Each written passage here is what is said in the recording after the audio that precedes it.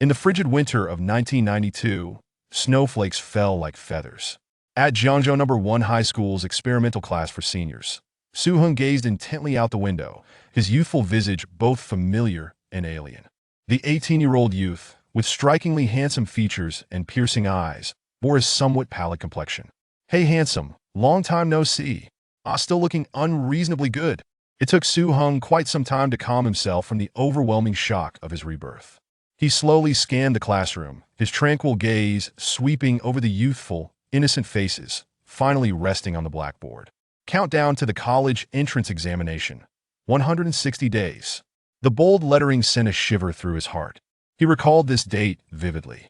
Just last night, a sudden inferno had consumed his family's clothing store, devastating their years of savings and unemployment compensation. As the store's business had begun to stabilize, it was mercilessly destroyed by flames, reducing their freshly acquired inventory to ashes. The destruction was so severe that the landlord demanded exorbitant compensation. In an era where the average salary barely exceeded 100 yuan, incurring such a massive debt was tantamount to a dead end for a family with nothing. With a heavy sigh, Su Heng contemplated his next steps. In truth, the answer was simple. He needed to earn money quickly and abundantly. At that moment, China was on the cusp of monumental change, rife with opportunities that sparkled like gold. "I possess nothing. What I require is fast cash, a windfall." Today is January 28th, 1992. What lucrative opportunities exist? Su Heng diligently searched his memory. Soon, he unearthed an investment avenue amidst the plethora of information. This was the stock subscription certificate issued by the Magical City, historically known as the 92 Prosperity Certificate. One subscription certificate was priced at 30 yuan, while a complete set of 100 consecutive certificates cost 3,000 yuan, with prices soaring to 7 or 800,000, yielding returns of 2 to 300 times. Due to its extraordinarily high investment return rate, it created the first wave of millionaires and decamillionaires, leading to its description as the first golden train of the Republic. In essence, investing 10,000 yuan could swiftly transform one into a millionaire within a remarkably short span. It would not be an exaggeration to state that millionaires at present were rarer than billionaires in later years. "I must seize this golden train, no matter what." Excited by the prospect of investment, Su Heng rummaged through his pockets, only to reveal a meager total of 27 yuan and 85 cents insufficient to purchase even a single subscription certificate. "Brother Heng." As Su Heng pondered how to secure the capital, a robust voice pulled him back to reality. He looked up to see his close friend Wu Gang, a tall young man with thick brows and bright eyes, striding toward him. "I know it's a drop in the ocean, but as your brother, please accept this." As he spoke, Wu Gang laid down a small stack of bills, consisting of 10 yuan, 5 yuan, 2 yuan, and even a Nijio note. Without needing to count, Su Heng recalled clearly a total of 18.3 yuan, a sum for which his good friend would endure a month of cold steamed buns. No sentimental words were exchanged. Some sentiments need not be vocalized. "Su Heng, everything will improve. I hope you find the strength to carry on."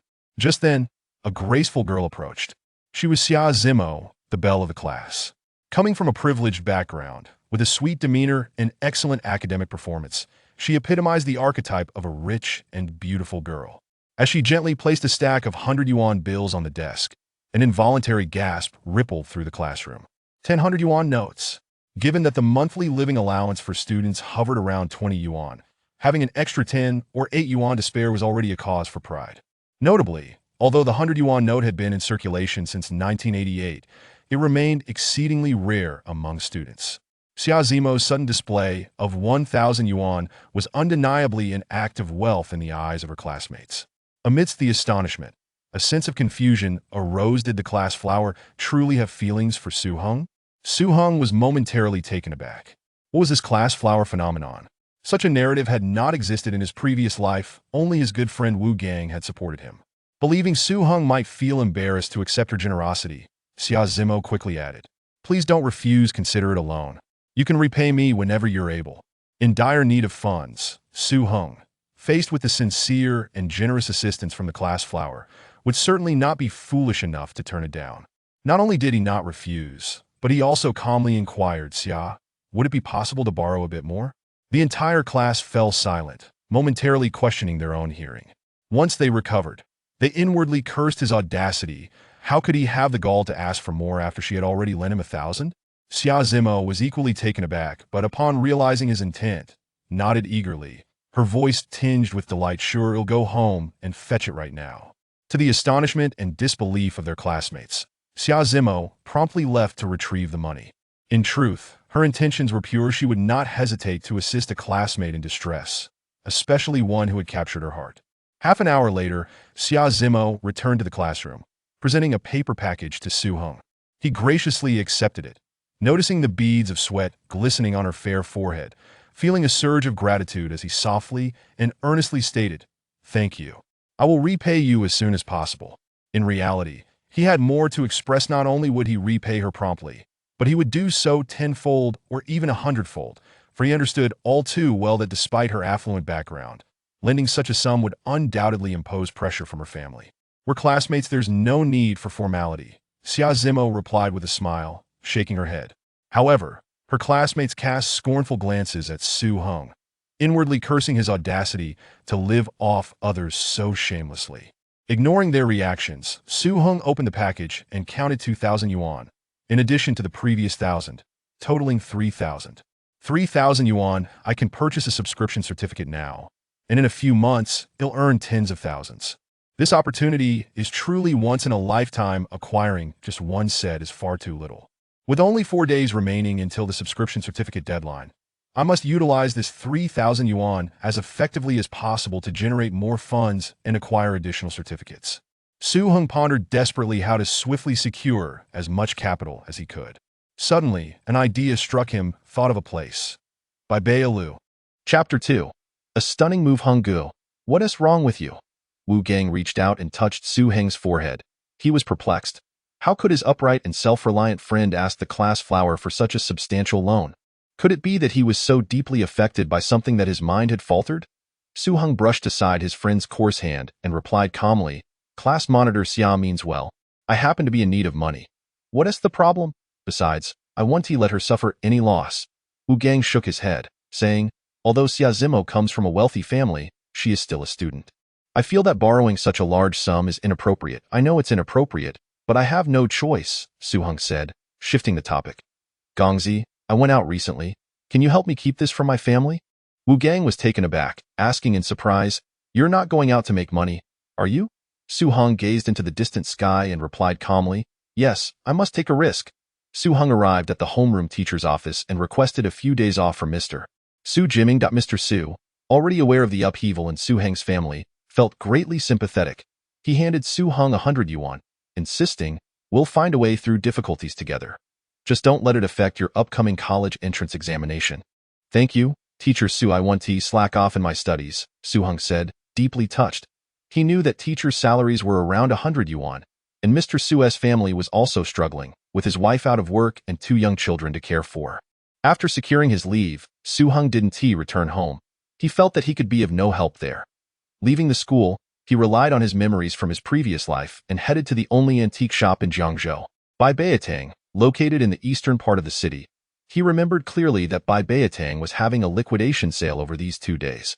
Among the items was a genuine ancient painting from the Song dynasty, believed to be by Emperor Zhao Ji. Yet, no one believed it to be authentic. Not even the shop owner himself. It was absurd to think that a genuine work of a Song dynasty emperor could appear in a small shop in a minor city. At that time, the painting was sold to a newly wealthy individual for 200 yuan. Little did anyone expect that, more than 20 years later, it would fetch a staggering 70 million at an auction. Su Heng quickened his pace, silently praying that the painting had not yet been sold. Upon entering Bai Beitang, he indeed found a prominent sign announcing the clearance sale. The shop was cluttered with various antiques and artworks, with hardly any customers in sight. This indicated the current dismal market for antiques. As the saying goes, in chaotic times, gold thrives. In prosperous times, antiques flourish. People today had only just managed to meet their basic needs, who had spare funds for collecting. As for the few who had become wealthy first, many were illiterate. They would rather spend their money on mistresses than on these trinkets, unless as gifts. Suddenly, a quarrel erupted in the shop. 2,000 for a worthless painting. Have you lost your mind? A middle-aged man with a rotund figure, a cigarette dangling from his mouth and a black leather bag tucked under his arm, was the epitome of a nouveau riche. The shop owner, wearing glasses and looking cultured, patiently explained, "Sir, this painting was passed down from my grandfather. It could possibly be a genuine piece by the emperor. I wouldn't sell it if I weren't in urgent need of money." The nouveau riche scoffed, "Get lost. Do you think you can fool me just because I'm uneducated? This tiny shop of yours could possibly hold a genuine emperor's work? That's absurd. I'll give you 100. The nouveau riche pulled out a banknote, his arrogant gesture akin to tossing a few coins to a beggar. The shop owner's face turned troubled as he spread his hands. 100 is simply too low.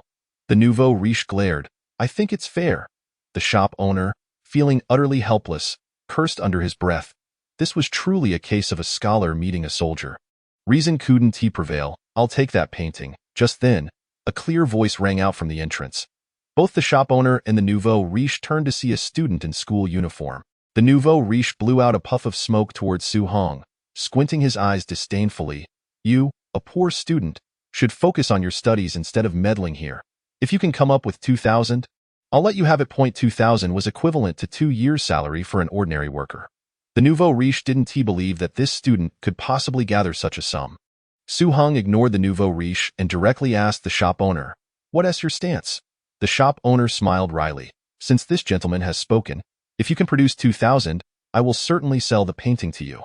Clearly, he also doubted Su Heng's capability. Without further ado, Su Heng reached into his bag, pulled out 2,000 yuan, and slapped it down on the counter. In this era, the sight of 20 crisp 100 yuan bills was quite impactful, especially when nonchalantly laid out by a student. The nouveau riche's jaw dropped, and he nearly dropped his cigarette. The shop owner reacted swiftly, grabbing the cash and counting it 3 times, nodding excitedly. "Yes, 2,000 exactly. The painting is yours." Su Heng took the ancient painting, placed it in his bag, and left without looking back. "Damn it, I misjudged him. This kid is actually well off." It wasn't until Su Heng exited the shop that the nouveau riche finally came to his senses. Muttering curses, Su Heng hailed a taxi, heading straight for the train station. Boarding a train to the capital that very night in Jiangzhou, he could find no one capable of taking over the ancient painting, so he needed to meet a familiar acquaintance, Ma Weidu, in the capital. Of course, at this moment, Ma Weidu had yet to formally enter the world of collecting, but few knew that he owned a shop in Liuli Garden. After a night of travel, Su Heng arrived at the capital by 8 the next morning. Exiting the train station, he took a yellow taxi straight to Liuli Garden. Coincidentally, Ma Weidu was in the shop. "Hello, Mr. Ma, I have an ancient painting I'd like you to appraise," Su Heng said, observing the middle-aged man with a square face and small eyes with an air of calm. "Young man, you seem quite spirited. What treasure do you have?" Ma Weidu replied with a smile, secretly observing Su Heng. He was surprised at how composed and dignified this youth was compared to his peers. Su Heng opened his backpack and gently placed the ancient painting on the table before Ma Weidu, politely stating, "Mr. Ma, could you please give me an appraisal?" Initially dismissive, Ma Weidu thought to himself that a student like youth couldn't possibly possess anything remarkable.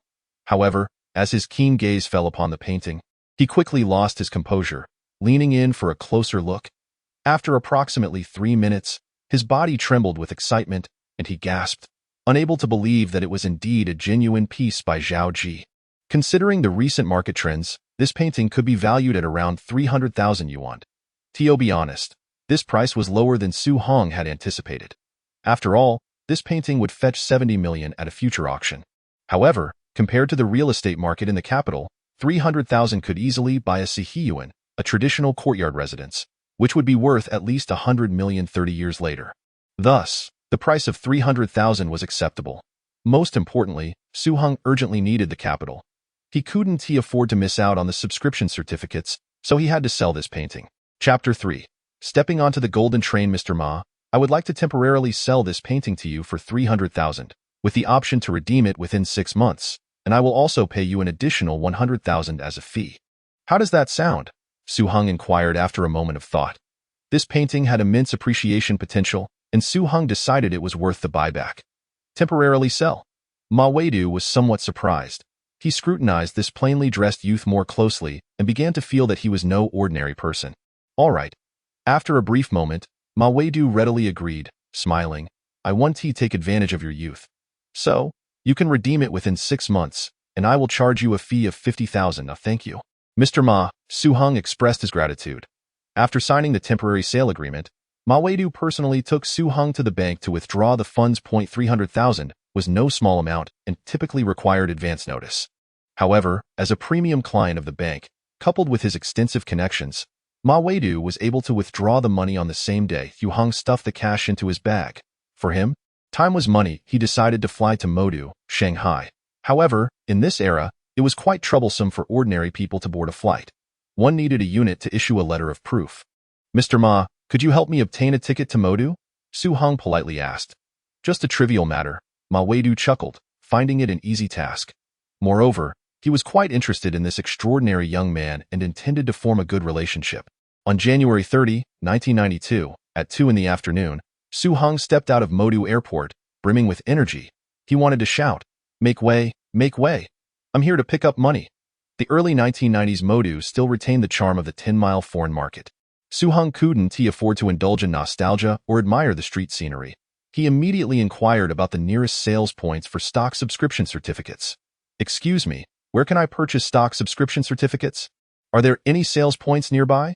Arriving in the city center, Su Heng approached a familiar-looking middle-aged woman. "Oh dear, that thing is a scam. You're still young.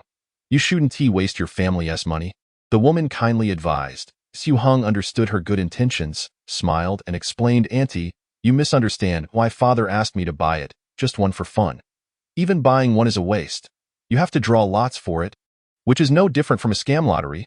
There's a bank across the street that sells them, but please don't buy too many," she cautioned. "Okay, thank you, Auntie." Following her directions, Su Heng quickly found a nearby industrial and commercial bank. The sales window for stock subscription certificates had a prominent notice. However, the window was cold and desolate, with hardly anyone around.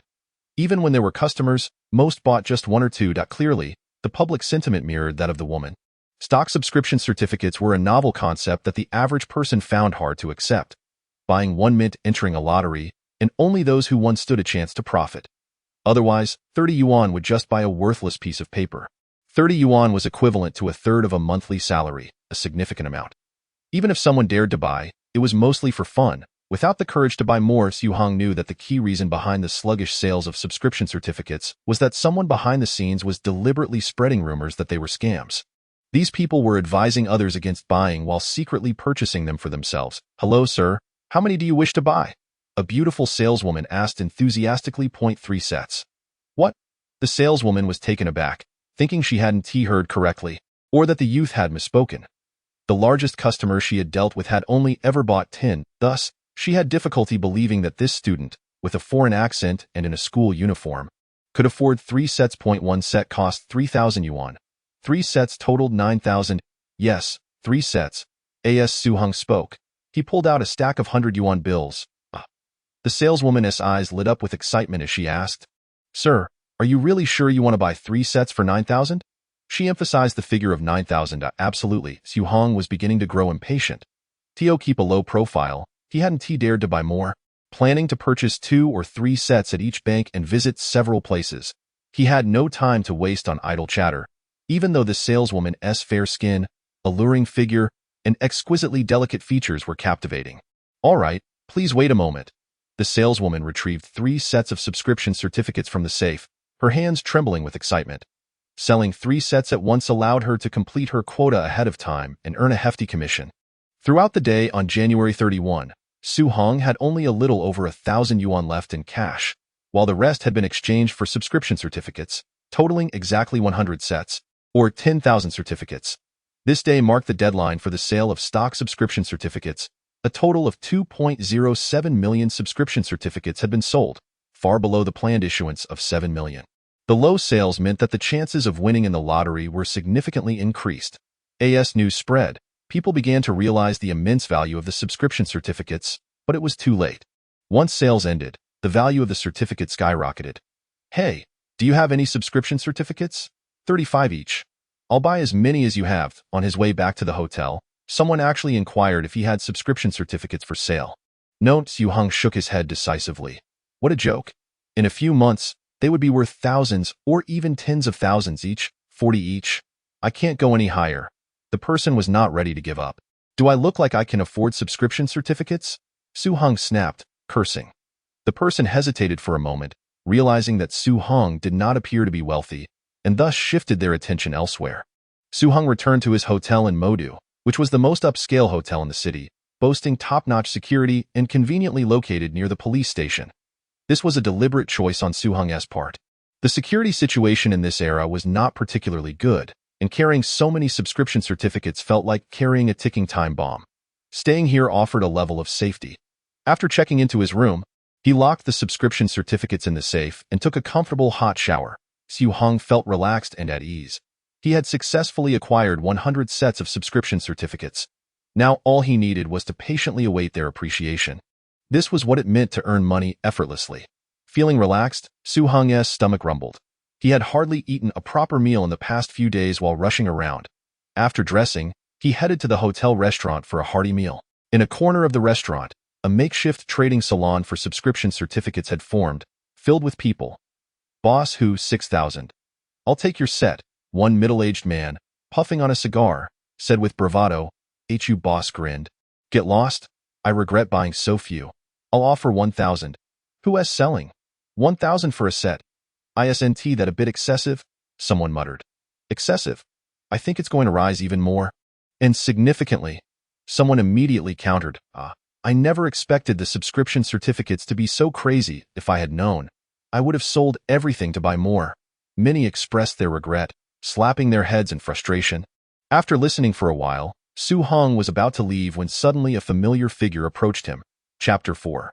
Rising among the elite, Mr. Su Yali, seeing Su Heng, was initially taken aback before joyfully approaching to greet him. She had a lasting impression of this young major client who had helped her complete her task and felt a deep sense of gratitude. At the same time, she was astonished at how lucky this youth was. In just one day, 9,000 had multiplied several times, equivalent to her earnings over several years at the bank. Moreover, given the frenzied demand for subscription certificates, it was clear that their prices would continue to rise. If she knew that Su Heng possessed not just 3 sets, but 100, she would surely be stunned. "Hello," Su Heng replied coolly. Su Yali was stunning, with a perfect figure and flawless features, dressed fashionably yet appropriately. However, he was not in the mood to admire her beauty. He wanted to keep a low profile to avoid drawing attention. If anyone discovered that he had over 100 sets of subscription certificates, it would certainly attract trouble. "Congratulations, Mr. Su Yali," perceptive and intelligent, noticed Su Heng's desire to remain discreet and lowered her voice. "Rest assured, I will not divulge anything." Su Heng nodded in acknowledgement. "This is my business card. If you decide to sell, feel free to contact me at any time. I can help you find reliable buyers," Su Yali said, handing him a card politely. "All right," Su Heng accepted the card. He was also planning to sell some certificates, as his family was in urgent need of funds. The upcoming Spring Festival was approaching, and in his past life, it had been the most dismal celebration for him and his family. At that time, there had been no money to prepare for the holiday. On the first day of the new year, they had nothing to eat but a pot of stewed cabbage, which was truly pitiful. Since he has the chance to live again, Su Heng is determined to alter the course of his life. Therefore, even at a low price, he intends to sell some assets to help his family navigate through their difficulties. The following day, the subscription certificates continue to soar in value, and the number of patrons at the restaurant's trading salon swells dramatically, all of them like rabid dogs inquiring about purchasing stock trading tickets. The more fervent the interest, the less willing anyone is to sell, inevitably driving the prices ever higher. Su Heng possesses a full 100 sets, totaling 10,000 shares, undeniably a major player in this arena. He has now become a bona fide millionaire, ascending to the ranks of the era's elite wealthy. This is what is referred to as being at the forefront of opportunity. This is what is meant by the notion that choice outweighs effort. Seizing a golden opportunity can effortlessly rewrite one's destiny. In a brief span, the subscription certificates have skyrocketed to 30,000 per set. It is time to return home. Su Heng calculates the days, planning to sell off a few sets before heading back. However, he feels uneasy about trading with the mixed crowd at the hotel salon. Consequently, he contacts Su Yali using the hotel phone. Upon hearing that Su Heng intends to sell the subscription certificates, Su Yali promptly brings cash. "Just you alone." Su Heng opens the door, only to find the beautiful woman standing there by herself. "Mr. Su, actually, it was purchased by my family, but rest assured, the price will certainly satisfy you." Su Yali sincerely states, "How much can you offer for a total of 3 sets?" Su Heng directly inquires, "Mr. Su, as you probably know, the current market has driven the price to around 28 to 29,000 per set. I can offer 30,000 per set. How does that sound?" Su Yali courteously asks. It is evident from her tone that if Su Heng disagrees, she would consider raising the offer. "Deal," Su Heng promptly replies. He is not one to haggle over a few thousand. What matters more is that he can see that Su Yali is not an ordinary person. With her noble demeanor, working at the industrial and commercial bank, and easily producing 90,000, she is certainly someone of significance. Perhaps their paths will cross again in the future, and he sees this as a chance to forge a positive connection. Here is 90,000 in full. "Mr. Su, please take a moment to verify." Su Yali retrieves a bundle of cash from her bag and hands it to Su Heng with both hands. "No need." Su Heng responds, merely glancing at the money before stuffing it into his bag. Su Yali is taken aback, thinking to herself that this is quite a substantial amount. "Mr. Su, you are truly impressive for your age." She instinctively feels that this young man is extraordinary. Impressive for his age? Su Heng chuckles inwardly, reflecting that his rebirth is meant to stir the winds of the world and amass wealth while savoring the beauty of existence. Otherwise, what would be the point of living again? What difference would it make from being a mere fish on the shore? "Oh, did I say something wrong?" Su Yali asks, a hint of nervousness in her voice. "You are absolutely correct," Su Heng replies with a calm and resolute tone.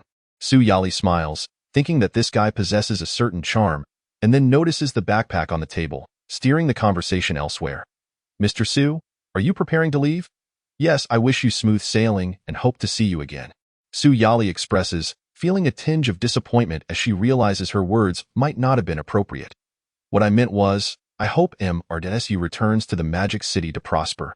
Indeed, perhaps I might trouble the beautiful MS." Su Heng responds with a smile, extending his hand politely.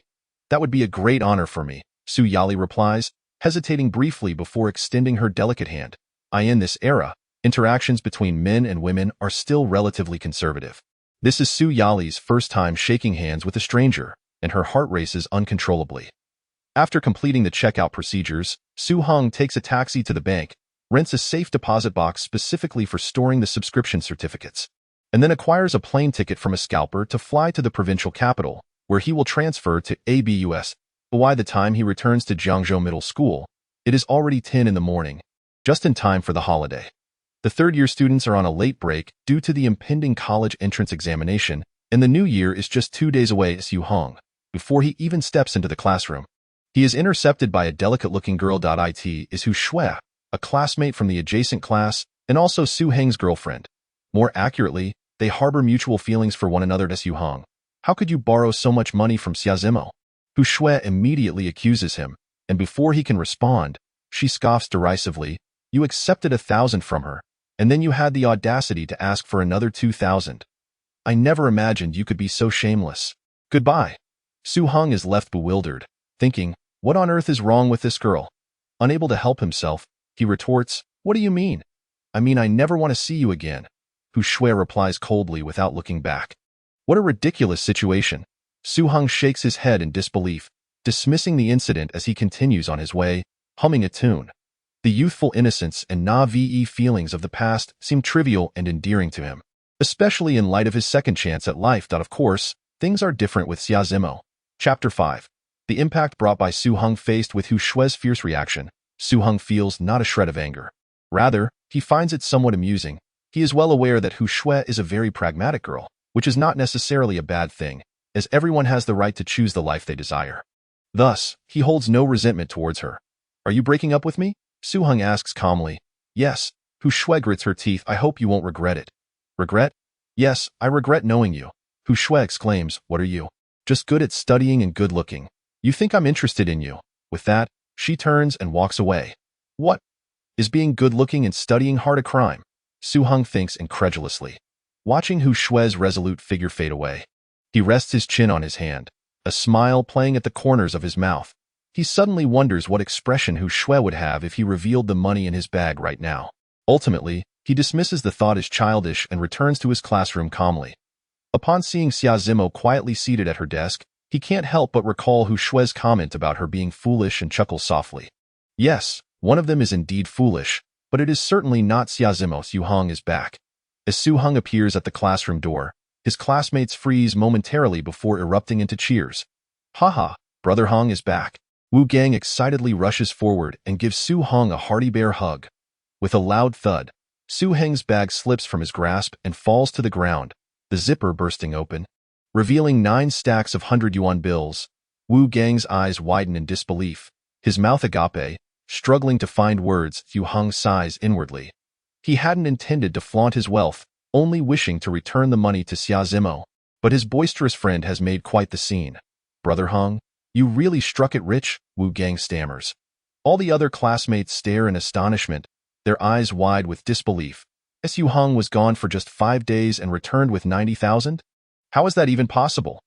This far exceeds everyone's comprehension, including Xiazimo, who gasps in surprise. Just lucky, made a little money, Su Heng replies with a gentle smile, taking out 3 stacks and approaching Xiazimo, offering them to her small hand without any words of gratitude, as they would be superfluous and overly sentimental. Some debts of gratitude he will forever cherish in his heart, in his most difficult moments. It was this girl who extended a helping hand. For him, this was like timely aid in the midst of snow. A drop of kindness should be repaid with a fountain of gratitude. Su Heng will remember this favor. 30,000 is merely a token of his appreciation. In the future, he believes he will have the means to provide this girl with a life of wealth and prosperity. I can't accept this. Xiazimo reacts quickly, shaking her hand. Your family needs money right now. I can't take so much. I still have 60,000 in my bag, more than enough for my family. Just accept it, Su Heng gently urges. I still can't accept it. Xiazimo insists firmly, only taking 20 bills and returning the rest to Su Heng. Why only 20 bills? Su Heng, moved yet exasperated. Sighs that I said I would repay you double. You know I keep my promises. Refusing this is making me lose face. You wouldn't want to see me become a person without integrity, would you? After a moment's pause, Xiazimo shakes her head first, then resolutely shakes her head again. Su Heng understands the meaning behind her 2 head shakes, the first indicating she doesn't want him to lose integrity, and the second rejecting his money. All right then, this girl is not easily swayed, Su Heng thinks, deciding not to press further. He'll repay this kindness slowly in the future. After lingering in the classroom for a moment, he heads to the homeroom teacher's office. As soon as he leaves, the classroom erupts into excited chatter. 90,000. Su Heng really made 90,000. What do you think Su Heng did to earn so much? I don't know. He must be involved in something illegal. A boy speculates. Get lost? Wu Gang rushes over and punches the boy. Wu Gang, true to his name, is tall and strong with a fiery temper. He blindly trusts Su Heng and will not tolerate any slander against him. The boy, Huang Tao, shrinks back, muttering defiantly, if it's not illegal, then what could Su Heng possibly do to earn so much in 5 days? This question piques the curiosity of the other students. Although Wu Gang believes in his friend's character, he too is at a loss. Xiazimo stands up to defend Su Heng. We've been classmates for 3 years. We all know what kind of person Su Heng is. I certainly don't believe he would do anything illegal. Class monitor Xia is right. I don't believe it either. Wu Gang firmly agrees. The others fall silent. Mr. Su, here's your money, Su Heng says, handing 1,000 yuan to Su Jiming in the homeroom teacher's office. What's this? Su Jiming is momentarily taken aback, thinking Su Heng is mistaken. When did I lend you so much money? Besides, where did you get all this cash? A few days ago, I read in the newspaper that the Magic City is issuing stock subscription certificates. I pulled some money to buy 2 sets and luckily made some profit, Su Heng explains, half truthfully. Magic City. Stock subscription certificates? Su Jiming has never heard of such a thing. Yes, I made quite a bit. It's enough to help my family out. You made quite a bit? Su Jiming is astounded, clearly exceeding his expectations. It is only after Su Heng leaves that he regains his composure and hurriedly rushes to the main office. Inquiring among his colleagues, has anyone heard of stock subscription certificates? I know. Lu Guangyi, a teacher known for being well-informed, pushes up his glasses, his voice trembling with excitement. Stock subscription certificates were just issued in the Magic City. It's absolutely insane.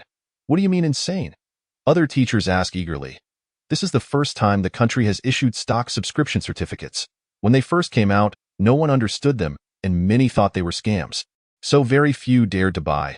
However, with the government releasing several documents, people began to realize this was a tremendous opportunity for wealth, leading to a frenzied buying spree. I heard the price has skyrocketed from 3,000 per set to tens of thousands.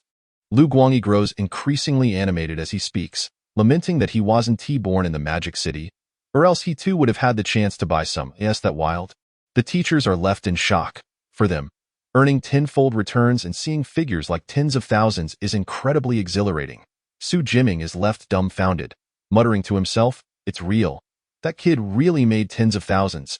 Watching his excited colleagues, he desperately wants to proclaim, "My student just went to the Magic City and returned with tens of thousands." But rationality keeps him silent. He quickly exits the office, finds Su Heng, and hands him 900 yuan, saying, "What are you doing, kid? This is to save face for your teacher. Just take it." Su Heng smiles sheepishly, realizing he hadn't considered much at the time. He simply wanted to repay those who had helped him. "Ah, you're too bold." Su Jiming sighs, unsure of what to say to his brilliant student. In any case, this exemplary student, both academically and ethically, has truly astonished everyone this time. He ventured alone to the Magic City and earned tens of thousands in just a few days. If I told someone, they probably wouldn't believe it. It's almost a fairy tale. Chapter 6. Embracing life. Su Heng returns to the classroom, tidies up his belongings, mainly books and a change of clothes, then rides home with Wu Gang. "Brother Hong, you're amazing. Tell me, what kind of business did you do?" "Stock subscription certificates." "What on earth is that? How did you make so much?" "It was issued in the Magic City." Su Heng briefly explains the concept of stock subscription certificates to his friend. Wu Gang is thoroughly impressed. In this era, without the internet or mobile phones, information is limited, particularly for students confined to school. As Su Heng mentions the capital cities and how he acquired the stock subscription certificates, Wu Gang is filled with excitement and admiration. "You dared to go to the legendary Magic City to make money. That is truly impressive. Brother Hong, you're incredible. If you find any more ways to make money, let me know. Even if I don't earn anything, I just want to go along and broaden my horizons." Wu Gang says eagerly. "Sure." Su Heng replies with a smile. At the intersection where they part ways, Su Heng stops, takes out 1,000 yuan from his bag. Wu Gang understands Su Heng's intention and quickly waves his hands. "Brother Heng, your family needs money." Su Heng interrupts him. "No more nonsense. Treat me like a brother and take it." This phrase sounds familiar, reminiscent of when Wu Gang lent him money. Wu Gang shakes his head. "But that was all I had." His family struggles financially, and 1,000 yuan is a significant sum for him. "I know you only had a little, but that was your entire savings. This 1,000 yuan is a huge amount for you. But for me, it's negligible." "All right, I'll accept it." Wu Gang, upon hearing this, no longer hesitates and gladly accepts the money. Su Heng pats Wu Gang's sturdy shoulder, gazing into the distant sky, speaking calmly yet resolutely. "We need to think long-term. I can't guarantee much, but I can assure you, we will never have to worry about money again. I believe in you, Brother Hong." Wu Gang nods earnestly. "Mom and Dad, I'm back." Su Heng rides home, pushing open the dilapidated outer door. Seeing his gray-haired parents waiting in the rundown yard, he feels a lump in his throat, almost moved to tears. "Hunger is back. You haven't eaten yet, have you?" "Mom made some food. I'll go heat it up." Zhang Ping, with a haggard face, manages a smile, though her heart is heavy. Usually, when her son returns, she would go to great lengths to prepare delicious meals to improve his diet. But today, they only have stewed cabbage and plain steamed buns. "Come inside. It's cold out." Su Heng pats his son on the shoulder. Su Heng notices that his parents are forcing smiles, but the desolate atmosphere of their home cannot be concealed. Just as he is about to pull out the money from his bag, a sudden, fierce banging on the door interrupts him. Su Heng and Zhang Ping's expressions change, and they hurriedly head outside. Warning Su Heng, "Hunger, stay inside and don't go out." Zhang Ping swiftly closes the door behind them. "You burn my shop to ruins. New Year's is approaching. You should at least give me an explanation." Su Heng could discern the sarcastic tone in the inquiry from the landlord, Lu Huiran. "Boss Lu, all my goods and cash have been incinerated. We couldn't even buy a single vegetable for the new year." Su Heng's face was a mask of distress. "Stop whining," Lu Huiran impatiently interrupted, his voice dark and foreboding. "Those were several thriving shops, reduced to ashes. I won't demand much, just 20,000. Su Heng's complexion turned ashen, indignation rising within him. "Boss Lu, those two shops, even if rebuilt, would cost at most 3,000. Do you truly expect us to pay 20,000? It's as if you are demanding our very lives." Zhang Ping's face was equally pallid. Their family was already destitute, both of them unemployed. If they were to shoulder a debt of 20,000, it would spell utter ruin. They feared not for their own suffering but for their son, who was set to take university entrance exams the following year. "Humph, I had no intention of building a new house. It's your fault for not safeguarding the property, allowing thieves to set it ablaze. You must understand, this fire has not merely consumed the shops, but also scorched the fortune of the Liu family. Just 20,000, not a cent less." Liu Huairan remained obstinate. Su Heng and Zhang Ping sighed deeply, pleading desperately. In those times, legal awareness among the populace was woefully lacking. Few would even contemplate taking their grievances to court. Bang! Su Heng could no longer bear it. He pushed open the door and stepped outside. "Xiao Heng, what are you doing out here? Hurry back inside," Zhang Ping urged, hoping to shield her son from such matters. She believed her son could not resolve any issues. "Scholar Su? Oh, why the long face? Planning to strike your uncle?" Liu Huairan scoffed, dismissing him with a sneer. Su Heng shot Liu Huairan a cold glare before turning back inside, intending to fetch money to throw at him when suddenly, a heart-wrenching wail pierced the air. "Huairan, our Jinbao is not well." "Jinbao, what happened?" Liu Huairan, who had been brooding, suddenly appeared as if struck by lightning, stumbling out in haste. Su Heng and Zhang Ping exchanged bewildered glances, unable to grasp the unfolding events. Jinbao. Su Heng suddenly recalled that Jinbao was Liu Huairan's grandson, barely a year old, the sole heir of 3 generations, cherished like a golden nugget by the entire Liu family, as evidenced by his very name. However, there is a saying that the more humble a name, the easier it is to raise a child. Names like Dog Egg or Second Donkey were common for this very reason. Perhaps the name Jinbao was simply too precious. Su Heng quickly remembered that just today, Jinbao, the darling of the family, had choked while eating and had not been taken to the hospital in time. A life is at stake. Su Heng rushed towards the Liu residence. Liu Huairan's home was in disarray, filled with cries of anguish. The wails were so heartrending that they moved one to tears. Is it too late? A sense of dread washed over Su Heng. Go be honest, just moments earlier, when Liu Huairan was pressuring his parents, he had wished nothing but demise upon this man. Yet, a child is a child. After all, it is still a precious life. "Dr. Cheng, I implore you, please save my Jinbao." Liu Huairan gazed at his grandson, whose complexion had turned purple and whose eyes rolled back, feeling as if the world was spinning around him. "Old Liu, we can only take him to the hospital now." But Dr. Cheng from the nearby clinic shook his head, clearly aware that the child was beyond saving and would not survive the journey to the hospital. "Hurry, take him to the hospital." Liu Huairan could barely stand, his wife, son, and daughter-in-law all in a state of shock. Only upon hearing Dr. Cheng's warning did they hastily scoop up the child and rush outside. "Give the child to me," Su Heng's instinctive voice rang out as he confronted Liu Huairan. The entire Liu family froze, as did Su Heng and Zhang Ping, who were trailing behind. "By the time you reach the hospital, little Jinbao will be cold. I just saw a method of emergency rescue. Let me try it.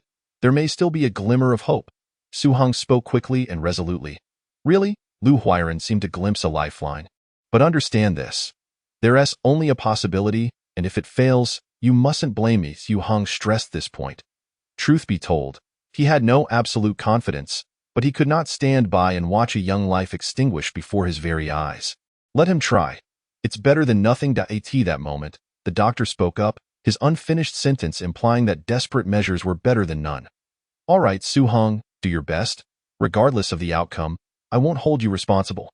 Seeing little Jinbao's condition worsening, Liu Huairan hurriedly handed the child over to Su Heng. Without further ado, Su Heng positioned the child face down, cradling Jinbao's chest with his left hand, his thumb and fingers secured under the jaw. While he delivered a series of firm strikes to the midpoint of the child's back. It was a textbook execution of the Heimlich maneuver, a life-saving technique invented by American Dr. Henry Heimlich in 1974, specifically for patients choking on food. This method is often referred to as the hug of life. Chapter 7. The awakening. Su Heng had only seen this technique once in his previous life and was now attempting it for the first time. Anxiety gnawed at him. Would it work? On the 5th strike, little Jinbao coughed, expelling a piece of obstruction from his mouth. A sigh of relief escaped Su Heng. Almost immediately, to the astonished gazes of everyone present, Jinbao's previously ashen face gradually regained its color, and he let out a loud wail. The child cried, and the adults were overwhelmed with joy. tears of happiness streaming down their faces. The Liu family oscillated between laughter and tears, their emotions soaring from despair to miraculous relief, akin to a roller coaster ride. Su Heng, what method did you just use? Dr. Cheng's eyes nearly bulged out, his expression one of disbelief. It's a life-saving technique developed by an American.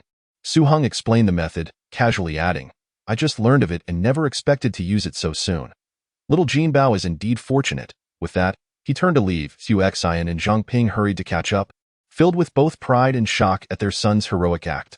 Shortly after they returned home, the entire Liu family arrived at their doorstep, not to demand repayment, but to express their heartfelt gratitude, laden with gifts, and to offer sincere apologies. The Liu family was profoundly grateful to Su Heng. Liu Huairan's son, Liu Daong, a local tough, pounded his chest, vowing that from now on, in Jiangzhou, anyone who dared to touch Su Heng would face his wrath. His daughter-in-law, Yin Hua, even implored Su Heng to accept little Jinbao as his godson. Su Heng felt a wave of embarrassment wash over him. He didn't even have a girlfriend, so accepting a godson seemed inappropriate. Ultimately, Liu Huairan stayed back to apologize once more, taking Su Heng's hand with genuine sincerity. Brother Su, I was blinded by greed. Repay us whenever you have the means, just 3,000 will suffice. Su Heng breathed a sigh of relief, knowing Liu Huairan would no longer demand the exorbitant sum, though he hadn't anticipated such a dramatic reduction. Boss Liu, Su Heng spoke softly. Since the other party was reasonable, he saw no need to pursue the matter further. He retrieved a stack of cash from his bag, handing it to Liu Huairan. Here is 5,000, enough to rebuild and cover your losses. No, Xiao Su, please don't embarrass your Uncle Liu. 3,000 is more than sufficient. Liu Huairan waved his hands repeatedly, insisting on only accepting 3,000. He was astute enough to recognize that not only had Su Heng saved his grandson, but he could also foresee that Su Heng was destined for greatness. Hence, by asking for less, he was also cultivating a future bond. Su Heng and Zhang Ping, however, were wide-eyed in disbelief.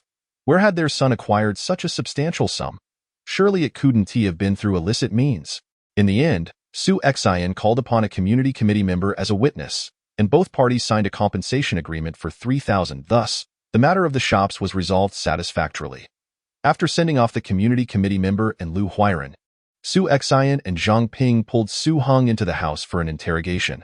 They were overwhelmed with questions. Su Heng had long prepared his explanation, recounting how a kind-hearted classmate had assisted him, and how he had ventured into stock subscriptions.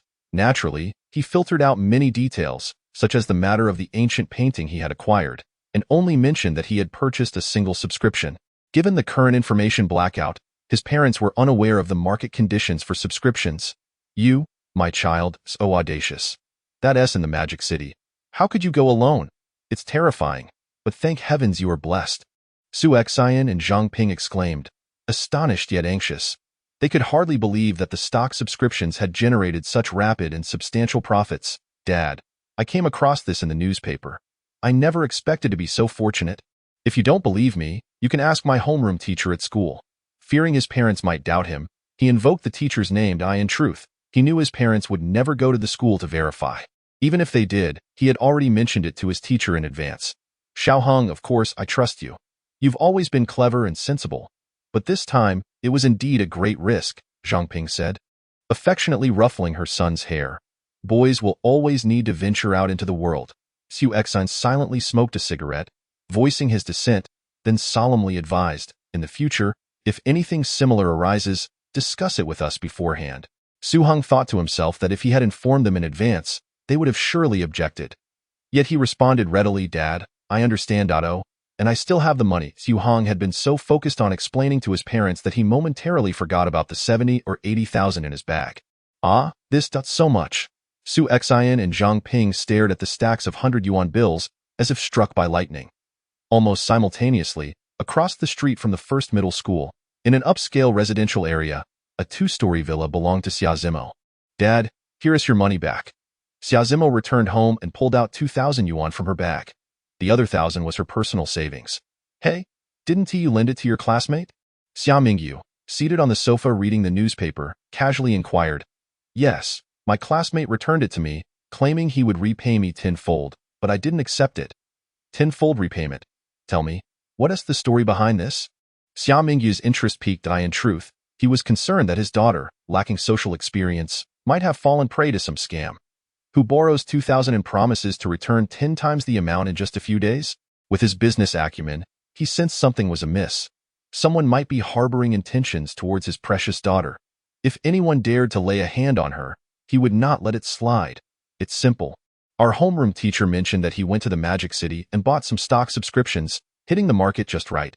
Xia Zimo recounted everything she knew. You mean stock subscription certificates? Xia Mingyu suddenly leaped to his feet. Dad, why are you so excited? Xia Zimo shot her father an incredulous look. Oh, you mean your classmate went to the Magic City to buy stock subscription certificates? Xia Mingyu asked, unable to believe it. Just that morning, he had discussed stock subscription certificates with his business partners and knew very well how hot the market was. Our homeroom teacher mentioned he saw the news in the newspaper and ran to buy some. Xia Zimo's tone carried a hint of pride, though she simultaneously felt a twinge of guilt, fearing her father might uncover her feelings. What a talent! Xia Mingyu exclaimed, slapping his thigh in excitement. He had read the newspapers too, but had completely missed the vast opportunities within. His daughter's classmate, a high school student, not only recognized this opportunity, but also had the courage to borrow money and rush to the Magic City to seize it. If that wasn't talent, what was indeed? He has consistently ranked first in the city. Xia Zimo's tone swelled with pride. Isn't it a source of pride to admire someone so accomplished? It's that Su Heng. Xia Mingyu was increasingly shaken. Su Heng's reputation was formidable. From middle school through high school, he always secured the top spot in exams, large or small. Every parent of a student in the area knew of Su Heng. The epitome of academic excellence, often used as a benchmark in discussions about their own children. In summary, he was the quintessential other people's child, a scholarly prodigy, sharp-eyed, and remarkably bold. A true genius, an absolute prodigy. Xia Mingyu handed his daughter a large apple, attempting to ingratiate himself. Darling daughter, can you arrange for me to meet your classmate someday? Xia Zimo's face flushed crimson, fearing her secret affections had been discovered. She pouted and replied, Why do you want to meet him? We're all focused on our studies in our senior year. She quickly sought an excuse to escape, not yet realizing or contemplating the stirrings of her own heart. Chapter 8. A beautiful encounter at Su Heng's home. It took a full hour for Su Heng and Zhang Ping to regain their composure from the overwhelming shock. They repeatedly questioned their son, ensuring the origins of the money were legitimate before they could finally relax. The previously somber atmosphere of their home was swept away, replaced by laughter and joy. Zhang Ping, in particular, was exuberant, spreading all the money across the table, counting it over and over. She laughed while occasionally shedding tears, obviously tears of joy. Su Heng sat silently beside her, smoking one cigarette after another, his fingers trembling with excitement, clearly overwhelmed by the emotion. Then, a wave of concern washed over them. They realized their precious son had yet to eat. Oh dear, in our excitement, we forgot our son. Hasn't he had anything to eat? Zhang Ping exclaimed, patting her forehead. Don't worry, I'll head to the market and buy him something delicious, Su Heng declared grandly, disposing of the rotten cabbage in the pot. Perfect. We still need to prepare for the new year. Let us handle it all at once. Yes, let us buy plenty of chicken, duck, fish, and meat to treat our son well. The family of three chatted and laughed as they made their way to the market, with Su Heng in charge of the money, embarking on a spree of extravagant purchases. Roosters, lamb, pork, fresh vegetables, spending money like water. Su Heng could hardly believe how inexpensive everything was. He could buy so much without even spending 100 yuan. Meanwhile, Su Heng and Zhang Ping felt their eyelids twitching. They were accustomed to frugality and couldn't bear to watch their son spend so freely. Xiao Heng, you don't need to worry about the rest. Your father and I will buy it. You go get yourself some new clothes. Zhang Ping concocted an excuse to send Su Heng away. All right then, Su Heng chuckled, realizing they had nearly finished their New Year shopping. Once he departed, the couple immediately tightened their purse strings. Even while spending, they primarily focused on buying their son's favorite foods. After parting ways with his parents, Su Heng arrived at a commercial street, seeking a more upscale clothing store to purchase a decent outfit. The clothing store was bustling, its business thriving. It was entirely a seller's market, with profits soaring. Boss, please bring that shirt for me to try on. Su Heng finally squeezed inside and randomly selected an item. Why try it on? Can't you see everyone is scrambling to buy? If you like it, just say the size and pay. Don't waste time. The owner's attitude was quite arrogant, his booming voice reminiscent of a machine gun. However, he had the right to be cocky. After all, clothes were flying off the shelves. After accompanying his parents shopping all day, Su Heng was unfazed by such behavior. Not just clothing stores, other businesses were similar. It was almost universally a seller's market. Running a business had never been easier. It felt as if one were simply picking up money. Su Heng reflected on this. After purchasing a new outfit, he wandered into a nearby electronics store. This store, specializing in appliances, was pitifully small, only about 100 square meters. He was soon staggered by the exorbitant prices.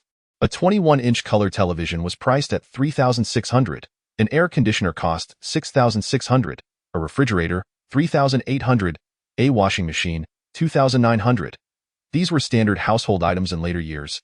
Yet now, they were undeniably luxuries. A person's salary, when saved diligently for several years without spending a dime, is barely sufficient to purchase a single major appliance. Such a situation is truly astonishing. These electrical devices are priced exorbitantly, and their profit margins must be substantial. Opening a supermarket or an appliance store now would undoubtedly yield significant profits. Su Heng quickly formulated a profitable idea. Accessing the information stored in his mind, he recalled a young man named Zhang, who opened a small air conditioning shop in 1991, boasting an annual profit of an astonishing 10 million. In the 1990s, 10 million was equivalent to several hundred million in 2020. If, 2 or 3 decades later, someone claimed that a small appliance store earned billions in a single year, it would surely be dismissed as mere boasting. Yet, such a feat genuinely occurred in the resource-scarce early 1990s. Su Heng devised a preliminary plan. After accumulating his first pot of gold through the purchase of subscription certificates, he would consider investing in a supermarket or a large appliance store. As he pondered, he nearly collided with someone on the street. Upon looking up, he was surprised to see Xia Zimo. Dressed in a fashionable and appropriate manner, Xia Zimo appeared graceful and elegant. Particularly, her delicate features, akin to finely carved jade, were breathtakingly beautiful amidst the winter chill. Su Heng, are you here to buy appliances? Xia Zimo, taken aback by the encounter, could not conceal her delight. Just browsing, and you? Su Heng replied with a smile, shaking his head. I'm just taking a casual look too, Xia Zimo said. Shall we wander together, since we unexpectedly met? Su Heng extended the invitation with a grin. Sure. Xia Zimo hesitated slightly, then nodded in agreement. The two strolled side by side through the bustling crowd, attracting numerous glances. The handsome young man and the pure, radiant young woman added vibrant colors to the lively market scene. Xia Zimo's cheeks flushed with embarrassment, and instinctively, she moved a little further away from Su Heng, fearing an encounter with someone they knew. Such a shy and endearing girl, Su Heng noticed her reaction but chose not to address it. They soon arrived at a quieter place, the Xinhua bookstore, where the atmosphere was markedly serene. You've been wrong these past few days, Su Heng said earnestly. On his way home from school, he had overheard Wu Gang mentioning the unkind rumors circulating about Xia Zimo at school. Claiming she was shamelessly throwing money at Su Heng suspected that these rumors were likely spread by Hu Shui. Not at all. Xia Zimo's eyes reddened instantly as she forced a smile. I'm just glad to help you, so adorable. Observing the charming young girl, Su Heng naturally reached out and gently pinched her tender cheek. Ah! Xia Zimo's sensitive skin reacted as if electrified, a blush instantly spreading across her lovely face. Shall we grab a bite to eat?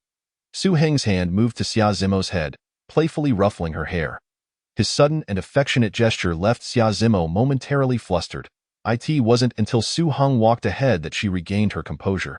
Shooting a playful glare at the cheeky boy who had taken advantage of her, though her expression lacked any real menace. There weren't many decent restaurants on the street. Su Heng chose a local renowned eatery specializing in lamb stew.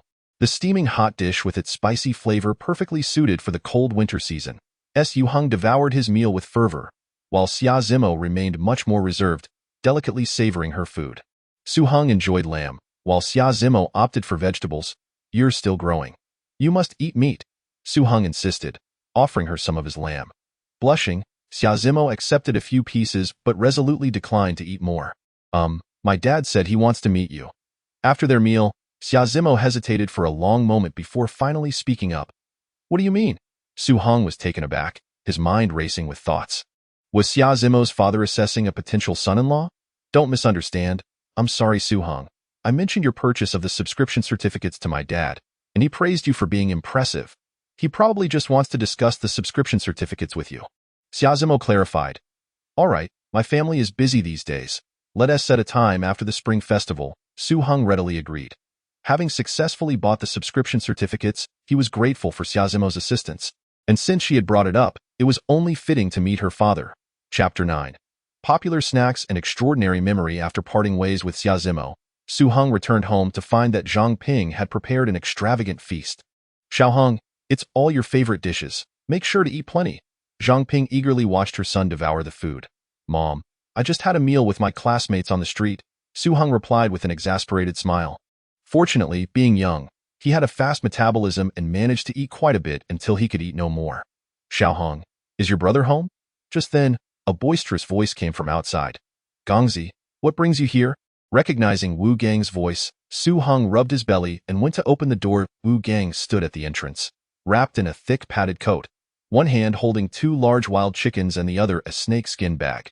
Grinning widely, Xiao Heng, I brought you some New Year gifts. What's in the bag? Su Heng asked, not hesitating to accept the snakeskin bag, which felt quite heavy. Su Xin and Zhang Ping came out, familiar with Wu Gang, who often visited to play with Su Heng. After a brief moment of surprise, they quickly said, you didn't have to bring all this.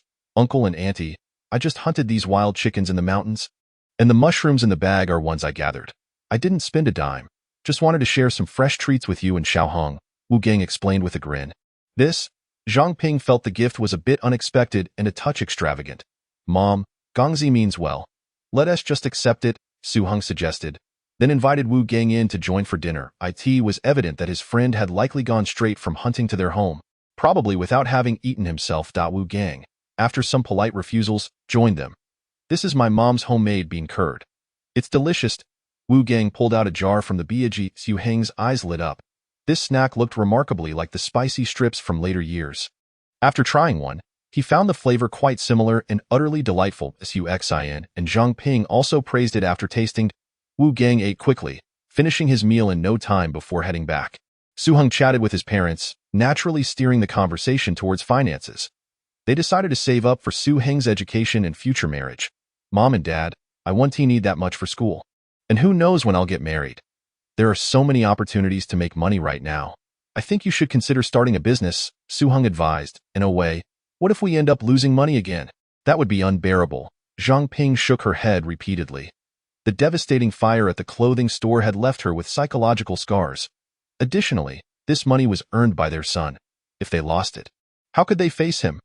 In light of the recent wave of layoffs and increasing difficulty in finding work, both Su Xin and Zhang Ping sighed deeply.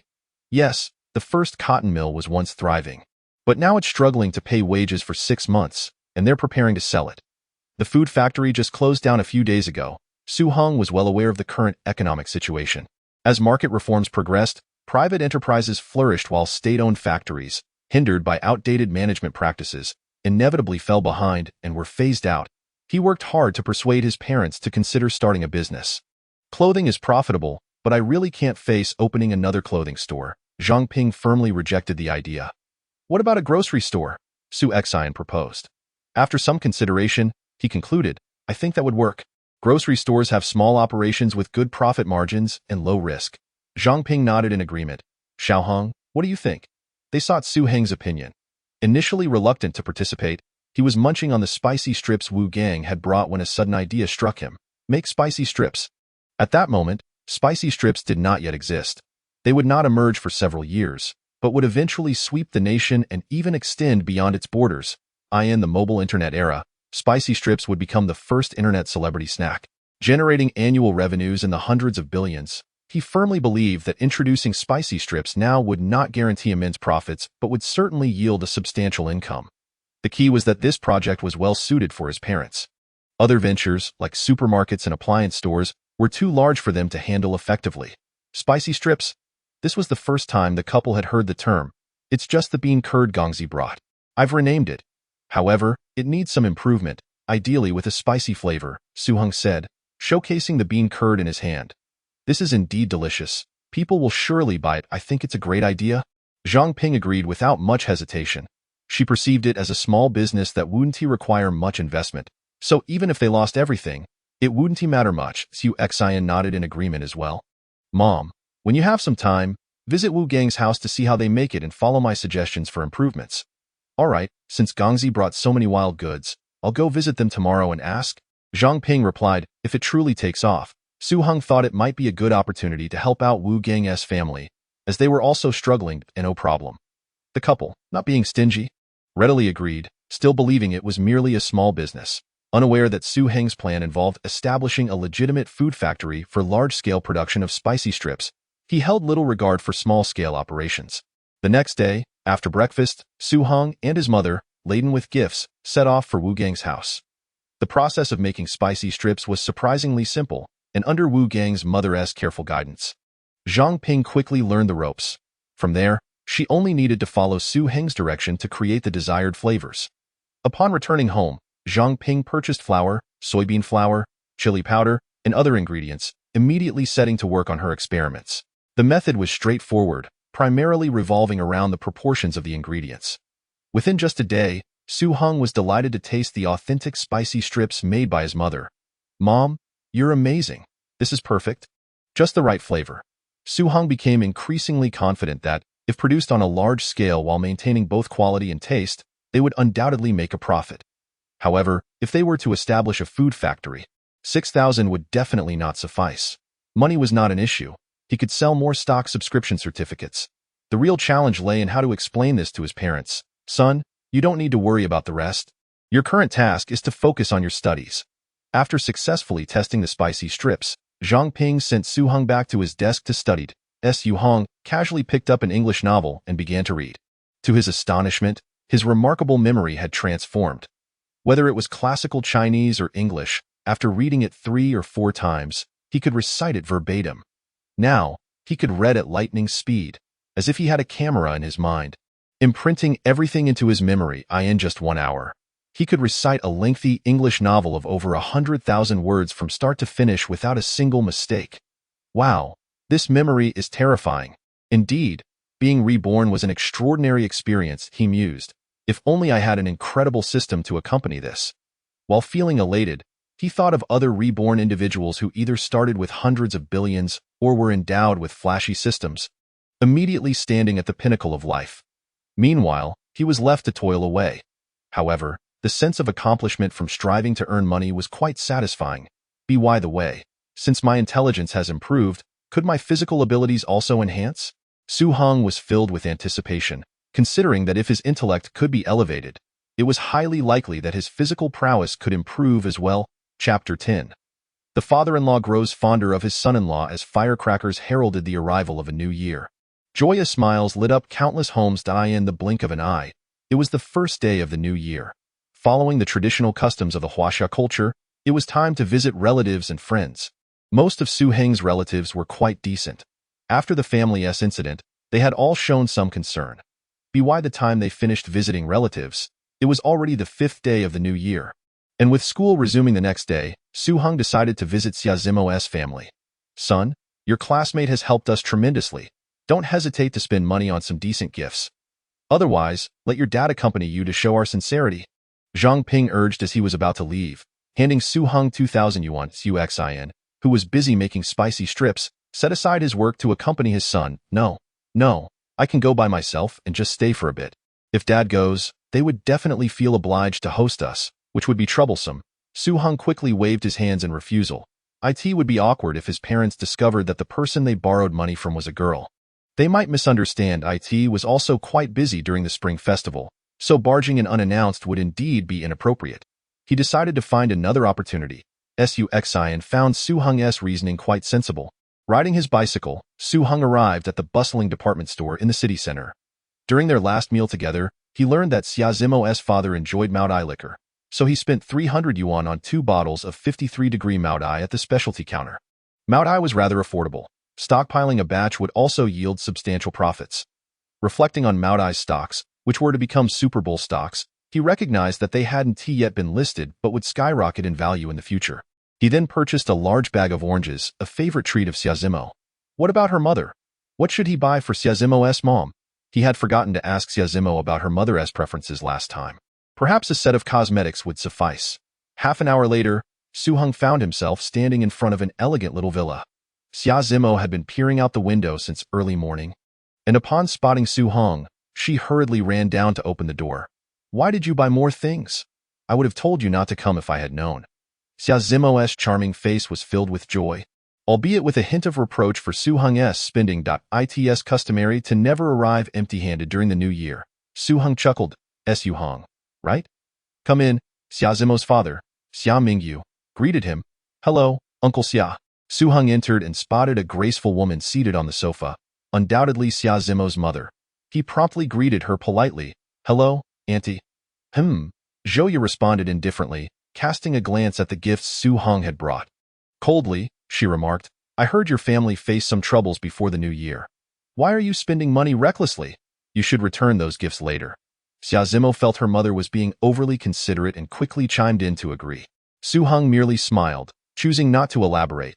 He was not there to curry favor.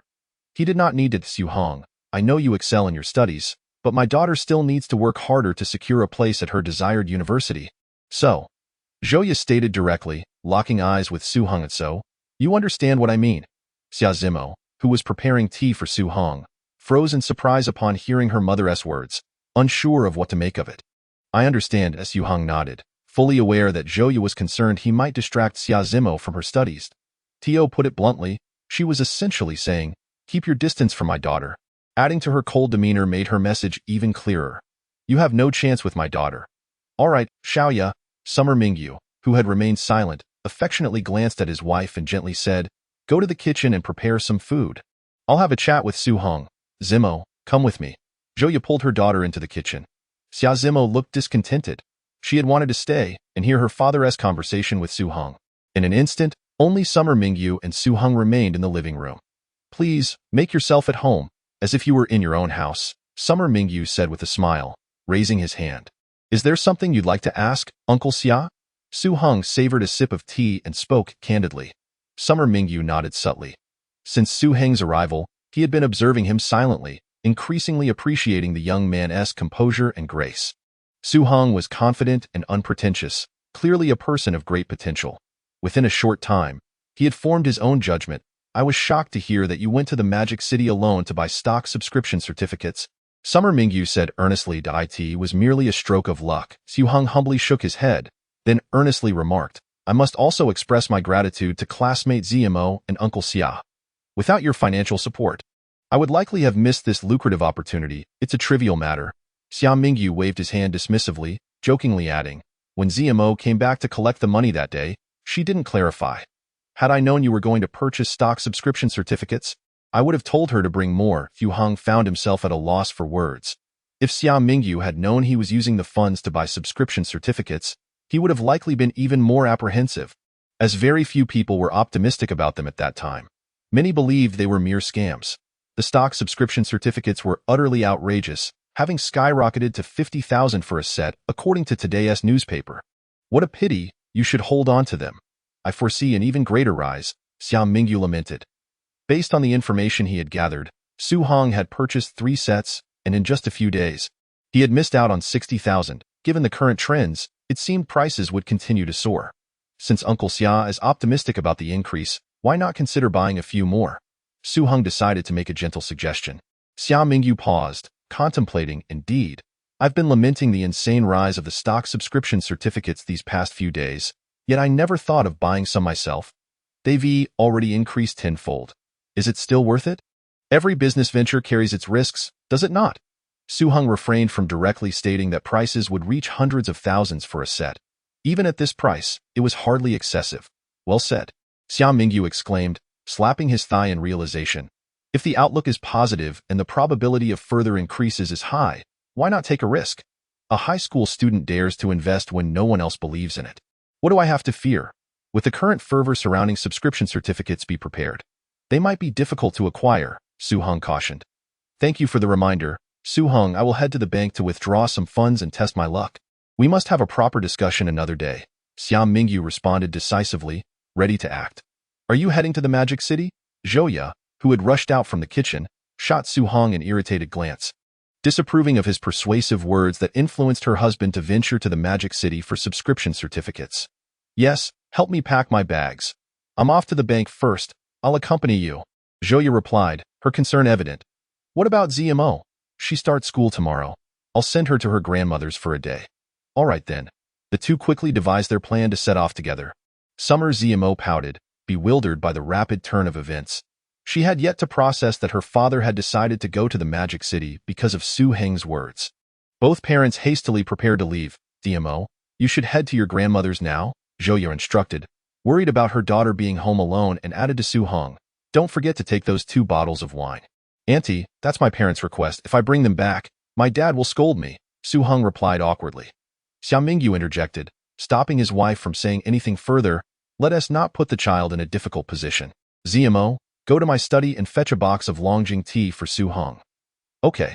Summer ZMO swiftly returned with an elegant gift box, the packaging indicating it was of high quality. Su Heng graciously accepted the tea and bid farewell. As he leisurely strolled to the school gate. Summer ZMO caught up with him. Have your parents left? Yes. Her cheeks flushed slightly. Shall we sit down for a cup of tea at your place? Su Heng asked, unabashed. Sure. I have a few math problems I need help with, Summer ZMO replied, her heart racing, trying to appear composed as she thought she had found a good excuse. All right, I'll help you with that. Su Heng smiled. If Zhouya were to discover that her precious daughter had invited Su Heng back immediately after leaving, she would undoubtedly be furious. Summer ZMO retrieved a few test papers for Su Heng to explain. In truth, she had already mastered the few questions she had gotten wrong. Su Heng quickly finished explaining.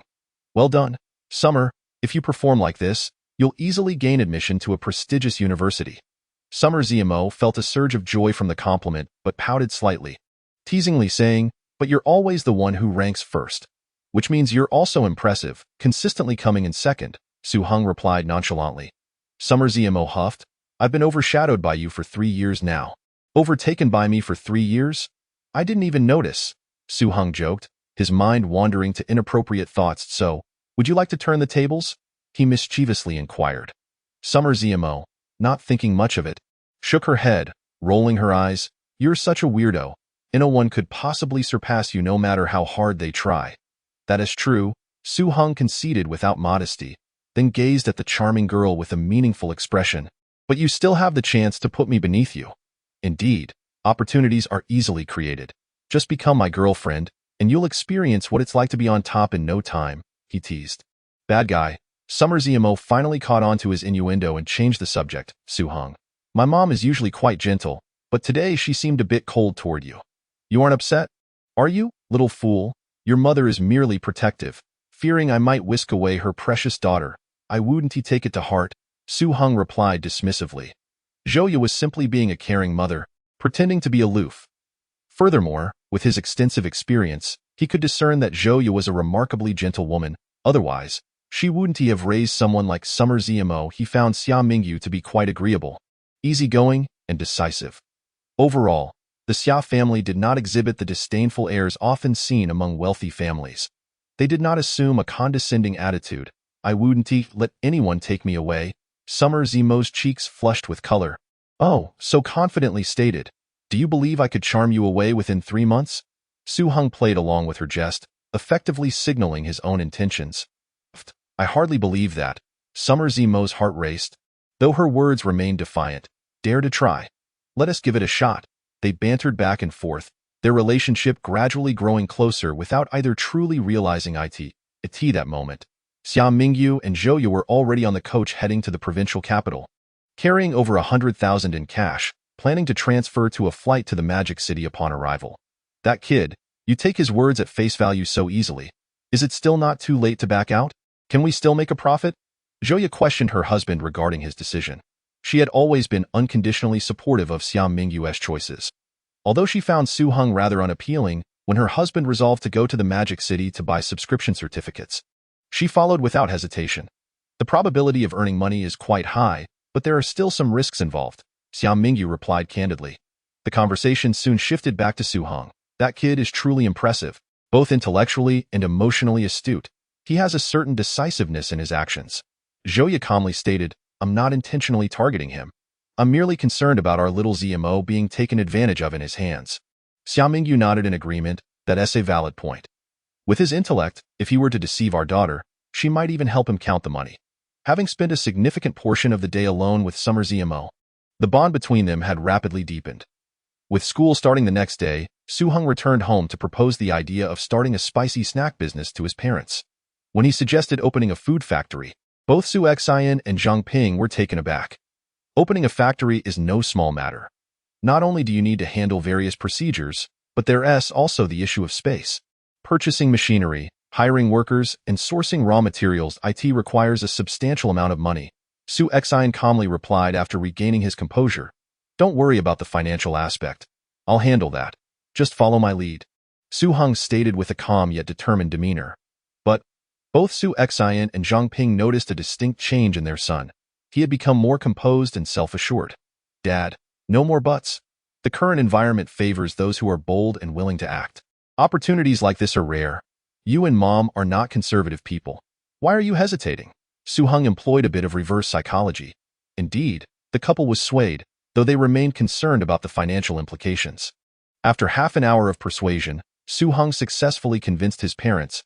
By the way, a food factory in the city just went bankrupt. Let me inquire if we can buy it at a low price. Su Heng offered. Good. Don't be overly concerned about the price. If we can buy it, we should. Su Heng understood that even a mere plot of land would appreciate tremendously in value over time if left unused.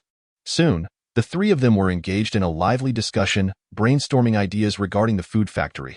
Chapter 12. The scholar heads south to the Magic City. Upon returning to school, Su Heng found the hours spent in the classroom to be agonizing.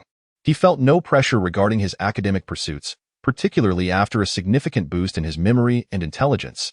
He was confident he could easily secure the top spot in the province.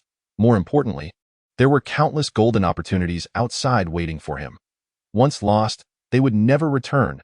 He aimed to prepare his strategies in advance, positioning himself to ride the wave of fortune and strive for financial independence. Seeking an early retirement to enjoy life. Mr. Su, I would like to request a leave of absence. He approached Su Jimin after enduring a single class. Why are you requesting leave again? Didn't he resolve the issues at home? Su Jimin immediately declined, earnestly advising, Su Heng, I understand you excel academically, but the more accomplished you are, the more cautious you must be. Rest assured about the college entrance examination, Mr. Su, Su Heng replied confidently. Let us not boast. Tomorrow is the second provincial mock exam. If you can secure the top score, you can take as long a leave as you wish. Su Jimin casually proposed an almost unattainable condition. While Su Heng had consistently ranked first in the city, the competition across Jiangdong province was fierce, with many prodigies. Based on past performance, Su Heng had only once broken into the top 50 in the province. It was important to note that students like him were at the pinnacle of academic achievement. And further improvement was exceedingly challenging. The teacher's word truly binding. Su Heng calmly countered that, of course. All right then. If I achieve the top score, I'll be free to leave school at my discretion. Su Heng joyfully returned to class. Does this kid really have that kind of confidence? Su Jimin pondered, shaking his head, still believing the likelihood was slim. Back in class, Su Heng tapped into his past memories. Reviewing the mock exam materials. 2 days later, after the mock exam concluded, Su Jimin inquired, Su Heng, how did you fare? Do you have confidence in securing the top score in the province? I feel it went well. Whether I claim first depends on how my peers perform, Su Heng replied calmly, then reiterated before the entire class, Mr. Su, if I score the highest in the province, I will indeed be taking an extended leave. All right, a promise made by a teacher is hard to retract. Su Jimin remained skeptical of Su Heng's chances of achieving first place. If he did indeed secure the top score, he would merely be excited for him, as it would likely mean he had been recruited by a top-tier university beforehand. What? Su Heng, you bet with Mr. Su on the top score? The news astonished his classmates. Come on, is it that easy to achieve the top score? Some voiced their doubts, considering Su Heng too arrogant. Yet, no one felt inclined to criticize him further, as he consistently ranked first in the city. Even if he fell short of the provincial top score, it wouldn't be a disgrace. 3 days later, the results were announced, sending Jiangzhou No. 1 High School into an uproar. Su Heng, a total score of 738 in the second mock exam. This score set a historical record for both the province and the nation in the college entrance examination.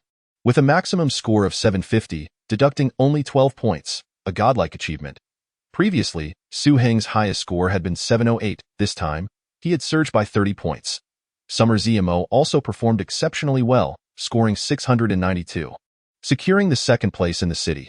This result positioned her to potentially enter the province's top 100, an impressive accomplishment. Yet, no one paid her any mind. All attention from students and faculty, and indeed the entire city, was fixated on Su Heng. The score of 738 was simply astonishing. Su Heng hadn't anticipated such a massive stir. Ugh, I really don't want to stay at school. I just want to ensure my first place, he thought, feeling like a celebrity under the spotlight. The sensation of being regarded as a monster by everyone was truly uncomfortable. He was preparing to head to the Magic City or the Imperial capital. It was high time to leave and perhaps escape the attention. Heng Gu, I feel embarrassed to show my face alongside you. The pressure is too great. How can you be so outstanding? Wu Gang lamented. Playfully joking with his friends, he felt no jealousy, only pride for his companion. Summer Zmo shared a similar sentiment. Having performed exceptionally well, she had initially felt excited, but now, alas, the gap is widening. Classmates, you must learn to adapt. There will always be individuals in this world whom you cannot surpass no matter how hard you strive. To alleviate your pressure, I've decided to take a break for a while. Please don't miss me too much. I'll miss all of you. Su Heng addressed the class with heartfelt sincerity before departing. His classmates were momentarily taken aback before quickly realizing, wow, this guy is too much. He is such a bully. Su Heng, you jerk. If you leave, don't come back. Make sure you don't tell anyone we're classmates. They shouted, their voices lively yet devoid of malice, perceiving Su Heng's words as playful rather than haughty. As Su Heng stepped outside, he coincidentally crossed paths with Su Jimin. Mr. Su, I was just about to request a leave of absence. Su Heng smiled. Su Jimin waved his hand dismissively, feigning impatience. Go on, go on. Having learned of Su Heng's remarkable results, he had been ecstatic in his office for quite some time. Only just calming down in his teaching career, having a prodigiously talented student like Su Heng was both a stroke of luck and a source of pride. Leaving school, Su Heng took a taxi directly to the train station. Over the past few days, he had sifted through various information, honing in on two investment directions. Firstly, he aimed to head north to the Imperial capital to purchase several courtyard houses in prime locations. It was an opportune moment to acquire such properties, particularly in the Golden Zone within the Second Ring Road. Should he miss this chance, it would be impossible to buy them in the future, no matter how wealthy he became. Secondly, he planned to venture south to the Magic City, where on March 15 6 state-owned shops would be auctioned off. This would mark the first nationwide auction of state-owned shops. All 6 shops were located on the bustling Nanjing Road, boasting exceptional locations in his past life. These 6 shops had been auctioned for a mere 1.5 million yuan in the future. Any one of these shops would be valued at over $1 billion. First, he would go to the Magic City. Whether investing in courtyard houses or the auction of state-owned shops, he needed to liquidate a portion of his stock subscription certificates beforehand. After a brief consideration, Su Heng resolved to head south first. He would take a bus to the provincial capital before transferring to a flight. That evening, he arrived in the Magic City, found a hotel to rest, and recharged for the next day.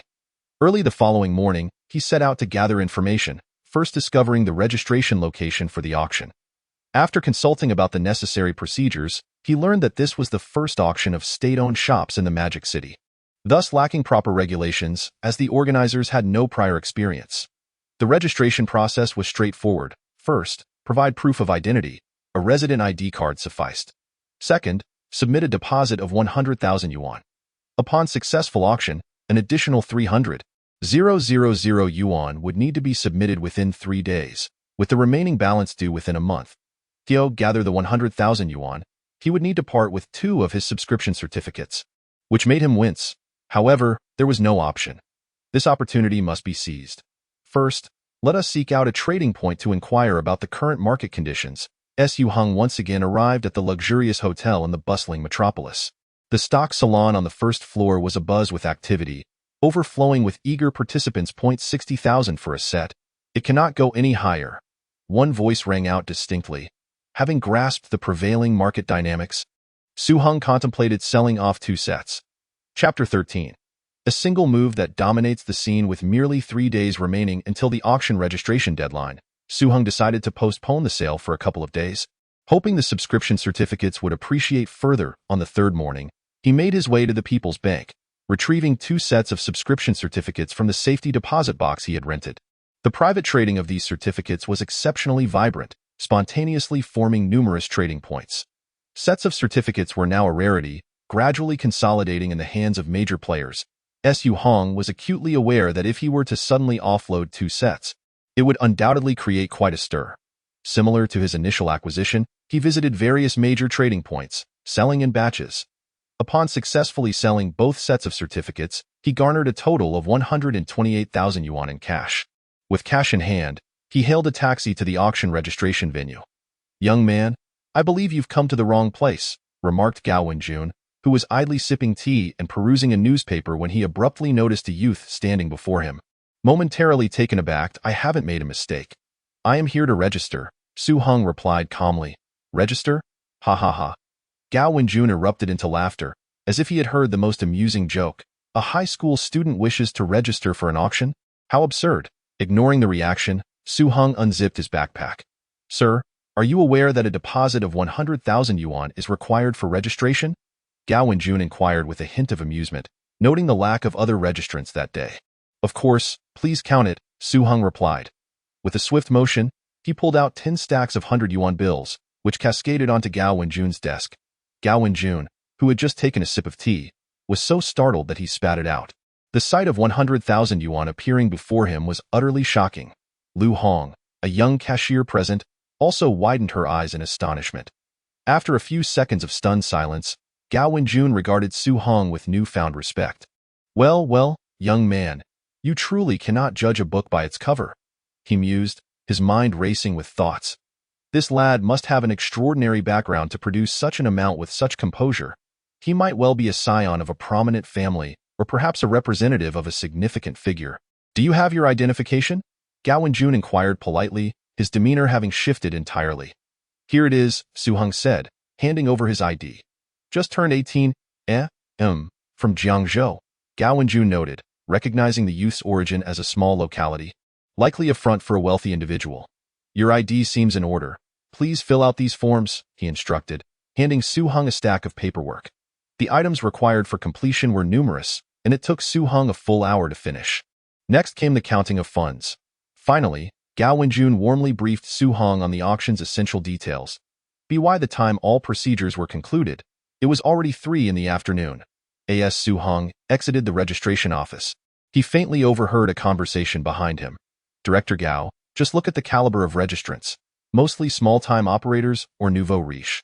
Today, we even have a student. Xiao Lu, do you truly believe that the state stores will fall into the hands of those nouveau riche?" Gao Wenjun retorted, to which Lu Hong shook her head. Gao Wenjun answered himself, "Just wait until tomorrow's auction. It certainly won't end up in their hands." Su Heng found this amusing. If not for his interference, those 6 stores would have indeed fallen to a farmer from Jiangsu or Zhejiang. Since he was present, it was imperative that Gao Wenjun's assertion became a reality. With Su Heng in the mix, there was no way they could slip away. At precisely 9 o'clock the following morning, Su Heng arrived punctually at the auction venue. The room was modest, a conference hall belonging to a government department. 17 or 18 individuals clad in suits filled the space, yet their humble demeanor remained evident. The ostentatious gold watches on their wrists and the leather bags in their hands betrayed their true identities. As the atmosphere felt overly formal, these attendees, many of whom were participating in such an event for the first time, sat stiffly, their expressions cautious, much like schoolchildren in a classroom. Su Heng casually took a seat in the back row. At 9:30, the leaders took the stage. Indeed, one should not expect any seasoned auctioneers here.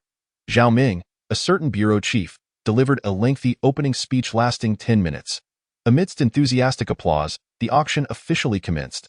The 6 state-owned stores on Nanjing Road were being auctioned together, with a starting price set at a neat 1 million yuan, and each subsequent bid required a minimum increase of 10,000. Zhao Ming stated, taking a sip of tea and slapping the table with a resounding clap. "Let the bidding begin," and thus, the auction commenced. The crowd, initially hesitant to be the first to bid for fear of making a misstep, soon found their voices. "I bid 1,100,000, exclaimed a man in a gray suit, breaking the ice. "I bid 1,200,000, 1,300,000, 1,160,000. Several minutes passed, and the bids had only ascended by a meager sum. Su Heng watched quietly at first, but soon grew impatient. He noted the satisfied expressions on the leaders' faces. They were relieved by the active participation. having feared that the auction might fail to meet the 1 million reserve. The bid reached 1,200,000. Most bidders had already withdrawn, leaving only 3 remaining. The price had either exceeded their expectations or their financial capabilities. 1,500,000, Su Heng declared, seizing the moment to raise his paddle, bypassing the incremental bids and instead increasing the bid by 30,000. A profound silence enveloped the room. Moments later, a wave of astonished eyes turned toward the bidder. When they realized the paddle belonged to a student, they collectively gasped in disbelief. Who was this miscreant? Instead of attending school, he was here causing a ruckus. The notion of a student bidding 1,500,000 was utterly ludicrous and incredulous. Zhao Ming, too, appeared bewildered, glancing around as if searching for clarification. Upon noticing the bewilderment of others, he checked the list of participants. Number 19, your name is Su Heng. Zhao Ming inquired after confirming the details. Yes, is there an issue, sir? Su Heng responded with poise. No problem.as. He was listed among the registered participants. It was evident that he had passed the vetting process. Zhao Ming turned to the others. Is there anyone else willing to raise the bid? The last few bidders shook their heads in defeat. 1,500,000 was a staggering figure for anyone present. More crucially, Su Heng's audacious bid had shattered their confidence like a hammer striking glass. Chapter 14. This young man is no ordinary figure throughout the entire auction. Su Heng raised his paddle only once, decisively vanquishing all competition. Having successfully secured the 6 state-owned stores, he felt a surge of exhilaration in his eyes. These 6 stores were golden geese, brimming with untapped potential. Although he had officially become a millionaire, that wealth remained merely a figure on paper, intangible and unrealized. Yet, these 6 stores were concrete assets, nestled in the bustling Nanjing Road. Reflecting on his previous life, where he struggled under the burden of mortgage payments, now he found himself, almost overnight, the rightful owner of 6 prime commercial properties in the vibrant metropolis. How could one not be thrilled? The subsequent procedures were somewhat tedious, primarily involving signatures on various documents. Once all formalities were complete, Zhao Ming specifically advised, Mr. Su, please remember to submit 300,000 within 3 days. The remaining 1.1 million must be settled within a month. Rest assured. Director Zhao, I will make the payment on time, Su Heng assured him, intending to delay the payment as long as possible, as his subscription certificates continued to appreciate. This young man is quite impressive. Zhao Ming thought to himself, having encountered countless individuals in his career, and he held a favorable impression of this composed young man. Thank you for the compliment, Director Zhao, Su Heng replied modestly. Zhao Ming's appreciation for Su Heng grew as he casually jotted down his contact information on a piece of paper and handed it to him. I enjoy conversing with young people like you. Your fresh perspectives are invigorating. If you ever have the time, do come by for a chat. He invited. I'll be sure to do so. Director Zhao, Su Heng responded, harboring a favorable view of the approachable middle-aged man. Building a good rapport could prove advantageous in the future. As the leaders departed, the auction venue erupted with excitement. Other participants flocked to Su Heng. Curiosity piqued about the source of this enigmatic youth. They had all witnessed Zhao Ming's friendly demeanor towards him, and many speculated that he was no ordinary individual. Mr. Su, congratulations. Mr. Su, you truly are an accomplished young man. Mr. Su, may I invite you to dinner sometime to chat? With each compliment, they sought to curry favor with the young man, eager to uncover the truth behind his extraordinary success. Thank you for your kindness, but I must decline. I have matters to attend to. Perhaps we can arrange another time, Su Heng replied, deftly navigating the barrage of inquiries. Could you please share your contact information, Mr. Su? I'm afraid I don't have a fixed contact at the moment. Could you kindly jot down my number? Many participants willingly provided their contact details. Su Heng noticed that most of them possessed mobile phones, colloquially known as Big Brothers. These first-generation mobile phones weighed a kilogram and were useful for calls.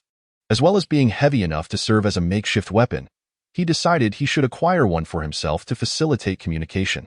After finally extricating himself from the crowd, Su Heng pondered his next steps. Upon returning to the hotel, he found himself feeling rather bored. Lacking a phone or computer, and with scant entertainment options on the streets, time seemed to drag on. Going solo proved exhausting, especially as he contemplated his desire to purchase a courtyard in the capital. Yet he was unable to leave at the moment. Su Heng realized he needed to find a suitable assistant. It was Lantern Festival. Strolling along the Huangpu River, illuminated by vibrant lanterns, Su Heng was reminded of the festive atmosphere as vendors called out, hawking their tang yuan, glutinous rice balls. Suddenly, it struck him. Today was the day of family reunions. He quickly sought out a public telephone to call his neighbor, who owned a small shop equipped with a phone. Residents nearby often used it to make calls, though it naturally came with a fee. Zhang Jia, it's Su Heng calling from the metropolis. Is that my little Heng? Zhang Ping, concerned that her son had not returned home for the festival, hurried over to the phone. Xiao Heng, why have you gone off to the metropolis again? Have you eaten? Be careful out there. Zhang Ping had a myriad of admonitions to offer. Mom, I'm doing well here. You and Dad need not worry. Su Heng, not one for sentimentality, redirected the conversation. By the way, how is the matter regarding Dad's acquisition of the food factory progressing? Quick, tell me all about it. Zhang Ping passed the phone to her husband. Su Heng lowered his voice. This matter hasn't even taken off yet. I'm afraid the neighbors will overhear and spread rumors. I inquired, and the minimum is 20,000. A 5,000 deposit is required upon signing, with the remaining 15,000 to be settled within a month. The price is too steep. I didn't pursue it further, he explained. Your mother and I have discussed it. We'll set up a small workshop at home and produce goods ourselves. We can still make a decent profit. Su Heng detailed the situation and shared his thoughts. Dad, you must go and secure it tomorrow. I assure you, money will not be an issue, Su Heng insisted firmly. Su Heng opened his mouth to respond. What I'm worried about is the money. 20,000? In the entire Jiangzhou region, very few could muster such a sum at once. Unbeknownst to him, to Su Heng, that amount was a triviality. He could easily sell 2 or 3 sets of subscription certificates to cover it. Go Su Heng, 20,000 was a mere pittance. He knew the food factory spanned 50 acres and would soon become a prime area where land would be worth its weight in gold. Then I'll go and secure it tomorrow. Su Heng, placing his trust in his son, finally resolved to act. Make it happen, Su Heng reiterated confidently. All right. Su Heng had no more reservations.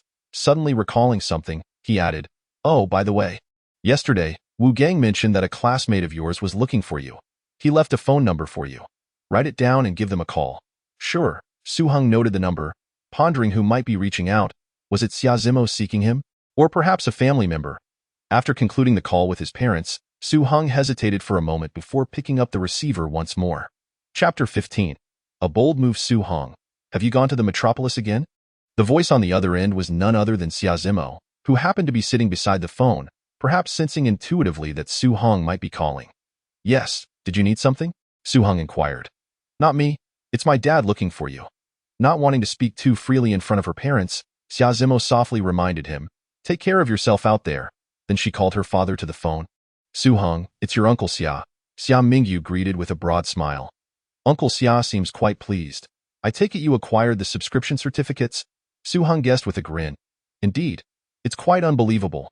In just 10 days, we made a profit of 20,000, all thanks to your advice. I merely offered a suggestion. The real credit goes to your sharp judgment and decisive action, Uncle Xia. Hearing Su Heng's flattery, Xia Mingyu laughed heartily. So, I hear you're in the metropolis. Just out for a stroll, Su Heng replied, not feeling the need to divulge too much. Xia Mingyu was intrigued, suspecting this extraordinary young man had some ulterior motive for being in the metropolis but refrained from prying further. When will you come visit us? Sure, Uncle Xia. By the way, Su Heng, may I ask your opinion on when to sell the subscription certificates? Uncle Xia, you jest. How would I know that? Su Heng chuckled, but then offered his insight. Personally, I think you should hold on to them at least until March 1 st. March 1st was the day for the lottery draw, when a set of subscription certificates was projected to reach 20 to 30,000 in value. More importantly, good news was anticipated, suggesting further increases in value. That's quite a while from now. All right, I believe in your judgment, Xia Mingyu affirmed, feeling more resolved to hold on to the certificates. After hanging up, Xia Mingyu, pleased with his conversation, turned to his wife. You were worried about losing money. Look at this, we're making a fortune, and Su Heng believes the value will rise even more. Xia was taken aback, never having imagined that such profits could be made so swiftly. Working at the Industrial and Commercial Bureau, her monthly salary barely exceeded 200 yuan. The thought that in just 10 days, she had earned nearly a decade's worth of wages was simply unfathomable. Yet, she couldn't help but express her skepticism. I still feel uneasy. Others toil diligently for a mere couple of hundred a month. And here we are, making money from subscription certificates. It hardly seems fair. This is precisely what the nation advocates, allowing a portion of the populace to become affluent first, as the chief architect has articulated.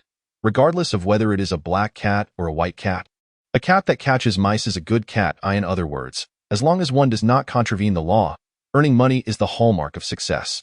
Xia Mingyu has contemplated this more profoundly. He perceives that the so-called stock subscription certificate is merely a wealth creation movement orchestrated by the elite. Seizing this opportunity, one can effortlessly complete the initial accumulation of wealth. "Father, how much does it cost now for a set?" asked Xia Zimo with curiosity. 70 to 80,000. Came the reply. Then Su Heng must have suffered a significant loss, Xia Zimo exclaimed. She was aware that Su Heng had sold for 31,000 each, which meant a loss of over 100,000. Zimo, do not concern yourself with such trivial matters.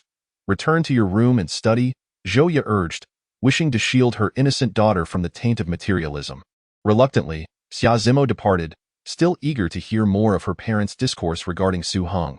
After finishing his call, Su Heng strolled along the Huangpu River, where the resplendent fireworks ascended into the sky, bursting forth in dreamlike patterns. The ephemeral nature of fireworks, however, revealed their utmost beauty. Amidst the dazzling pyrotechnics and the desolate streets, Su Heng suddenly felt a pang of loneliness, which compelled him to reminisce about the charming and delightful Xia Zimo. Her exquisite silhouette, flawless countenance, and sweet, warm voice flooded his thoughts. Just then, 3 figures approached, a man and a woman, accompanied by a little girl who hurriedly passed by him. Lost in thoughts of Xia Zimo, Su Heng failed to notice them at first. However, as they brushed past, his heart skipped a beat. Sensing something amiss, he turned to see the little girl sandwiched between the 2 adults suddenly glance back. To his shock, her dirty little face bore 2 streaks of tears, and she was desperately blinking at him, her rosy lips parting to form the words, "Uncle, save me." Su Heng instantly comprehended the girl's silent plea. Damn it, those 2 must be human traffickers. He harbored a deep loathing for such vile individuals, yearning to rush in and rescue the girl. Yet, reason prevailed, urging him to remain calm. The man was notably robust, and the woman was equally formidable. Moreover, he could not ascertain whether they possessed any weapons. He quickly scanned his surroundings, noting the absence of passers-by or law enforcement. "I will save you," Su Heng mouthed to the girl, signaling her not to be afraid. To his surprise, she nodded, evidently understanding his silent communication. What to do now? Alerting the police would likely be too late. Shouting for help? No, it was uncertain whether anyone would assist, and it would surely alert the perpetrators. Following them discreetly seemed the best course of action. With his mind racing, Su Heng feigned nonchalance and casually followed them. He scrutinized the adult's features. The man had a fierce demeanor, while the woman appeared equally unsavory. He was now convinced that these 2 were indeed up to no good. As he cautiously trailed them to a corner, he noticed a dilapidated van halt before the burly man. Panic surged within him. He understood that if they managed to get the girl into the vehicle, in a city as vast as this, rescuing her would be akin to finding a needle in a haystack. Damn it, I must act. He could not allow them to abduct the girl. With every ounce of strength, he sprinted forward. Just as the woman opened the van door and the man attempted to shove the girl inside, a decisive moment arrived. Scoundrel! In the nick of time, Su Heng reached them, his fist already clenched and aimed squarely at the man's head. The impact was immediate. The man exhibited no reaction as his skull collided with the vehicle, rebounding like a rubber ball. Before he crumpled to the ground like a lifeless dog, Su Heng swiftly scooped up the girl, instinctively kicking the woman as he did so, sending her flying with a yelp. "Help! Someone! Catch the traffickers!" Su Heng shouted as he fled, cradling the girl in his arms, fearing that the accomplices might pursue them. He was certain that the old van was linked to the gang. After a frenzied dash, he spotted a police kiosk in the distance, allowing him to finally breathe a sigh of relief and slow his pace. "Are you all right, little one?" Su Heng inquired, glancing at the girl in his arms with concern. Her bright, expressive eyes were fixed on him as she sweetly remarked, "Big brother, you are so amazing." The girl's adorableness melted Su Heng's heart. "Of course," he replied with a smile, intending to ask her where she was from and how to contact her family. Yet, he suddenly realized something. He felt remarkably powerful. In the heat of the moment, he had solely focused on the rescue, but now, reflecting on the entire episode, His mouth fell agape. He had knocked out a burly man with a single punch, and he had sprinted several hundred meters, carrying a little girl, without feeling the slightest fatigue. Holy moly, my physical prowess has enhanced. Su Heng reveled in the unexpected surprise. His first successful investment in a subscription certificate had seemingly elevated his intelligence. Could it be that successfully acquiring 6 state-owned shops had boosted his physical abilities?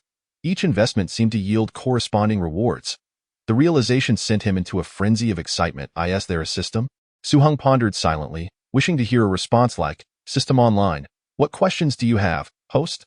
Yet, there was nothing but silence. Regardless of whether a system existed, the rewards were what mattered. He was curious if there would be another opportunity. He was not overly disappointed. An increase in intellect and physical strength was already a delightful surprise. "Big brother?" the girl softly called, pulling Su Heng from his reverie. He smiled and gently wiped the tear streaks from her cheeks, asking, "What is your name?" "I am Wen Xiaowan." "What about you, big brother?" "I am Su Heng." "How can we contact your parents?" "Big brother Heng, thank you for saving me. I know my family's phone number." "Your family must be terribly worried. Let us call them." As they conversed, 2 duty officers emerged from the police kiosk, rushing over with their batons in hand. Su Heng quickly recounted the events, and the officers blew their whistles, calling for reinforcements as they hurried toward the scene. Su Heng, carrying Wen Xiaowan, followed closely behind, feeling emboldened by his newfound strength, hoping to lend a hand. Upon arrival, however, the van had vanished, along with the 2 traffickers he had incapacitated. "Damn it, they got away," Su Heng lamented, regretting not having stood his ground. Had he known he was capable of such feats, he would not have fled. The occupants of the van likely would not have posed a threat to him. Then again, if they had weapons, it would have been a different story. He resolved to leave the rest to the police. Accompanying the officers to the nearest precinct, the police contacted Wen Xiaowan's family and inquired about the incident. Wen Xiaowan, articulate and composed, clearly explained how she had become separated from her family and how the traffickers had targeted her. Right up to her plea for help to Su Heng. Su Heng then succinctly narrated his heroic intervention. "You knocked out 2 traffickers with just 1 punch, and one of them was over 6 feet tall." Questioned Gao Taijun, the head of the criminal investigation team, incredulously staring at Su Heng. "You must be exaggerating. How could a bookish lad like you possess such strength?" "I was quite flustered at the time. My mind was a whirlwind, so I cannot recall the specifics," Su Heng replied vaguely, anxious about revealing his true capabilities. Should he attract the attention of a clandestine organization, it could spell disaster for him. Big brother Heng is very. When Xiaowan detected Gao Tiejuan's skepticism toward her savior and was about to defend Su Heng when she caught his gaze, promptly sealing her lips. Sensing an underlying issue, Gao Taijun crouched down and kindly asked, "Little girl, what were you going to say?" "What's wrong with your big brother Heng?" "Do not be afraid. I am an uncle who specializes in capturing bad guys." Initially shaking her head, when Xiaowan then earnestly stated, "But the bad people who tried to capture me have not been caught yet. Why aren't you going after them?" In truth, she wanted to express how powerful her big brother Heng was. Having witnessed firsthand how the villain's head had struck the vehicle, leaving a significant dent, and how he had run faster than a sprinter, why colleagues are already pursuing them. "Little girl, rest assured, we will ensure that those bad people are brought to justice," Gao Taijun replied, somewhat awkwardly. At that moment, the sound of screeching tires and hurried footsteps echoed from outside. It was when Xiaowan's family, having rushed to the scene upon receiving news. Seizing the opportunity, Su Heng quietly slipped away. Now was not the time for attention. As he exited the precinct, he spotted 2 military jeeps parked nearby, with armed soldiers standing guard. Wai Xiaowan, a beautiful young woman, her eyes red and swollen, opened her arms and embraced Wen Xiaowan tightly, kissing and crying, terrified of losing her daughter. "Mother, I am fine. Why are you crying?" "Look, I am not crying," Wen Xiaowan, with her chubby little hands, attempted to wipe her mother's tears while offering comfort. "Why, precious darling, you scared your mother to death." Only then did Song Ru realize that many eyes were upon them, prompting her to temper her emotional display. "Mother, it was big brother Heng who saved me," Wen Xiaowan exclaimed, her little head swiveling around, not seeing Su Heng, causing her to panic and shed tears. Big brother Heng was just here. Do not be upset, my darling. I will make sure we find your big brother Heng." Song Ru gently reassured her daughter. Shortly thereafter, high-ranking officials from the municipal bureau arrived, personally overseeing the deployment of a large police force to swiftly apprehend the audacious traffickers who had dared to infiltrate the city. Before long, a vast net quietly enveloped the entire area. In the early hours of the following day, a squad of elite officers descended upon a dilapidated courtyard in the suburbs, apprehending the traffickers in one fell swoop. To the police's astonishment, 2 of them sustained severe injuries. One burly man had facial fractures and was in a deep coma, likely to become a vegetable, while a woman had 3 broken ribs and significant internal injuries. Chapter 17. Celebrating the festival, Song Ru returned home with her daughter, leveraging familial connections to locate the identity of the girl's savior. Shawan, tell me about the brother who saved you. Big Brother Hong is so handsome, like a superhero. When those 2 were about to shove me into the van, Big Brother Hong flew in and knocked them down, then carried me to find the police. When Shawan animatedly recounted, complete with gestures, flew? Song Ru raised an eyebrow, uncertain, for who could fly in this world? She dismissed it as typical exaggeration from a child. Do not worry, we will definitely find your Big Brother Hong. Big Brother Hong does not want others to know how amazing he is. I only told you, mother, so please keep it a secret. Do not fret, my darling. I will not tell anyone. As Su Heng exited the precinct, he prepared to return to his hotel when a swiftly passing black Santana halted and reversed beside him. The window rolled down to reveal a stunningly beautiful face, her cherry lips slightly parted. It was Su Yali, the saleswoman he had met during his first purchase of a subscription certificate. Mr. Su, Su Yali exclaimed, surprised to encounter him while driving out for some fresh air. Good evening, Miss Su. Su Heng greeted with a smile. Where are you headed? Let me give you a ride. No need to trouble yourself, Miss Su. It is close by. I can walk back. You aren't turning your nose up at my car, are you? Su Yali feigned displeasure. Su Heng chuckled and shook his head. In truth, the Santana was quite a decent vehicle for its time. There was a saying, drive a Santana and fear nothing in the world. Since the beautiful woman had kindly offered, he decided to accept her invitation. Have you been drinking? Let me drive. Noticing the faint scent of alcohol and her flushed cheeks, it was clear she had indulged. At that time, the concept of drunk driving was virtually non-existent. All right, Su Yali relented. Vacating the driver's seat for Su Heng. As he settled into the driver's seat, he calmed himself to drive. This was his first time behind the wheel since his rebirth. Engaging the gear, releasing the clutch, and pressing the accelerator, the car smoothly started. Su Heng quickly regained his driving instincts, becoming increasingly proficient. Mr. Su, your driving skills are impressive. Su Yali initially worried that Su Heng, being so young, might struggle behind the wheel, but he exceeded her expectations. Flattered by the compliment from such a stunning woman, Su Heng found his thoughts drifting. Where are you off to? I can drop you first. Su Yali shook her head. Mr. Su, would you mind joining me for a drink? The invitation took Su Heng by surprise, realizing that she was likely feeling down and seeking solace in a drink and someone to confide in. Sure, he replied. He too felt a bit lonely. A short while later, Su Yali led Su Heng to a quaint little courtyard near the Bund.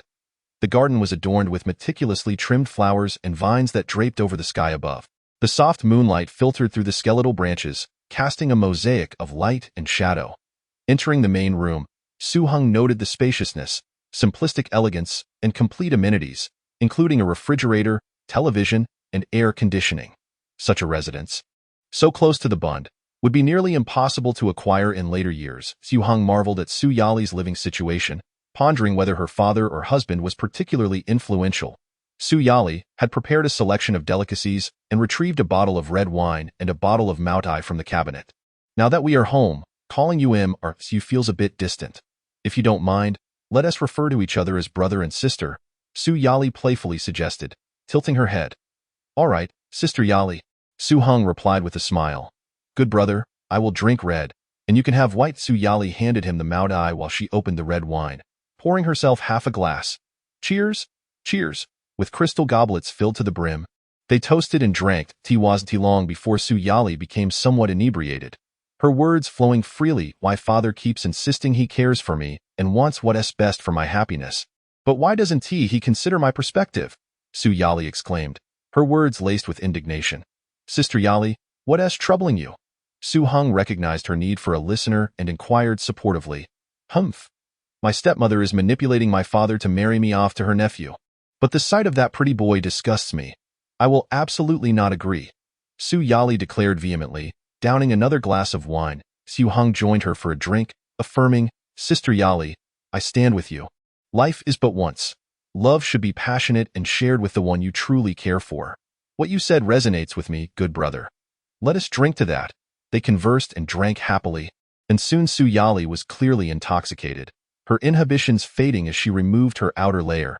If that pretty boy had even half the charm of my brother, I might have considered it. Su Yali leaned against Su Heng, calling him brother, before succumbing to her drunkenness. "You got tipsy so quickly, Sister Yali. You're not holding up well," Su Heng teased. "Who says I can't handle it? Bad brother? Let us drink more." Su Yali drowsily reached for a glass on the table. Chapter 18. The Big Brother, the auction. Apologies for rising early. It feels rather awkward. Su Heng had breakfast at a small roadside eatery before heading to the department store, intending to purchase a mobile phone. Upon arriving at the dedicated counter, he noticed only 5 devices displayed in the glass showcase. A young and beautiful saleswoman sat on a chair, preening herself in the mirror. "Could you fetch me a phone to inspect?" Su Heng was accustomed to such indifferent service and rapped on the counter. "What are you knocking for?" The saleswoman rolled her eyes, her tone dripping with disdain. "Are you blind or something? Can't you see through the glass? You're just a salesgirl. What kind of attitude is that? I have to try it out." Su Heng's temper flared. How absurd to be looked down upon by a mere sales assistant when he was, after all, a top-tier millionaire. "Oh?" Luli, taken aback. Hadn't he anticipated this seemingly student-like fellow to have such a fiery temperament? She scoffed. "Can you even afford it? You want to try it out? This mobile costs over 20,000. If you break it, can you pay for it? You'd be better off buying a toy from the store downstairs. Don't look down on me. Hand me a device." Su Heng was about to reach into his backpack for cash when a young man in a white suit entered. He sported gold-rimmed glasses, and his slicked-back hair exuded an air of affluence and arrogance. "Good day, sir." Lu Li's demeanor instantly transformed as she warmly greeted the man in white. Gao Jianhua, with a charming wave, pointed to a mobile phone and smiled. "Could you kindly bring that over for me to try?" "Certainly, sir." Lu Li promptly retrieved the device and handed it over with both hands. "Over 20,000. That's quite steep." Gao Jianhua shook his head. "I just returned from America, and the price converted to RMB there is barely over 10,000. Why the exorbitant price here?" "Yes, sir. It's due to the high tariffs." "That makes sense. How much is it?" 21,800. "Can you lower the price a bit?" "Regrettably, that's the price set by our boss. We cannot discount it." Lu Li explained with a pleasant demeanor. "Anything below 20,000 could be negotiable. Never mind. I'll just purchase it in America." Gao Jianhua found it too pricey. Lu Li's expression soured considerably upon hearing he wouldn't buy, though she still managed to maintain a semblance of a smile. "Boss Su." Suddenly, a loud exclamation came from behind a tall man, with a cigarette in his mouth and a black leather bag tucked under his arm, approached with a rugged demeanor. Boss Huang. Su Heng recognized him as someone who had attended an auction and had previously exchanged contact information. "Ha ha ha. What a coincidence to run into you here, Boss Su." Huang Fuyong chuckled heartily. "This is your shop, Boss Huang." Su Heng smiled, thinking how fortuitous this was. "Are you here to buy a mobile phone?" "Indeed." Su Heng glanced at the astonished Lu Li and remarked nonchalantly. "However, your saleswoman suggested I go downstairs for a toy." Huang Fuyong's expression darkened instantly as he glared at Lu Li. "Explain yourself." I'm sorry, Boss Huang, that I didn't know he was your friend." Lu Li was on the verge of tears, lamenting her misfortune for mistaking him for a penniless student. "Damn it. Your apologies mean nothing to me. You'd better make sure Boss Su forgives you, or get out of here immediately." Huang Fuyong scolded angrily. He surmised that Su Heng held significant influence and was eager to be on good terms with him. The fact that his salesgirl had offended such a person infuriated him. "Boss Su, I sincerely apologized. I failed to recognize your stature. Please forgive me." Lu Li, sensing her boss's fury, repeatedly apologized. Enough of this commotion. Su Heng couldn't be bothered to dispute with a mere sales assistant. It would only tarnish his own status. "Thank you for your understanding, Boss Su." Lu Li finally dared to stand up, wiping her tears, casting a timid glance at Huang Fuyong. Huang Fuyong waved impatiently. Lu Li obediently retreated to a corner. Her gaze cast down, too afraid to look up. "Boss Su, I've tried all these devices, and this one has the best quality and signal. I saved it just for you." Huang Fuyong retrieved a pristine device from the drawer. "All right, how much is it?" Su Heng inquired. "Talking about money is so sentimental. It's just a mobile phone. Boss Su, Please take it as compensation for the inconvenience you faced in my store. Huang Fuyong generously offered. Lu Li gasped. That device was worth over 20,000. It would take her years of salary to earn that amount, and yet the boss was giving it away without a second thought? Boss Huang, you don't think I can't afford it, do you? Su Heng joked. Not at all, Boss Su. You are the true big shot here. Huang Fuyong felt a little embarrassed. At the auction, he had witnessed this young man bid a staggering 5 million with such composure, while he himself trembled with anxiety during his own bidding. The stark contrast made Huang Fuyong feel like a mere country bumpkin. Chapter 19. Who I choose to be with is my freedom. Huang Fuyong insisted on only charging 20,000. Su Heng made no further comments, completed the network registration procedures, and spent several thousand to activate the service. After testing it briefly and finding the call quality satisfactory, he tossed it into his bag. For someone accustomed to smartphones, the bulky mobile phone held no allure. However, his seemingly careless action left both Huang Fuyong and Lu Li in awe. Such a luxury item worth over 20,000 was treated with such indifference. This young man was certainly not ordinary. Huang Fuyong became even more determined to cultivate a relationship with him. Mr. Su, if you ever consider renting out those 6 stores, do let me know in advance. The rent is negotiable. Huang Fuyong recalled the 6 state-owned shops that Su Heng had purchased and quickly mentioned it. I haven't checked those 6 stores yet. We can discuss it later. Su Heng replied casually. What? You haven't even looked at them? Huang Fuyong was once again taken aback. Tio determined if the 6 stores were worth bidding for. He had visited them countless times. Yet this young man had not even seen them before spending 1.5 million to acquire them. How extravagant! Su Heng had no need to inspect them beforehand. It was wiser to wait until the payment was complete and the stores were officially his before assessing their suitability for operation or rental. Good heavens, you bought those 6 state-owned stores? Lu Li's eyes widened in disbelief. She knew her boss had been busy bidding for those shops recently, and she had never imagined they would end up in the hands of this young man. This was no penniless student. He was evidently a young and handsome millionaire. The thought of her earlier scornful remarks filled her with regret, wishing she could vanish into thin air. After leaving the store, with nearly a month remaining until his next payment, Su Heng planned to sell a few more subscription certificates and then head north to Beijing to acquire courtyard residences. Just as he stepped out the door, he was taken aback by the sight of a stunning beauty leaning against a black Santana. Glaring at him fiercely, Su Heng quickly composed himself and greeted her nonchalantly. Good morning, Sister Yali. Humph. Su Yali, brimming with pent-up frustration, was about to unleash her wrath when his sweet address of sister diffused her anger. Irresponsible fool. Su Yali managed to scold him nonetheless. Wait, did she misunderstand something? Is she going to pin this on me? Su Heng felt embarrassed and explained, Sister Yali, I assure you nothing happened between us last night. I was sound asleep and completely oblivious. No, we didn't do anything. Yali's face flushed crimson as she retorted, Of course I know nothing happened. Otherwise, you'd be in trouble. Then she recalled her disheveled state at the time. Did nothing really happen? Who had pulled up her sweater? She had been utterly intoxicated, and her clothes had been disarrayed. How dare he claim they didn't do anything? The more she thought about it, the redder her face became, but she couldn't voice her thoughts. Sister Yali, would you like to hit me to vent your anger? Hearing this, Su Heng felt a wave of relief and boldly approached her. I'll bite you. You scoundrel. Su Yali seized Su Heng's wrist and bit down. Whoa, you're actually biting. Su Heng felt no significant pain, but he noticed several bite marks were about to bleed. Su Yali was taken aback. She usually prided herself on being a lady, so how had she resorted to such wild behavior in public? Yali.u.it that moment, Gao Jianhua, having just exited the store, witnessed this scene. His eyes widened in disbelief. How could the elegant goddess he admired be flirting with another man? Su Yali turned her head away, ignoring Gao Jianhua completely. Gao Jianhua was the suitor his family had suggested for her. His expression darkened as he angrily confronted, Yali, what is going on between you two? Aren't you going to explain? Explain? Su Yali calmly countered, Mr. Gao, do we have any relationship? What right do you have to demand an explanation from me? Gao Jianhua faltered. Legally speaking, Su Yali was not bound to him in any way.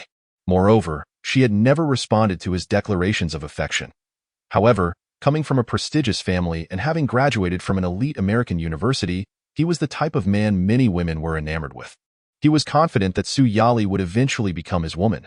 This was precisely why he was enraged to see her so intimate with Su Heng. Our parents have already agreed. Gao Jianhua found a way to vent his frustrations. I suggest you conduct yourself appropriately, Gao Jianhua. I'll say this once more. I have no relationship with you. Who I choose to be with is my own freedom, she coldly declared, linking her arm with Su Heng's as they walked towards her Santana. Su Heng sighed, feeling as though he had been used as a shield by a beautiful woman. Once in the car, he could faintly hear Gao Jianhua shout, "Yali, don't regret this, kid. I don't care who you are. You'd better stay away from her, or you'll find out just how dangerous it can be." Gao Jianhua felt deeply humiliated and, while cursing, vowed to make this couple pay dearly for their audacity. Su Heng paid no mind to Gao Jianhua's threats, but Su Yali was quite worried for him. Gao Jianhua hailed from a prominent family in the city, wielding considerable power, and she feared Su Heng might suffer as a result. "I'm sorry for dragging you into this," Su Yali observed Su Heng's pensive expression and added, "I should be the one worried. Gao Jianhua holds a grudge, so be cautious of his retaliation." "It's nothing to worry about," Su Heng replied casually, as a reborn individual, the chosen one. Why would he fear a mere second-generation heir seeking revenge? If he were scared, he might as well buy a block of tofu and throw himself against it, rendering his resurrection meaningless. With ample wealth at his disposal, he now considered himself a top-tier millionaire. His fighting prowess was formidable. Though he lacked any significant connections, he had no skeletons in his closet. What bolstered his confidence further was the prospect of future rewards. Seeing Su Heng's calm demeanor reassured Su Yali somewhat. She resolved to warn Gao Jianhua not to act recklessly upon returning home. "Sister Yali, I need to stop by the bank to retrieve some things." As they passed by the industrial and commercial bank, Su Heng parked the car while Su Yali waited inside. He soon returned with 3 subscription certificates. He planned to sell them and take the proceeds north to Beijing. "Sister Yali, are you still interested in buying subscription certificates?" Su Heng inquired. "Of course I want to buy them, but they're quite hard to come by now." Su Yali's eyes lit up as she spotted Su Heng pulling out 3 subscription certificates from his bag. She had thought he only owned 3, which he had already sold to her. So how could he produce another set? "Are you selling all 3 to me?" Su Yali asked hesitantly. "If I weren't in urgent need of cash, I'd gladly give them to you." Su Heng replied earnestly. Su Yali playfully swatted him. "Sister, wouldn't he take advantage of you?" Then she hesitated, realizing she didn't have enough cash on hand. She would have to ask her family for help. But she had just had a disagreement with them the night before. "I'll make a call." Su Yali decided to contact her father. Just as she was about to find a payphone, Su Heng retrieved his newly purchased mobile phone. Su Yali was astonished and teased. "You've been hiding your wealth quite well. Turns out you're a big spender." "Hiding? No, Sister Yali, you simply don't know me well enough." Su Heng thought to himself that being a big spender was trivial. He aspired to be a global magnate. "That's true." Su Yali dialed her father's office number and, as soon as he answered, he demanded, "Yali, Gao Jianhua claims you were with a young man." Su Yali gritted her teeth, cursing Gao Jianhua for being a snitch. "Dad, do you believe Gao Jianhua or your daughter?" Su Yali refrained from elaborating. After a moment of silence, her father chuckled. "You've learned well from me, Haven Tu.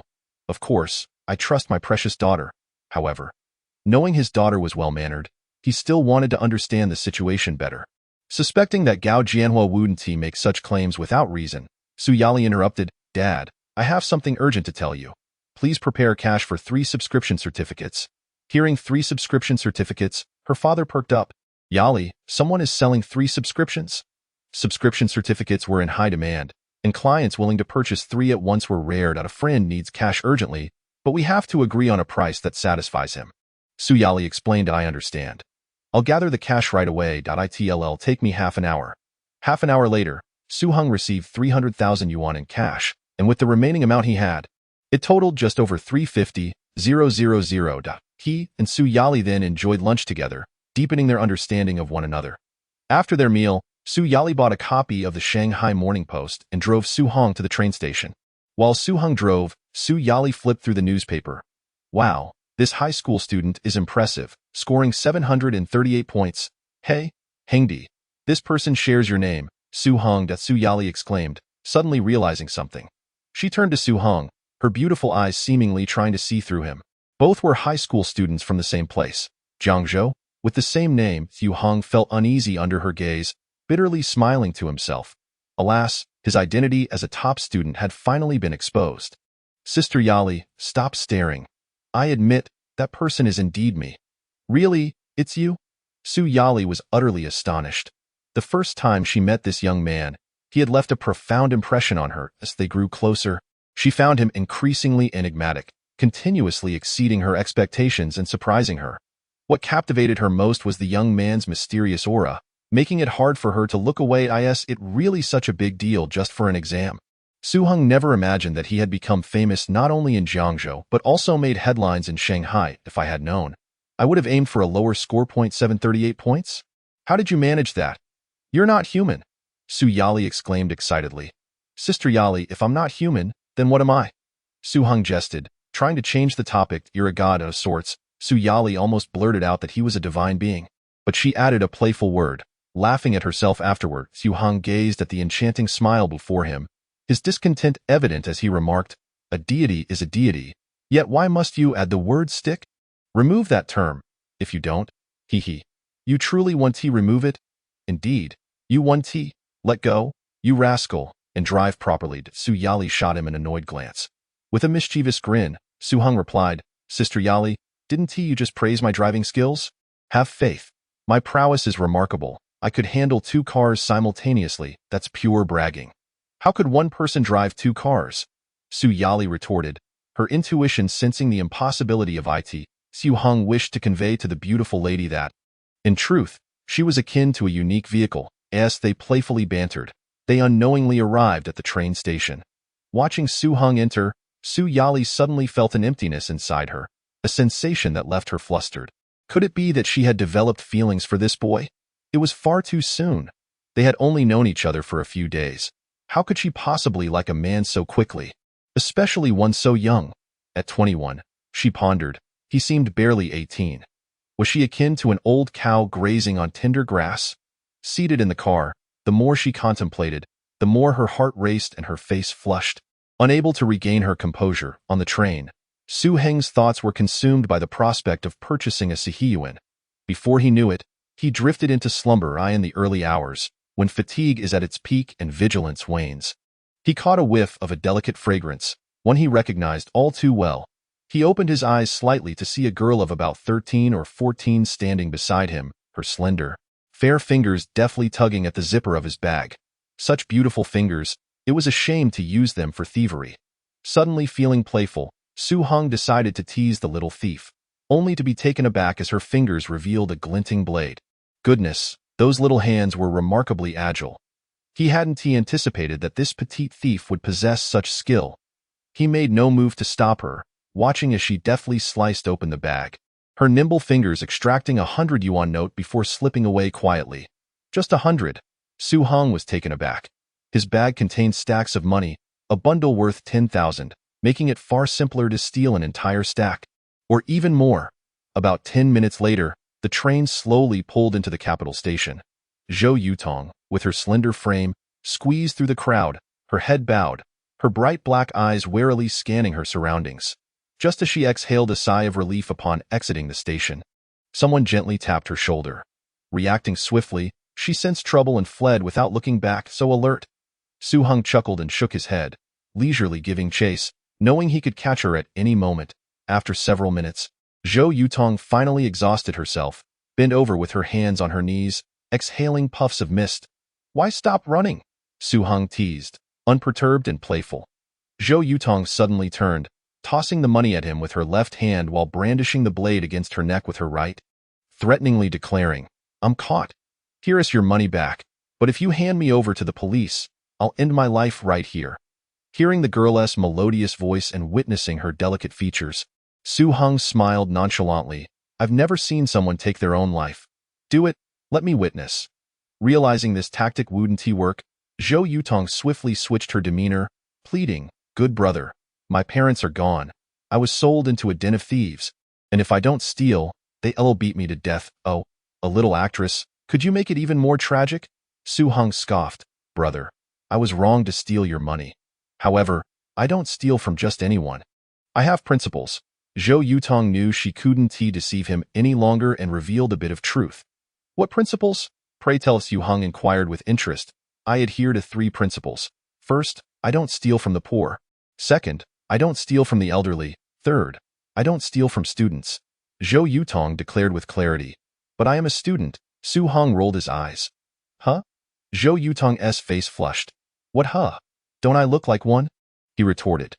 Zhou Yutong shook her head, her cheeks reddening as she stammered. Today is Tuesday. Students aren't on break yet. Besides, she hesitated, wanting to say he carried too much money to be a student. Su Heng interrupted. You just claimed you don't steal from the poor. The poor have no money, so what is the point? As for the elderly, they are the most experienced and vigilant in society. It's not easy to steal from them, is it? Zhou Yutong's face turned even redder, and as she contemplated arguing further, Su Heng, noting the time, grew weary of the banter. He picked up the cash she had dropped and handed it back to the little thief, who looked utterly incredulous. You're clever. Use your wits for good. Take this money and refrain from such petty thievery in the future. Zhou Yutong's eyes glistened as she stammered, Brother, you're a good person. May I follow you? Following me? Su Heng was taken aback, puzzled by her unusual logic. Having just stolen from him, now she wished to accompany him. Was she seeking a long-term meal ticket? He reflected. Being a good person was no easy task. I want to help you, brother. I can do many things. Zhou Yutong blushed, eager to prove her worth. What is your name? How old are you? Where is your home? Su Heng inquired. Zhou Yutong shook her head, her eyes glistening with tears as she replied, I'm Zhou Yutong. 13 this year. I was sold into a den of thieves as a child. They taught me to steal at night and forced me to beg during the day. One rainy night, the police stormed our little courtyard and arrested everyone. I was sent to a welfare home where we were either beaten or scolded and often went hungry, so I escaped. Fearing Su Heng wouldn't believe her, she raised her small hand and swore, Brother, I'm not deceiving you. If I am, may lightning strike me. Realizing she was truthful, Su Heng felt a wave of compassion. This young girl had a truly tragic background. Fortune smiled upon her. She had been sold into a den of thieves, but had not been rendered incapable of begging and had even learned a skill. At such a tender age, her ability to stealthily obtain others' belongings showcased her exceptional psychological resilience, observational skills, and dexterity. This girl was indeed a unique talent. His tone softened considerably. Where do you usually stay? Zhou Yutong replied earnestly, After escaping the welfare home, I've been working along the route from the capital to the Magic City. As there are the wealthiest people along this line, I either stay in the Magic City or in the capital. Su Heng found himself in a quandary. Should he take the girl along? What would it mean for a high school student to escort a young girl?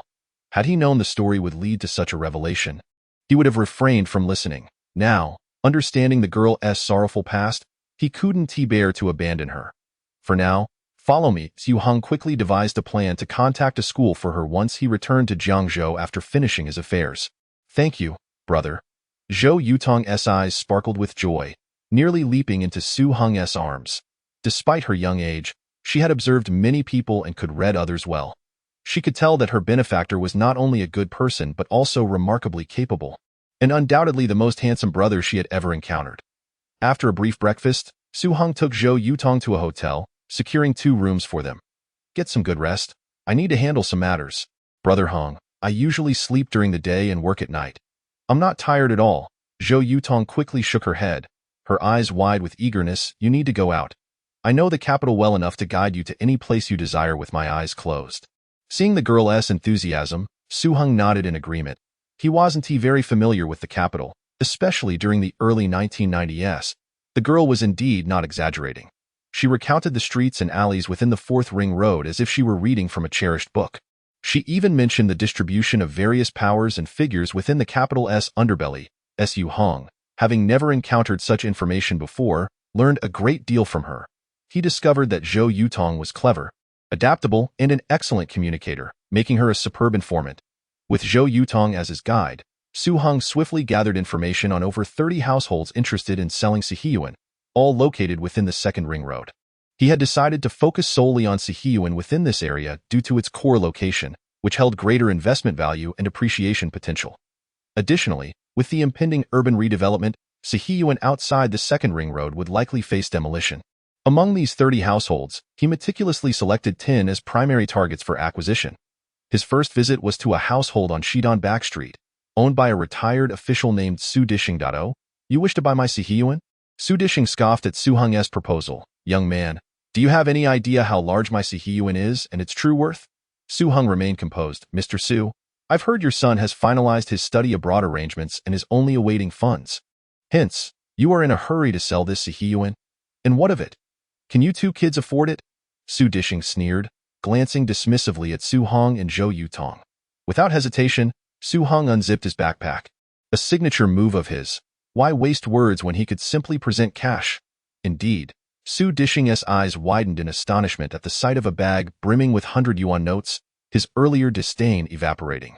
I come with sincerity, Su Heng stated calmly. Su Dishing's face flushed. He had misjudged the situation. He cleared his throat, attempting to mask his embarrassment.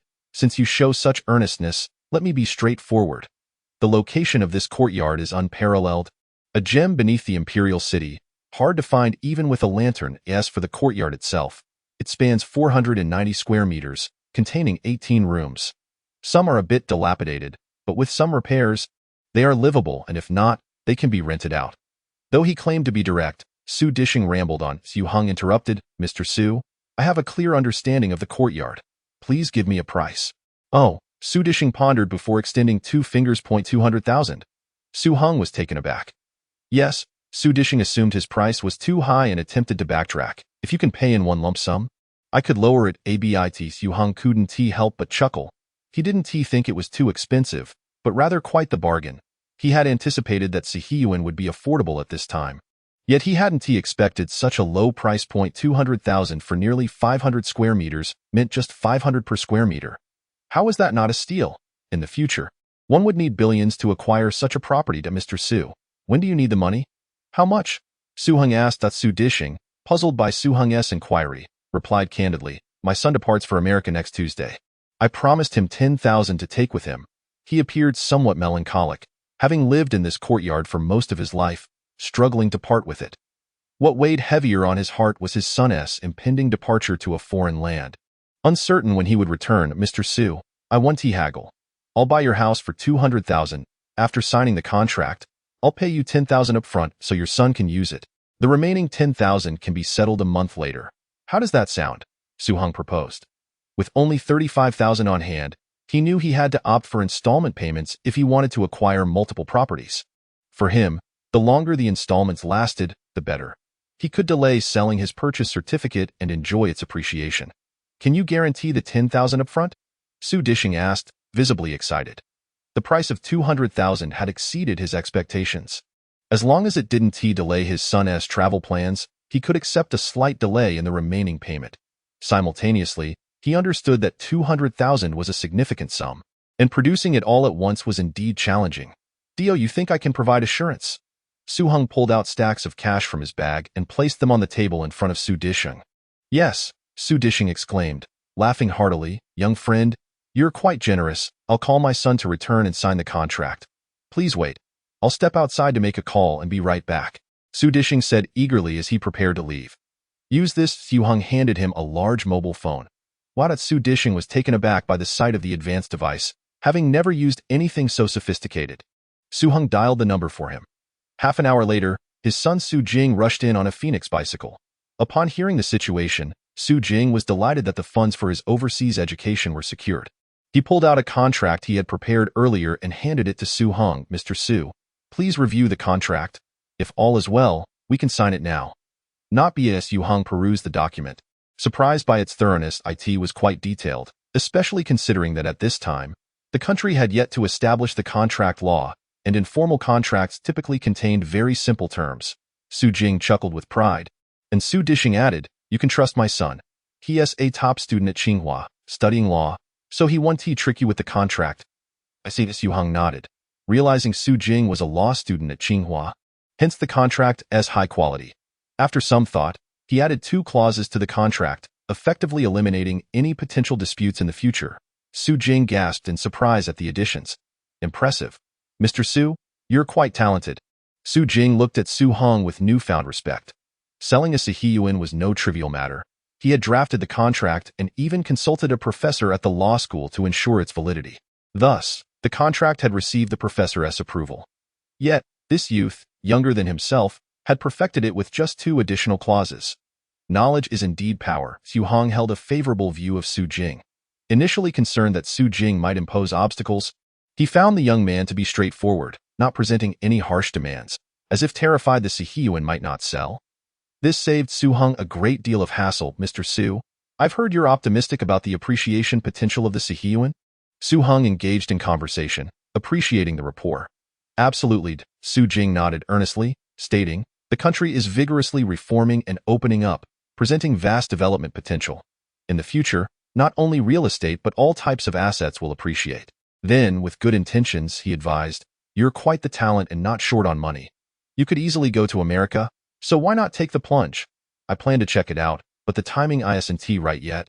Su Heng replied.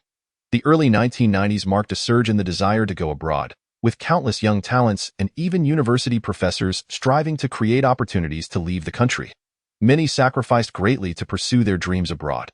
Su Jing was a prime example. To fulfill his American dream, he was selling his family's ancestral Su. Su Heng mused on how Su Jing might feel if, after years of hard work in America, he returned home only to find that the wealth he had earned abroad couldn't even cover the cost of a bathroom in his ancestral Sihiyuan. Of course, he would never voice such thoughts, as Su Jing would be unwilling to accept them.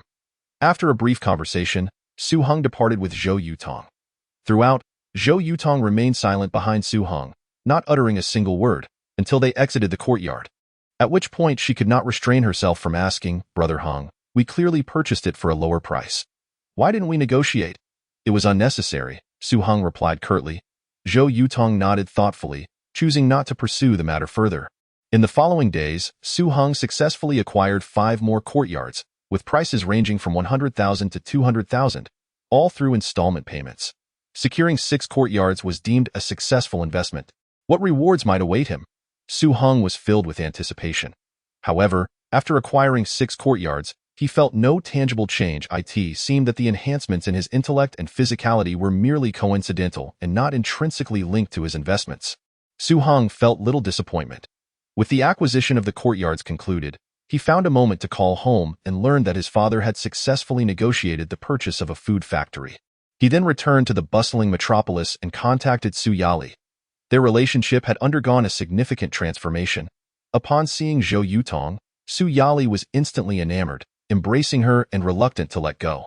Zhou Yutong, having never been pampered or cherished in her life, felt as if she were enveloped in her mother's warm embrace, a feeling she found immensely comforting and nostalgic. Su Yali, having heard from Su Heng about Zhou Yutong's tragic background, was overcome with compassion. "Yutong, you are still so young. How can you not attend school? Leave your education to your sister. I will help you find a good school," Su Yali immediately declared. "But I want to help Brother Heng." Zhou Yutong earnestly replied, "Little one, you can only assist him by studying hard. The more knowledge you acquire, the more you can help him," Su Yali gently encouraged. Ruffling Zhou Yutong's hair, Su Heng interjected, "Yutong, what your sister Yali says is true. In fact, I was just about to discuss this with you. I plan to take you to Jiangzhou for school." But Zhou Yutong opened her mouth to refuse, yet felt too embarrassed to voice her desire to assist Su Heng. During the process of acquiring the courtyards with Su Heng, she had faced considerable setbacks, unable to read or comprehend the contracts, let alone write. Furthermore, her usual eloquence failed her entirely during negotiations, as many technical terms were beyond her understanding. Thus, when she insisted on helping Su Heng, she felt uncertain. "Knowledge is power. If you wish to aid me, you must first acquire the skills necessary to be of real assistance," Su Heng spoke with calm assurance. "Indeed, this is akin to sharpening the axe before chopping wood. For now, you can only lend minor aid. Once you gain knowledge, you can provide substantial support." With Su Heng and Su Yali's combined persuasion, Zhou Yutong was ultimately convinced. She secretly resolved to study diligently and repay her benefactor and beloved sister in the future. After aligning Zhou Yutong's thoughts, Su Heng and Su Yali decided she would attend school in the metropolis. The reasons were twofold. The city's educational standards were exceptional, and Zhou Yutong was already familiar with it.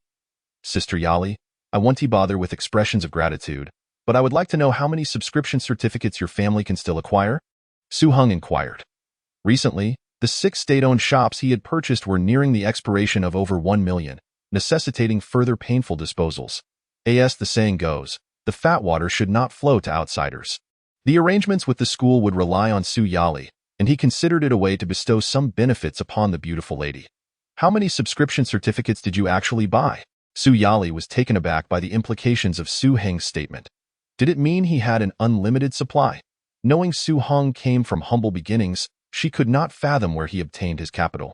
If he had a mysterious benefactor backing him, he would not be so eager to sell off his certificates when their value was set to rise. Not many. Just tell me how many you can buy. He chuckled. Indeed, not much at all. Only 100 in total. You've been quite secretive, Su Yali remarked, losing interest in probing further, promptly calling her father. Similarly, Su Heng was left speechless by the revelation. Darling daughter, ask him when the latest possible date for the transaction is. 3 days. Su Heng held up 3 fingers. Dad, how much do you think you can raise? Su Yali was concerned about delaying Su Heng's plans. Hard to say, 2 or 3 should be manageable, Su Heng replied. Su Yali glanced at Su Heng, who nodded, indicating no issues. Zhou Yutong was left bewildered, wondering what subscription certificates were. Indeed, her ignorance was profound, further fueling her determination to study diligently and acquire vast knowledge. In the following days, Su Heng and Su Yali took Zhou Yutong on a delightful tour of the metropolis, indulging in its culinary delights. Su Yali also secured a school for Zhou Yutong. At 13 years old, having never attended school, she would have to start from the first grade. In a short span of a day, she became the reigning queen of the entire primary school. 3 fleeting days passed, and Su Heng ultimately raised 300,000 yuan. The subscription certificates had surged to 150,000 each. Su Heng sold 2 to Su Heng and gradually disposed of a total of 8 from various underground markets. He still retained 81 certificates. Chapter 24. Entering the elite club of the wealthy, Su Heng settled the remaining payment of 110,000 yuan, officially acquiring 6 state-owned shops located on Nanjing Road. Upon receiving the property certificates, Su Heng inspected the sites. The 6 shops occupied prime locations and had reasonably suitable layouts, though some bore signs of age. After all, they were buildings from the 1950s and 60s. Showing their years, Su Heng planned to undertake minor renovations, opting not to make significant alterations, as he wished to preserve the historical and cultural essence of the properties. The central shop spanned 300 square meters, barely sufficient for an appliance market. The smallest shop on the left had previously specialized in unique food items, making it perfect for selling the spicy strips once they were produced, serving as a showcase to the outside world. After surveying the 6 shops, Su Heng quickly formed preliminary ideas. He intended to use 3 for himself, 1 for appliances, 1 for selling spicy strips, and 1 as an office. As for the remaining 3, he found no interest in renting them out. The trivial rental income held little appeal for him, and the potential hassle of a tenant disrupting the premises was not worth the trouble. He preferred to leave them temporarily vacant. Just then, his large mobile phone rang. It was Huang Fuchen calling. Boss Su, have you decided to rent out the shops yet? Huang Fuchen inquired politely. Apologies, Boss Huang, but I intend to use them myself.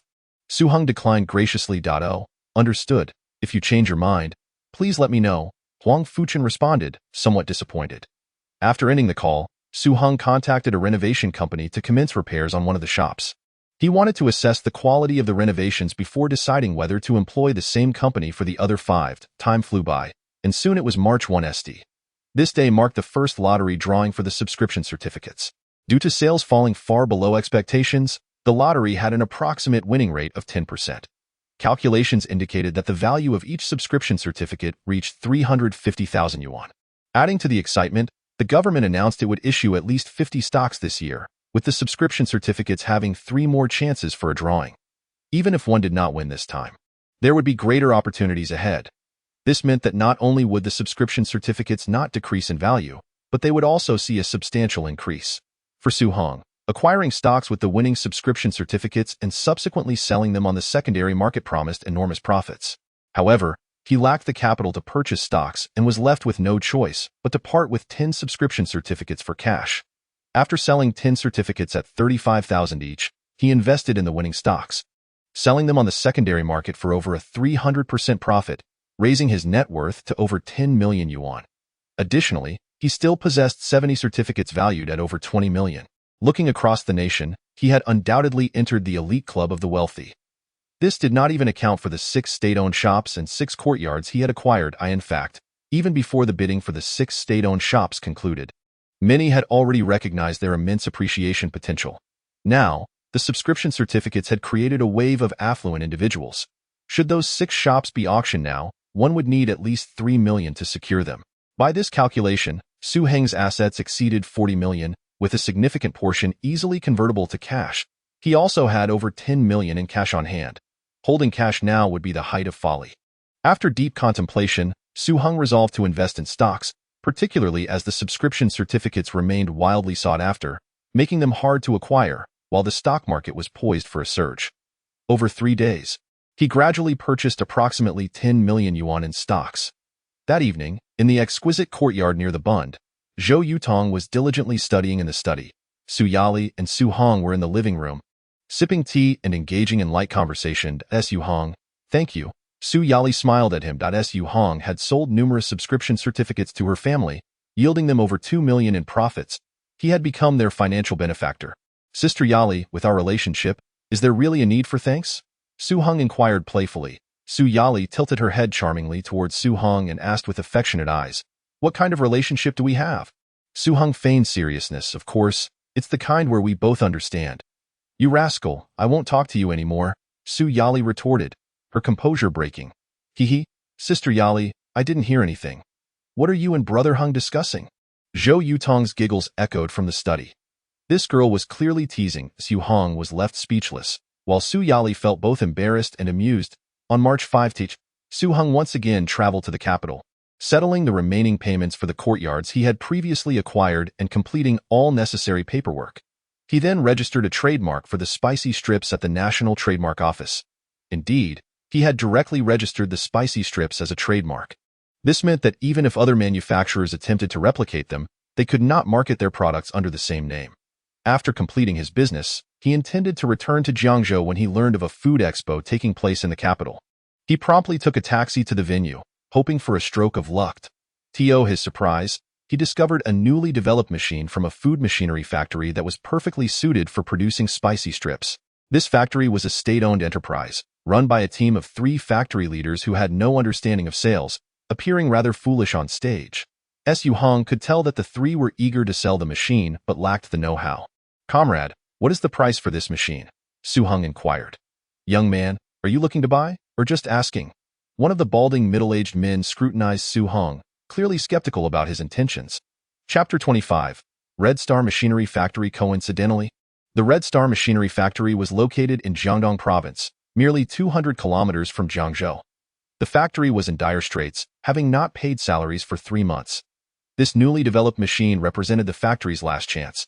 If it could penetrate the market, there was hope for survival. Otherwise, bankruptcy loomed. To find a market for the new machine, factory director Zhao Weiguo personally led the charge, with the other 2 as technical backbone members. However, they were utterly inept at sales, and as the exhibition drew to a close, they had not sold a single machine, their desperation palpable. Are you keeping the price a secret too? Su Heng asked. Bemused, Zhao Weiguo replied dismissively, this is our latest product. The price is favorable, just 20,000 per unit. 20,000. Su Heng estimated it should be at least 50,000. It was astonishingly cheap. He remained unaware that the machinery factory was on the brink of collapse. Even a loss on a single machine could keep them afloat. 20,000 is the lowest price. We aren't making any profit at this rate, Zhao Weiguo explained, assuming Su Heng was simply haggling. Su Heng was speechless. It was evident they did not understand sales at all. There was no product description on the table, and he asked, could you please elaborate on the machine's features? This machine is suitable for processing various soy products, with the main advantage being its rapid processing speed, capable of handling 5 tons daily. Additionally, it features integrated packaging and sealing for streamlined production. It's also user-friendly. Anyone without mechanical experience can learn to operate it with just a glance. Zhao Weiguo provided a brief overview. Excellent, I'll order 5 units, Su Heng stated with satisfaction. The simplicity of operation meant he would not need to hire specialized workers, and the processing speed was indeed impressive. What? Zhao Weiguo thought he had misheard. Throughout the entire exhibition, they had not sold a single machine, and this unlikely customer was suddenly ordering 5. I said 5 units. You have them in stock, right? Su Heng pressed. Aside from this display model, we have 1 finished machine in the factory, and if you're serious about buying, we can work overtime to produce 3 more quickly. Zhao Weiguo still could not believe that this young-looking student had such a large order. All right, let's sign the contract, Su Heng instructed. Very well. Zhao Weiguo was somewhat dazed, feeling as though he were in a dream. The two parties swiftly finalized the contract details. Su Heng paid for one machine up front, and after arranging for the display model to be shipped back to Jiangzhou, he agreed to pay for each subsequent machine upon delivery and installation. Naturally, he imposed stringent conditions regarding after-sale service. Following the signing, Su Heng paid the 20,000 yuan to him. This amount was negligible, but for the Red Star Machinery Factory, it was a much-needed lifeline. "Boss Su, you are our savior," Zhao Weiguo exclaimed, warmly shaking Su Heng's hand. The other two technicians were visibly emotional, tears of joy streaming down their faces. Their hard work had finally paid off, selling 5 machines and saving the factory. "Director Zhao, you needn't worry about after-sales issues," Su Heng replied politely. "Rest assured, I will send a skilled technician to your factory to assist with any problems that may arise." Zhao Weiguo assured him enthusiastically. "Thank you so much. No, we should be the ones thanking you. By the way, what is the name of your factory?" "Our food factory is still under construction." "Still under construction?" Zhao Weiguo was momentarily stunned. They were ordering 5 machines before even establishing the factory? 100,000 yuan was no small amount. Had Su Heng not already made the initial payment, he would have suspected a scam. "Once the machines arrive, production can commence swiftly," Su Heng assured him. "You are truly a remarkable young man, full of ambition." Zhao Weiguo struggled to find the right words, offering a professional compliment. "Director Zhao's hands-on involvement in sales will surely lead the Red Star factory to prosperity." Su Heng returned the compliment. "How embarrassing," Zhao Weiguo blushed, lamenting their dire situation. Zhao Weiguo was on the verge of tears, yet he could not allow his emotions to manifest on his face. He pondered over what to eat. Constrained by a mere dozen or so yuan, striving to maintain his dignity. Two technicians timely interjected, "Director Zhao, we will stay here to monitor the machinery. You should accompany Boss Su for a meal." They were aware of the director's financial limitations and aimed to alleviate some of his burdens by reducing their number. "Let's go together. I have a few technical questions to discuss," Su Heng suggested. The two technicians exchanged hesitant glances with Zhao Weiguo. Maintaining his composure, Zhao Weiguo replied, "Since Boss Su has spoken, you both should go." He thought it best to find a noodle shop and eat something casual. The 4 of them exited the exhibition hall, and Su Heng, having already detected the awkward expressions on Zhao Weiguo and the others, earnestly stated, "Let me make this clear. I insist on treating you all to this meal. Director Zhao, please do not argue with me, or I will feel quite embarrassed." "All right, we shall heed Boss Su's wishes," Zhao Weiguo acknowledged, touched by the gesture and viewing Su Heng in a new light. Su Heng led the group to a nearby restaurant. They ordered 8 dishes and 2 bottles of Maotai. The 3 of them were astonished, realizing that this meal would cost at least 400 to 500 yuan, far exceeding their expectations. "Beep beep beep. What's that sound?" The 3 noticed Su Heng calmly retrieving a mobile phone from his bag. They were both shocked and impressed. In this day and age, those who owned a mobile phone usually flaunted it, either clipped to their waist or held prominently in hand. Yet this young man had the audacity to keep such a flashy device tucked away, displaying remarkable modesty. The call was from Su Yali, who simply wished to hear Su Heng's voice. After hanging up, they chatted while eating. Su Heng learned that Zhao Weiguo was a demobilized soldier, straightforward in character and decisive in action. Through their in-depth conversation, Zhao Weiguo gained a newfound respect for Su Heng, whose composure and astute insights into economic trends far surpassed that of his peers, providing Zhao Weiguo with considerable inspiration.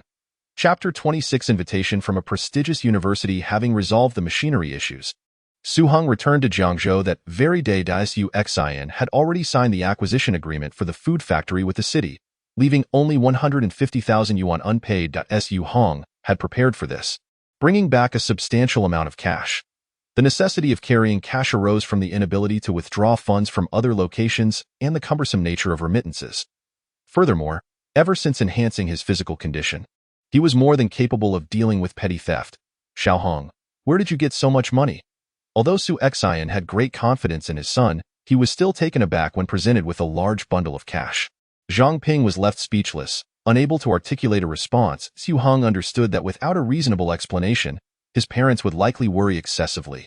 "Mom and Dad, do you know how much the subscription certificates have risen to?" Su Heng inquired. "Subscription certificates? Is that the one you bought in Modu a while back?" Su Heng asked, perplexed. "Indeed, I purchased them at 3,000 yuan per set, and now they have surged to 500,000 yuan per set. My heavens, from 3,000 to 500,000. How many times is that?" Su Heng gasped in shock. Zhang Ping sighed deeply, lamenting, Su Heng, if only you had held on to those 3 sets until now, you would have made over $1 million. Su Heng shot a glare at his wife, admonishing her not to speak in such a manner. No one possesses foresight. Their son had already achieved remarkable success. Zhang Ping nodded repeatedly. Indeed, if our son isn't impressive, who is? I merely find it a bit regrettable. Su Heng chuckled. Mom, money is inexhaustible. Besides, I still have a few sets left, and this cash is what I earned recently. You can rest easy now. You still have subscription certificates. The couple's hearts raced.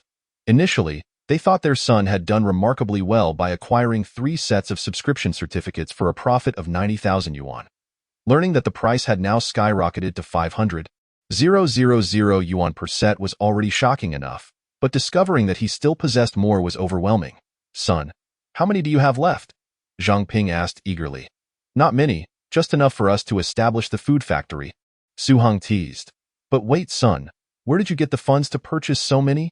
Zhang Ping questioned. That delves into the specifics, which is somewhat complicated. Essentially, I bought low and sold high. The price of subscription certificates hasn't consistently risen. There have been fluctuations. I timed the market, selling high and buying low, continuously profiting from the price differences. Thus, instead of losing subscription certificates, I have actually acquired more, Su Heng elaborated, deliberately weaving a lengthy explanation. Zhang Ping was indeed taken in by his words. She didn't fully comprehend but felt proud of her son. After all, he had excelled academically, ranking first in the province, and it was reasonable for him to possess exceptional earning capabilities. Su Heng quietly nodded, feigning understanding. Take a look. This is a subscription certificate. Su Heng produced one from his bag as proof of his claims. Wow. So, this is a subscription certificate. Su Heng and Zhang Ping examined it repeatedly, as if it were a family heirloom. Finally, having witnessed this legendary object, they felt utterly reassured about Su Heng. Subsequently, Su Heng accompanied his father to the city to settle the remaining 150,000 yuan. With that, the food factory was entirely in their possession. The 3 of them arrived at the food factory, and Su Heng felt as though he were in a dream. Both parents had been laid-off workers, and now they had transformed into factory owners. It's too dirty and chaotic. This simply won't do. Zhang Ping quickly assumed the role of a proprietor, grabbing a broom to tidy up. Concerned that his mother might tire herself, Su Heng chuckled. Let her enjoy herself. She's happy. With that, he joined in the labor. Observing his parents bustling about with joy, Su Heng realized a pressing issue. If it were his own business, he would certainly think of hiring workers instead of doing the work himself, not out of laziness, but rather due to the sheer size of the factory and the extensive labor involved. If his parents were to take on every task themselves, from cleaning to managing, they would soon find themselves overwhelmed. It was imperative to impart some business management insights to them. Mom and Dad, how many days do you think it will take to clean up? Su Heng inquired. About 3 to 5 days should suffice, Su Heng estimated. The machinery will arrive tomorrow, and I believe these factory buildings will need some renovations. Are you both planning to do it yourselves? Su Heng asked again. This question left them momentarily speechless. Are you suggesting we should hire people? Zhang Ping pondered. Su Heng replied, yes, not only should you hire help, but more importantly, you must learn to prioritize. You need to differentiate between tasks that require your direct involvement and those that can be delegated to others. For instance, cleaning can easily be outsourced, allowing you to focus on more critical matters. What you say makes perfect sense. This is not a clothing store, but a large factory. Su Heng nodded, then excitedly asked, the machinery will arrive tomorrow? Yes, the establishment of the food factory involves numerous administrative procedures. Dad, your current focus should be on this. Mom, please start recruiting some reliable workers. Su Heng laid out a simple plan for his parents. Sure, recruiting shouldn't be a problem. Many of our former co-workers are unemployed and struggling to make ends meet. I'll reach out to them shortly, Zhang Ping replied promptly. Su Heng offered a few additional points of caution. In truth, he was not well versed in management. He primarily wanted his parents to find their own way in this era. How many so-called entrepreneurs weren't merely feeling their way through? Thus, he did not intend to meddle excessively in the food factory, viewing it as his parents' experimental ground. The next morning, his parents left early to begin their tasks, while Su Heng remained asleep until he heard a series of knocks at the door. Su Dage. Is Su Heng back? Su Laosher. Recognizing Su Jimin's voice, Su Heng quickly dressed and opened the door. You rascal, when did you return? Su Jimin exclaimed, his eyes gleaming with surprise. almost wanting to give Su Heng a playful smack. "I was just about to call you yesterday," Su Heng replied with a grin. "Come on, let's go to school." "But Su Laosher, I have something to attend to. What could be more urgent than school?" "Hurry up." Reluctantly, Su Heng hopped on his bicycle and rode alongside Su Jimin to the school. Along the way, he learned that prestigious universities such as Daijing University and Tsinghua University had sent him special admission notices. Upon arriving at school, Su Heng was the center of attention, akin to a celebrity. Fortunately, it was class time, which prevented a greater uproar. In Su Jimin's office, the latter opened a drawer and produced a thick stack of letters. "Su Heng, you have brought honor to our school and to our entire Jiangzhou. All the top universities in the country are at your disposal, with increasingly generous offers. Look here, Tsinghua's conditions are not only a full scholarship but also a monthly stipend of 200 yuan, and you can choose any major you want. Daijing University's offer is also quite impressive," Su Jimin excitedly and proudly elaborated. "Are there any senior students to help with studies?" Su Heng teased lightly. Su Jimin paused, realizing the implications of Su Heng's words, and shot him a glare. "What are you thinking, you rascal?" Su Heng composed himself and replied earnestly, "Tsinghua University has excellent conditions, and its economics program is particularly outstanding. I think I'll choose Tsinghua. In truth, whether he attended university and which one mattered little to him. One reason being that in his previous life, Xia Zimo had also applied to Tsinghua." Chapter 27. A modest profit after selecting a school. Su Heng left the office and strolled around the classroom. Su Heng is back. His classmates were quite excited upon seeing him. Given Su Heng's extraordinary academic achievements, they felt they could hardly harbor any jealousy. Being classmates with such an exceptional scholar brought them pride. "Su Heng, you can take it easy now, while we still have to toil away at our studies," a classmate joked. "Not at all easy." Su Heng sighed dramatically, adopting a serious tone. "I wasn't out having fun while I was away. I was busy with a small business to earn some tuition. Like you all, have my struggles, oh please." Su Laosher already said all the top universities are yours to choose from, and they are covering your tuition with stipends. "Why would you need tuition money?" His classmates rolled their eyes, dismissing Su Heng's claims. "You all are just too young. University is quite different from high school. There are many expenses, like dating, going to movies, and dining out. Does that not cost money?" Su Heng explained, glancing at Xia Zimo. Xia Zimo's cheeks flushed slightly at the mention of dating, and she felt compelled to interrogate him, asking whom he intended to date. "If you've ever been to university," one of the classmates scoffed. However, they genuinely envied Su Heng for being free of the pressures of further education, which was an enviable position. After class, Wu Gang pulled Su Heng aside, whispering, "Hey, Heng Gu, have you made a fortune again?" Su Heng nodded. "I made a little bit." He then recalled something. "I decided to venture into the spicy strips business. Inspired by you, and your mom taught my mom how to make bean strips. Out of both sentiment and reason, I want your family to hold a stake. Why didn't you agree?" Su Heng had initially mentioned to his parents that Wu Gang's family would have a share in the spicy strips factory, but yesterday he learned that they had not agreed. Wu Gang shook his head decisively. "Heng Gu, I appreciate your kind intentions, but our family hasn't contributed anything and lacks the funds to invest. How could we take advantage of your generosity?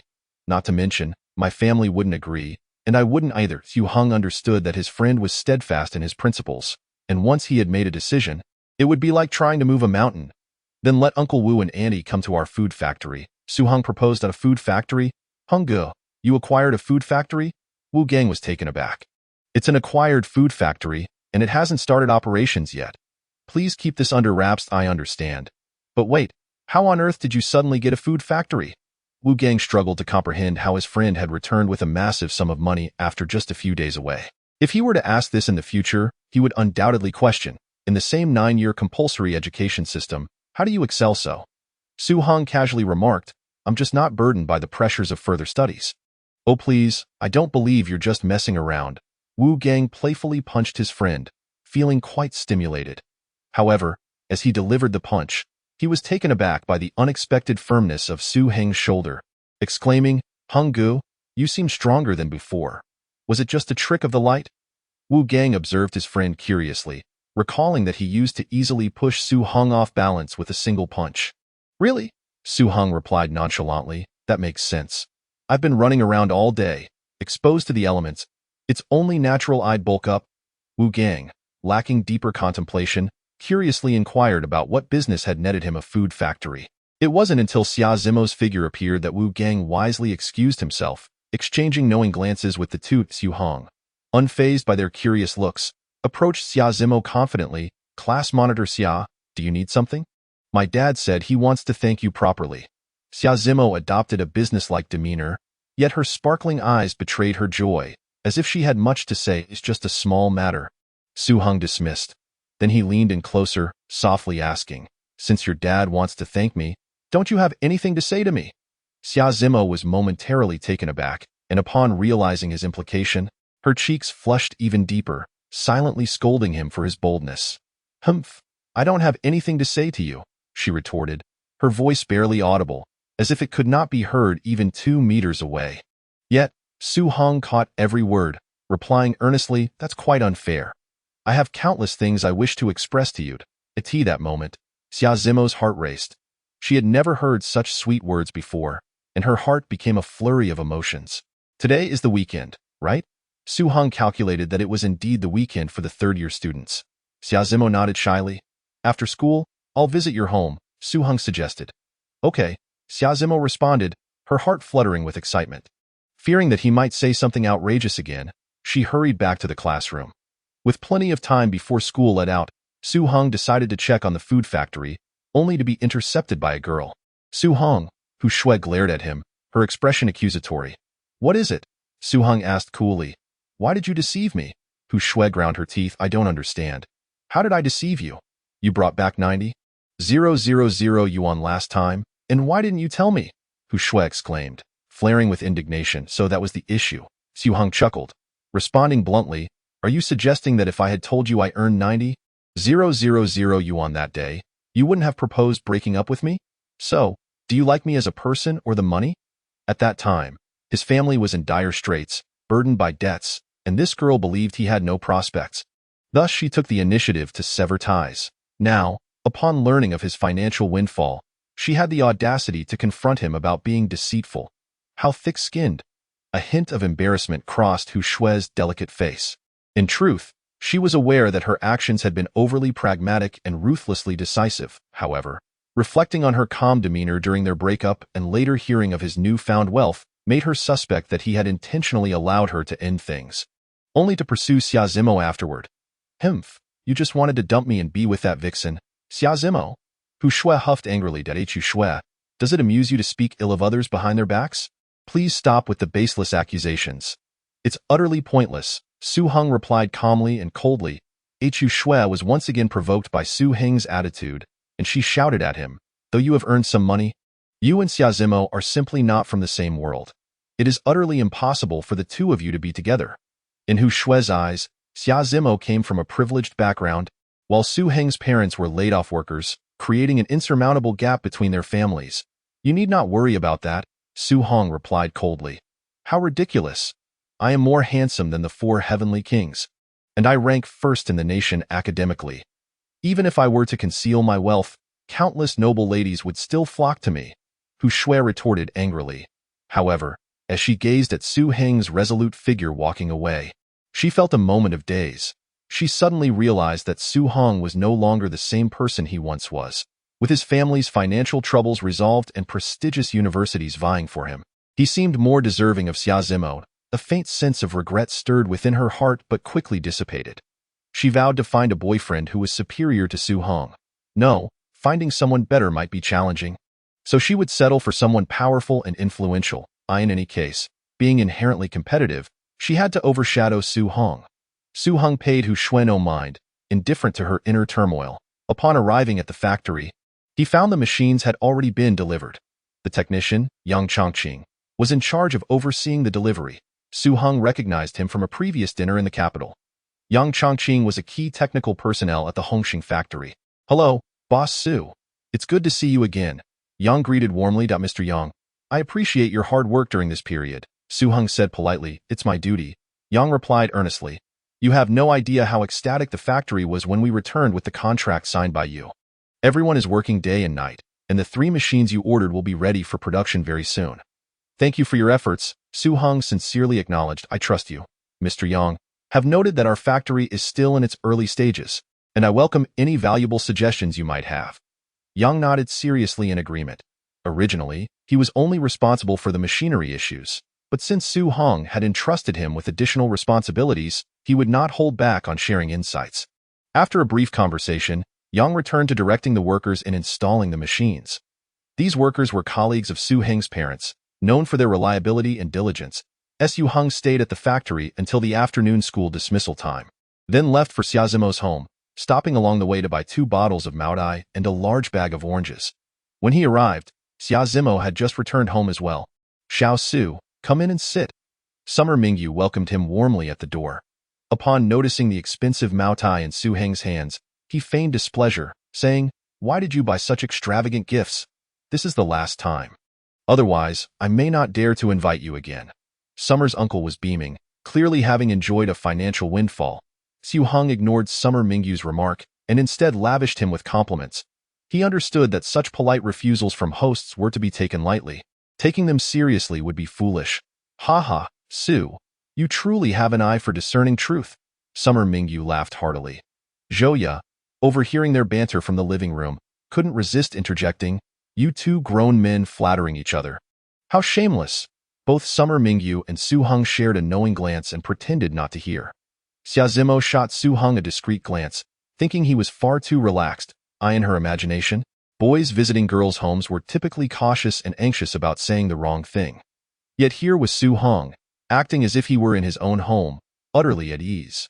Despite this, she felt pleased to see Su Heng and her father connecting so well, though her mother's demeanor was somewhat cold. However, she considered her mother's attitude quite favorable, with one playing the good cop and the other the bad cop. If her mother were as amiable as her father, Su Heng's arrogance would surely soar. "Hello, Auntie." Despite her mother's icy demeanor, Su Heng maintained the necessary courtesy. He found it perplexing. Wasn't it commonly said that mothers grew increasingly fond of their sons-in-law? Why did this seem reversed in Xiazimo's household? Zhouya replied curtly, then proceeded to lecture Su Heng about not spending extravagantly. Su Heng nodded earnestly. Summer Mingyu then took over the conversation, discussing subscription certificates. This time, Zhouya did not take her daughter away but quietly sat by watching television. "I never imagined the subscription certificates would rise so dramatically," Summer Mingyu remarked. He had followed Su Heng's advice, which led him to decisively invest in the subscription certificates in the capital, and had held on to them until now. 100,000 yuan invested had nearly multiplied tenfold in just over a month, an opportunity more lucrative than a heist. Such opportunities are rare, Su Heng noted, deliberately reminding Summer Mingyu that such chances for sudden wealth were few and far between. For lasting success, one must remain grounded. Indeed, it is truly unprecedented. Summer Mingyu agreed, adding, "There are 3 more chances for the lottery. It seems we can hold on until the final draw." "That works," Su Heng replied. "Su Heng, it is quite regrettable about the 3 units you sold early on." Summer Mingyu recalled Su Heng's hasty disposal of 3 units, pondering how, had he held on to them, he would now be Jiangzhou's youngest millionaire. He remained unaware that for Su Heng, being a millionaire was merely a stepping stone. "At that time, my family was in dire need of funds. I knew the prices would increase, yet I had no choice but to sell. There is no point in lamenting it now," Su Heng replied calmly. Zhouya rarely praised Su Heng but remarked, "You, child, have a good character." "Thank you for the compliment, Auntie," Su Heng said sweetly. With Zhouya joining the conversation, Xiazimo occasionally chimed in, creating a warm and lively atmosphere. The 4 chatted about various topics, eventually landing on mobile phones. Summer Mingyu suggested, "Once we sell the subscription certificates, let's buy 2 mobile phones, one for Su Heng." Before Su Heng could decline, he proclaimed decisively, "It's settled. If it weren't for you, Uncle would never have considered buying subscription certificates. That device is too ostentatious. If you ask me, it would be better to just give Su Heng some cash instead." Zhouya countered, recalling that in the films she watched, those with mobile phones were often portrayed as up to no good. "That makes sense. It does seem a bit flashy for a student." Summer Mingyu nodded.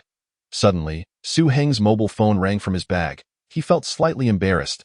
Just moments ago, his mother-in-law had remarked on how showy such devices were, and now he was about to pull one out in front of them. "Ugh, I really don't wish to draw attention." The hall fell into a momentary silence, interrupted only by the jarring ringtone. "I asked that your mobile ringing? You should answer it," Xiazimo urged upon recognizing the sound. Reluctantly, Su Heng retrieved the mobile, and upon seeing that the caller was Su Yali, a sense of panic washed over him. but he swiftly composed himself and stepped outside to take the call. Upon returning to the living room, he sensed an odd atmosphere.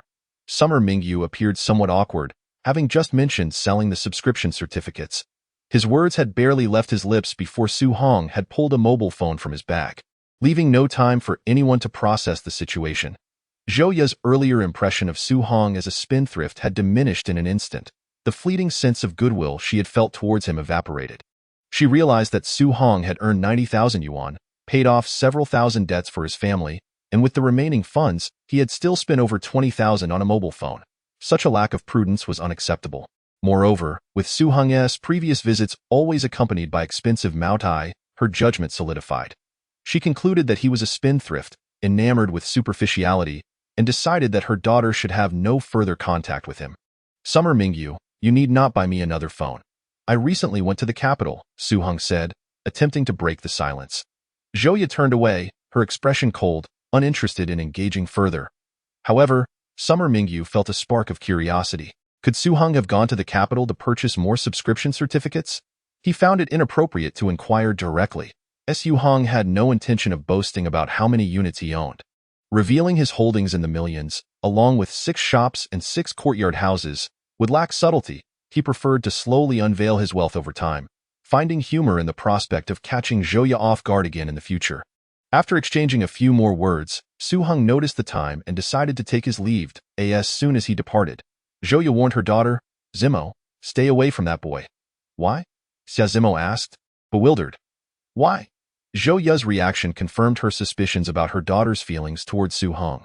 With an unusually stern tone, she declared, your priority now is to focus solely on your studies. Xia Zimo, appearing somewhat aggrieved, protested, I am working hard. I ranked second in the city during the last exam. If it weren't for Su Heng always being ahead of me, I would have tasted first place myself. All right, Xiaoya, don't scare your daughter. She is already quite outstanding, Summer Mingyu, a doting father, interjected. Zhou Ya recognized her tone was perhaps too harsh and softened her approach, saying, Zimo, I'm not against you. I just think Su Heng is too impulsive and superficial. Consider this. His family is struggling. Even if he earns some money, spending over 20,000 on a mobile phone is unreasonable. Wouldn't you agree? Look at your father. Before we bought subscription certificates, he saved up 20 to 30,000 yuan and still didn't splurge on a mobile phone. Meanwhile, Su Heng, having made a mere few thousand, has lost touch with reality. Zhou Ya patiently elaborated to her daughter. Xia Zimo found it difficult to defend Su Heng, knowing that any attempt to justify him would lead to further lectures from her mother. Mom, why do you say these things? Su Heng and I are just ordinary classmates.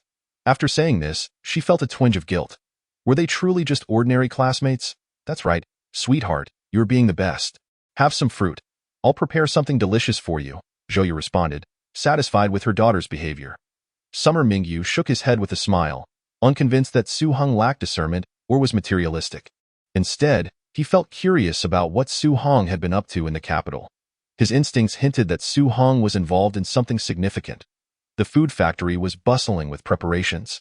Renovating the premises, installing and testing machinery, recruiting and training employees, and handling various administrative tasks were all in full swing. Su Xian and Zhang Ping worked tirelessly, and Su Heng found himself frequently helping out. Fortunately, the local government was providing substantial support for the food factory, a response to the increasing number of laid-off workers from state-owned enterprises. The city was under pressure, and the rapid establishment of a food factory could provide significant employment opportunities while also generating tax revenue. The city's leadership aimed to showcase this private food factory as a model point. One morning, Su Heng went to the factory to assist with the recruitment of a new batch of employees. The registration area was crowded with applicants, numbering no less than 500. Following city directives, priority was given to laid-off workers, particularly those from financially struggling families. Su Heng sat at a desk, pen in hand, quickly asking questions. Name and age. Where did you previously work? What is your family situation? My name is Song Jia. I am 18 years old, and I used to work at the textile factory. I have both parents and an older brother. Hearing her clear and melodious voice, Su Heng looked up and was instantly captivated. It was the first time he had seen such a delicate and vibrant young woman after sitting there for so long. He noticed her faded work uniform, her delicate face slightly pale, and the worn-out cloth shoes she wore, indicating she came from a very challenging background. Despite her tattered appearance, she exuded a natural beauty. Su Heng believed that with just a little grooming, she would easily outshine most internet celebrities of the future. Have you completed your education? Su Heng inquired further.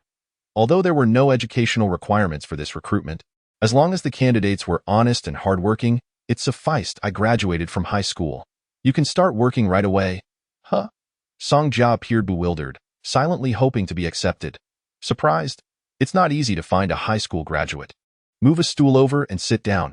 Help with the registration for now. He was not exaggerating. During this period, genuine high school graduates were indeed rare. Okay, Song Jia replied, still somewhat dazed. She had never imagined that on her first day of interviewing, she would end up sitting at the recruitment desk. Su Heng pushed a pin and a registration form towards her. She took the pin. Her hands trembled slightly. Next, Su Heng called out.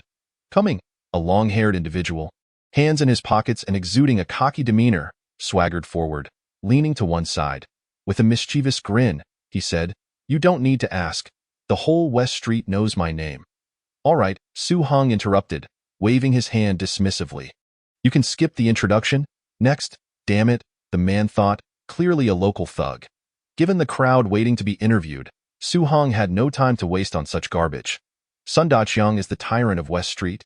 No one has ever dared to embarrass him like this, he thought, filled with animosity towards Su Heng. Now being publicly humiliated only fueled his rage. I'm also a laid-off worker. Why won't you hire me? I refuse to accept this. Su Heng looked at him as if he were an idiot and replied coolly, If you refuse to accept it, you can file a complaint with the relevant authorities. I'll be the first to complain about you. Sun Daqiang shouted angrily. Damn it, do you think I want to work at your lousy food factory? I'm here to protect Song Jia from being bullied. If you don't hire me, she won't be able to work here either. He was already infatuated with Song Jia.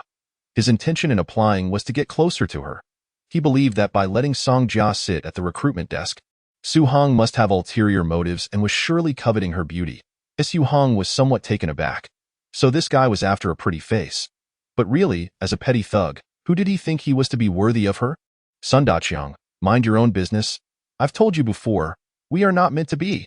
Feeling humiliated in front of so many people by a thug was a shame for Song Jia. Song Jia, how could you forget such things? I remember clearly what you were wearing that night. Sun Daqiang shouted, relishing his moment of triumph, his words becoming increasingly vulgar. Song Jia collapsed onto the desk, sobbing, her slender figure trembling uncontrollably. Su Heng's anger flared.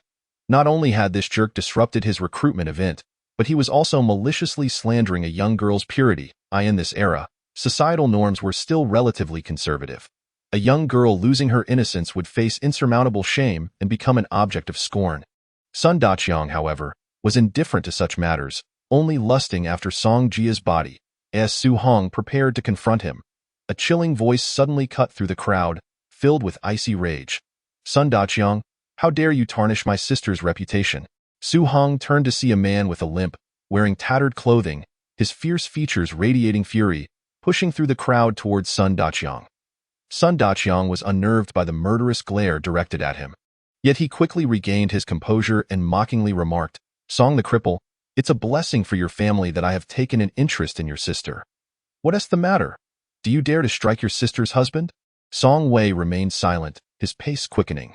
When he was about 5 or 6 meters away from Sun Daqiang, his body suddenly bent at the waist, utilizing the force of his standing right leg to propel himself into the air. Akin to a hawk swooping down on its prey, he lunged at Sun Daqiang with lethal intent. I will kill you. With a fierce roar that resonated with murderous intent, Sun Daqiang felt a constriction in his throat. As if a steel bar were choking him in a flash, Song Wei seized Sun Daqiang by the neck, lifting him high, and the latter's body, weighing over 100 pounds, resembled that of a mere chick as it arced through the air. Crashing heavily to the ground, boom! The dull thud echoed, causing the hard ground to tremble. Sun Daqiang felt his internal organs shift, yet no sound of pain escaped his lips, for Song Wei's grip was so tight that he could scarcely breathe, his contorted face rapidly turning a deep purple. Brother!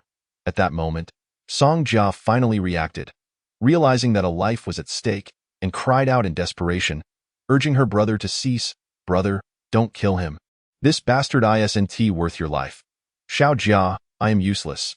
I will no longer allow this scoundrel to bully you. Song Wei was resolute, his grip unyielding, intent on ending Sun Daqiang's life. Sun Daqiang's face turned the color of an eggplant, and his eyes began to roll back. What a ruthless character!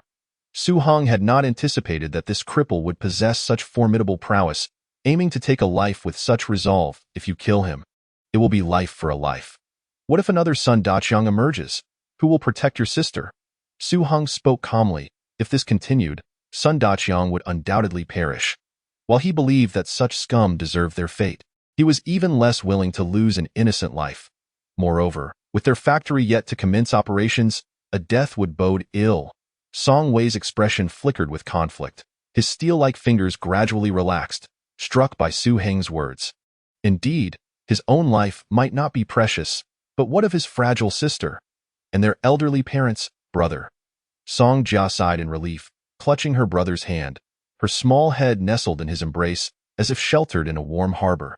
Song Wei gazed tenderly at his sister, his demeanor a stark contrast to the vengeful figure from moments before. Cough, cough. After a considerable time, Sun Daqiang regained his breath. Coughing violently, he was shaken, nearly losing his life, and could not fathom why the seemingly honest Song Wei would resort to such brutality. However, thoughts of the youthful and beautiful Song Jia ignited his unwillingness, and malicious intentions began to bubble up within him. Damn it, I'll keep an eye on you. Sun Daqiang recalled that he had a gang of brothers and, adhering to the adage that a wise man does not suffer losses, decided to bide his time for revenge. Seizing an opportunity, he attempted to slip away unnoticed. However, he was caught by Song Wei. Sun Daqiang had already prepared to concede. Brother Song, I swear I won't bother your sister again. I was just talking nonsense. I beg of you, spare my life. Get lost. Song Wei flung Sun Daqiang away. Sun Daqiang fell hard, losing several teeth and bleeding profusely from his mouth. Chapter 31. The fiery, spicy strip Sun Daqiang had arrived with arrogance, but now he was left scrambling on the ground. Su Heng did not intervene. He understood that ruffians like Sun Daqiang either do not act or wait for the perfect moment to strike, ensuring their opponent is left without a chance of recovery. Xiao Jia, I'll pick you up after work. Song Wei was concerned about potential retaliation from Sun Daqiang against his sister. Yes, brother, you must be careful of that bastard. Song Jia echoed her worries for her brother. Song Wei nodded, casting a warning glance at Su Heng, harboring concerns that this pretty boy might have designs on his sister. Su Heng simply smiled nonchalantly. Our factory is in need of a security team leader. I believe your skills would be a good fit. Would you be interested in joining us? He regarded Song Wei as a man of substance. Recognizing an opportunity to recruit talent, Song Wei paused, evidently taken aback by the unexpected invitation to be the security team leader. Song Jia, equally surprised, looked at her brother with eager anticipation. No need to rush. Consider it and let me know, Su Heng continued. Song Wei nodded and turned to leave. Su Heng then addressed the crowd, his voice cold. Anyone I point out must leave immediately. The onlookers, bewildered, watched as Su Heng began to identify individuals. You. And you, I'm talking to you, don't look at anyone else, especially that one in the yellow cap. Before long, Su Heng had singled out over 40 people. Most had been the ones cheering on Sun Daqiang. And 9 times out of 10, they were not of good character, and he had no intention of hiring them. At that moment, Song Jia thought the young man was incredibly handsome and exuded authority. Even as they reached the exit, Song Wei wore an expression of admiration. Continue with the interviews. Next, Su Heng proceeded with the interviews, while Song Jia took charge of the tally. Her handwriting was elegant and fluid, significantly speeding up the hiring process. After a full morning, they had completed interviews for over 100 positions. Over the next 3 days, Su Heng tirelessly recruited, ultimately hiring 500 workers. He meticulously selected 100 individuals distinguished by their diligence, adventurous spirit, and, above all, their integrity. These 100 would undergo concentrated training. With knowledge of advanced marketing strategies embedded in his mind, he aimed to forge an indomitable sales team. After weeks of meticulous preparation, the food factory officially commenced operations. On this day, the entire factory was festooned with colorful banners, and firecrackers erupted in celebration.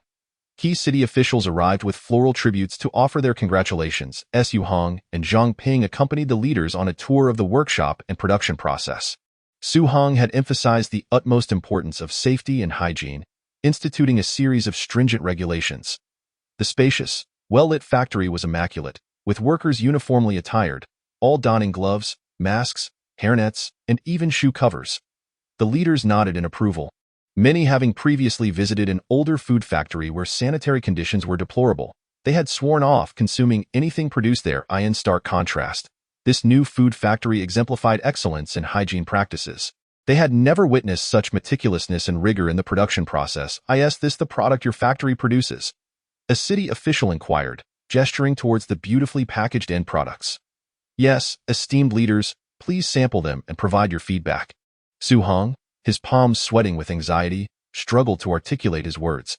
Initially, the leaders had overlooked the seemingly unremarkable spicy strips, but after tasting them, they all gave enthusiastic thumbs up. Delicious. The chewy texture and spicy flavor make you crave more. The packaging is exquisite. It's impossible to stop eating. Is this your advertising slogan? Quite impressive. While the leaders toured the food factory, Su Heng, along with 100 sales personnel and the products from the recent trial production, set up over 20 temporary sales points in the major commercial districts of the city. Each point was staffed with 3 to 10 individuals. The sales point that Su Heng and Song Jia managed was situated in a bustling shopping area, the largest of them all, boasting 10 salespeople. The premier snack of Huaxia, spicy strips, irresistible, the eye-catching banner proclaimed, with long tables lined with beautifully packaged spicy strips, each adorned with open packages for free sampling. The sales team enthusiastically promoted the product to passers-by. What are spicy strips? The premier snack of Huaxia. I've never heard of it. Let me try it and see if it's any good. Give me one to taste. This is fantastic. Wow, the spicy flavor is outstanding. The innovative sales model, combined with free samples, quickly drew in a crowd. Please don't push. Each person can only sample one. If you want more, you'll have to buy it. Only 10 cents a pack? You won't regret it. It's delicious and affordable. The 10 salespeople were busily engaged, their faces brimming with excitement. They had prepared numerous sales pitches as per Su Heng's instructions, yet they found themselves unnecessary, as the spicy strips gained popularity inexplicably. I'll take a pack. I want 2 packs. 10 packs. Those who had sampled the product eagerly pulled out their money to purchase. Wow, it's this popular. Although Su Heng was confident that the spicy strips would find a market, he had anticipated a gradual acceptance process, never expecting an instantaneous explosion in sales. Within a mere half hour, 1/3 of the 20,000 packs prepared had been sold. 20,000 packs were utterly insufficient for the demand. Lu Jun, Shi Dongxing, you two take tricycles to the factory and distribute supplies to each sales point. Zhou Qi, go check on the other points and report back immediately. Su Heng swiftly organized the team. Yes, boss. The 3 men excitedly accepted their orders. Lu Jun and Shi Dongxing hopped onto tricycles, while Zhou Qi rode a bicycle at breakneck speed. Half an hour later, Lu Jun and Shi Dongxing returned with 2 large tricycles brimming with spicy strips. Zhou Qi soon returned with reports that the other sales points were experiencing similar success, all clamoring for more supplies. As Su Heng assigned the 3 to ensure a steady supply to each point. In just one morning, the sales point where Su Heng operated sold over 50,000 packs of spicy strips, raking in 5,000 in revenue. As they dealt in cash, 5,000 filled an entire large bag. The other points sold approximately 10 to 20,000 packs each. In an era of low consumer spending, these figures were astonishing. Chapter 32. Just the appetizer. In the afternoon, sales continued to soar. There were even returning customers, particularly among elementary school students who, having tasted the strips, begged their parents to buy more. Song Jia was in charge of collecting payments, her hands growing weary from counting the cash. Initially planning to close by 6, they found themselves unable to leave due to the overwhelming demand. Continuing until nightfall, though exhausted and hoarse from shouting, every face radiated excitement as they exchanged stories about the day's amusing sales encounters. Lu Jun, Shi Dongming, and Zhou Qi, however, were utterly spent, sprawled on the tricycle while other salespeople pedaled them home. When Su Heng returned to the food factory with the 100-strong sales team, the factory was ablaze with lights, and workers were still diligently producing. The workers had learned of the spicy strips' booming sales and were eager to work overtime. Su Heng had established a work policy of 8 hours daily, with overtime compensated at triple the wage, though not exceeding 3 hours. After dinner, Su Heng gathered everyone in the employee activity room. The 100-square-meter room was packed to capacity. Song Jia and 10 salespeople counted and organized the coins, revealing total sales revenue of 51,286.15 yuan. Surpassing 50,000 in total revenue indicated they had sold over 500,000 packs of spicy strips.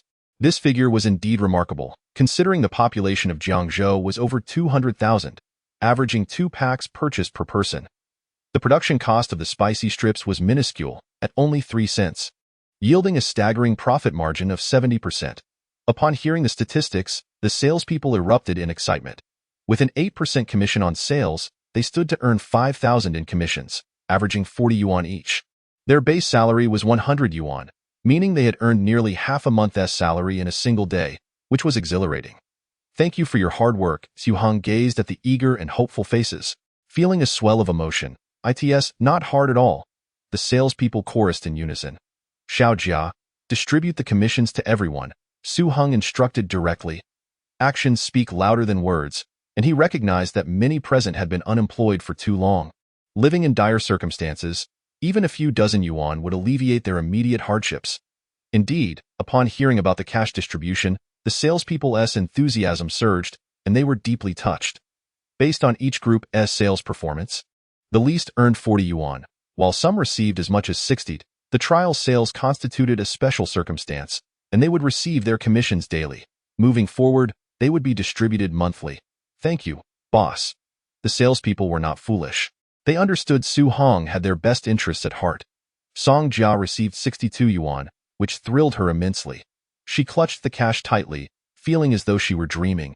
After the meeting, as she walked out of the food factory in a daze, Song Wei was already waiting at the entrance. Beside Song Wei lay a small cart containing his shoe repairing equipment. Upon seeing her brother in the cold wind, Song Jia hurried over, noticing a package of meat on the cart. Brother, did you buy meat? In her memory, the last time they had eaten meat was during the Spring Festival. Xiao Jia, today business was good. I earned 7 yuan. You've also found work. Let us go home and celebrate with mom and dad. Song Wei replied with a smile. Song Jia hesitated, holding on to her 62 yuan, wanting to share her joy with her brother but fearing it might upset him. Xiao Jia, why are you so quiet? Was your first day at work all right? Song Wei inquired with genuine concern. Song Jia nodded earnestly. Despite the busyness of the day, she felt fulfilled, excited, and rewarded. Ultimately, she decided to hand the money to her brother. Feeling a bit shy as she said, Brother, this is my commission from today's sales. Keep the money you earned for yourself. Wow, this is a lot, Song Wei exclaimed, his eyes widening. Then, his thoughts took a turn as he speculated that this young man might have given her money to win her favor, and he asked with a stern tone, Did that young man give this to you? Yes, brother. Return it to him. Song Wei grasped his sister's wrist, pulling her back towards the food factory. Realizing her brother had misunderstood, Song Jia quickly explained the commission situation. This is too much. Song Wei calmed down. He knew his sister well enough to recognize he had overreacted. However, a day's commission of 62 yuan exceeded his expectations. Brother, our factory's spicy strips are selling like hotcakes. All 100 salespeople receive their commissions. Your boss is quite generous. Song Wei felt a bit awkward, having earned only 7 yuan in a day while his sister had made 10 times that. For a fleeting moment, he considered trying his hand at sales but quickly dismissed the thought upon glancing at his own crippled leg. Indeed, he mused, this is just the beginning. The spicy strips will soon extend beyond Jiangzhou, sweeping the nation and even reaching foreign shores. Our income will continue to multiply. Song Jia spoke with bright anticipation. A mere snack can have such an impact. Song Wei was astonished. Had it not been for his sister's impressive commission on the first day, he would have suspected the food factory was a scam. Yes, our boss may be young, but he is remarkably composed and knowledgeable. We all admire him. I heard he was the one who came up with the idea for the spicy strips, Song Jia said, her tone filled with admiration for Su Heng. This was the first time Song Wei had heard his sister praise a man in such a way, and he felt increasingly concerned, wanting to warn her but unsure of how to express it appropriately. The next day, Su Heng continued to lead the sales staff in their endeavors. Sales remained robust, with total sales exceeding 50,000 by the end of the day. Surpassing the previous day's totals, on the third day, sales continued to soar, reaching a total of 60,000 after 3 days of trial sales. The spicy strips had made a name for themselves in Jiangzhou. Food stores and wholesalers took notice of the skyrocketing sales and flocked to the food factory, expressing interest in becoming distributors. Su Heng's goal for the trial sales was to swiftly penetrate the market and subsequently develop various levels of agents and distributors. He had already formulated conditions for wholesale and agency sales, delegating this responsibility to his father. Following the conclusion of the 3-day trial sales event, the salespeople earned commissions ranging between 150 to 200 yuan. Song Jia's commission reached 200 yuan, equivalent to her salary for 2 months. Subsequently, Su Heng convened a motivational meeting for the sales team. On the front wall hangs a massive map, adorned with numerous small red flags that, at first glance, resemble a military formation. Does anyone know what this signifies? Su Heng, holding a wooden stick, gestures towards the map and inquires, "It is the market we aim to conquer," responds Zhou Qi, raising his hand and speaking loudly. "Correct," Su Heng replies earnestly. "Esteemed colleagues, the Jiangzhou market is merely an appetizer for you, a small pond, a testing ground. What awaits you next are rivers and oceans, a far more expansive terrain." He continues, "Now, I shall announce the first task. I will divide you into 10 groups, implementing a group leader responsibility system. Your objective is to traverse every county and city in Jiangdong province within 10 days. Specifically, upon arriving at each location, you will conduct a 3-day trial sale, followed by the development of local distributors. Do you all have the confidence to conquer the Jiangdong market?" "We do." 100 sales warriors respond in unison, their voices echoing as if to lift the roof. Chapter 33. A leap forward. The 3-day trial sale was a resounding success, and spicy strips rapidly gained popularity in Jiangzhou City. Upon hearing the news, city officials, accompanied by reporters from Jiangzhou Evening News, made another visit to Luyuan Food Factory. Observing the bustling and vibrant scene, the leaders expressed their satisfaction, further solidifying their resolve to establish Luyuan Food Factory as a model enterprise. In recent years, many companies had gone bankrupt, leading to an increasing number of unemployed workers and subsequent societal issues, the most severe being public safety concerns. It is easy to imagine that a large number of idle youth wandering the streets had become a destabilizing factor in society. The city leaders specifically instructed the Public Security Bureau to establish a police outpost at the entrance of Luyuan Food Factory, dedicated to ensuring its safety. Following media coverage, the fame of spicy strips soared, quickly spreading to surrounding areas. Meanwhile, the 10 sales teams, each shouldering large bags of spicy strips, set off with high morale to the neighboring cities and counties of Jiangzhou. "Boss Su, can I also venture out to explore the market?" Song Jia asked eagerly. Her motivation was simple. She believed that sales could be lucrative, and she only wished to earn more to help improve her family's living conditions. Su Heng observed Song Jia, noting her improved complexion compared to a few days prior. Her delicate face was now flushed with a rosy hue, appearing fresh and vibrant. "You have an even more important task," Su Heng calmly stated. "What task is that?" Song Jia perked up instantly. With the sales personnel gone, there was temporarily no one to set up stalls in Jiangzhou. Su Heng had already contemplated this. "You are to find 30 or so unemployed workers and guide them in setting up stalls. If they truly face difficulties in purchasing inventory, they can adopt a goods first, payment later approach." "Can I really do it?" Song Jia felt a mix of excitement and apprehension about challenging herself. "Understand, your role is to assist them in establishing their stalls, not to recruit them. They are not employees. The sales aspect is their responsibility." "Oh, I see, boss. You genuinely wish to aid the unemployed workers. You have a kind heart." Song Jia's cheeks flushed, suddenly struck by the thought of her idle parents and brother. Setting up stalls seemed more promising than shoe repair. Su Heng felt slightly embarrassed at being praised for his kindness by an 18-year-old girl. "Can I have my family set up stalls as well?" Song Jia inquired. "Certainly. Thank you, boss," Song Jia exclaimed, overjoyed. Having been laid off from a textile factory, she found it relatively easy to gather dozens of suitable candidates from among her former colleagues. Given the nature of the textile industry, nearly all of them were female workers. After being laid off, their lives had become exceedingly challenging, and they cherished the opportunity to earn money, especially since some had already heard of the booming spicy strip sales. After Song Jia helped them set up their stalls, she returned to her own family's affairs. After some hesitation, Song Wei decided to join his parents in setting up stalls. With a 200 yuan bonus and an additional 500 yuan saved by his brother, they purchased a total of 10,000 bags of spicy strips at a wholesale price of 70 cents per bag. Their stall was positioned near the former textile factory, where foot traffic was decent. A prominent sign hung above their stall, "Precision Assistance Point for Unemployed Workers, Luyuan Food Factory Spicy Strip Specialty." This was an advertisement specifically requested by Su Heng, ensuring that every unemployed worker's stall displayed such a sign, effectively branding them as authorized vendors. At the end of the day, the Song family sold over 7,000 bags. They recouped their initial investment on the first day and had over 2,000 bags left, netting them a profit of over 200 yuan. Although this business seemed small, it was incredibly profitable. After the 5th day of formal operations, Su Heng finally found time to speak with his parents. The initial days of opening had been overwhelmingly busy, leaving little time to breathe. Both Su Heng and Zhang Ping were showing signs of fatigue, yet their spirits remained high. Dad, you will primarily oversee sales and the distributor aspect. Mom, you will be responsible for production supervision, ensuring that every spicy strip leaving our facility is clean and hygienic. In short, we must maintain strict quality control. This is something you must continuously instill in our employees. Embedding it deeply within their practices, Su Heng emphasized once more the importance of quality.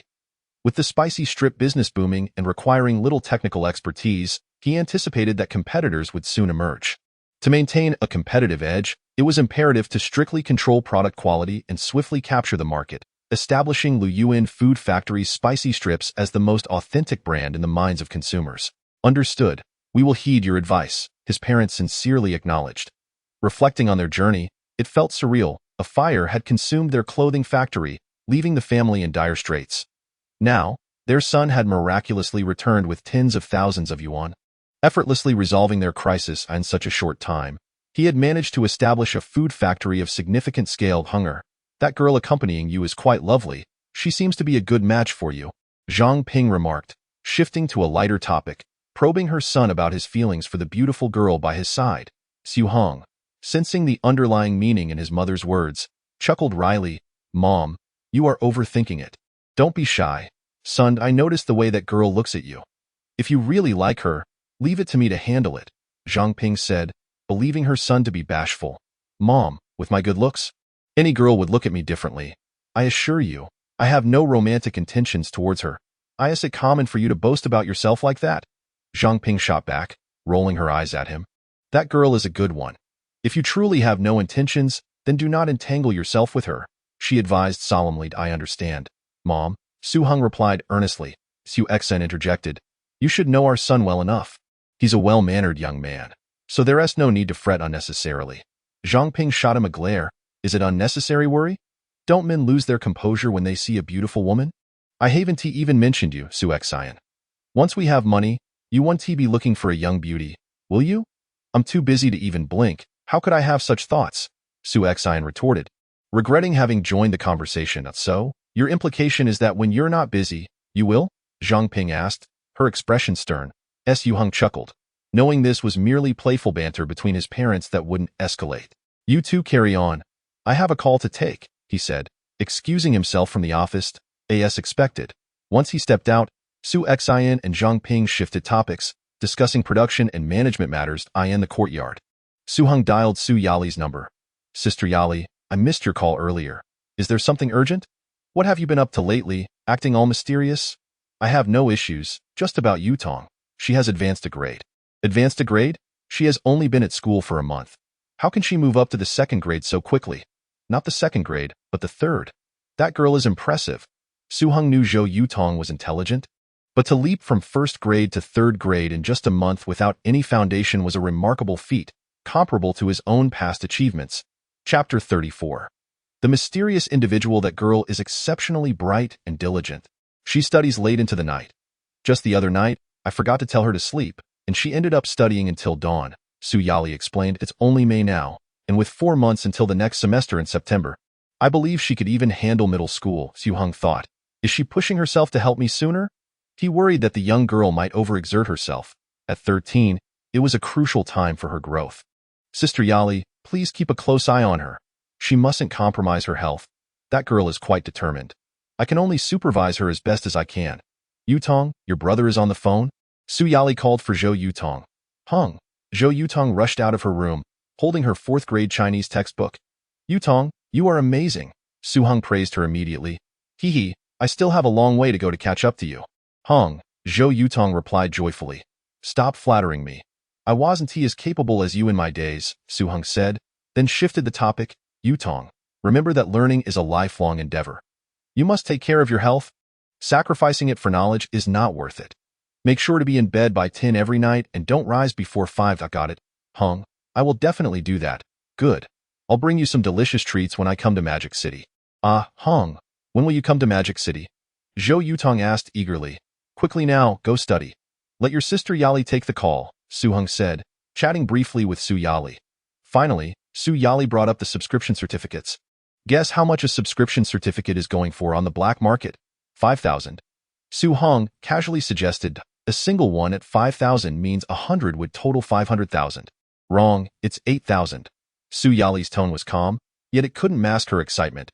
Recently, her family had invested all their funds, even borrowing money to purchase subscription certificates en masse, and now they were reaping significant profits. Their family's assets had multiplied exponentially, elevating them to one of the top wealthy families in Magic City. This is insane. Su Heng maintained a composed exterior while feeling a surge of excitement internally. Fully aware that subscription certificates had peaked at 11,000 on the black market, in reality, their potential value was around 500,000. It seemed the time to cash in had arrived. He understood that the stock market in Magic City was about to surge. On May 21, the authorities would suddenly lift restrictions on stock price fluctuations, leading to a dramatic increase in the Shanghai Composite Index, which would double in value until it peaked on May 25. This bull market would be characterized by extreme volatility and a brief duration. Today was May 16. Su Heng decided to head to Magic City immediately, intending to make some quick profits from this bull market. After ending the call, around 8 o'clock, Su Heng's mobile phone rang incessantly. This was the scheduled time for updates from the 10 sales teams. The teams were rapidly expanding the market. Currently, the food factory's daily shipment exceeded 500,000 yuan. The number of distributor agents had grown to over 50, each paying a deposit of 50,000, totaling nearly 3 million. Just this sum was sufficient for the food factory's cash flow. With the demand for spicy strips outstripping supply, distributors were willing to pay upfront for goods to ensure timely delivery, further enhancing the factory's cash flow. Sales continued to surge, prompting the food factory to acquire 5 additional machines, and a new workshop was under construction at a swift pace. After briefing his parents on the food factory's operations, Su Heng quietly left Jiangzhou. On the morning of May 17, at 10 o'clock, he arrived at the Wanghua Securities Company branch in Magic City to set up his first stock trading account. He then proceeded to Haitong Securities and Shanin Securities, establishing 2 more trading accounts. In the afternoon, he visited the People's Bank, retrieving 10 sets of subscription certificates from the safe, dividing them into 2 bundles of 5, wrapping them in newspapers, and placing them in his backpack. As evening approached, he arrived at the Magic City Hotel, specifically the subscription certificate salon on the first floor. This was the most renowned underground trading center in Magic City, frequented by many high-profile individuals. In the crowded salon, a mysterious stranger appeared. Distinctively, this individual wore a hat and mask, with large sunglasses obscuring his eyes. Who could that be? Murmurs of curiosity rippled through the crowd. Without further ado, Su Heng tossed out 5 bundles of subscription certificates. What is this? Subscription certificates. The crowd's interest peaked. All eyes were drawn to the 5 paper bundles on the table. Su Heng methodically opened each bundle, revealing beautifully printed subscription certificates, and suddenly, the room fell silent. The next moment, a wave of excitement erupted. Subscription certificates were in high demand, and the sudden appearance of 5 sets, totaling 500 certificates, sent shockwaves through the crowd. The sound of people swallowing their saliva could be heard among them. A total of 500 certificates, each priced at 9,000 yuan. Those interested should act quickly. I only have 10 minutes. Su Heng's voice was cool and commanding. Boss, 9,000 per certificate is too steep. The market price is just over 8,000. Indeed, and we cannot absorb a full set at once. Boss, are you selling these 5 sets separately? The crowd clamored for clarification. I can sell them separately, at 8,005 each. Su Heng paused deliberately, conceding slightly on the price. All right, you're straightforward. I'll take 30 certificates. 1 Lu individual was the first to respond. Possessing the strongest financial backing among the group, I'll take 20, I want 15. I'll take 12. Within a mere 2 minutes, all 5 sets of subscription certificates were snatched up by over 50 eager buyers. Priced at 8,005 each, the total sale amounted to 4.25 million yuan. Boss, here's a suitcase for you. May I know your esteemed name? Lu Yiqian generously offered Su Heng a suitcase to carry the cash, handing him a business card as well. The intrigue surrounding this mysterious individual grew among the onlookers. Clearly, anyone capable of producing 5 sets of subscription certificates at once was no ordinary person. Thank you, but names are merely labels. You may call me the mysterious man, Su Heng replied, taking the suitcase and turning to leave. The crowd stood agape, exchanging glances as they watched the mysterious figure depart. A few individuals within the group exchanged furtive looks, a glint of malice flickering in their eyes. However, they refrained from taking action until they could ascertain the true identity of this enigmatic person. Chapter 35. Entering the billionaire club. Upon exiting the Magic City Hotel, Su Heng quickly sensed that he was being followed. Millions in cash could tempt any unscrupulous individual to take risks. However, he was well prepared and, coupled with his formidable combat skills, had little to fear. He hailing a taxi, changing vehicles several times to ensure he wasn't being tracked before heading to the next transaction location. The suitcase filled with cash was placed in the taxi's trunk. Driver, wait for me for half an hour, and I'll give you 300. Sure. The driver readily agreed, leaning back in his seat to rest. Taxi drivers were among the most lucrative professions of this era, with earnings comparable to high-paying jobs in later times. However, the prospect of an extra 300 for half an hour's wait was still quite enticing. A few minutes later, Su Heng emerged with another box. He sold another 5 sets, again at 8,005 each, netting another 4.25 million yuan. In total, he had sold 10 sets for 8.5 million yuan. He then checked into a hotel and the following morning, deposited the money into his 3 stock trading accounts. Unlike the later years, trading at this time required manual paperwork to be filled out at the trading hall or with a broker. Rather than the discreet online transactions of the future, Su Heng entered the trading hall while donning a mask, and though he could have omitted the hat and sunglasses, he feared being mistaken for a robber by the heavily guarded security. The spacious hall was populated by approximately 100 individuals, with only a handful actively engaged in trading. Clearly, the news regarding the imminent lifting of the stock market's fluctuation limits had yet to circulate. Otherwise, the atmosphere would not have been so desolate. Within the entire Shanghai securities market, only 15 stocks were being traded, comprising the renowned old 8 stocks and an additional 7 new listings. Among them, Jinkong Electronics had a latest transaction price of 128 yuan, while Yuyuan Mall was trading at 546 yuan. Su Heng swiftly familiarized himself with the latest transaction prices of the 15 stocks before approaching the trading counter to discreetly make his purchases. His first transaction involved acquiring 700 shares of Yuyuan Mall at a price of 560 yuan per share, thus elevating the latest transaction price to that figure. While the transaction of 700 shares was not insignificant, it was also not outrageous. Subsequently, several retail investors placed sell orders totaling over 600 shares at a selling price of 580 yuan, evidently opting to cash in on the rise as they noticed a large player entering the market.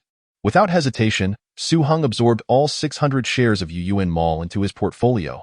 He vividly recalled that this stock was poised to soar to a terrifying peak of 10,500 yuan on May 24th. Having executed 2 consecutive transactions totaling over 1,000 shares, he had engaged more than 500,000 yuan in trading capital, finally stirring some excitement within the trading hall. Instantly, Yuyuan Mall became the focal point of attention among investors. However, no one followed suit in placing buy orders for Yuyuan Mall, as the surge was too rapid, and most were unwilling to take risks without a clear understanding of the situation. Instead, additional sell orders began to emerge. With prices gradually escalating, peaking at 590 yuan in a mere span of 10 minutes, Yuyuan Mall had risen from 546 yuan to 590 yuan, nearing its limit, with the momentum being nothing short of astonishing, causing many to refrain from chasing after the price. Su Heng also refrained from further purchases, aware that any significant buying on his part would inevitably attract the attention of astute observers. He then proceeded to acquire other stocks in batches, including Shenhua Holdings and Jinkong Electronics, all of which were set to surge. After spending 3 million yuan, he departed from the Wanghua trading branch. Shortly thereafter, he appeared at the Haitong Securities branch, continuing his discreet buying strategy. To his slight surprise, at this branch, the latest transaction price for Yuyuan Mall was only 550 yuan, indicating that the latest price from Wanghua had yet to reach this location. The speed of information dissemination was astonishingly slow. While reflecting on this, Su Heng continued to purchase without reservation.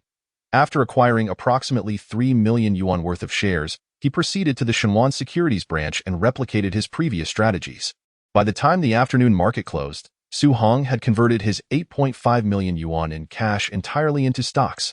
That evening, he sold 10 sets of subscription certificates, netting a total of 8.6 million yuan, slightly above the previous day's prices. On May 19th, Following breakfast, he returned to the securities branch to continue his operations from the previous day. At market opening, the latest prices across major trading branches had noticeably risen. The 8.5 million yuan Su Heng invested the day before had yielded evident results, stimulating the entire stock market's ascent. If one were to liken the stock market to a pond, the water level was currently insufficient to accommodate much capital. A mere injection of 10 million yuan could stir the market significantly on this day. Su Heng continued to pump money into the market. On May 20th, he persisted in his acquisition spree across various trading branches. Over the course of 3 full days, he sold 30 sets of subscription certificates, converting the proceeds of 26 million yuan entirely into stocks. Additionally, he still held a previous investment of 10 million yuan in stocks. That evening, a shocking news report revealed that starting from May 21st, the stock market would abolish fluctuation limits. Upon hearing this, retail investors erupted in excitement. Seasoned investors understood that this signaled a likely wave of rampant growth in the market.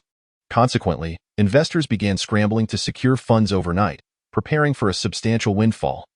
Prominent figures involved in trading subscription certificates, including Liu Yiqian, also shifted their focus back to the stock market. On the morning of May 21st, as the Shanghai stock market opened, the entire market exploded, far exceeding anyone's expectations. The Shanghai Composite Index surged from the previous day's 604 points to an astonishing opening of 1,260 points, effectively doubling in value. Even more astonishing were the new stocks, which opened at 3 to 4 times their initial prices, with nearly all orders being buy orders and virtually no sell orders. Everyone was engaged in a frenzy of purchasing. However, one individual stood apart from the rest, Su Heng, who quietly filled out sell orders in an inconspicuous corner. With an average increase of nearly tenfold, he felt thoroughly satisfied. He understood that this wave of market activity was akin to a storm, swift to arrive and swift to depart. With his significant holdings, he needed to liquidate his positions in advance. Moreover, stock prices were nearing their peak. Now was the time to divest while everyone else was engrossed in their buying frenzy. Su Heng smoothly disposed of all his shares, with an initial investment of 36 million yuan yielding approximately tenfold returns. After deducting transaction taxes and fees, his net asset balance soared to over 330 million yuan. Su Heng officially entered the billionaire club, becoming a super-rich individual with cash reserves exceeding 300 million yuan. This figure did not even account for his 40 sets of subscription certificates, valued at no less than 30 million yuan, nor the 6 premium commercial properties and 6 top-tier courtyard residences he owned. With 360 million yuan at his disposal, he had completed his initial accumulation and was poised to take action. Su Heng felt a wave of exhilaration. Armed with such substantial funds, he felt emboldened to proceed with plans for supermarkets and home appliance stores. His decision to invest in these sectors was well considered. Firstly, both industries operated with relatively outdated business models, presenting a prime opportunity for intervention with promising profit margins. Secondly, from a personal standpoint, he had never engaged in industrial ventures in his past life, and supermarkets and appliance stores were comparatively straightforward and easier to manage. Furthermore, in both sectors, he intended to fully acquire properties rather than lease them, thereby enabling him to reap the substantial benefits of real estate appreciation. Just imagine, in several years, possessing thousands of fully owned supermarkets and appliance stores in prime urban locations would position him to outclass all real estate magnates. Chapter 36. Leaving a legend in the stock market. Su Heng struck like lightning in the stock market, executing a swift battle that yielded an extraordinary profit of 3 billion yuan in just 5 days. From his quiet entry to his decisive exit, he completed his transactions before many prominent figures had the chance to react. By the close of trading on the 21st, the index had surged by over 700 points, with Su Heng's divested stocks nearly all sold at that day's peak prices. Gradually, rumors began to circulate in the market about a mysterious individual who had been making substantial purchases in recent days, only to divest entirely at the market's opening that day. Who was this enigmatic figure? Did they possess insider information? Otherwise, how could their timing be so impeccable? No, the higher-ups had disclosed no information regarding the lifting of stock market restrictions. How had this individual come by such knowledge? The public was intensely curious about this mysterious person, as their timing was astoundingly precise, and their scale of operations was remarkable. In any case, Su Heng's actions left a legendary mark on the stock market. After withdrawing from the stock market, Su Heng ceased to pay attention. He was acutely aware that the Shanghai Composite Index would reach its zenith on the 25th before commencing a brutal downturn that would persist until November. The index would plummet from over 1,500 points to 386 points, a staggering decline of 73, with individual stocks faring even worse. That evening, he continued his clandestine dealings in subscription certificates in underground trading venues.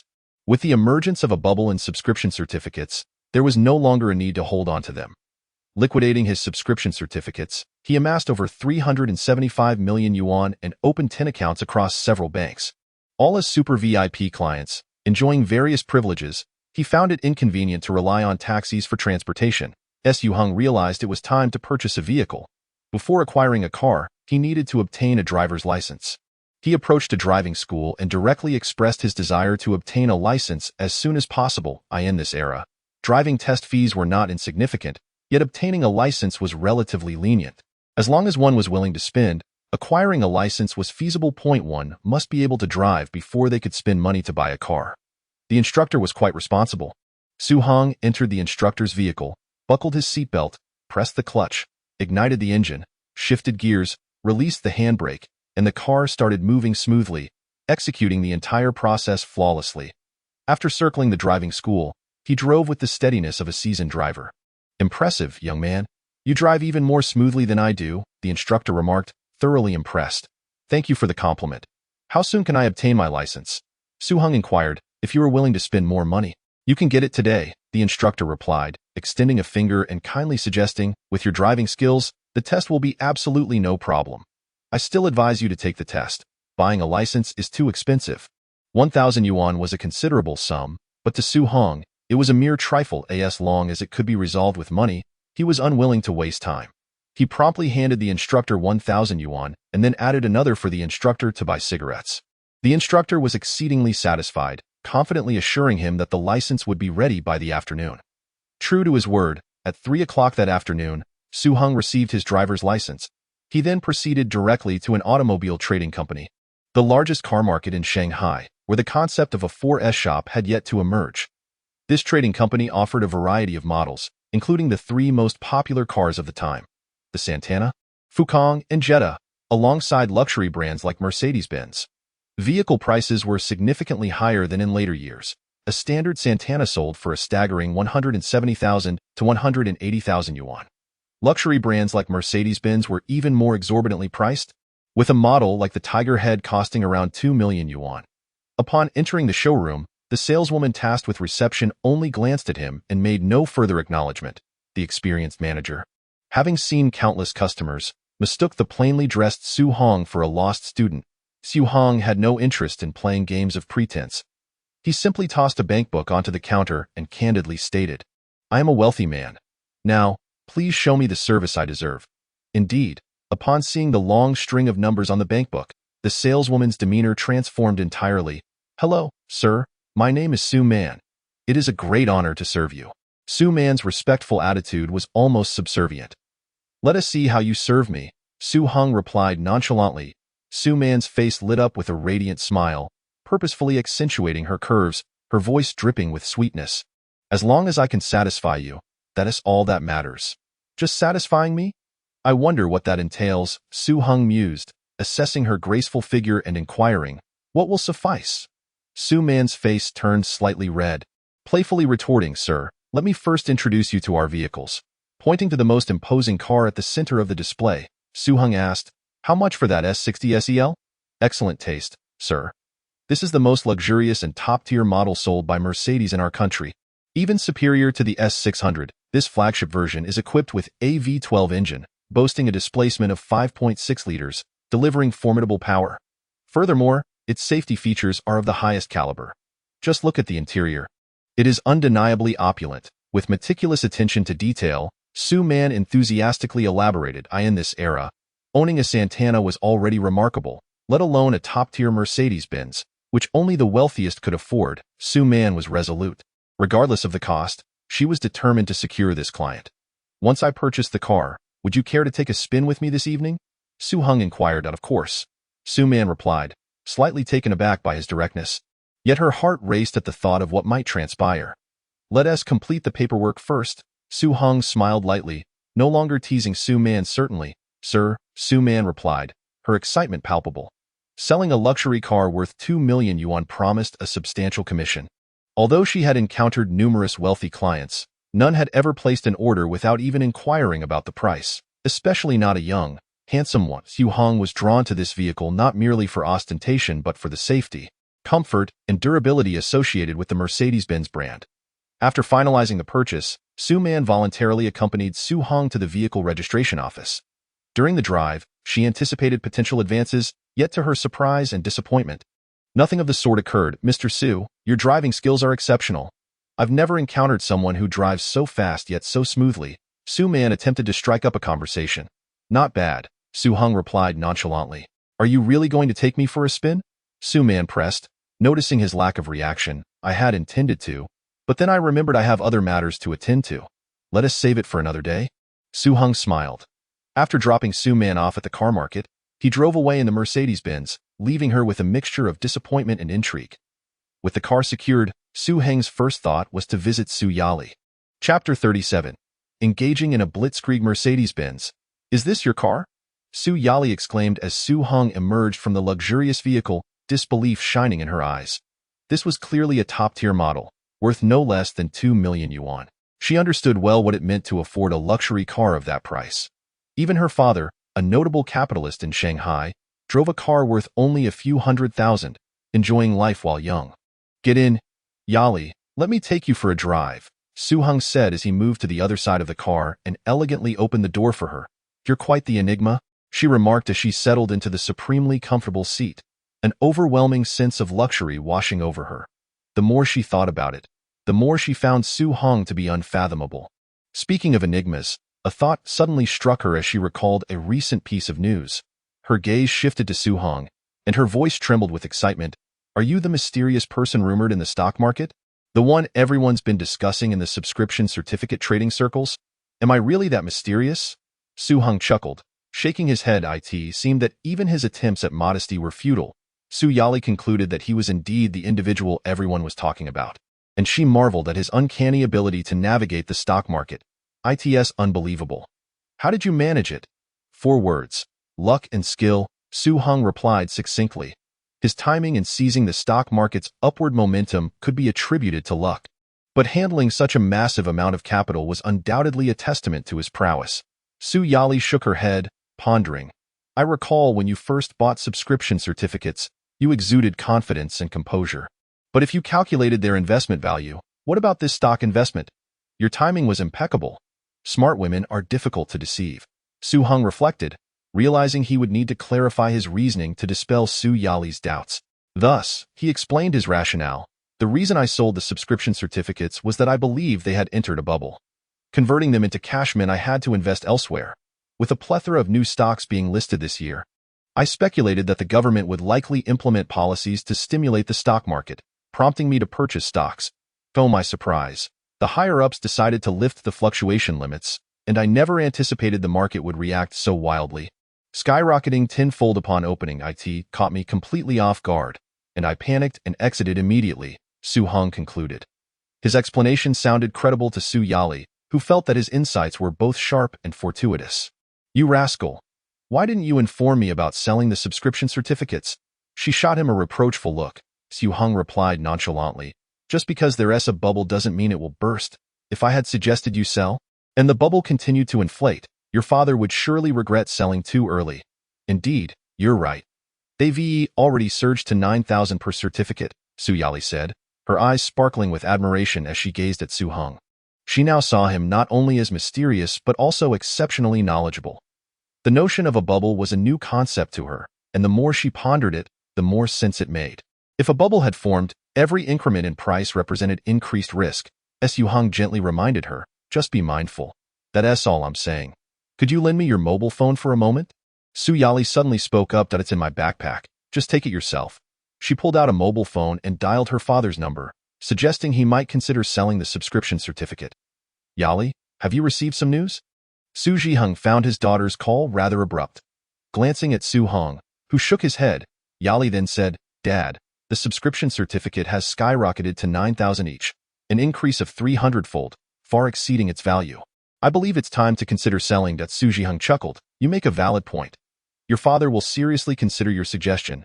By the way, Yali, tomorrow is your grandfather's 66th birthday. Please don't forget, I remember. Yali, you didn't work today because you knew I was coming?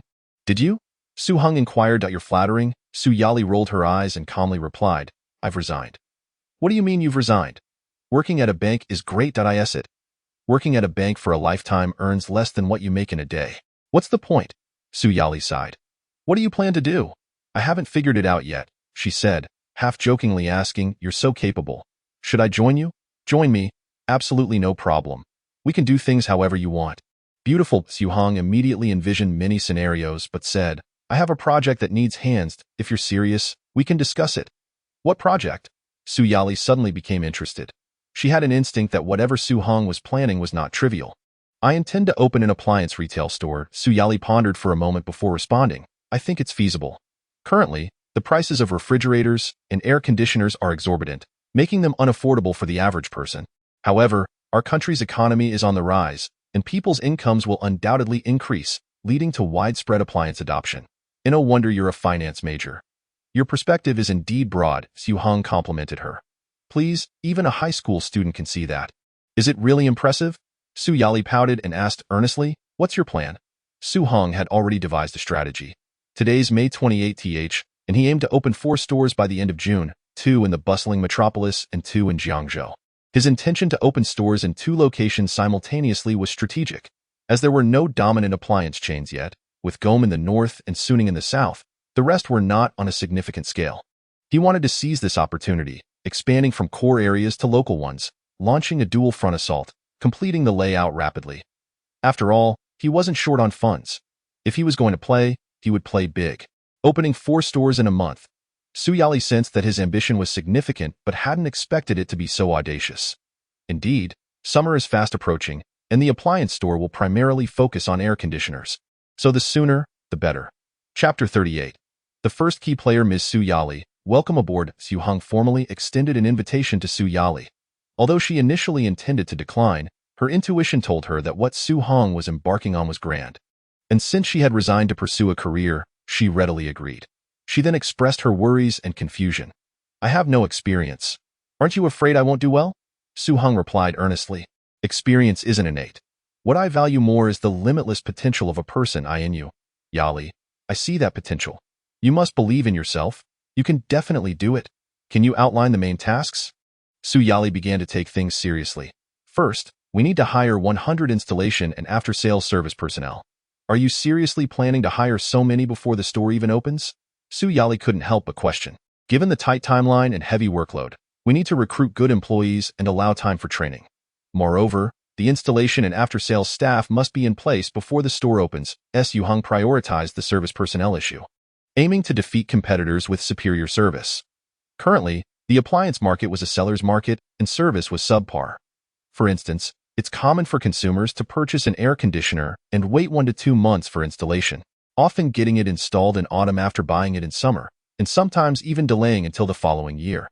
This would be unimaginable in the future, but at present, the sellers were the kings.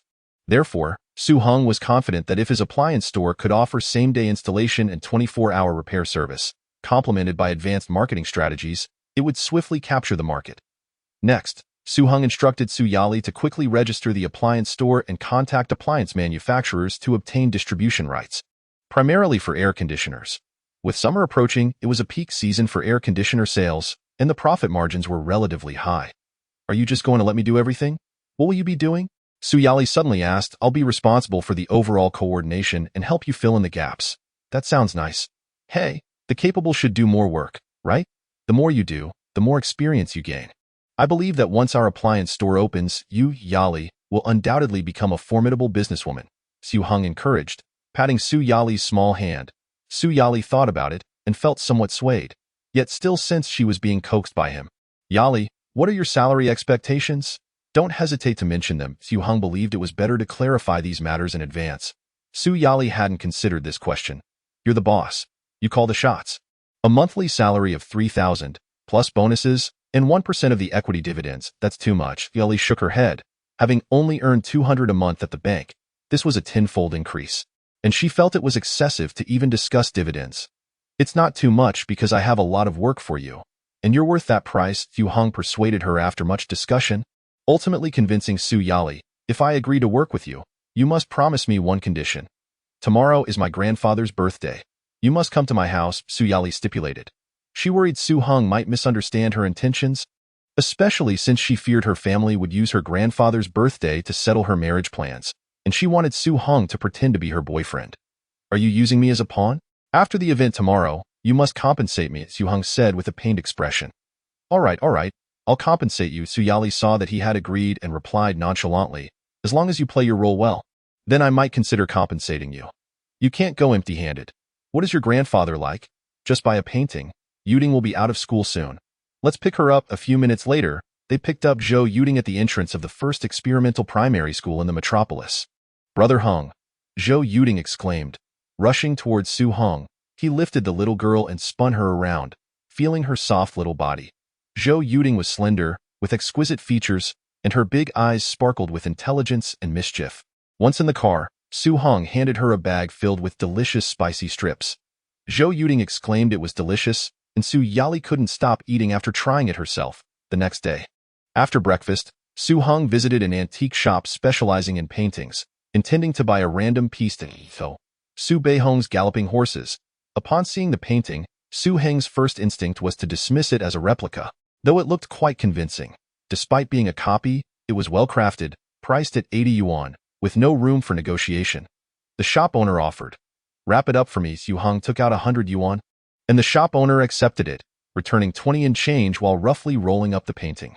Coincidentally, at that moment, Gao Jianhua, dressed in a white suit, entered the shop, followed by a subordinate. Upon seeing Su Heng, a cold glint flashed in his eyes. However, Su Heng dismissed him. Spending 80 bucks on a replica, which unlucky fool are you planning to gift it to? Gao Jianhua sneered. He speculated that Su Heng was buying the painting for Su Yali's grandfather's birthday, as he was also purchasing art for the celebration. Otherwise, it was too coincidental. None of your business. Su Heng walked past, tucking the painting away. Gao Jianhua's cousin, Gao Zhiyong, stepped in to block Su Heng, angrily demanding, "You arrogant brat, apologize to Brother Jianhua." Su Heng looked at Gao Zhiyong as if he were a fool, casually asking, "Whose dog is loose?" Gao Zhiyong froze, suspecting he had misheard. Damn, there aren't many who dare speak to me like that in the entire metropolis. The next moment, enraged, he raised his fist to strike, but was stopped by Gao Jianhua, who feared that if his cousin hit Su Heng, it would disrupt his carefully crafted image at the banquet. He had a plan, intending to buy a fine painting to humiliate Su Heng, who would present a replica as a birthday gift. Chapter 39. Acting Su Heng drove his luxurious car to the Su family estate. The Su residence was a sprawling manor covering several acres, featuring a large villa nestled among tall trees, expansive lawns, gardens, an outdoor swimming pool, and a tennis court. The elder Su was the president of the Calligraphy and Painting Association, well connected with many influential figures. Attendees at the birthday banquet included not only the Su family members, but also numerous social elites. Su Heng and Su Yali waited at the entrance, smiling and waving at him. Su Heng was pleasantly surprised. It was his first time seeing Su Yali in a dress, her chiffon gown accentuating her perfect figure, exuding a youthful and vibrant aura. Is this little fairy here to pick up her lover? Su Heng joked. Don't say such things. Su Yali's cheeks flushed slightly as she shot him a playful glare, then noticed the art portfolio in his hands. You really bought a painting? Just a replica for 80 bucks. You're so stingy. I'm here to help you act. Not only is there no performance fee, but I also have to pay to do it. After this, you owe me a favor. Yalid, you're just talking nonsense. The two slightly distanced themselves, whispering as they walked towards the villa's grand hall, which was around 200 square meters, filled with dozens of people chatting in small groups. Everyone turned their curious gazes towards Su Yali as she entered with an unfamiliar young man. Su Yali was both talented and beautiful, and many prominent families in the metropolis sought to form alliances with the Su family. Just then, Gao Jianhua, dressed impeccably, entered the scene, and upon seeing Su Heng, his previously cheerful demeanor darkened. However, he quickly regained his composure, greeting familiar elders warmly and politely. The elders present praised Gao Jianhua, commending him for his poise and politeness. Meanwhile, Su Zhiheng and his wife noticed Su Heng. Zhiheng, do you know the young man Yali brought? Su Qiufan asked quietly. Su Heng shook his head and replied calmly, "It's normal for Yali to have male friends." Su Heng felt a surge of anger, fearing her daughter might be deceived by someone young. Jianhua is so outstanding, and he has a solid background. Most importantly, he truly cares for Yali. I just can't understand why Yali won't accept Jianhua. Her motives were somewhat selfish. She was keen on matchmaking Jianhua and Yali because Jianhua was her distant nephew. Su Heng sighed, believing that matters of the heart were best understood by those involved. Honestly, we shouldn't worry unnecessarily. Let Yali make her own decisions. Su Heng huffed. As a stepmother, whatever I do is wrong. If I interfere, people will say I meddle too much, and if I don't, they'll say I'm an unfit stepmother. All right, let's put this aside for now. The guests have arrived. Let us bring out the elder. Su Heng glanced at his watch, not wanting to prolong the topic. Today's birthday celebrant, Su Yisheng, along with a group of older gentlemen, emerged from a small reception room into the hall, marking the official start of the banquet. Guests offered their birthday wishes in turn. Su Yisheng exuded a scholarly aura, his warm smile complemented by wise, sharp eyes that seemed to see into people's hearts. Grandpa Su, Gao Jianhua presented the painting he had just purchased, humbly asking, "This is a piece I searched high and low for in the metropolis. Could you please appraise it? Is it a genuine work by Zhao Wangyun?" Mr. Zhao Wangyun is an outstanding artist, known primarily for cultivating numerous talented individuals. "Let me have a look," Su Yisheng said as he took the painting, carefully unrolling it to examine. Nodding thoughtfully, he remarked, "Not bad. This is indeed a genuine piece by Mr. Zhao Wangyun, and a rare gem at that. Jianhua, this painting must have cost you a pretty penny, right?" Su Yisheng looked at Gao Jianhua. Gao Jianhua, feeling pleased, maintained a nonchalant facade, only about 10,000. "Now that I know it's genuine, I can rest easy. If I had bought a replica as a birthday gift for Grandpa Su, that would have been quite embarrassing. 10,000 is no small amount." Gao Jianhua had clearly invested heavily. The guests understood that Gao Jianhua's intentions were not just to give a gift, but also to pursue Su Yali. Moreover, since Su Yali was the only child, marrying into the Su family held significant implications. Su Heng felt a sense of pride and remarked to Su Heng, "Jianhua is quite thoughtful. His feelings for Yali are sincere." Yet, Su Heng remained indifferent. "It's just 10,000. That kind of showboating can only score 50 points." Su Heng found it amusing. He sensed that Gao Jianhua's gesture was a prelude to targeting him next. Sure enough, Gao Jianhua turned to Su Yali with a smile, saying, "Yali, your friend also bought a painting, and I heard it's a famous piece. Why not take this opportunity to let Grandpa Su appraise it?" Everyone turned their attention to Su Yali, and of course, to Su Heng beside her. Su Yali recognized Gao Jianhua's malicious intent, aiming to embarrass her and Su Heng. She felt somewhat awkward, but Su Heng remained unfazed, saying, "I know nothing about calligraphy and painting, and I'm not as wealthy as Mr. Gao. I feared I might waste money on a replica, so I simply bought a copy. However, even if it's a replica, I think it looks quite nice." The crowd was left speechless, shaking their heads in disbelief. Presenting a replica as a birthday gift to a renowned artist, and doing so calmly and confidently, such audacity was remarkable. Gao Jianhua reveled in his moment, continuing to dig at Su Heng. "Whether it's a lot or a little, it's all about the sentiment. You can't afford a genuine piece, so just buy something within your means. No one would blame you. But you shouldn't use a replica to fool Grandpa Su. Don't you know he himself is a master of calligraphy and painting?" Su Yisheng interrupted Gao Jianhua, kindly saying, "What Gao said has its merits. Young people should always be practical." He then extended his hand towards Su Yali. "Yali, show me the replica your friend bought. Even replicas can have their value." Clearly, he was trying to give Su Heng a way out. Who was Su Yisheng? He was well acquainted with many experts and had an eye for talent. He immediately saw through Gao Jianhua's little ploy. However, what intrigued him was the calm young man beside his granddaughter, who exhibited composure and maturity beyond his years, putting Gao Jianhua at a disadvantage. Chapter 40. Viewing money as worthless as the elder spoke, Su Yali had no choice but to hand over the portfolio and help her grandfather unfold it. Su Yisheng's discerning gaze fell upon the artwork, and his expression shifted dramatically. The more he examined it, the more astonished he became. The guests noticed the change in Su Yisheng's demeanor, sensing something was amiss. Could it be genuine? That seemed impossible. The person who gifted it had openly declared it a replica. Minutes passed, and finally, Su Yisheng called over a guest. "Xiao Zhao, you have quite an understanding of Su Beihong's works. Take a look at this piece, of course." "Teacher." A distinguished middle-aged gentleman clad in a Zhongshan suit hurriedly approached. Su Heng recognized him as Zhao Ming, the leader overseeing the auction of 6 state-owned stores.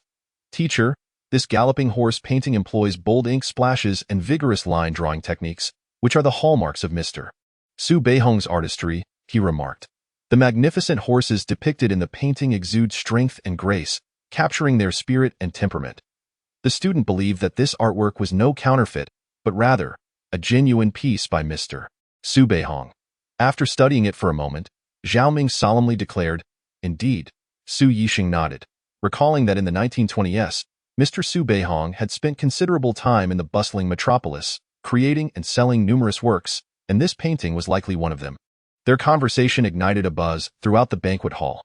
Even those less familiar with calligraphy and painting had heard of Su Heng's illustrious name. Wasn't that young man the one who admitted it was a forgery? How could it be authentic? The crowd murmured, glancing at Su Heng, while Su Yali was equally perplexed, doubting whether Su Heng had deceived her, believing it to be a genuine piece. Gao Jianhua, initially eager to witness Su Heng's embarrassment, found himself soundly rebuffed, muttering in disbelief, unable to reconcile how Su Heng could have purchased the painting for 80 yuan if it were truly a work of Su Heng. "Mr. Su," Zhao Ming exclaimed, having just turned to face Su Heng. "Director Zhao, what a coincidence," Su Heng greeted politely as he stood. Zhao Ming waved his hand, warmly saying, "Since you are a friend of Yali and here to celebrate the teacher's birthday, just call me Uncle Zhao." "Hello, Uncle Zhao," Su Heng replied with a smile. Zhao Ming nodded appreciatively and patted Su Heng's shoulder affectionately. Their exchange once again stirred the crowd. Zhao Ming was a prominent figure in the political circles of the metropolis. Gao Qiufan's expression darkened as she realized that Su Heng posed a threat to her nephew. "So, you two are acquainted," Su Yixing said, inviting Su Heng to take a seat at the main table. He had already perceived Su Heng as composed and capable, and Zhao Ming's evident admiration only reinforced his impression of Su Heng's exceptional nature. "Yes, Mr. Su, I am Su Heng." Su Heng introduced himself with humility. Su Yixing nodded in appreciation and curiously inquired, "Did you acquire this painting at the price of a forgery?" Su Heng chuckled, "Indeed. I spent 80 yuan on it, and Mr. Gao was also present at the time." Zhao Ming interjected with a smile, "Young Su, you have stumbled upon a great treasure.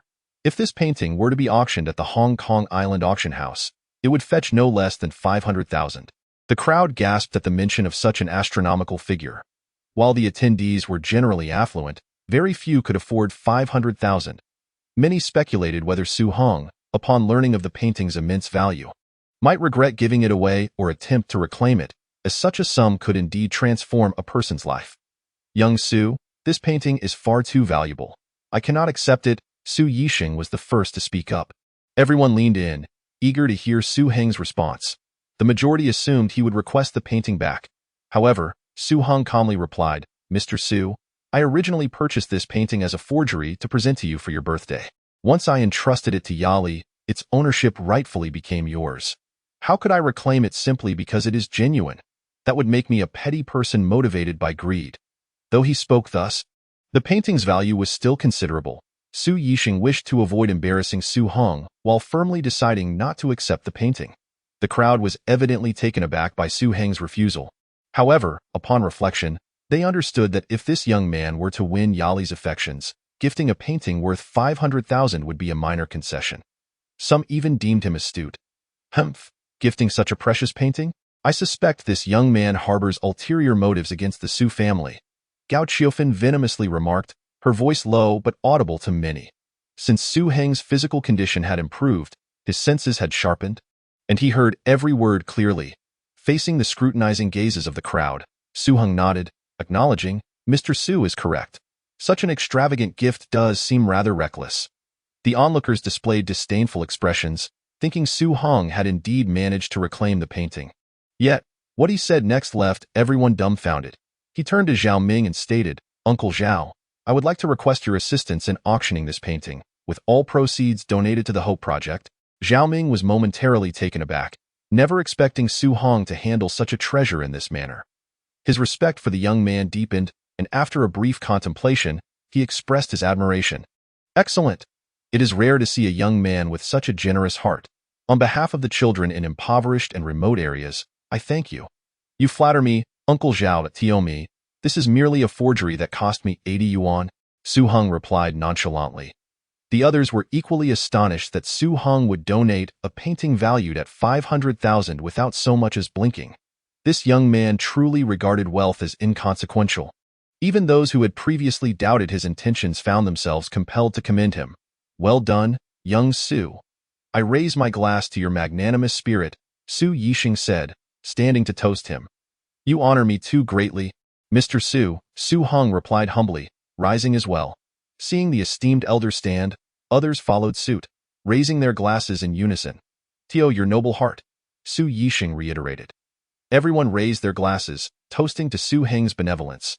Gao Jianhua and Gao Qiufan exchanged glances, their expressions darker than ever, akin to having swallowed a fly, discomfort evident on their faces.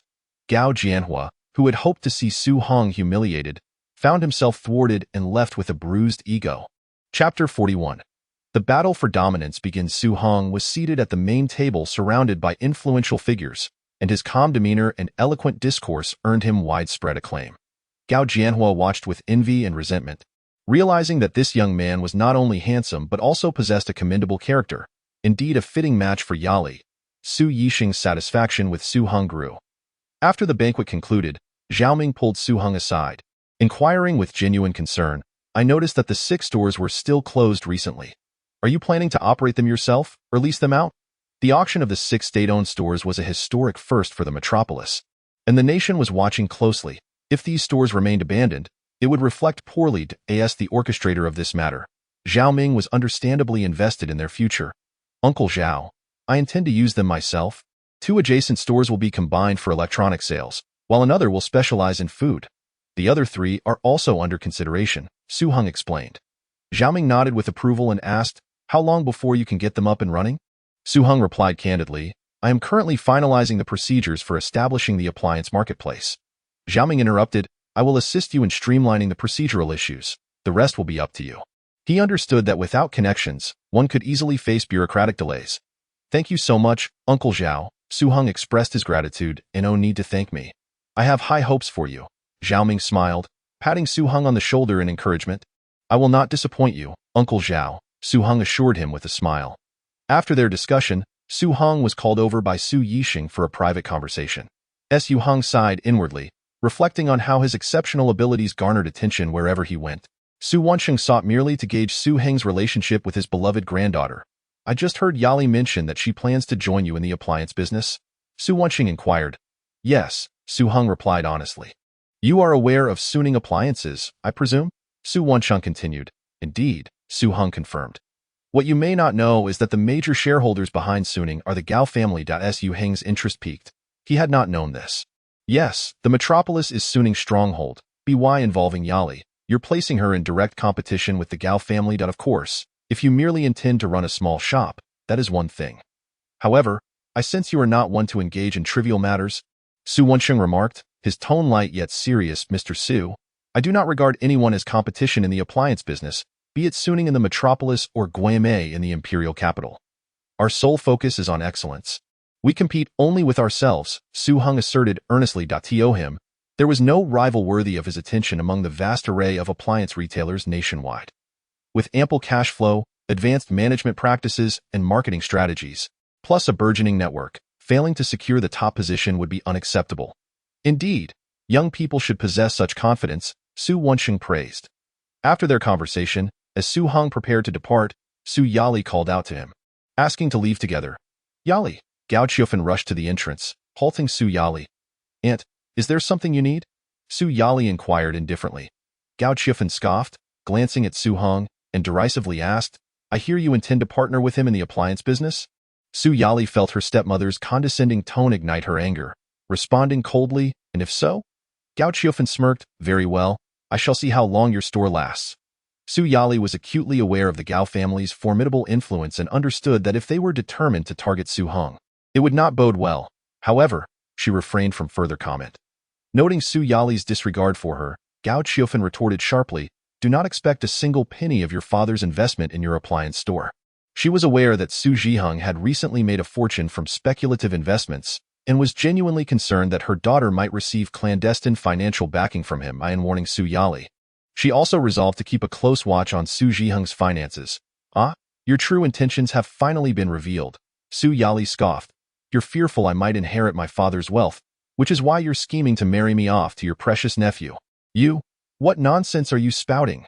Gao Qiufen realized she had let slip too much and was filled with rage. Su Yali, tired of her stepmother's tirades, turned to leave with Su Heng. After departing the Su residence, Su Heng and Su Yali arrived at her small courtyard.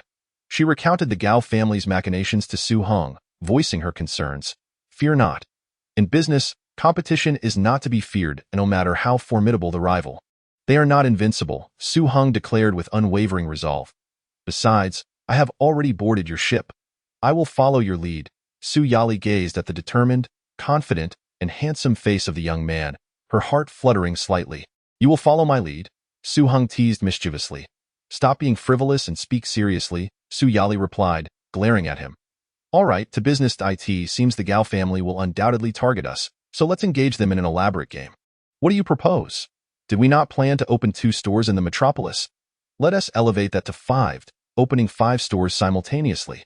Su Yali gasped in astonishment. Indeed, aside from the one on Nanjing Road, we must quickly secure locations for the other 4, ideally all in close proximity to Suning. Su Heng was determined to approach the store openings as a grand battle, catching Suning off guard. Winning this battle in the metropolis would undoubtedly establish their reputation nationwide and significantly aid in their subsequent rapid expansion. If the Gao family insisted on underestimating them, then they would serve as stepping stones. Su Yali struggled to find words to describe Su Heng, her mind racing with a single thought, too audacious. Yet, she recognized that this young man was not impulsive or irrational. Rather, he possessed confidence and a solid plan. In the following days, Su Heng devoted himself to the appliance marketplace. With Xiaoming's assistance, all necessary procedures were completed in a mere 2 days, leading to the establishment of Shenlong Appliances. Su Yali, familiar with the metropolis and possessing relevant connections, quickly identified several shops willing to sell. Su Heng personally negotiated with the shop owners, purchasing them at prices 20% above market value. With the store issues resolved, renovations commenced, and Su Heng personally designed the aesthetic. Chapter 42. The rapid growth of a hidden gem. Su Yali's recruitment efforts were well underway, and due to the expansion to 5 stores, the hiring plan increased from an initial 100 staff to 200. This included 50 salespeople, 120 installers, and 30 maintenance personnel. Agreements with air conditioning suppliers were swiftly finalized, focusing on the 2 leading brands, Haier and Gree. This choice reflected Su Heng's careful consideration. Haier was a well-known trademark with a strong reputation among consumers, ensuring a steady sales stream. As for Gree, though it was currently a lesser player, it was set to become the future titan of air conditioning. Su Heng's decision to partner with Gree stemmed from long-term strategy, aiming to establish a solid cooperative relationship. Additionally, while Gree's brand recognition was still growing, its quality was unquestionable, with compressors imported from Europe. More importantly, Gree offered higher profit margins than Haier. During negotiations with Haier Group, they insisted on a full upfront payment for an initial order of 1,000 air conditioners to qualify for wholesale pricing. Each unit had a factory price of over 3,000 yuan, amounting to over 300,000 for 1,000 units, a substantial sum for a new store. However, for Su Heng, this was hardly a concern. Gree's terms were far more lenient. Upon indicating his intention to order 1,000 units, the entire factory was set abuzz, promptly offering the best possible pricing. Refrigerators would feature both Haier and Midea brands, with televisions also carrying the Haier label alongside Changhong. The progress in the metropolis was swift, and by mid-June, the stores were set to open. Upon returning to Jiangzhou, Su Heng wasted no time, swiftly acquiring 2 shopping malls outright. Both were situated in bustling commercial streets and could be operational with minimal renovations. That evening, upon arriving at the Luyuan food factory, he found it more prosperous than when he had left. A long line of delivery trucks queued outside, and the factory was ablaze with lights, with workers rotating in shifts to maintain near-constant production. 100 dedicated sales personnel were aggressively pursuing market opportunities. And despite the factory's full production capacity, demand still outstripped supply. Distributors, eager to secure their goods, were prepaying the factory, yet still faced a wait of approximately 1 week. The factory had already received over 5 million yuan in advance payments. In less than a month since commencing operations, the food factory had become a star enterprise in Jiangzhou. Boss Su is back? Hello, Boss Su. The employees greeted him enthusiastically. Su Heng smiled in return, noting the genuine happiness radiating from their faces. The food factory's success had benefited the workers as well. Under his established policy of merit-based pay, employees were incentivized to maximize their productivity. Ordinary frontline workers earned a base salary of 100 yuan, but most took home no less than 200 yuan, with some even reaching 300. Such wages were remarkably attractive.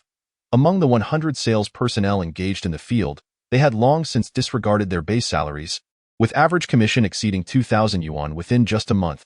"Hello, Boss Su." Upon entering his office, he found Song Jia, who was busy compiling statistics, her beautiful eyes shimmering with excitement. Not bad. Su Heng observed that the young girl had become more mature and composed, her figure more voluptuous than before, and her pair of clear, large eyes still exuded an aura of pure innocence. As he scrutinized her, he couldn't help but inwardly marvel at what a treasure she was. At this tender age, Song Jia was navigating the most sensitive phase of her youth. Though she slightly lowered her head, she could still sense the ardent gaze of her young boss. "How is work going?" Su Heng inquired with genuine concern. Song Jia nodded affirmatively. Su Heng noticed a book titled Fundamentals of Accounting on the table and asked, "Are you self-studying?" "Yes, Mr. Su," she replied. Su Heng regarded this diligent and earnest girl with newfound admiration. "There's a new job opportunity. Are you willing to take on the challenge?" he asked. "At a new job?" Song Jia blinked, momentarily taken aback. She felt that during her over 20 days at the food factory, she faced various challenges that were entirely new to her. Initially, she had felt apprehensive, fearing she might not perform well. To her astonishment, she had persisted and seemed to be managing quite well. The mention of a new job by Su Heng sparked her intuition. "It must be something extraordinary. I am preparing to open 2 appliance malls and would like you to be the store manager. But I've never done that before, and I know little about appliances." Song Jia instinctively protested. Her experience lay in food, and she had only interacted with radios, leaving her utterly clueless about larger appliances like televisions and air conditioners. Su Heng chuckled, picking up the book on accounting, and said, "I believe that with your spirit of hard work and inquiry, there is nothing you cannot accomplish." Song Jia felt a surge of excitement course through her veins. "Thank you for your trust. Mr. Su, I would like to take on the challenge," she declared, straightening her posture, her demeanor transforming, her eyes sparkling with newfound determination. "Excellent. As the store manager, your primary responsibilities will be sales and the recruitment and training of sales personnel. Here is the training manual," Su Heng said, handing her a booklet he had prepared for the new sales staff in the bustling metropolis, having brought an extra copy back with him. Song Jia accepted it as if it were a precious treasure. At that moment, her admiration and respect for this young man her age blossomed, along with feelings she herself had yet to recognize. After discussing her new role, Su Heng inquired about her family's street vending situation. Upon mentioning the stall, Song Jia's tone brightened with excitement. "Thank you, Mr. Su. It's going very well. We earn an average of 70 to 80 yuan a day. That's no less than 2,000 yuan a month, over 10,000 in 6 months. How could one not be thrilled? Has that thug, Sun Daqiang, caused you any trouble?" Su Heng asked. Song Jia shook her head initially but then candidly replied, "On the 3rd day of setting up the stall, he and a group of people smashed our stand. Then the police arrested them all, and they haven't been released. Is your family all right?" Su Heng inquired with concern, recalling the ongoing crackdown on rising crime rates. Sun Daqiang's gang had indeed run into trouble. He had intended to deal with these thugs himself, but it seemed that the situation had resolved itself. "Everyone is fine," Su suggested. "I advised my brother not to retaliate.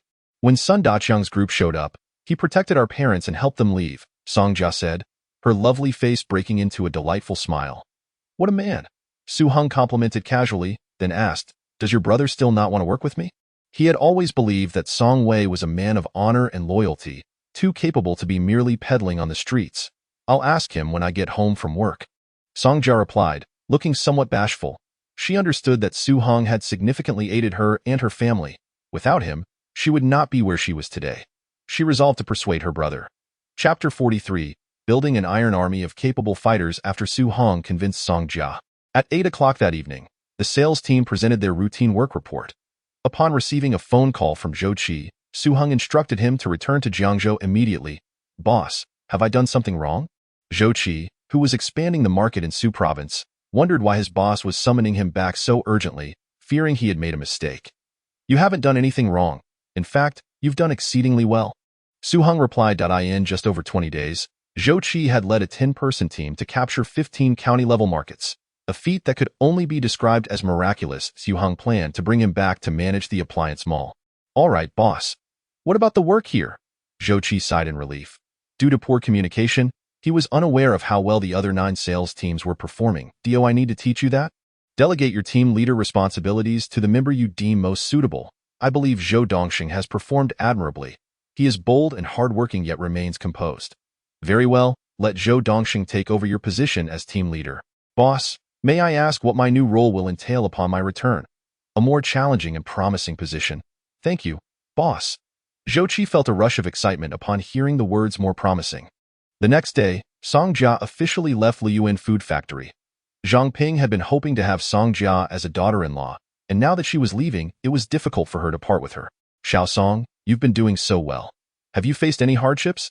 Zhang Ping expressed her reluctance, perplexed by the sudden departure of the young girl. I apologize, Ms. Zhang, but I feel that my abilities are not sufficient for my current role.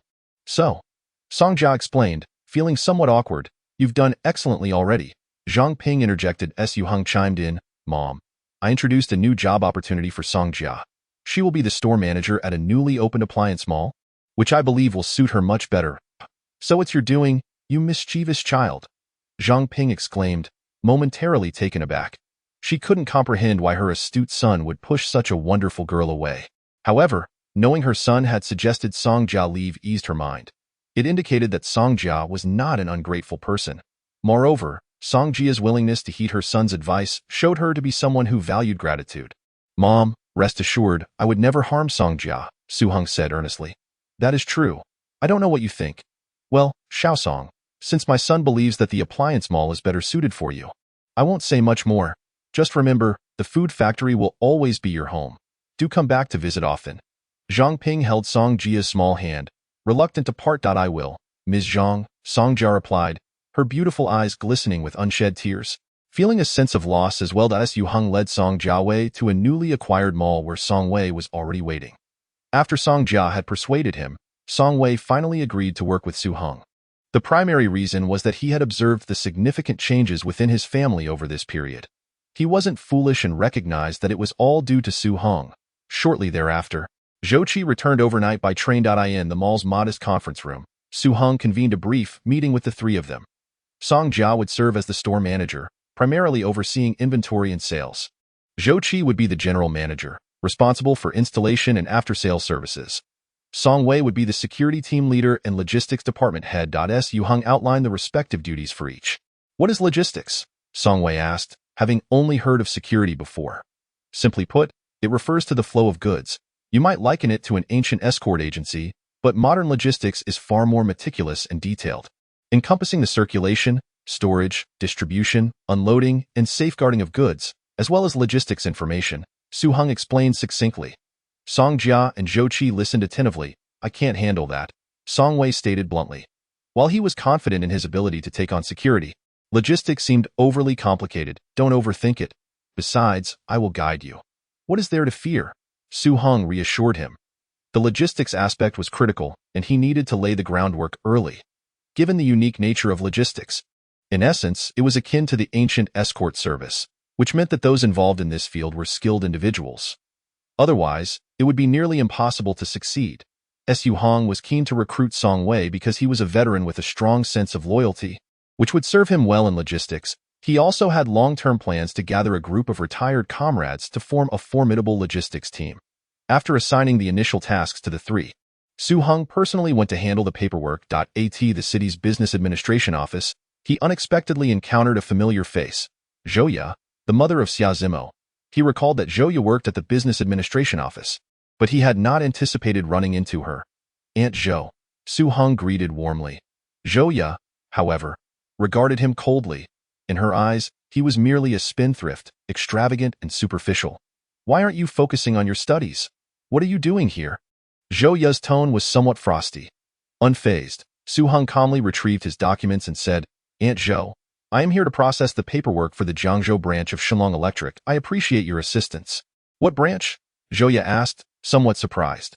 Upon examining the documents, she realized they pertained to Shillong Electric in the metropolis, which planned to open 2 branches in Jiangzhou. The paperwork only listed Su Yali as the responsible person, with no mention of Su Heng as the behind-the-scenes owner. Once Shoya confirmed the legitimacy of the documents, she became serious and proceeded to ask Su Heng some routine questions before having him fill out several forms. Following standard procedures, the approval could take at least a week. However, after her preliminary review, she consulted with her superiors and managed to finalize the paperwork for Su Heng that very day. Thank you. Aunt Zhou Su Heng was pleasantly surprised by how smoothly the process went. Zhouya replied coolly, "No need to thank me. I am merely doing my job. In this current economic climate, I hope Shenlong Electric can contribute positively to Jiangzhou's economy." Chapter 44. A grand opening on June 15th. Preparations for the grand opening of 5 stores in the metropolis and 2 in Jiangzhou were fully underway. Su Heng scheduled the opening for June 18th. In the final 3 days leading up to the opening, Shenlong Electric's advertisements were launched in an unprecedented trimodal blitz across land, sea, and air. Television stations and print media displayed massive banners, while hot air balloons adorned with slogans floated over the city. Additionally, following Su Heng's suggestion, beautifully designed flyers were printed, and university students were hired to conduct outreach to ensure every household received one. This advertising strategy was truly revolutionary, fresh, and enticing. The 7 stores were designed with a simple yet eye-catching aesthetic, capturing the attention of the public. Shenlong Electric quickly became the talk of the town among local residents. In just 3 days, before even opening its doors, Shenlong Electric had already generated considerable buzz. At the headquarters of Su Heng Electric, a meeting was convened for all senior and mid-level executives. 30-odd shareholders and executives were present, yet the atmosphere was somewhat somber. From the outset, they had not taken Shenlong Electric seriously. Su Heng operated 16 stores in the metropolis and over 50 in the Suzhou, Hangzhou, and Guangdong regions, with last year's total revenue surpassing 100 million, ranking them second only to Guimei in the northern market. Consequently, they regarded a new store that had yet to open as no threat. It was only when Shenlong Electric announced plans to open 5 stores that they began to pay attention. However, in the days leading up to the opening, they were utterly unprepared for the magnitude of Shenlong Electric's marketing efforts, which left them in awe. Shenlong Electric is no ordinary contender. It's evident that a top-notch strategist is at the helm. What are your thoughts on how we should respond? Gao Kong, the CEO of Su Heng, scanned the room, his voice low. He was also the father of Gao Jianhua and had heard from his son about Shenlong Electric. Initially believing that he could easily crush this rival, the room fell silent as everyone exchanged glances, unsure of how to reply. Shenlong Electric's marketing had come as a complete surprise, executed in a manner so advanced and aggressive that they had no time to react or adapt. With the grand opening tomorrow, any attempt to follow suit would be too late and would not hinder Shenlong Electric's rise. They could only imagine the bustling scene at Shenlong Electric's opening. Although they had prepared some promotional measures to counter Shenlong Electric, those were merely standard discounts, which paled in comparison to the innovative approach taken by Shenlong Electric. "Minister Hu, you are responsible for marketing. Why are you silent?" Gao Kong asked after a pause, his displeasure evident as he turned his gaze to Minister of Marketing Hu Enjuan at Hu Enjuan quickly stood up straight. Respectfully responding, "Mr. Gao, I admit we underestimated our opponent. I believe that marketing, while ever-changing, ultimately revolves around one fundamental principle. To capture consumers' hearts, we must provide tangible benefits. Only by ensuring consumers feel the real value can we secure their loyalty." Gao Kang's expression softened. He held Hu Enjuan in high regard and appreciated that he had pinpointed the core issue. "So, what do you propose?" Gao Kong inquired. "We need to amplify our discount offerings," Hu Enjuan suggested, then, under pressure, proposed an idea. "Tomorrow, we could host a lottery event. Time is of the essence." "Let's move swiftly," Gao Kong agreed, dismissing non-essential personnel and retaining only the core members. He then asked the finance department head how much liquid capital they had available. The finance minister quickly responded, 31,681,000. "Very good," Gao Kong nodded approvingly. With over 20 million in liquid assets, they could easily engage in a price war to eradicate the newly established Shenlong Electric at its inception. No matter how flashy their marketing tactics were, it ultimately came down to financial clout. This was how they had vanquished various small appliance retailers, solidifying their position as the leader in Jiangnan. On June 18th, Shenlong Electric held a grand opening. Both the 5 stores in the metropolis and the 2 in Jiangzhou were bustling with crowds. Customers could purchase items and have them installed on the same day, enjoying 24-hour on-site service. Such unprecedented service promises proved irresistible to potential buyers, in addition to substantial price discounts. A colossal transparent glass box filled with 1 yuan coins was prominently displayed at the entrance, capturing attention. Customers who had just purchased appliances were cheered on by friends and family as they reached into the box to grab coins. The amount they could collect in coins would translate directly into cash rebates. 2 employees maintained order while another 2 counted the coins for conversion into bills. Congratulations, Mr. Meng, you collected a total of 176 coins, totaling 176 yuan. Please accept this. Haha, this event is so exhilarating, both rewarding and entertaining. Enough fun. It's our turn now. Other customers who had purchased air conditioners eagerly stepped forward to participate. These customers were accompanied by dedicated installation personnel to ensure smooth setup. The turnout was incredible. Su Yali had confidence that the launch would be successful, but she hadn't anticipated such overwhelming sales. In the flagship store on Nanjing Road, there were over 100 air conditioners, all sold out within an hour. The other 4 stores experienced similar success. Having learned from previous experiences in selling spicy strips, Su Heng had already arranged for dedicated logistics personnel. The replenishment staff tirelessly transported goods from the warehouse to various stores. Su Yali departed from the Nanjing Road store to inspect 4 other locations, where she uncovered a pressing issue. The merchandise was selling at an astonishing rate, and inventory was depleting rapidly. Consequently, she hastily reached out to their partnered home appliance manufacturers to procure more stock. Su Heng, however, chose not to make an appearance at his own store. Instead, he leisurely drove his luxury vehicle through the streets of the metropolis. Passing by a Su Heng store, he noted that, despite the festive decorations and the sales staff energetically promoting the store at the entrance, the number of salespeople inside exceeded that of the customers, rendering it quite desolate. The marketing strategy of Shenlong Appliances was exceptionally striking, capturing the public's attention. Out of mere curiosity, many were drawn to join the throng, exemplifying the phenomenon of herd behavior. A brief anecdote illustrates the potency of this effect. A long line snaked outside a store, and when asked what was being sold inside, the last customer merely replied, "I don't know." When queried why they were waiting, the customer responded, "Seeing so many people in line, it must be something good." Not only in the metropolis but also in the less affluent Jiangzhou, Shenlong Appliances experienced a bustling atmosphere, with sales figures soaring. Remarkably, within just 1 day of opening, the 2 stores sold a total of 86 air conditioners, 218 televisions, and 67 refrigerators, an achievement equivalent to the annual sales of Jiangzhou's premier appliance retailer. On the day of the opening, sales statistics revealed that the 5 stores in the metropolis collectively sold 789 air conditioners, 1,625 televisions, and 528 refrigerators. When combined with the 2 stores in Jiangzhou, the total sales exceeded 20 million, yielding a gross profit surpassing 6 million. The grand opening of Shenlong Appliances was a resounding success, garnering immense recognition and profitability. All employees felt as though they were in a dream, basking in the glory of their remarkable achievements. Even management personnel such as Su Yali, Song Jia, and Zhou Qi did not anticipate such overwhelming popularity. While ordinary staff members rarely interacted with Su Heng, Su Yali, Song Jia, and Zhou Qi were acutely aware that this triumph was orchestrated entirely by him. Su Yali harbored concerns regarding Su Heng's decision to open so many stores and stockpile such a vast inventory. Yet, as time would reveal, she had underestimated his capabilities, recognizing that everything was well within his control. On the second day of operations, although the frenzy of the opening day had subsided, customers continued to flock in. Over the course of 3 days, the 7 stores amassed total sales of 50 million, with gross profits exceeding 15 million. In stark contrast, Su Heng Appliances implemented various strategies over the same period. Yet the results were almost negligible.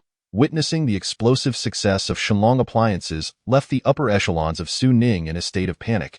Yet they struggled to devise an effective countermeasure. Within 3 days, Shenlong Appliances had effectively captured nearly all potential customers in both the metropolis and Jiangzhou. Even drawing in clientele from neighboring regions, it was evident that the appliance market was on the brink of a downturn. In a fit of rage, Su Heng convened an emergency high-level meeting, where CEO Gao Kong could no longer maintain his composure, unleashing a torrent of fury. The atmosphere was tense, and no one dared to lift their heads. Particularly Sales Director Hu Anjuan. Your so-called lottery event is intangible and unconvincing. How many people will actually believe in it? Look at Shenlong Appliances. They have a glass display filled with coins right at the entrance, and just that alone gives them the upper hand. Gao Kong directed his ire towards Hu Anjuan. Feeling utterly dejected, Huan had not anticipated Xinlong's audacious tactics. Grabbing coins on site, how many could one realistically collect? The prizes in his lottery event were of greater value. Yet as Gao Kong pointed out, the appeal of Xinlong's strategy was tangible in all honesty. He accepted defeat in the marketing battle and even held a degree of admiration for Xinlong's operator. It's my failure to execute effectively. I lack the capability and am willing to resign from the position of marketing director in favor of a more competent individual. Huan stood up and publicly submitted his resignation. It was clear that they simply could not compete with Xinlong. Rather than enduring the brunt of Gao Kang's fury in every meeting, he preferred to step down. Gao Kong calmly remarked, "In truth, we all know that our unexpected setback against Xinlong is not solely your fault, Huan." "Thank you, CEO Gao, for your understanding. I truly did not perform well." Huan felt slightly relieved, demonstrating emotional intelligence by taking responsibility. However, another significant shareholder, Dong Sheng, coldly interjected. If you fail in your duties, you should find ways to improve rather than resign at the drop of a hat. Don't you think that reflects a lack of competence?" His dissatisfaction with Huan was evident in his eyes. Xinlong Appliances had successfully revitalized their marketing efforts, so why was Huan, a supposed high achiever, unable to do the same? Had attending a prestigious university been in vain? Huan felt humiliated and replied, "I have acknowledged my inadequacy." At that moment, another individual rose. A man in a white suit, exuding an air of refinement. It was Gao Kang's son, Gao Jianhua. "If you admit your incompetence, then step aside. I shall take your place as marketing director." Gao Jianhua, though polished in appearance, spoke with an edge, casting a contemptuous glance at Huan before addressing the executives with an air of superiority. "I study business at Harvard in the United States. I will assume the role of marketing director for Su Heng, and I assure you, within 3 months, I will drive Xinlong out of the metropolis." "Well said, young Master Gao," Gao Kang's sycophants chimed in. Gao Kong secretly nodded in approval of his son's display but feigned discontent, giving him a pointed look, reminding him not to overstep, as Huan had indeed contributed despite his failings. This statement effectively labeled Huan's efforts as fruitless, implying that he had merely been a busybody without benefiting the company. "I resign," Huan declared, fully aware that he was merely a scapegoat in this meeting. A stepping stone for the young master.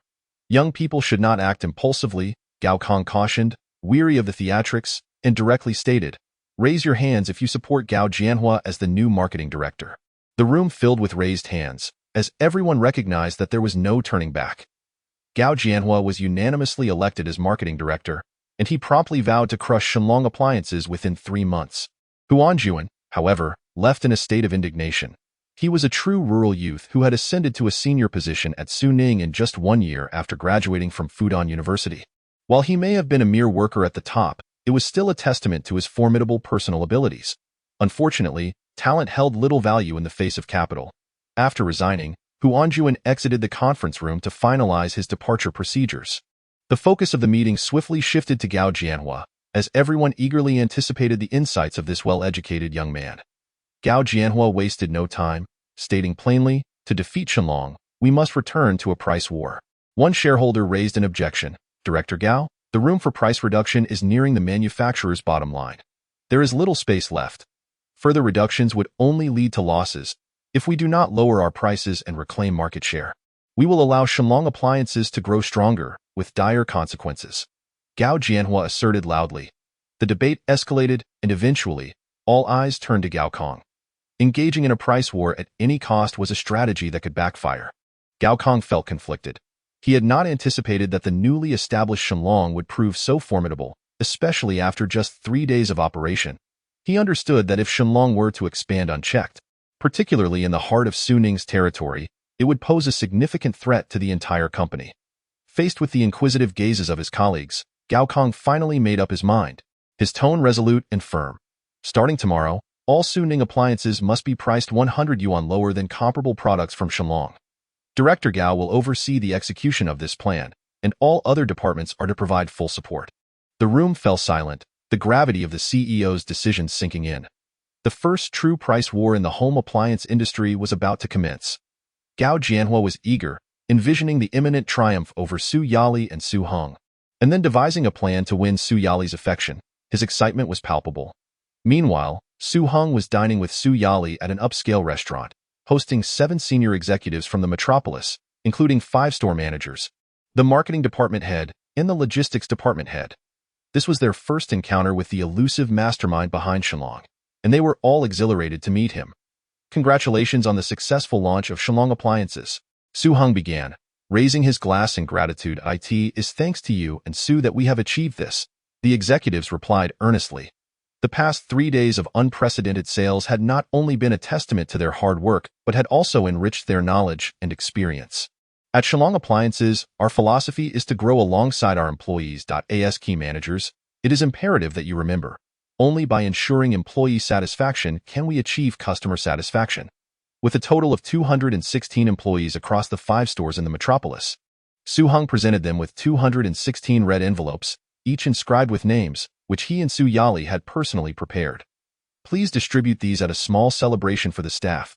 Yes, boss, they chorused. Thank you, boss. The 7 were moved, recognizing the generosity of their employer. You may take your own first, Su Heng encouraged with a smile.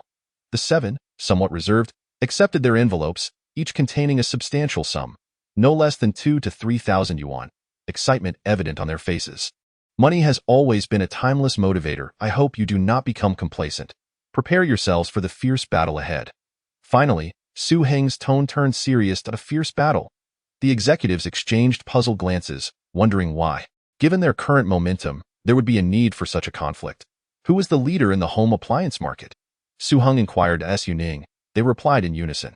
Are you aware of Su Ning's sales performance over the past 3 days? Su Heng continued. The executives felt a pang of guilt. They had been so preoccupied with their own success that they had neglected to monitor their primary competitor. Realizing their oversight, they quickly grasped the implications. I personally visited their store. I estimate their total sales over these 3 days have not reached 10% of ours. Do you think Su Ning will be complacent? Will they allow us to continue our growth unchallenged? Su Heng's voice took on a grave tone. Certainly not. Su Ning will retaliate. The room filled with a palpable tension as they comprehended Su Heng's foresight regarding the impending confrontation. Indeed, Su Ning will undoubtedly launch a counteroffensive. If you were in their position, what would you do? A price war, store manager Lu Wei from Nanjing Road asserted firmly. Others joined in, echoing similar sentiments, speculating that Su Ning would resort to a price war. Indeed, Su Ning will inevitably engage in a price war, perhaps starting as early as tomorrow, Su Heng declared decisively. The atmosphere grew tense as everyone recognized the gravity of the situation. Their young boss remained remarkably composed despite their overwhelming success. Su Heng unified their thoughts and then tasked Su Yali with the next course of action, to stand firm in the face of whatever came next. After the celebration concluded and the others departed, Su Heng and Su Yali retreated to a quiet courtyard for a deeper discussion regarding their strategy. Yali, starting tomorrow, I need you to continue hiring. How many? At least 200. Sooner rather than later. 200? You aren't planning on opening more stores again, are you? Su Yali gasped, thinking to herself that while she understood Su Heng's ambition, this seemed excessive, especially after just 3 days since the new stores had opened. Yes, this is the perfect time to engage in battle with Su Ning, and we must train more employees to expedite their development. Opening new stores ensures we won't be understaffed, Su Heng explained. I understand. Su Yali nodded. On the 4th day, following the launch of Shillong Appliances, Su Ning Appliances finally initiated their counterattack against the reigning titan of the home appliance retail industry. Su Ning's retaliation was swift and brutal, intent on obliterating Shillong Appliances. That day, Su Ning unleashed a barrage of enticing advertisements across all major media outlets, with hot air balloons displaying banners overhead, and a legion of temporary workers disseminating flyers throughout the streets. Su Ning had mastered the marketing tactics of Shillong Appliances, announcing a commitment to undercut all comparable products by 100 yuan. With a triadic promotional assault, this news rapidly spread throughout the city. Soon, every Su Ning store was bustling with crowds. Strangely, while many gathered to witness the spectacle, few made purchases. Initially, Su Ning's executives were pleased with the turnout, believing they had finally struck gold. However, they were soon perplexed. Why were so many merely observing without buying? The onlookers engaged in lively discussions. Su Ning has finally retaliated. I wonder what kind of discounts Shillong will offer. Su Ning is merely imitating Shillong. Surely they will respond. Yes, let us wait and see how Shillong reacts. Hearing these discussions, Gao Jianhua and his associates finally comprehended the situation. The consumers were waiting for Shenlong's response, and they cursed the cunning nature of the market. As anticipated, Shenlong appliances did not disappoint, and the response came swiftly. The announcement sent shockwaves through the industry. Shenlong appliances would reduce the prices of all products by 20%. Such an unprecedented discount in a seller's market was virtually unheard of. Moreover, in an astonishing twist, Shenlong also declared that they would refund the price difference to all customers who had purchased their products at the higher price, effectively returning 20% of the cost to those who had bought before the price drop. The revelation left everyone stunned. Consumers were overwhelmed by the magnitude of the discount, their hearts racing with disbelief. Even Shenlong's employees questioned their boss's sanity. Was he truly willing to give back the profits they had just earned? Yet, the customers who had recently purchased Shenlong products were ecstatic, rushing in with their receipts to claim their refunds. Shenlong had prepared ample cash reserves, and the process was seamless, requiring no complicated procedures. The efficacy of action spoke volumes, proving more impactful than any advertisement. A flood of consumers surged toward Shenlong's 5 stores in the blink of an eye. The throngs at Su Heng's numerous outlets dispersed, all heading for Shenlong. The 20% price drop was an irresistible temptation, luring in a wave of potential customers. Shenlong's 5 stores were overwhelmed with sales, their inventory vanishing in seconds. Newly replenished stock was snatched up just as swiftly, and even delivery trucks arriving with fresh goods were commandeered by frenzied customers before unloading could commence. Sales skyrocketed, rapidly surpassing milestone after milestone. 1,000 units, 0.2, 000.3, 000.10, 000 units. By the end of the morning, the combined sales of the 3 primary categories of appliances had exceeded 10,000 units. Meanwhile, Su Heng found itself utterly bewildered. It wasn't that they were slow to react. Rather, Shenlong Appliances was operating beyond the bounds of conventional strategy. Gao Jianhua was on the verge of a breakdown, having previously brimmed with confidence, plotting Shenlong's downfall. Yet, less than a day into his new role, he felt utterly overwhelmed. "Dad, should we act quickly? At this rate, all potential customers will flock to Shenlong," Gao Jianhua pleaded over the phone. In response, Gao Kong fell into a long silence. He too wished to counterattack, to engage Shenlong in a fierce battle, yet the strength of his company simply did not allow for it. With the current selling price of Shenlong, the gross profit has dwindled to a mere 10%. After deducting various taxes, labor costs, marketing expenses, and so forth, it is essentially a loss. Accepting losses can be tolerable, provided we can ultimately vanquish Shenlong, as future profits will surely compensate for the current deficits. However, Su Heng faces an even graver dilemma. Should we reduce prices by 20%? What then becomes of the consumers who previously paid a premium? Would they demand refunds akin to Shenlong's policy? Yet, Shenlong's sales were limited to merely 3 days, with a finite number of customers. In contrast, Su Heng has been operational in the metropolis for several years. With countless customers, how could we possibly accommodate refunds for all? To limit the refunds to only those who purchased within the last 3 days would likely incite outrage from earlier buyers.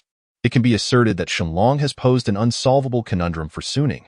If Su Heng merely follows suit with the price reduction without compensating prior customers, it risks alienating its loyal clientele.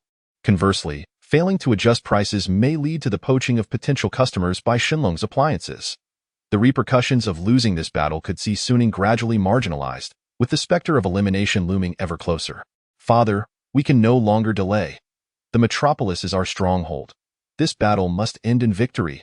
Gao Jianhua, observing his father's silence, could no longer contain himself and shouted, "Indeed, we cannot afford to lose this battle." Gao Kong felt a surge of determination ignited by his son's words, reflecting on his journey from humble beginnings to achieving the success they enjoy today. How could he lack the courage to fight this battle? "Father, let us reduce prices by 30%. As for compensation, let us mirror Shenlong's policy and refund only the most recent 3 days customers. Others will have little to argue about," Gao Jianhua swiftly proposed. 30%. Gao Kong felt a jolt of apprehension. His son was ruthless, directly slashing to the cost price. "Father, we still have over 50 stores nationwide. The profits from those locations can easily offset the losses here in the metropolis." Gao Jianhua's reminder finally steeled Gao Kong's resolve. "Very well, you handle the operations. I will persuade the other shareholders." Chapter 48. A fool's errand. The announcement of Su Heng's 30% price cut sent shockwaves through the market once more. As consumers, nothing excites us more than a price war. The more aggressive, the better. Upon hearing of Su Heng's price reduction, Shenlong promptly declared its intention to follow suit, also announcing that customers who had previously purchased at higher prices could claim a 10% refund. At the appliance market on Nanjing Road, a lady who had just bought an air conditioner was at the checkout when the previous male customer learned that while he had faced a 20% price reduction, hers had escalated to 30%, which delighted her immensely. The man, who was outside loading his vehicle, was called back by the sales staff and granted an additional 10% refund, leaving him momentarily stunned before beaming with joy. Furthermore, customers who had purchased within the last 3 days and had just received a 20% refund were still in the store when they were granted an additional 10%. Sales staff actively reminded everyone to keep their receipts, assuring them that if further discounts arose, they could return with their receipts for a refund. Your Shenlong appliances are remarkably forthright and principled. You truly care for your customers. From now on, for any appliances we need at home, as long as Shenlong sells them, we will only purchase from Shenlong, absolutely avoiding other brands. Customers praised Shenlong unanimously. Unbeknownst to them, they had all become fervent loyalists of Shenlong. Meanwhile, Su Heng's sales finally began to improve, as years of cultivation in the metropolis had established a certain consumer base. Upon learning that Shenlong had also cut prices by 30%, Gao Jianhua initially considered proposing an additional 10% reduction, but Gao Kong did not concur. In truth, this was not merely Gao Kong's reluctance, but rather a directive from the higher-ups in the metropolis, advising both parties to refrain from engaging in further detrimental competition. Thus, both sides entered into a war of attrition, with the outcome hinging on who possessed the deeper financial reserves to endure until the end. Su Heng's liquid capital stood at around 30 million as for Su Heng. His financial resources were beyond mention, a fact that would be daunting to divulge. Moreover, Su Heng's operational costs were significantly higher than Shenlong's. Firstly, the majority of Su Heng's numerous stores were rentals, incurring substantial rental expenses, while Shenlong owned its premises outright. Additionally, Shenlong's personnel structure was streamlined, lacking multiple shareholders and, therefore, did not require dividend distributions, resulting in considerably lower labor costs compared to Su Heng. Hypothetically, if both parties possessed identical financial resources, Shenlong would undoubtedly outlast Su Heng. Furthermore, Su Heng boasted 10 times the cash flow of Su Heng. Due to the unprecedented magnitude of discounts, the consumption potential in the metropolis was fully unleashed. Individuals who had previously lacked consumption plans or capabilities flocked to various appliance markets. Especially recently, with the issuance of purchase certificates, a considerable number of individuals had swiftly become affluent, now emerging as a new driving force in consumption. As news spread, consumers from surrounding regions, including as far away as Suzhou and Hangzhou, traveled to seize the opportunity. Shenlong and Su Heng stores were bustling with sales. However, Su Heng was alarmed, for increased sales meant amplified losses. Given Su Heng's cost structure, selling each air conditioner resulted in a nearly 1,000 yuan loss, 800 yuan loss per refrigerator, and 500 yuan loss per television, on the first day of the price war. Su Heng's losses exceeded 3 million, a staggering figure indeed. Last year, Su Heng's total profits only amounted to 30 million. Now, in just one day, they had lost 1/10 of their profits. In comparison, Shenlong fared much better. Owning their stores meant no rental pressures, and without small shareholders to appease, their only expenses were taxes and employee wages, suffering only a loss of several 100,000 on the first day. That evening, Su Heng convened an urgent meeting once more. General Gao, our losses are too severe. Do we still need to continue battling Shenlong? A small shareholder voiced discontent. The more we sell, the more we lose. At this rate, our cash flow will only last 10 days at most. Another small shareholder chimed in. Gao Jianhua, growing impatient, retorted coldly, esteemed colleagues, do not merely focus on immediate gains. Once we defeat Shenlong, I assure you, our losses today will be recouped 10-fold, even 100-fold. Gao Kong nodded in agreement, supporting his son. What Minister Gao said is indeed correct. We are struggling, but Shenlong faces even greater challenges. They have refunded all the profits they accrued from the opening, and I estimate their losses to be at least 200,000. I am curious to see how much longer this new marketplace can sustain itself. Yes, as long as we endure for a few days, Shenlong will inevitably become a dead dragon, Gao Jianhua declared with unwavering confidence. The meeting swiftly reached a consensus. They would fight Shenlong to the bitter end at any cost. In the ensuing 2 days, the price war continued to rage fiercely, with consumer turnout not only remaining steady but increasing. As word spread to more distant shoppers, Su Heng's losses surpassed 10 million, while Shenlong's reached 200,000. Hey, we've already lost 200,000, Su Yali reported to Su Heng over the phone. Only 200,000? That is exceedingly slow, Su Heng replied, slightly dissatisfied, eager to see Su Heng capitulate swiftly. The more they lost, the quicker their demise would come. Only 200,000. Su Yali was left speechless. All right, your wealth allows you to disregard money. However, she understood that this battle against Su Heng could only end in victory. Otherwise, all their initial efforts would be in vain. By the way, someone wishes to see you. It's Su Heng's former sales director. Do you wish to meet him? Su Yali mentioned another matter. Su Heng was somewhat taken aback. Initially inclined to refuse outright, he reconsidered and decided to meet, curious to hear what the individual had to say. They arranged to meet at a CAF. Upon meeting Huanjuan, Su Heng observed that he was a distinguished-looking man with a commanding presence, a rare talent indeed. After their introductions, Huanjuan was astonished to discover that the mastermind behind Shenlong was so youthful. A distinguished graduate of Fudan University, he had risen to the position of sales director at Su Heng in just a year. Minister who is quite the talent, Su Heng remarked coolly after hearing the other's self-introduction. I'm flattered, Huanjuan replied with a wry smile. Your departure wasn't due to Shenlong, was it? Su Heng asked with amusement. Huanjuan initially shook his head, then nodded. Even without Shenlong's influence, I would have left Su Heng. It was only a matter of time. Su Heng then got to the point. What is the true purpose of your meeting with me, Mr. Hu? Huanjuan stated earnestly. Shenlong's marketing strategies are masterful. I am thoroughly convinced by my defeat. I wish to meet the mastermind behind Shenlong, and if you do not mind, I would like to join Shenlong. You wish to join Shenlong? Su Heng was taken aback, but a thought crossed his mind. Could he be a spy? If he were a mole sent by Su Heng, that would indeed invite trouble, Mr. Su. I understand you may have doubts, but I cannot divulge any of Su Heng's trade secrets to gain your trust, Huanjuan asserted firmly. Su Heng nodded, recognizing him as a person of professional integrity, but one could not entirely dismiss the possibility that this individual was merely playing a clever game, as no employer would willingly hire an employee who had betrayed their previous employer.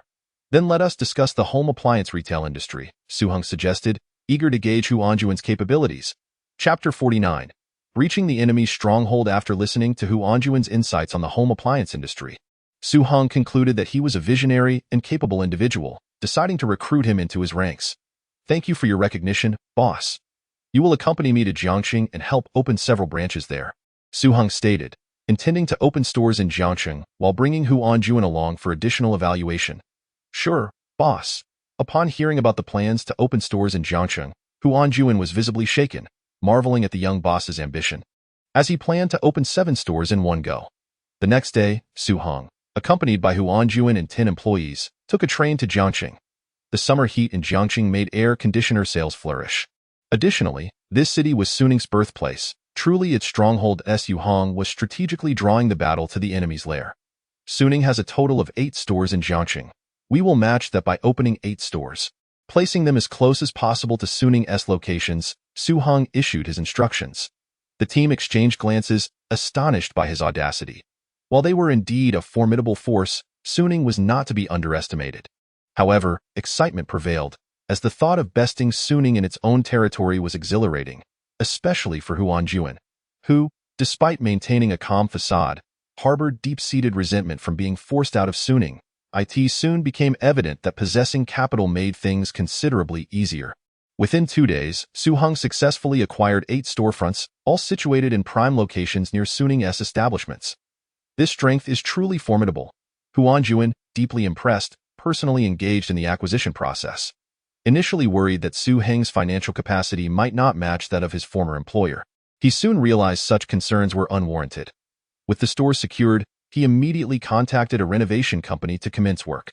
However, while Su Heng was at the local business administration office to process the necessary paperwork, he encountered bureaucratic resistance. Boss, I suspect Su Heng is behind this, Huanjuan expressed indignantly. Do not make unfounded accusations without evidence, Su Heng replied calmly, having already mentally prepared for various challenges. Yet, several days had passed without progress on the paperwork, and he could not afford to wait any longer.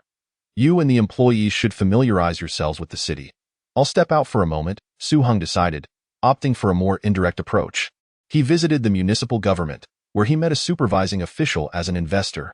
Speak plainly. I have an important meeting in 3 minutes. Zhang Bailey, the official, responded with mild impatience. Su Heng calmly presented his business card while introducing himself. Director Zhang, I represent Shalong Appliances. We wish to open 8 stores in Jinling. I've heard of Shalong Appliances. You truly intend to open 8 stores in Jiangqing? Zhang Bailey's demeanor shifted, intrigued. The price war between Shenlong and Su Heng had garnered national attention due to media coverage, and given that Jiangqing was Su Heng's birthplace, he naturally paid heed to the news. Indeed, the stores are currently undergoing renovations, and if the paperwork proceeds smoothly, we should be ready to open in 7 days. Su Heng replied. So swift. Shenlong truly lives up to its reputation, Zhang Bailey remarked, surprised. As the head of the economic department, he welcomed significant investments like Shenlong's, especially with plans to open 8 stores at once. He quickly grasped Su Heng's underlying message regarding the bureaucratic hurdles he was facing.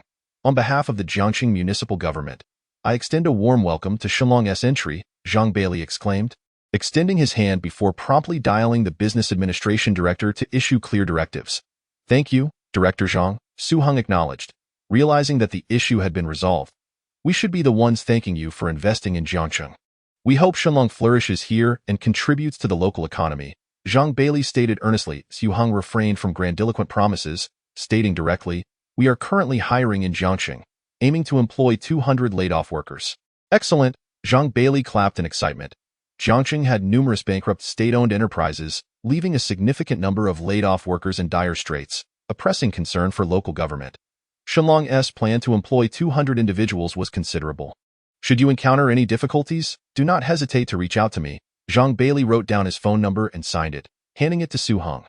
Thank you, Director Zhang. Su Heng was left with a very favorable impression of Zhang Bailey, recognizing him as a principled and genuinely proactive official. Just as he was about to take his leave, he spotted 2 packets of spicy strips on Zhang Bailey's desk, which sparked an idea.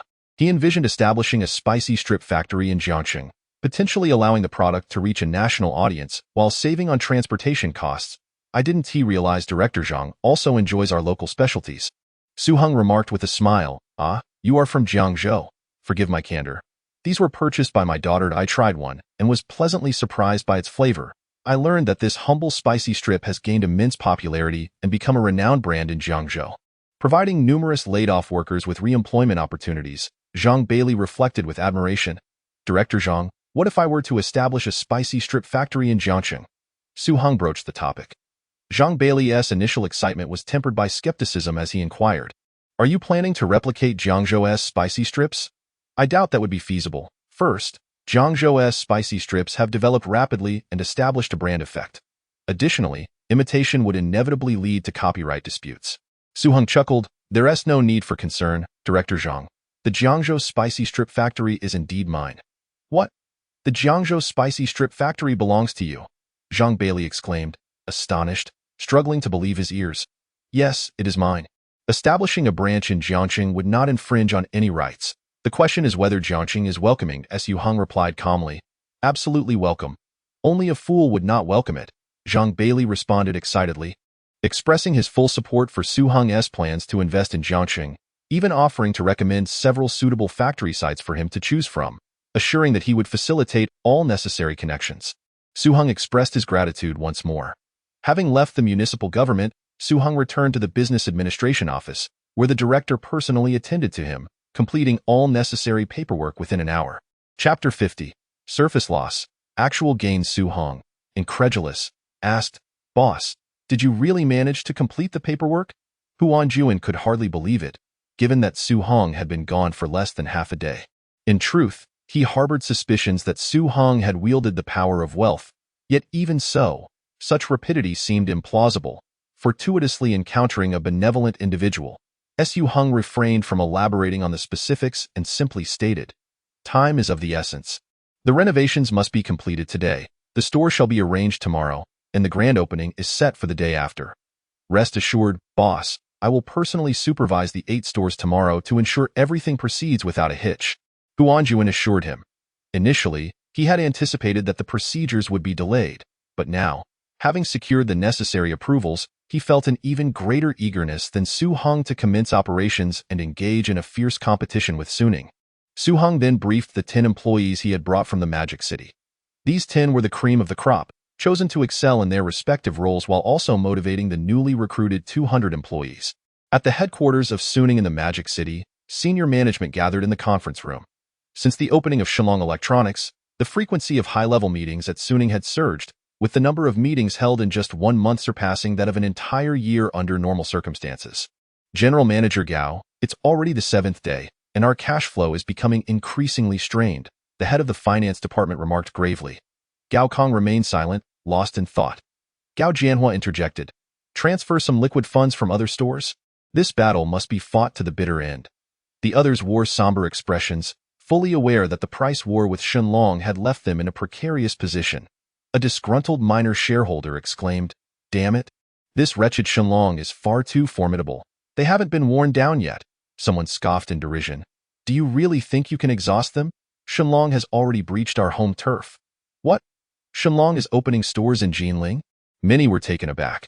They could scarcely believe that Shenlong, while embroiled in fierce conflict with Su Heng in the Magic City, still had the resources to assault their base. How on earth could they compete? General Manager Gao, is this true? The group was thoroughly shaken. Gao Kong finally nodded solemnly, stating, "Yes, however, I have already made inquiries. Their stores will not be opening so swiftly." As his words hung in the air, his phone rang. Seeing it was a call from Jiangling, he quickly answered. As he spoke, his expression grew increasingly grim. Upon hanging up, his face was so dark it seemed to radiate shadows. The others sensed trouble and hesitated to ask further. Gao Kong sat back down, took several deep breaths, and soon regained his composure, wryly commenting, "I just claim to have made arrangements, yet they have already completed the necessary procedures. Our adversary is no simple foe." Gao Kong understood that the truth could not be concealed for long, and continued. "Shenlong has opened 8 branches in Jinling, all located near our stores, and they are expected to open imminently. With a price reduction of 30, what exactly is Shenlong's background? How can they afford to burn through so much cash?" The group was left in shock and bewilderment in their minds. Shenlong had become increasingly enigmatic. Should they consider engaging with them, perhaps to negotiate peace? The minor shareholders, already opposed to the price war, seized the opportunity to suggest as much. "Humph, we have over 70 stores in total. Even if we incur losses in our stores in the Magic City and Jinling, let us not forget, we still have 50 stores that are profitable. While every single store of Shenlong is currently losing money, I refuse to believe we cannot bring down Shenlong." Gao Jianhua stood up in fervent opposition. He had long desired to defeat his rival personally, and having made such bold claims, could he now seek peace without losing face? Nevertheless, his argument held water, for all of Shenlong's stores were indeed operating at a loss, while Su Heng still boasted over 50 profitable locations. Yet he overlooked a critical point. Shenlong's funds appeared to be an endless pit, with no discernible limit. Meanwhile, Su Heng's liquid assets were rapidly depleting. Given the current state, how many days could they possibly endure? Gao Kong turned to the finance minister. 5 days. The finance minister replied heavily. "Then let us endure for 5 more days." Gao Kong gritted his teeth, finally making a decision. On July 6th, all 8 Shenlong Electronics hypermarkets in Jinling opened simultaneously, unleashing unprecedented discounts that ignited the entire city. Su Heng felt compelled to follow suit. On the surface, it seemed Shenlong was incurring losses in the millions from this price war. As if they were merely throwing money away, in reality, Shenlong was reaping substantial profits. The price war between Shenlong Electronics and Su Heng had already captivated the media, becoming a nationwide topic of fervent discussion. The name Shenlong had become a household term. Shenlong Electronics, wherever it opened its doors, drew in throngs of consumers without the need for extensive advertising. Achieving such an effect in such a short time was something that could not be matched by any amount of advertising expenditure. This was precisely the outcome Su Heng aimed to achieve. To not only bring Su Heng to its knees, but also to elevate Shenlong Electronics to national prominence in the shortest time possible. Furthermore, once this recognition was attained, it would undoubtedly expedite the opening of new stores, as time saved was invaluable to Su Heng. Spending a few million yielded returns far exceeding those of several billion in advertising costs. It was an incredible profit. Su Heng was thoroughly satisfied with this outcome. Despite not being present for the opening of the 8 branches, he took the time to visit several sites, selecting one for the establishment of a spicy snack factory. He then drove his luxurious car across the Yangtze River Bridge, returning to Jiangzhou. For the following day marked the highly anticipated National College entrance examination. He was not rushing back to take the exam himself.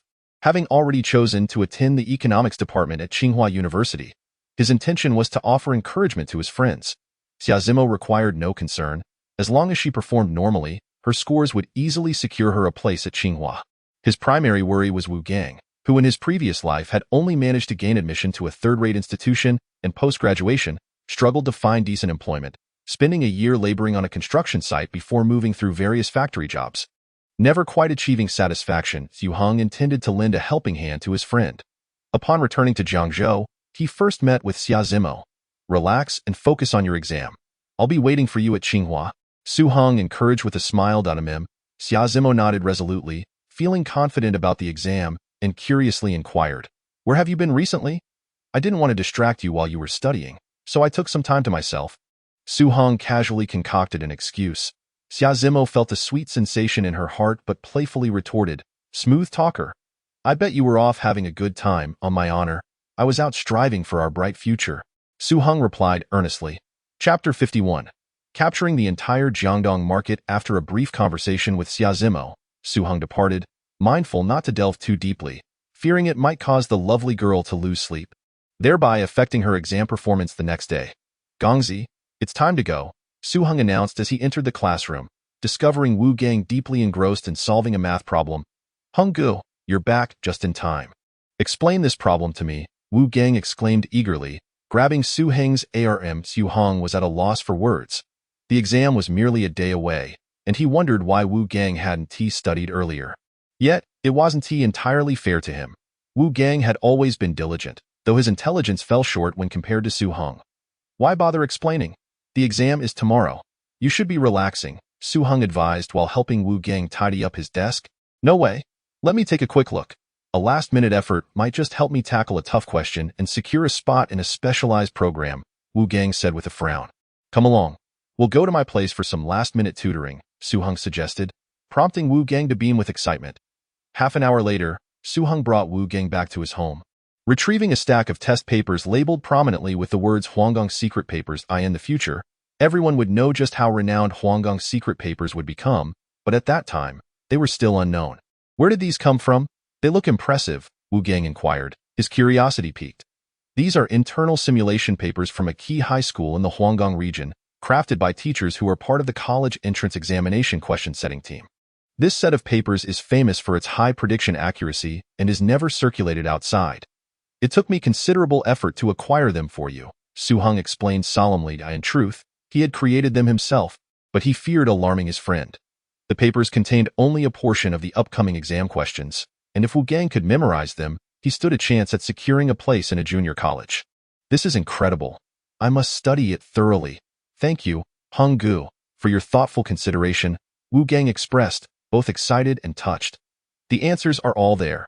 Just commit them to memory," Su Heng instructed. "I won't sleep until I've memorized everything," Wu Gang declared resolutely. "Stay here and study. Once you're done, hand it over to me," Su Heng added, emphasizing the importance of the task. "Got it, Henggu. You go ahead and take care of your own matters." Wu Gang waved him off impatiently as Su Heng chuckled and left to attend to his own affairs. He first parked his flashy car in the warehouse before heading to the home appliance mall located on the commercial street. "Welcome!"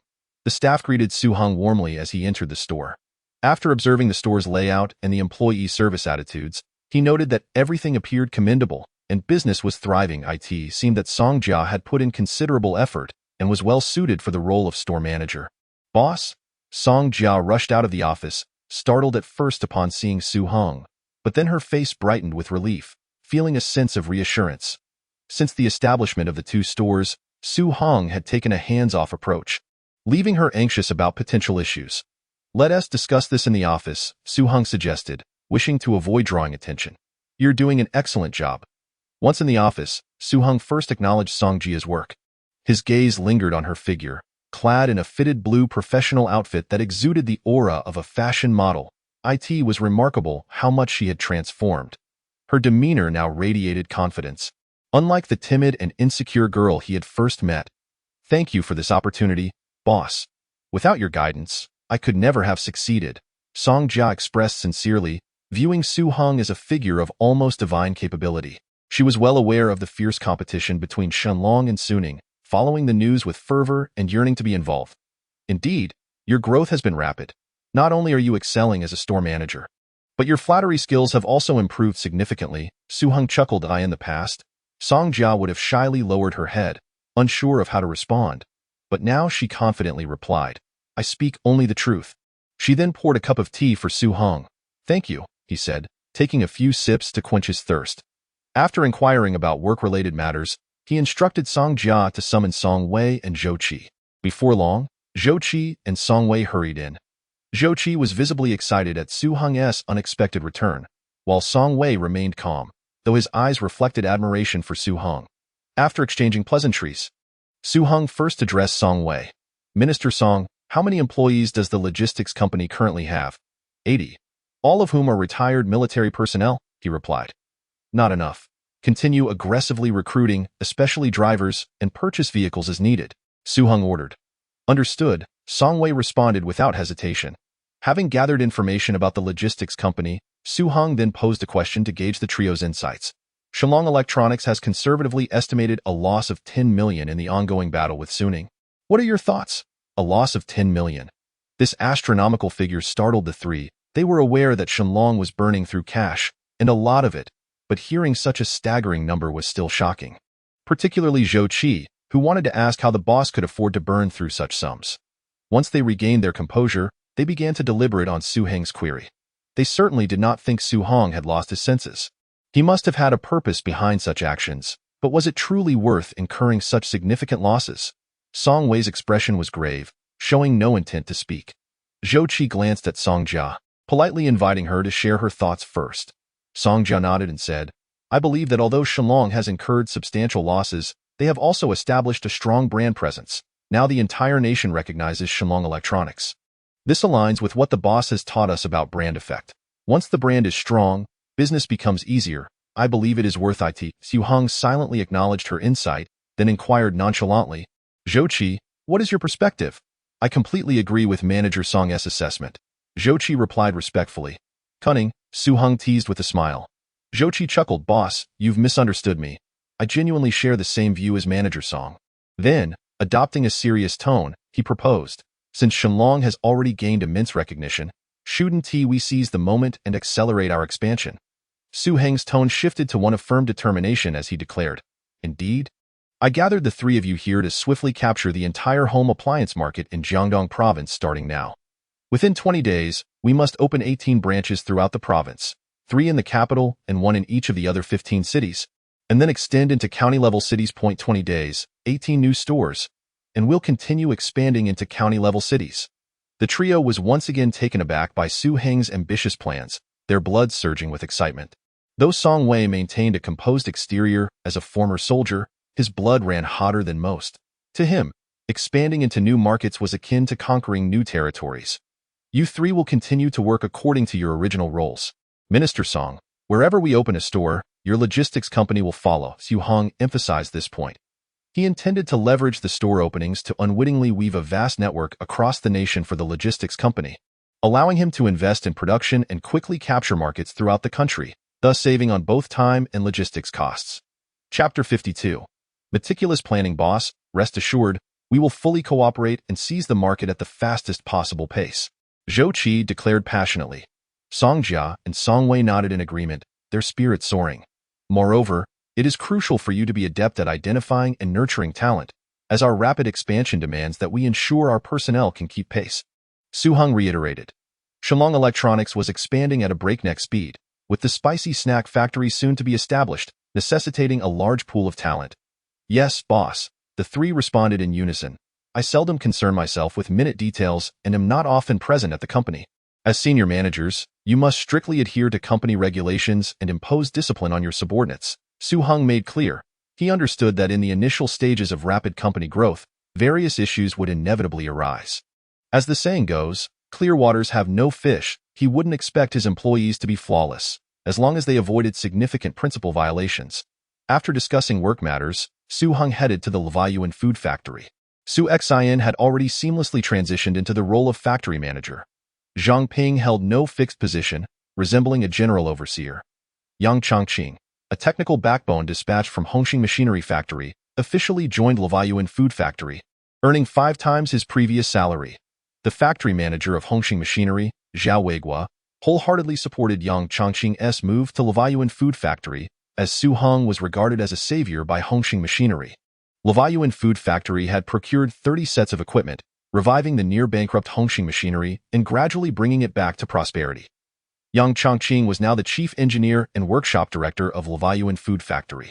Following Su Heng's suggestion, he had brought along 20 apprentices to cultivate technical talent for the factory. "Son, are we really going to establish a branch factory?" Zhang Ping was taken aback by her son's plan. Su Heng remained relatively calm. She had grown accustomed to her son's occasional unexpected bold moves. "Yes, Mom," Su Heng confirmed with a nod, then turned to Yang Chongqing, asking, "What do you think?" "Me." Yang Chongqing was in a state of agitation, not expecting Su Heng to inquire about him. After a serious contemplation, he replied, "The sales of spicy strips are booming, and the market is expanding rapidly. However, the logistics costs are excessively high, making the establishment of a branch factory imperative." Su Heng then shifted the conversation, asking, "Director Yang, if you were to go to Jiangxing to establish a new factory, would that be a problem for you?" For a moment, Yang Chongqing was at a loss for words. To be honest, he felt exhilarated. This was a golden opportunity to challenge himself and make a significant contribution. Yet, he also feared he might not be able to handle it, as starting a factory involved a plethora of complex tasks. "Thank you for your trust, boss. I am willing to give it a try." After careful consideration, Yang Chongqing resolved that it was not merely a trial. He was determined to excel. Su Heng stated solemnly, "This is no joking matter. In the food industry, one cannot simply experiment. In fact, Yang Chongqing's mention of trying was a humble expression." Hearing Su Heng's seriousness, he promptly assured, "Rest assured, boss, I will expedite the construction and ensure the factory is operational while maintaining product quality. We must place product quality above all else. I will implement a product quality management and monitoring system centered on the factory director's responsibility, detailing every step of the production process. Any issues arising at any stage will be met with strict penalties." Su Heng's voice grew even more resolute and stern. "Indeed, boss." Yang Chongqing felt a surge of respect, realizing that this young man was not only enigmatic but also remarkably skilled. Su Heng and Zhang Ping exchanged silent admiration, pondering how their son had become so formidable, articulating insights that resonated profoundly. Recently, Su Heng and Zhang Ping had been residing at the factory. By the time Su Heng returned home alone, it was already 10 o'clock at night, and Wu Gang was still in his room, diligently memorizing.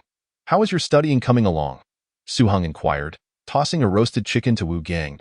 "I've mastered the Chinese language material for tomorrow morning's exam, but there are still a few math problems left to tackle this afternoon." Wu Gang caught the chicken and began devouring it voraciously, resembling a famished specter. "Eat slowly. No one is competing with you," Su Heng remarked, casting a sideways glance at his companion. He poured a glass of water and then incinerated the Chinese language exam paper, instructing, "Burn it immediately after memorizing."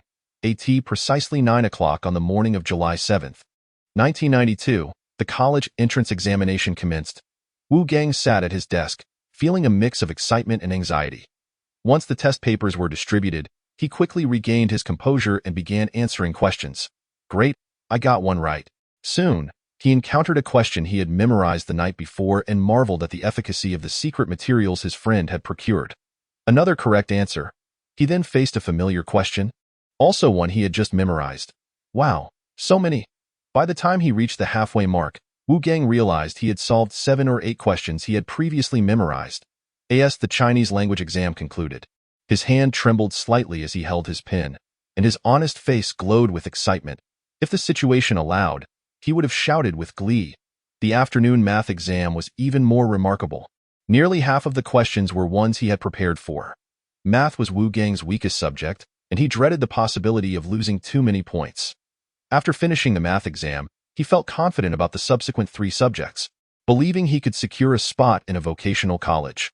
Eager to share his excitement with Su Heng, he rushed out of the examination room, wanting to tell his friend how impressive the Huanggang secret materials were. However, he did not find Su Heng at that moment. Su Heng had already brought Yang Chongqing to Jiangxing. Su Heng's first stop was to visit Director Zhang Bailey. "Mr. Su, you truly are decisive and efficient. Rest assured, I will do everything in my power to cooperate with you," Zhang Bailey expressed, surprised by the rapid pace at which Su Heng was establishing the factory. "Thank you, Director Zhang." We will complete all preparations for production within half a month and recruit no fewer than 500 laid-off workers, Su Heng stated. Production in half a month, resolving the issue of 500 laid-off workers. Zhang Bailey, overwhelmed with excitement, patted his chest and promised, "Very well, I will ensure that all factory establishment procedures are completed within 10 days. For now, the affairs of the Jiangqing Spicy Strip branch will be overseen by Director Yang Chongqing. I kindly ask for your support." Su Heng introduced Yang Chongqing to Zhang Bailey. "Hello, Director Zhang," Yang Chongqing said respectfully. Extending both hands, he was astonished by Su Heng's connections, realizing how closely he associated with high-ranking officials like Zhang Bailey, which deepened his sense of Su Heng's mystery. "Not a problem," Zhang Bailey nodded readily. After arranging Yang Chongqing's responsibilities, Su Heng visited the home appliance market to speak with Hu Anjuan. Hu Anjuan was dedicated to outcompeting Suning, working tirelessly to suppress Suning's 8 stores in Jiangcheng. Additionally, Hu Anjuan had a loyal and capable team from his time as a marketing director at Suning, and after his forced departure, they followed him, bolstering the Shenlong marketing team. On July 9, Su Heng left Jiangqing and flew to the capital, specifically to meet Ma Weidu, as the 6-month deadline for redeeming the ancient painting was swiftly approaching. At noon, Su Heng exited the capital airport, hailing a yellow minibus taxi to Liuli Garden. July was the hottest time of the year in Beijing, and the air seemed to carry a scorching quality. The streets were sparsely populated, and Liuli Garden appeared rather desolate. Weidu lounged in a recliner, fanning himself and humming a tune. "Boss, that student has come to visit you again." His young and beautiful assistant approached, speaking softly. "On such a hot day, which student would come to see me?" Ma Weidu asked lethargically. "It's the one who sold you the ancient painting." "Him." Ma Weidu immediately straightened up and waved. "Quick, invite him in." Moments later, Su Heng entered the reception room, guided by the beautiful assistant. Weidu had tidied up and squinted at Su Heng with a smile in his eyes. This young man had undergone a significant transformation, dressed more elegantly and seemingly more handsome. "Mr. Ma, I apologize for interrupting your lunch. I have come to redeem my ancient painting," Su Heng stated directly. Weidu's smile faded as he asked, "Young friend Su, do you know how much that painting is worth now?" Su Heng frowned slightly, wondering what he meant. Was Ma having second thoughts? Ma Weidu lamented. "A collector from Hong Kong recently offered a high price of 1 million. Is that so?" Su Heng replied nonchalantly. He was unconcerned about the painting's increase in value, as he was not short on funds. Moreover, he was fully aware that this painting would eventually be worth tens of millions, making 1 million seem trivial. Noticing Su Heng's cool demeanor, Ma Weidu chuckled. "Do not misunderstand. Since we agreed, I will not go back on my word." In truth, he felt a tinge of regret. In just 6 months, the painting's value had skyrocketed from 300,000 to 1 million. Had he purchased it outright instead of agreeing to a temporary sale, he would have made a substantial profit. Now, he could only earn 50,000.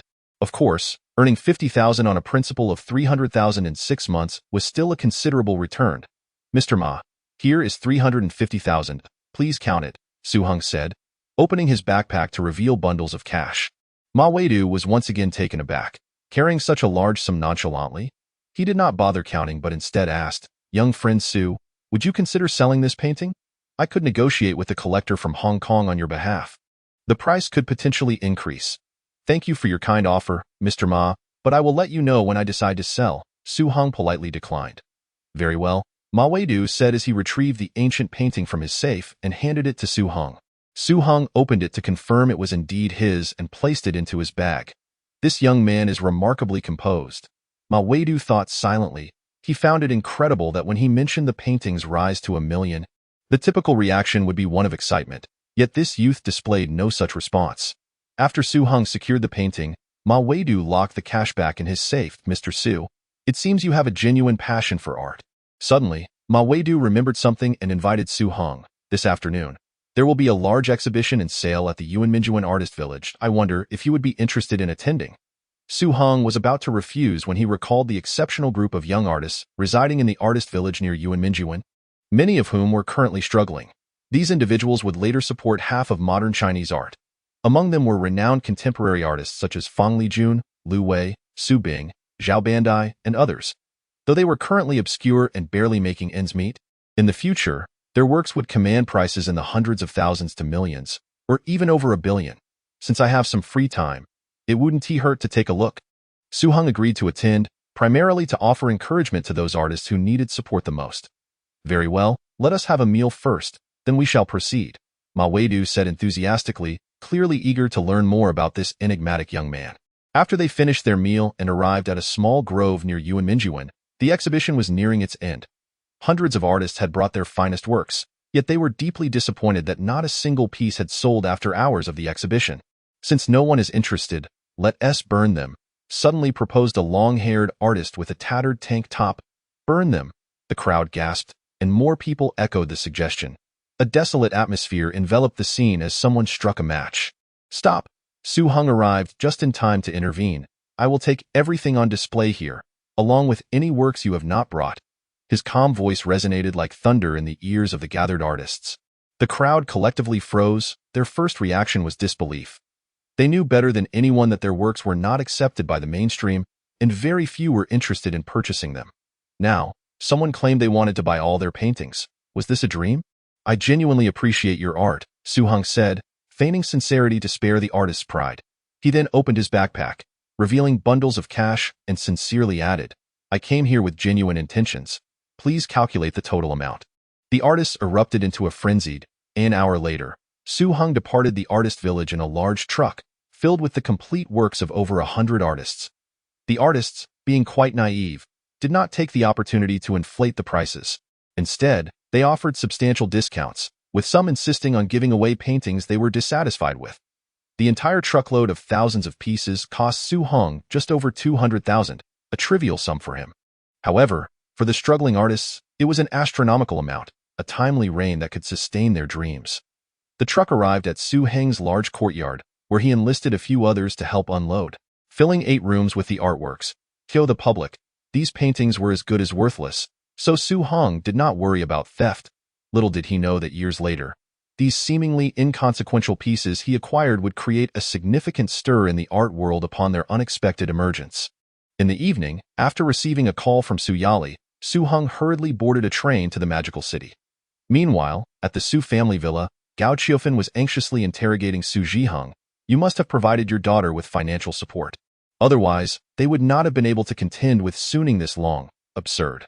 Su Zhiheng retorted angrily. As far as I know, Shenlong's business operations, coupled with the expenses incurred in battling Suning, conservatively amount to 50 million. How much do I have? Am I capable of supporting anyone? You're an adult now. Can't you think before you speak? You accuse me of lacking common sense. Gao Qiufen, tears streaming down her face, was also shocked. How could that young man possibly have such substantial funds? Ask your brother Gao Kong, and you will understand how powerful Shenlong is. Su Zhiheng replied impatiently. In fact, he had also been repeatedly astonished by Shenlong. Or more accurately, by Su Heng. Is Shenlong really that formidable? Is that young man truly so wealthy? Gao Qiufen asked incredulously, wiping her tears. She had previously thought Su Heng was just a small ant from the countryside, easily crushed underfoot.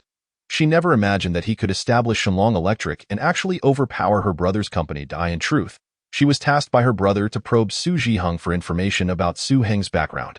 That young man is no simple character. Your family has encountered a formidable adversary, Su Zhiheng stated solemnly. He too was curious about Su Heng, having asked Su Yali several times, yet she provided little useful information. For instance, how did this young man from the countryside rise to prominence? Was it due to subscription certificates? However, while subscription certificates could be highly profitable, they also required a significant initial investment. He struggled to comprehend how a rural youth could amass his first fortune. Furthermore, he was baffled as to how his precious daughter became involved with this young man. Zhiheng, you should speak with Yali and persuade her to advise that young man to cease hostilities. Continuing this conflict benefits no one. He should agree to a truce. Gao Qiufen finally expressed her true thoughts. Su Zhiheng was momentarily taken aback, realizing that this suggestion must have originated from Gao Kong. Could Suning no longer hold out? Just months after its establishment, Shenlong had managed to compel the retail giant in the home appliance industry to seek peace. This was simply unbelievable. Is this Gao Kang's idea? Su Zhiheng inquired. Yes, Gao Qiufen confirmed. Su Zhiheng chuckled. I fear I may not have such influence. Let me consult Yali first. After learning of Suning's willingness to negotiate from her father, Su Yali called Su Heng. Su Heng responded with a bold declaration. The price war was initiated by Suning. When the battle concludes is up to Shenlong. What nonsense is this? You think you can dictate the terms? Shenlong is not to be trifled with. Su Heng dismissed Su Heng's overtures for peace, confident in his resources, having over 300 million at his disposal, with only a fraction utilized thus far. When Su Yali relayed Su Heng's exact words to Su Zhiheng, he shared them with Gao Qiufan, who nearly exploded with rage. That ungrateful country bumpkin will regret this, she cursed vehemently. Subsequently, she conveyed Su Heng's remarks to her brother Gao Kong. Upon hearing, Gao Kang's expression darkened. Su Heng's liquidity had already dried up, and they could no longer afford to continue fighting. Should the conflict persist and the funding chain break, a collapse was imminent. Qiufan, please convey that we are willing to negotiate. Any conditions can be presented, Gao Kong suggested, effectively conceding defeat. You can't be serious. You will agree to their terms? Gao Qiufan questioned, incredulous. Yes, we must act swiftly. Su Heng cannot sustain this any longer, Gao Kong replied, exasperated. Gao Qiufan felt dazed. In her mind, Su Heng was an invincible titan, incapable of defeat. The more critical point was that she held some shares in Su Heng. If it collapsed, she would suffer alongside it. After several phone calls, Su Heng's response finally arrived. I am busy. We can discuss this later. When this message reached Gao Kong, he nearly spat blood in frustration. When will you have time? By the time you do, Su Heng will be finished. Gao Kong was genuinely anxious. And so were the small shareholders of Su Heng. It was only now that he realized he had provoked a formidable opponent and had underestimated the enemy, leading to a regrettable defeat. Helpless, he had no choice but to swallow his pride and seek government intervention. This move is taken only out of necessity. Having made this step signifies that Su Heng acknowledges its defeat to Shenlong before the national competitors. When Su Heng arrived in the magical city, it was just dawn, and Su Yali drove her Santana to the station. What are you thinking? Su Heng noticed the change in the beauty's emotions. Su Yali shook her head and said earnestly, Su Heng, to be honest, I never anticipated that we would develop such a relationship. What kind of relationship? Su Heng feigned ignorance. You know what I mean, Su Yali continued. Had I known it would come to this, I shouldn't have invited you to drink that day, Su Heng interjected with a smile. So, alcohol can lead to misfortune, but it can also create opportunities. We ought to be grateful for that drinking invitation. Su Yali sighed softly. Su Heng parked the car and said seriously, I have always believed that everything is orchestrated by fate, so we need not overthink it. We should just go with the flow. Su Yali blinked her beautiful eyes and laughed. You, my dear, are surprisingly insightful for someone so young. All right, I won't dwell on it any longer. Just then, Su Heng's mobile phone rang, interrupting their conversation. He pulled it out to find it was Zhao Ming calling and quickly answered. Uncle Zhao, what can I do for you? Su Heng politely inquired after connecting the call. Zhao Ming chuckled wryly. Your Uncle Zhao has been forced to play the mediator. Mediator? Su Heng was puzzled. It's about the matter between your Shenlong and Su Heng. Zhao Ming mentioned, and Su Heng immediately comprehended that Su Heng was attempting to negotiate a ceasefire through connections. I understand that asking you to stop fighting must be displeasing, Zhao Ming said earnestly. However, the higher-ups cannot stand by and watch Su Heng's downfall. So I understand, Uncle Zhao. Realizing that if he clung stubbornly to his views, he would be out of touch with reality, Su Heng promptly declared, we are open to negotiations. However, this price war was instigated by Su Heng, and now that they seek peace, they must pay the requisite price. Little Su, you are a person who understands the bigger picture, Zhao Ming praised before adding. Since Su Heng has voluntarily conceded, they will agree to reasonable terms. Su Heng felt reassured. It seemed that as long as they did not obliterate Su Heng, they could proceed. It's settled then. Tomorrow at 9 in the morning at the Magic City Hotel, my colleagues and I will be present to witness your negotiation. All right, Uncle Zhao. Su Heng speculated that the colleagues Zhao Ming referred to would likely be representatives from Su Heng, akin to Zhao Ming's relationship with him. After ending the call, Su Heng did not take it to heart, for he was already mentally prepared. It was unrealistic to think one could utterly annihilate Su Heng. With the government intervening, some concessions had to be made. As for Su Heng, he had never regarded them as true rivals. As the saying goes, Su Heng just needed to focus on his own endeavors. Any competitors could be disregarded. Su Heng has operated in the Magic City for many years, and their network is intricate. How do you plan to negotiate tomorrow? Su Yali inquired with concern. I will adapt to the situation as it unfolds. Regardless, we must make Su Heng bleed, Su Heng replied lightly. Do I need to accompany you? Su Yali believed that her family's standing would carry some weight and no need.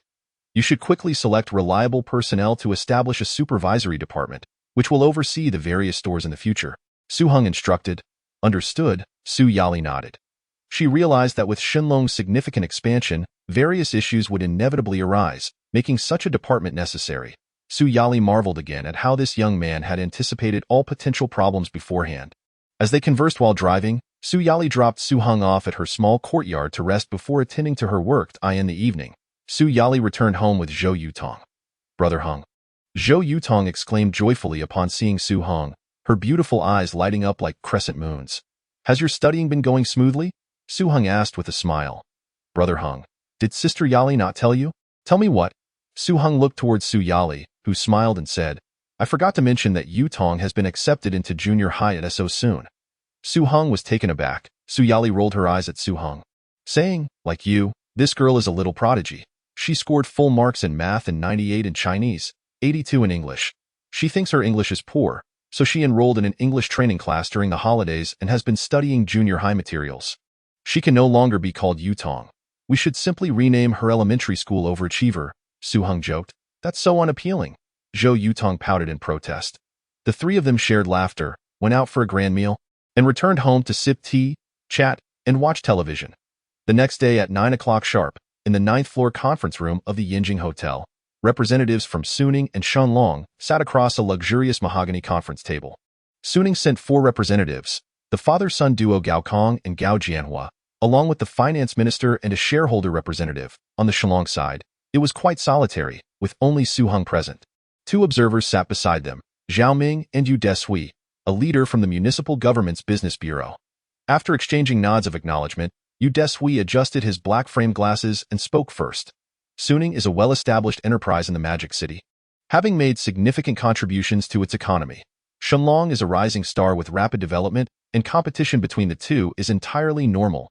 As the saying goes, cooperation leads to mutual benefit, while conflict leads to mutual destruction. Today, Zhao Bureau and I are here to witness your negotiations. We hope both sides can demonstrate sincerity and resolve the issues amicably. Yu Deshui's speech, laden with official rhetoric, lasted 15 minutes. It was evident to all that he was subtly advocating for Suning. While Yu's words held some merit, it must be noted that the nationwide price war was initiated by Suning, and now they were the ones seeking peace. Thus they needed to adjust their stance accordingly. Zhao Ming clearly sided with Shenlong, implying that Suning was the defeated party and should be aware of this reality. After the leaders had spoken, the formal negotiations between Shenlong and Suning commenced. I admit, it was us at Suning who first instigated the price war. Gao Kong cleared his throat to start, but was interrupted by Su Heng. President Gao, there's no need to waste time on what is already common knowledge. The leaders are quite busy, so I will be brief. Although we at Shenlong have triumphed over your Suning, we will not be unreasonable. We only have one demand.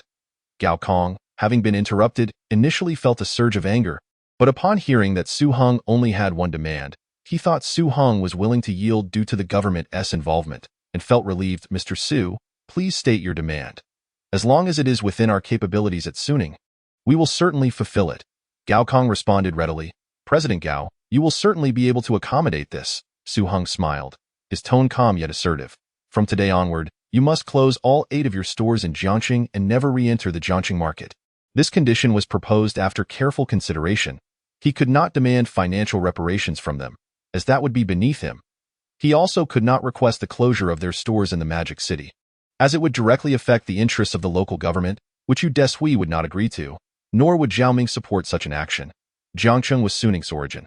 Forcing them to withdraw entirely from that market would make it evident to all that Suning had suffered a complete defeat in their price war with Shenlong.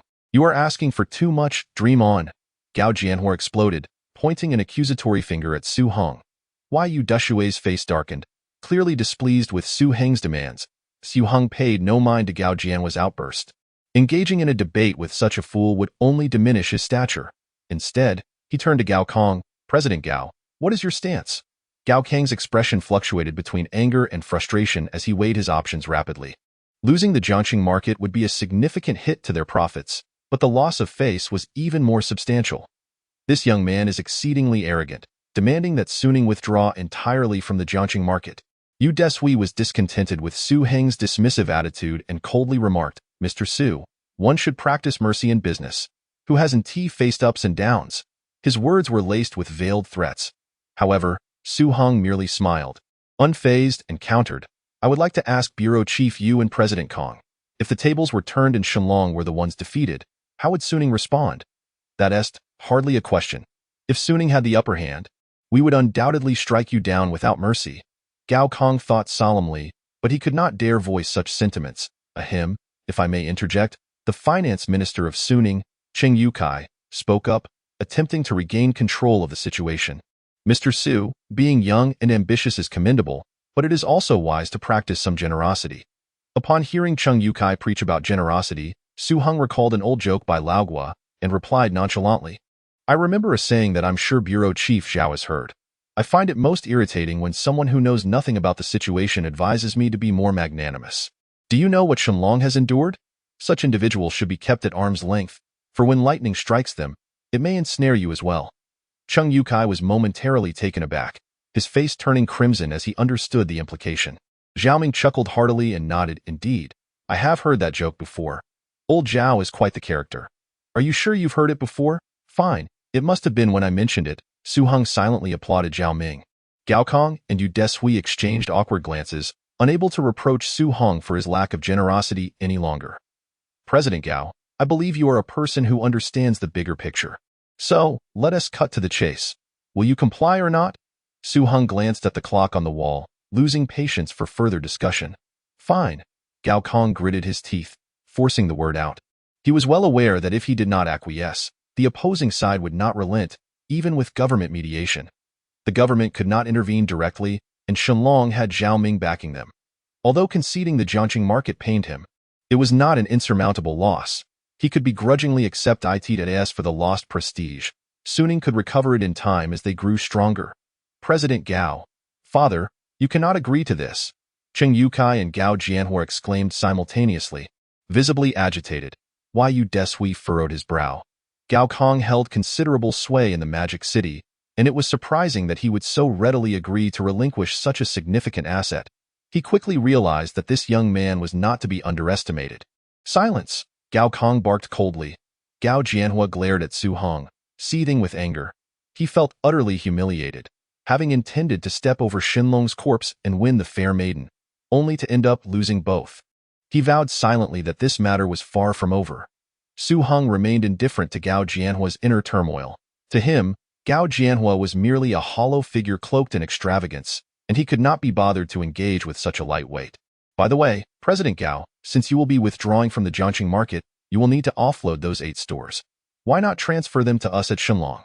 Su Heng inquired suddenly. "What? After a bloody battle between Shenlong and Suning, you still have the capacity to absorb our 8 stores?" Gao Kong was initially taken aback by the humiliation, then shocked. "The inventory and stores must be transferred in full payment," Gao Kong stated darkly. Although he was reluctant, he had no choice but to concede to the harsh reality. Suning was in dire need of cash, and the 8 stores in Jiangqing were of considerable scale. It would be challenging to find someone capable of taking them over, let alone at a favorable price. Since this young man was willing to take them, he might as well let them go for face. Having already lost so much, what was a little more? "President Gao, you have quite the resolve," Su Heng remarked, momentarily taken aback by the unexpected agreement. The 2 parties swiftly reached a preliminary agreement. Thus, the negotiations concluded perfectly, at least from Su Heng's perspective. Congratulations to Suning and Shenlong on reaching a mutually beneficial outcome, Zhao Ming announced as he stood and applauded, smiling. "What a mutually beneficial outcome. You're just spouting nonsense. It's your Shenlong that has come out on top." Yu Deshui and Gao Kong's expressions darkened. Su Heng accepted the praise with a smile, saying calmly, "In light of Bureau Chief Zhao's presence, we at Shenlong are willing to make concessions, hoping that Suning can appreciate our goodwill and that such unpleasantness does not recur in the future." His concluding words carried a significant threat, implying that Suning better behave. Should there be a next time, the stakes would be far higher than merely severing a piece of flesh. It could cost them their very existence. "Mr. Su, you are magnanimous," Zhao Ming commended, nodding appreciatively.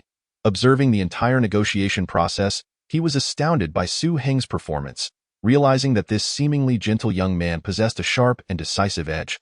Overall, he admired Su Heng even more and had great expectations for his promising future. "Congratulations to Shenlong." Yu Deshui regained his composure. as one in his position would naturally possess the acumen to navigate such matters.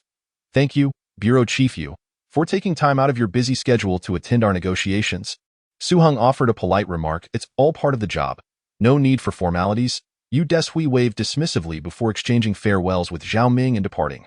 Gao Kong and Zhao Ming nodded to one another before following Yu Deshui out of the conference room. In the blink of an eye, only Su Heng and Zhao Ming remained. With no outsiders present, the two exchanged relaxed smiles. To know when to advance and when to retreat while maintaining one's principles is truly rare. Zhao Ming praised. Uncle Zhao, please don't flatter me. I might get conceited, Su Heng joked. Haha, did I see you are quite clear-headed. Zhao Ming chuckled, patting Su Heng on the shoulder, and said earnestly as always, if there are any issues, do not hesitate to reach out. The more he reflected, the more astonished he became. In less than 2 months, Shenlong had made a name for itself nationwide, compelling the retail giant Su Heng to concede. He could hardly believe that the mastermind behind Shenlong was this recent high school graduate. Thank you, Uncle Zhao, to be by the way. I have something to tell you. You are now a member of the Chamber of Commerce, and the youngest member in history, but that I didn't apply to join. I handled it for you. Don't overthink it. In our country, having the right credentials is essential for getting things done. Thank you for the insight. Uncle Zhao. Su Heng sincerely expressed his gratitude, as he had not anticipated such a development. While identity can sometimes be a burden, it often proves to be more beneficial than not. After leaving the Yinjing Hotel, Su Heng got into Su Yali's Santana. She eagerly asked, how did the negotiations go? I noticed that the people from Suning looked quite displeased. Su Heng smiled lightly. Their displeasure is to be expected. Su Heng succinctly relayed the outcome of the negotiations to Su Yali, who was shocked and struggled to believe that Suning would relinquish such substantial benefits. Sister Yali, don't forget to issue an announcement extending the discount until tomorrow, so that consumers who haven't had a chance to purchase can still benefit, Su Heng instructed. Understood, Su Yali nodded, then asked, what requirements do you have for the supervisory department you proposed? You will have full authority over it. Just ensure 2 things. First, prevent the department from becoming overpowered. Second, ensure that the personnel in the supervisory department do not collude with the stores beneath them. I understand, Su Yali acknowledged. She realized that if those 2 points were addressed, significant issues could be avoided. I must head to Jiangxing immediately to assist Huanjun with the acquisition of Suning stores. After that, I need to go to Jiangzhou, so I won't be able to accompany you for a while. The following morning, Su Heng finally boarded the flight to Jiangxing. Among the passengers were Gao Kong and Cheng Yukai. The presence of the top figures from both sides underscored the seriousness of the situation. Upon arriving in Jiangxing, Gao Kong promptly had the total value of the 8 stores calculated, including the premises and inventory, amounting to over 7 million. He then reported this to Su Heng. Accompanied by Huanjun, Su Heng visited the 8 stores and deemed the price to be quite reasonable. In the afternoon, both parties officially signed the transfer agreement. Mr. Gao, 5 million can be transferred to your account immediately. The remaining balance will be settled in a month. Is that acceptable? Su Heng inquired. Absolutely, Gao Kong replied with alacrity. He understood that the other party was concerned about any potential liabilities associated with the 8 stores, and retaining a portion of the payment until settled was a common business practice.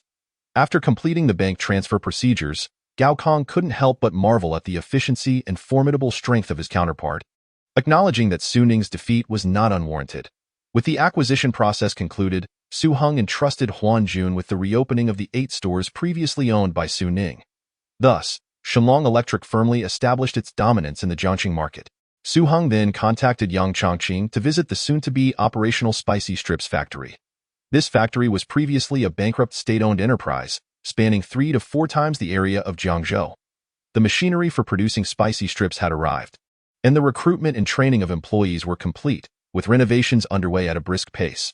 Boss, we can commence production in 3 days, Yang Chongqing said hoarsely. You've worked hard, Mr. Yang, Su Heng observed Yang Chongqing, whose unkempt hair and stubbled face made him appear almost like a vagabond. It was evident that Yang Chongqing had invested considerable effort into establishing the spicy strips factory. It's all worth it, he thought. Despite only sleeping 2 to 3 hours a day, Yang Chongqing felt immense fulfillment from the trust and autonomy bestowed upon him by his boss, as well as the gratitude of hundreds of laid-off workers and the attention and care from the Jiangxing government. He felt deeply that the work he was engaged in was valuable and worthy of his dedication. I will not betray those who have contributed, Su Heng stated. You will have full responsibility for the Jiangzhou branch, And in addition to your base salary, you will receive a 5% share of the profits annually. Initially, he had some concerns about Yang Chongqing's ability to manage a factory due to his technical background. However, he was now very satisfied with Yang Chongqing's performance, valuing not only his capability but also his spirit of hard work and perseverance. "Thank you, boss. I will not let you down," Yang Chongqing exclaimed, filled with emotion. Memories of his early days in the capital selling products flooded back to him. At that time, the Hongqing machinery factory faced bankruptcy, and he was on the brink of unemployment. Filled with despair about the future at IT was the young man before him who had resurrected the Hongqing machinery factory and restored his hope. Subsequently, he was assigned to Liyuan Food Factory and later formally joined Liyuan. In a short span, he was entrusted with significant responsibilities, culminating in his current position as a factory director.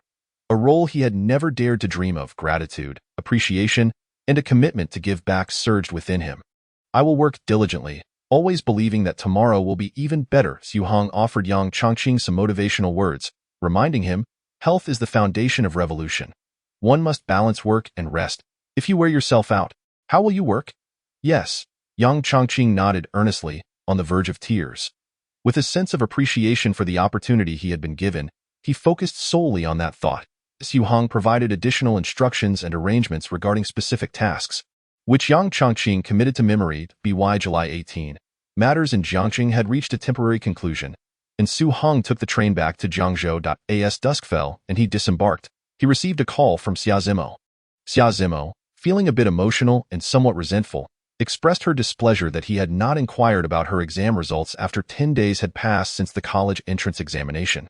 "Where have you been?" she asked, her tone frosty yet tinged with concern. "Just got off the train. Let us talk in person?" Su Heng sensed the tension and felt it necessary to offer some comfort face-to-face. "Don't shout," Xia Zimo said, lowering her voice menacingly as she glanced outside at the dimming light. After a moment's hesitation, she reluctantly added, "I can only step out for a short while." "All right, let us not go far. We can meet in the green belt behind your house," Su Heng suggested. "Okay," Xia Zimo replied softly. After 7 or 8 minutes, the two met in the small grove, reminiscent of young lovers sneaking away for a clandestine rendezvous. Xia Zimo stood bashfully beside a large tree, her delicate face flushed and her clear eyes displaying a hint of nervousness, as if afraid of being seen. Su Heng approached her with a calm demeanor and a gentle smile. "Zimo, I've been wanting to call you, to hear your sweet voice, but I was afraid your parents would answer." "What about my exam results?" Xia Zimo's pent-up questions returned, but she bit her tongue. "Aren't you concerned about how I did?" Su Heng feigned exaggeration. "Is that even a question, my dear? With a bright and talented girl like you, if you didn't do well, that would defy logic. Honestly, without me pressuring you, you would surely have ranked first in Jiangzhou." Xia Zimo's stern expression softened into a smile, her earlier frustration dissipating considerably. Chapter 58. Has he become the mysterious young master? In truth, Xia Zimo had performed exceptionally well on her college entrance examination and was not worried about the results. She was merely upset that Su Heng hadn't inquired about her performance, feeling neglected. With just a few kind words, Su Heng had managed to soothe her, and then, as if by magic, he produced a beautiful bracelet made of colorful stones from his pocket. "I don't want it," Xia Zimo protested, her cheeks reddening as she shook her head. In her subconscious, she believed such an intimate gift should only be exchanged between lovers. Accepting it would imply an acceptance of this young man, which she was reluctant to do. "These lovely little stones were personally collected by me from the seaside. I had them drilled and strung together myself. It cost me nothing, merely a token of my affection," Su Heng explained, taking her delicate wrist and fastening the bracelet on her without objection. He then nodded in satisfaction. Such a beautiful wrist deserves some adornment. Xia Zimo's face turned crimson, and as she contemplated removing the bracelet, she seemed to forget about it altogether. Meanwhile, outside this tender moment, a storm was brewing. This tempest was ignited by the fierce price war between Shenlong Electric and Suning Electric, with media coverage flooding in from all directions. The headlines were bold and eye-catching. Shock! Shanghai's retail giant Suning Electric suffers a crushing defeat, forced into compensation. Home appliance world. Rising star Shenlong triumphs over traditional titan Suning, capturing Suning's stronghold in Jiangxing. Economic Daily. Shenlong Electric presses the advantage, forcing Suning to retreat. Huaxia Business Report. Shenlong Electric's formidable emergence is rewriting the landscape of China's home appliance retail industry. Economic Observer. What is the secret behind Shenlong Electric's meteoric rise? First, financial. Who is the mysterious young master orchestrating Shenlong Electric? Huaxia Electronics News. The public was increasingly curious about the mastermind behind Shenlong Electric, rumored to be a remarkably young and prodigious marketing genius. This battle also attracted the close attention of business magnates, who were keenly interested in discovering the true identity of Shenlong's leader. Notably, the most concerned were competitors in the home appliance retail industry, including the Western retail giant Dazhong Electric and the northern powerhouse Guimei Electric. Guimei Electric's luxurious president's office, resembling a five-star hotel, newspapers and magazines detailing the Shenlong and Su Heng rivalry were strewn across a grand mahogany desk. Behind the expansive desk sat a young man with a shaved head and piercing eyes, Huang Guangyu, the helm of Guimei. Having left school before finishing elementary, he followed his brother into business at 14, opened a Guimei clothing store in the capital at 18, and later pivoted to home appliances. With extraordinary courage, intelligence, and foresight, he quickly rose to become the northern home appliance retail titan, later topping the Who Run Rich list 3 times. President, I have uncovered the identity of the rumored mysterious young master behind Shenlong Electric. His name is Su Heng, and his profile is here at a tall, composed middle-aged man named Chen Xiao, known for his strategic acumen, handed over a document to Huang Guangyu. Scanned the paper, but a few words eluded his understanding, prompting him to toss it back to Chen Xiao. With agility, Chen Xiao caught it and began reading aloud. Su Heng, male, 18 years old, from Jiangzhou. Graduated from Jiangzhou's Key High School, breaking records with a score of 738 on the college entrance exam, specially recruited by Tsinghua. Get to the point, Huang Guangyu interjected, feeling uneasy at the mention of an academic high achiever. Damn it, I'm a poor student myself. What does academic performance have to do with business? I only completed 2nd grade. Chen Xiao, disregarding the document, spoke in his own words. President, this individual comes from humble beginnings, reportedly earning his first pot of gold through stock subscription certificates. Shenlong has burned through at least several tens of millions. Are stock subscription certificates that lucrative? Huang Guangyu's interest peaked. Indeed, in just a few months, their value skyrocketed several hundred times. This was the largest opportunity for profit in the Republic's history. Damn, I missed such a golden opportunity. Huang Guangyu swore. Chen Xiao calmly replied, at that time, President, you were fully engaged in the Tianjin market and had no time to spare. Huang Guangyu waved dismissively, redirecting the conversation back to Shenlong, his voice cold and resolute. I have a strong premonition that this kid will become Guimei's greatest adversary. President, should we adjust our strategy accordingly? Chen Xiao inquired. Absolutely, we must expedite our advance southward, Huang Guangyu replied. After Shenlong secures the Jiangdong market, they will likely head north, and soon we will be in direct conflict. Chen Xiao expressed his concerns. If we encounter them, we'll fight. What is there to fear? If the trash Su Heng can't compete with Shenlong, I'll easily squash them like bugs, Huang Guangyu proclaimed, exuding an air of invincibility. Akin, Huang Guangyu exclaimed, annoyed. Just then, after parting ways with Xia Zimo, Su Heng sneezed as he arrived at the food factory. Unbeknownst to him, he had become the object of intense curiosity as the mysterious young master. Upon reaching the factory premises, he spotted a familiar, robust figure sweating profusely while loading goods onto a truck. Brother Heng is back. Wu Gang grinned widely, tossing a large box of spicy strips onto the vehicle. Wiping sweat from his brow and excitedly rushing over, go wash up first. I was looking for you. Hold on, I'll be done shortly. As Su Heng helped load the truck, he found the boxes weighing 30 to 40 pounds each to be surprisingly light.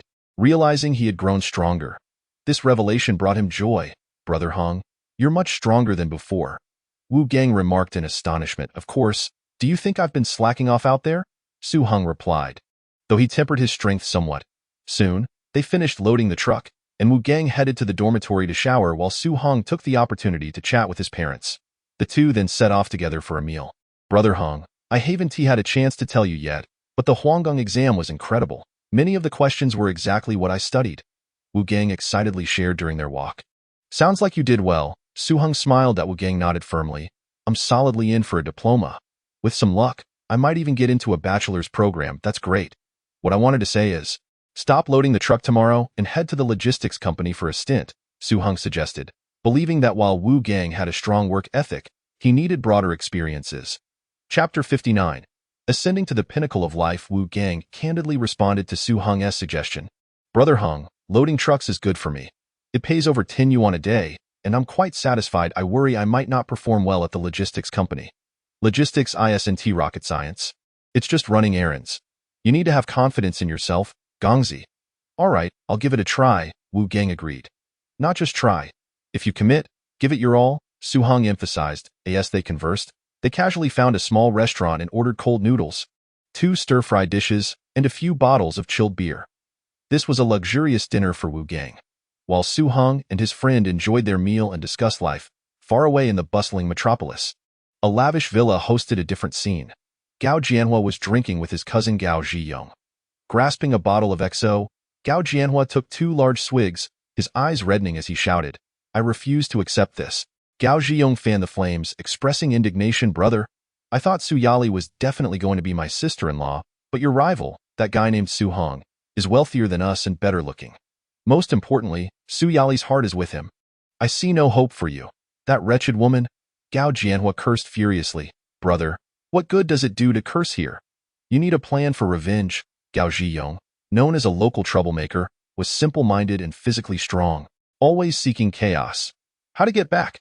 Our family has already conceded defeat, retreating from the Jiangqing market. I can't just take a knife and confront that wild brat. Gao Jianhua spat, growing increasingly incensed, gulping down more strong liquor.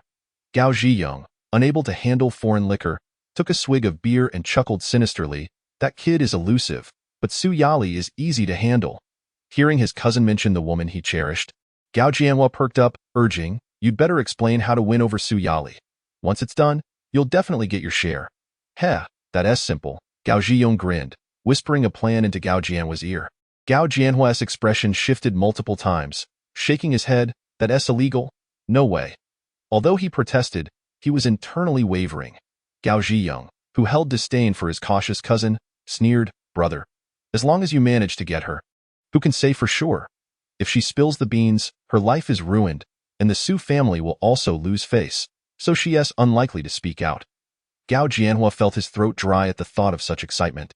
Finally resolving, all right, Gao Zhiyong quickly promised, I'll get the materials, guaranteed to work, but you have to figure out how to execute it. Gao Jianhua swiftly recalled that there was a charity gala in 2 days, where Su Yali, as the head of Shillong Electric, would undoubtedly attend, providing him with the perfect opportunity. The next day, Su Heng took Wu Gang to the logistics warehouse to drive. Songjia and Songwei were over 100 kilometers away in Chang'an City, expanding the market. Given the sweltering heat and inconvenient transportation, Su Heng decided to drive over. This is so cool, Brother Heng. This big Benz can't possibly be yours, can it? Wu Gang, who had only ever seen a Santana, recognized the emblem of the prestigious car. I just bought it. Hop in and experience it, Su Heng said, unlocking the car with the press of the key. Wu Gang climbed in, his eyes wide with wonder, marveling at the luxurious interior. Observing his friend's reaction, Su Heng mused that the allure of a luxury car for a man was no less than that of a beautiful woman. Brother Heng, this car must have cost you hundreds of thousands, right? Wu Gang asked, filled with awe. About that, Su Heng replied nonchalantly, impressive. Wu Gang found himself at a loss for words to express the tumult of emotions within him. His companion was indeed ascending to the pinnacle of life. All that remained was the presence of a stunning beauty, but upon reflecting on the fact that Xia Zimo was not only affluent, academically accomplished, and breathtakingly beautiful, he began to feel that his friend lacked nothing. Stick with me, and you shall soon possess it all, Su Heng jested. Wu Gang chuckled and shook his head. He had not yet lost his senses. The dream of owning a luxury car, costing hundreds of thousands, felt far too distant. Just then, Su Heng's mobile phone rang, and upon answering, Zhao Ming's voice echoed through. Xiao Su, there's a grand charity auction gala organized by the municipal government tomorrow night at the Modu Hotel. If you can spare the time, do try to attend. Su Heng had little interest in such events, yet felt it was inappropriate to decline, especially considering Zhao Ming had gone out of his way to make the call.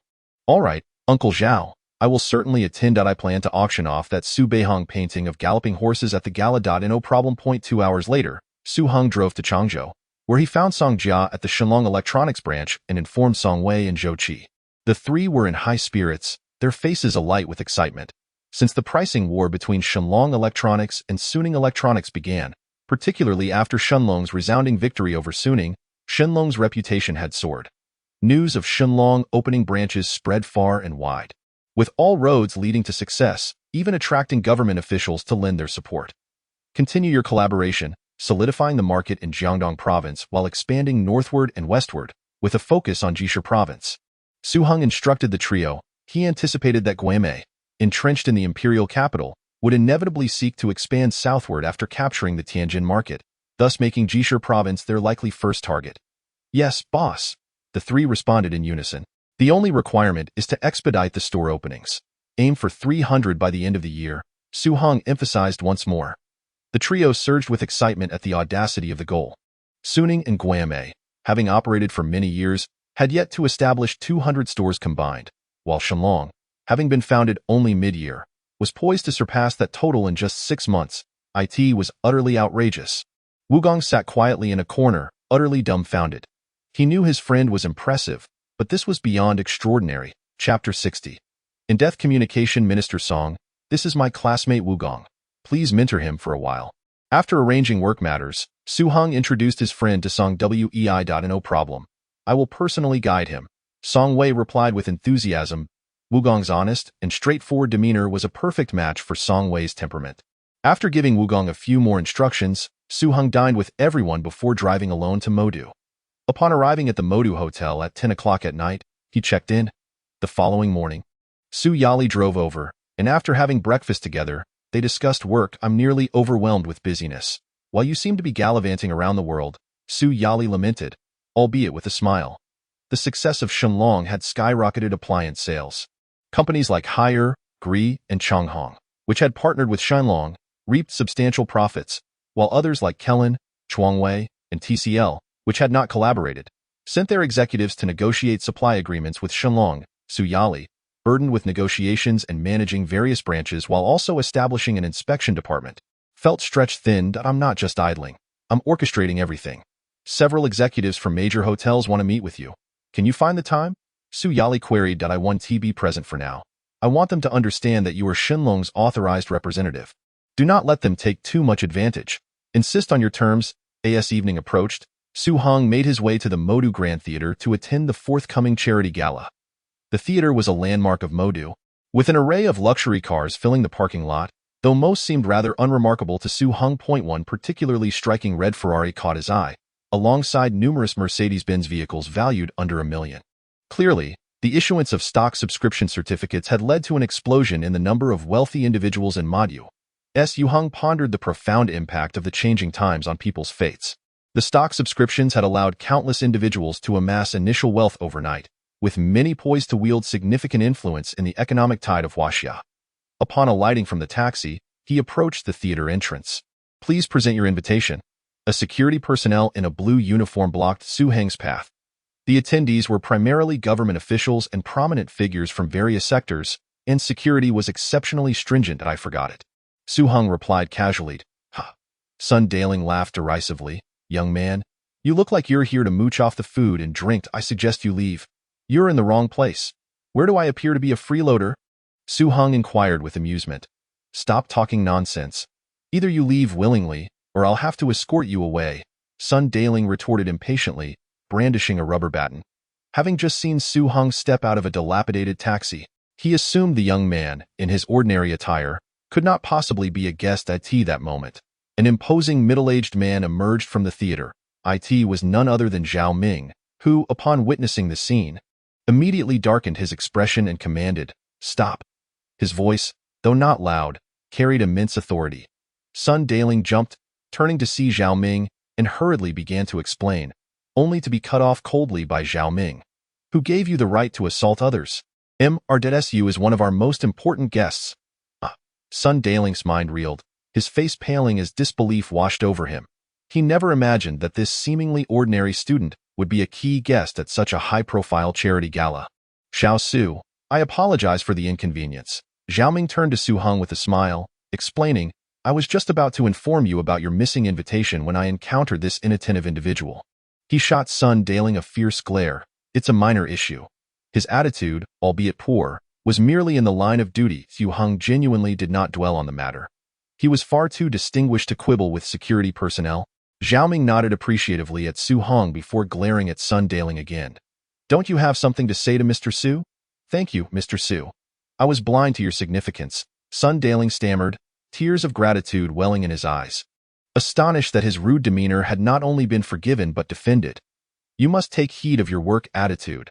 This is your last warning, Zhao Ming admonished before leading Su Heng away, to which Sun Daling assented repeatedly. Su Heng followed Zhao Ming into the theater, where the charity event was elegantly decorated, the central stage adorned with performers in splendid attire.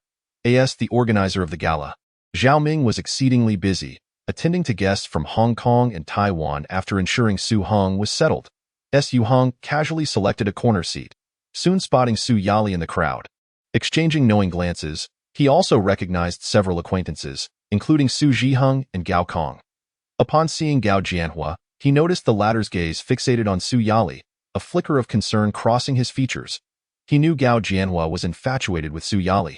But what struck him as odd was the furtive nature of Gao Jianhua's glances, as if he were up to something nefarious. Su Heng, possessing not only remarkable physical prowess but also keen senses, could discern Gao Jianhua's every move from several dozen meters away. This boy was up to no good. Su Heng promptly reached a conclusion. Gao Jianhua was admiring Su Yali, harboring wicked thoughts. If only he knew that before he could make a move. He was already under Su Heng's watchful eye. He would surely be at a loss. Chapter 61. A gathering of influencers. Su Heng sat alone for a while before approaching Su Yali's table. Eager to see what Gao Jianhua was scheming, Su Yali shot him a glance, reproaching, "Weren't you aiming to keep a low profile? Why are you here?" Su Heng glanced over at Gao Jianhua and replied with a faint smile. "I couldn't help but worry. You're so radiant. I feared you might attract some unwanted attention. Get lost." Su Yali blushed at the compliment, though her words lacked sincerity. Clearly, she dismissed Su Heng's concerns about being targeted as mere jest. In such a high-profile event, with stringent security measures, who would dare to cause trouble? The two engaged in quiet conversation. Gao Jianhua, noticing Su Heng's sudden appearance, felt as if he had swallowed a fly. Inwardly cursing, this little brat appears at the most inopportune times. Can't he take a hint and disappear? Jianhua. Just as Gao Jianhua wallowed in his frustration, a voice filled with surprise rang out behind him. Jiaqing. Gao Jianhua turned to see his schoolmate Tang Jiaqing, instantly brightening and greeting him with a friendly punch. What brings the son of the Tang family here? Tang Jiaqing smiled broadly. I was visiting the capital with my dad to see the crew of Farewell My Concubine and decided to swing by. He was of average height, clad in an exquisite suit, with a cherubic face that exuded approachability. The upcoming film Farewell My Concubine was funded by Tang Jiaqing's father, Tang Junian, the founder of the Tang Group. That's impressive. I hear Zhang Guorong is starring in it. He's my idol. If I'd known, I would have joined you in the capital to meet him. Gao Jianhua expressed his envy. Next time, I'll take you to the premiere. There will be many stars in attendance, and you can chat with whomever you wish. That would be fantastic. We must have a few drinks later. Tang Jiaqing's name rang a bell for Su Heng, who quietly murmured, "That name sounds familiar." Su Yali leaned in, whispering, "He is the second son of the founder of the Tang Group and a close friend of Gao Jianhua. The Tang Group has developed several high-end real estate projects in Modu and is quite successful." Tang Chin Yip. Su Heng's mind immediately connected the dots. He recognized the illustrious Tang Chin Yip, developed by the Tang Group. "What do you mean, Tang Chin Yip?" "It's Tang Group," Su Yali corrected, believing Su Heng had misheard. Su Heng chuckled, his mind racing with thoughts. At this moment, the land for Tang Chin Yip had not even been auctioned yet, but it would soon be up for grabs in a little over a month. Seizing this opportunity, he resolved to acquire that prime real estate along the Huangpu River, ensuring that the name Tang Chin Yip would never be uttered in the future. With determination, Su Heng made his decision.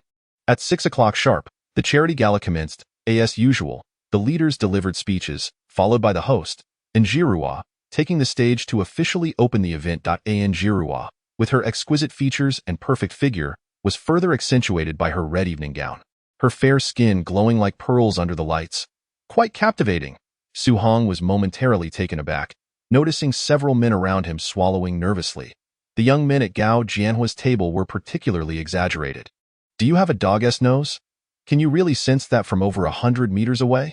Su Yali teased, distancing herself from him with a hint of disdain. "And of course, I'm still a cut above the rest," Su Heng boasted unabashedly.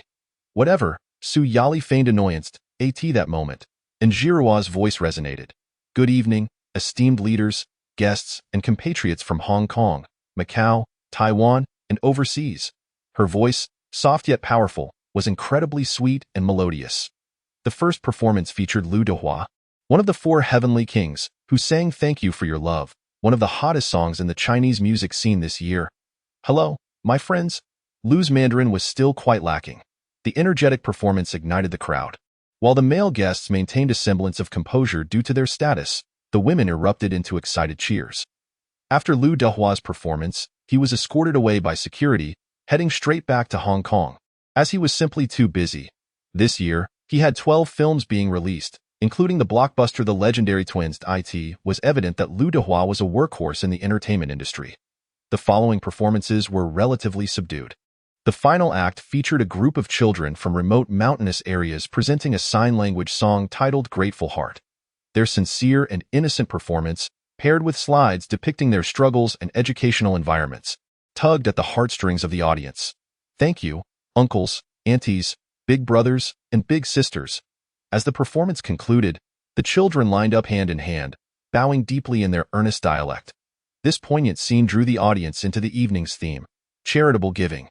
I hereby announce the official commencement of the charity auction, with all proceeds dedicated to addressing the educational needs of children in impoverished regions.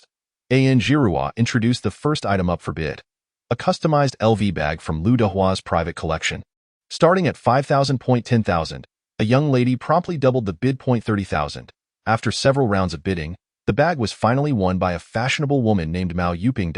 As and Jirua announced her name. Su Heng felt a flicker of recognition.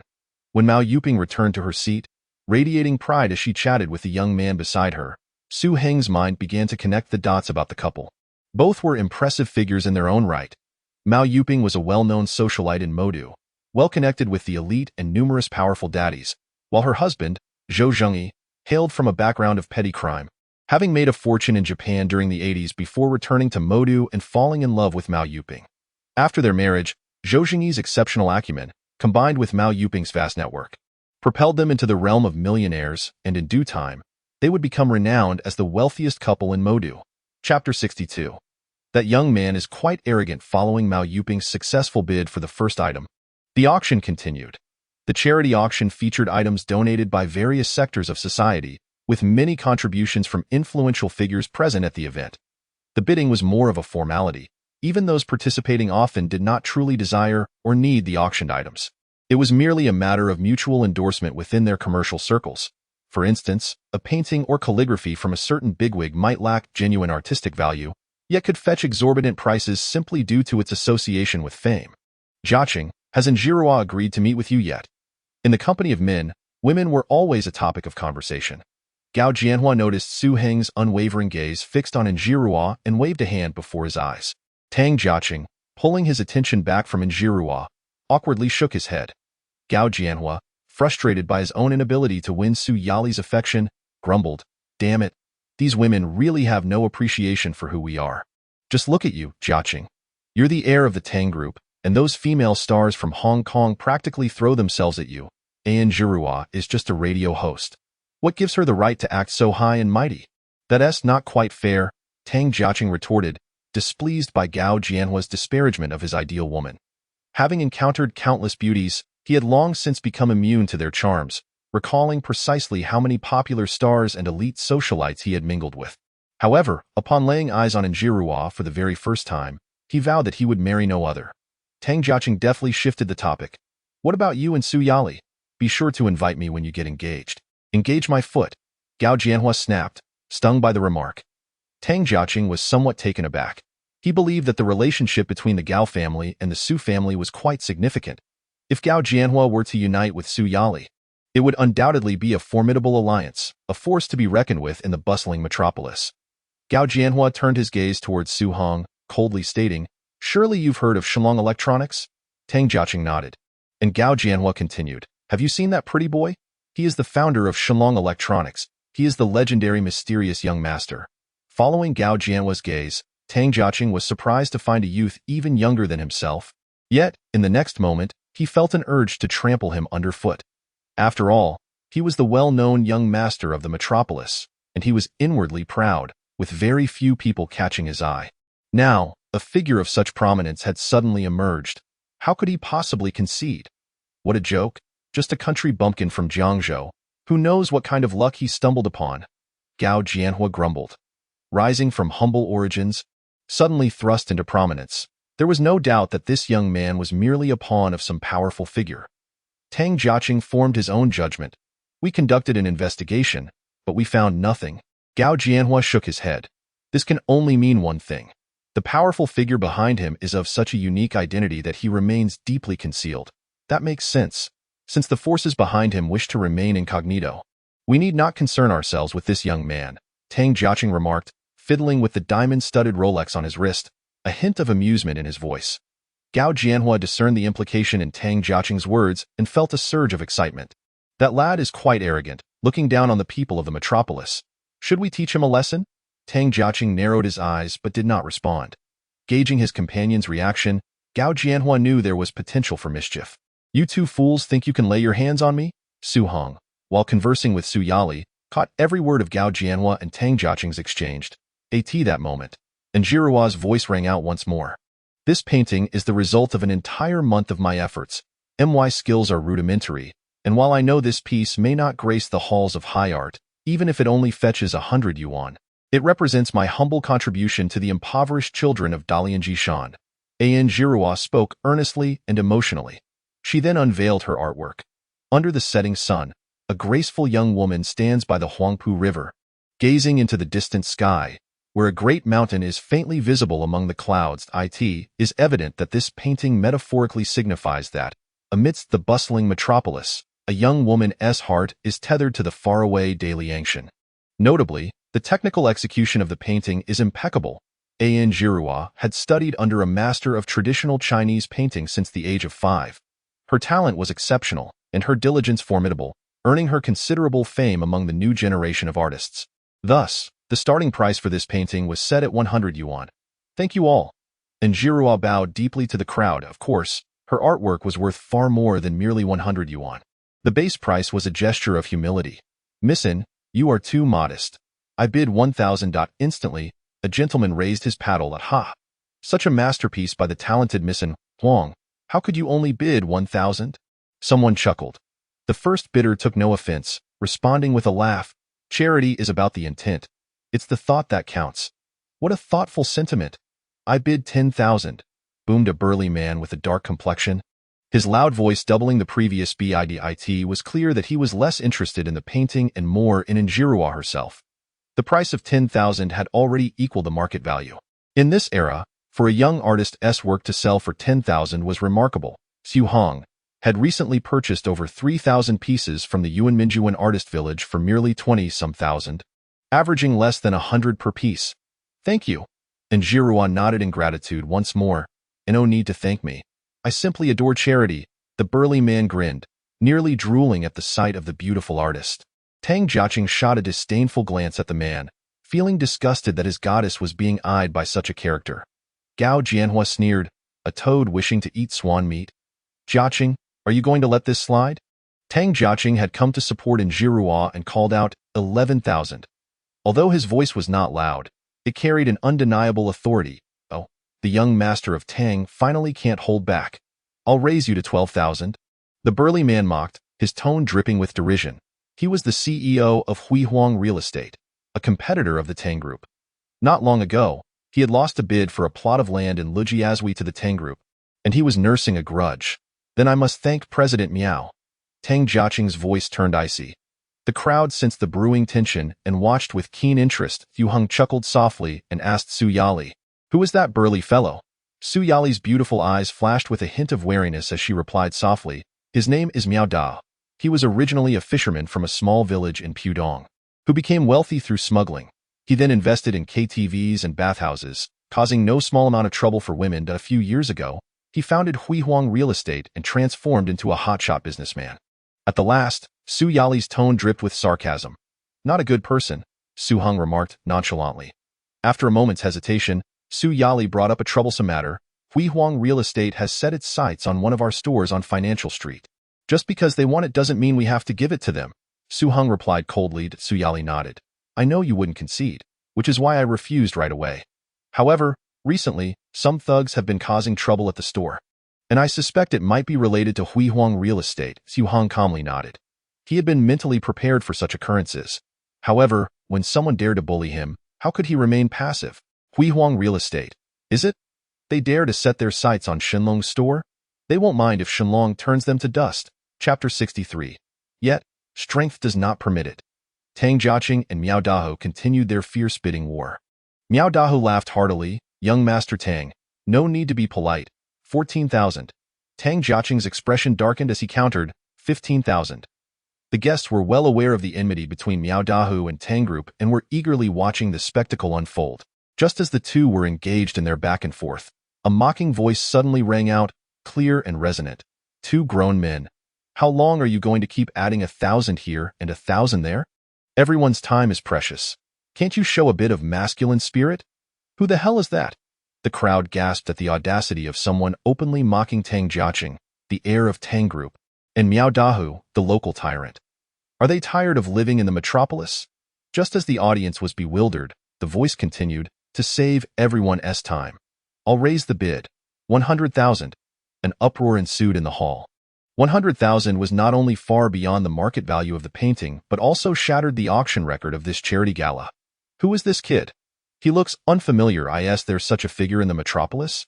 The crowd pondered, wondering if he was a young master from the capital. Seated in the front row, Zhao Ming was somewhat taken aback, thinking that the young man ought not to be so impulsive. Gao Kong, on the other hand, was invigorated, as Su Heng was confronting two notorious individuals, and he couldn't wait to see them clash. Su Heng maintained a calm demeanor. He hadn't intended to draw attention to himself, but since Tang Jiaqing was targeting him and Miao Dahu was seeking trouble with Shenlong, how could he simply sit back and watch? Su Yali discreetly pinched Su Heng's thigh, thinking, you scoundrel, how dare you showcase another woman before me? Yet, she quickly realized that this was not Su Heng's style. She was merely curious about what he was up to. 11,000. Tang Jiaqing, momentarily taken aback, decisively raised the bid. Who the hell is this? Miao Dahu, unfamiliar with Su Heng, was prepared to watch the two fight it out. Miao boss, are you scared now? Su Heng said with a smile, coldly adding, 20,000. The crowd erupted again. 20,000 was utterly insane. And Jirua, the host, was momentarily stunned, her beautiful eyes turning toward the striking young man. She thought, surely my painting isn't worth 20,000. Could this fellow be interested in me? Miao Dahu, publicly called out, felt furious and retorted coldly, I'll offer 30,000. The crowd was once again shaken. Yet, before Miao Dahu's bid could settle, Su Heng calmly stated, 100,000.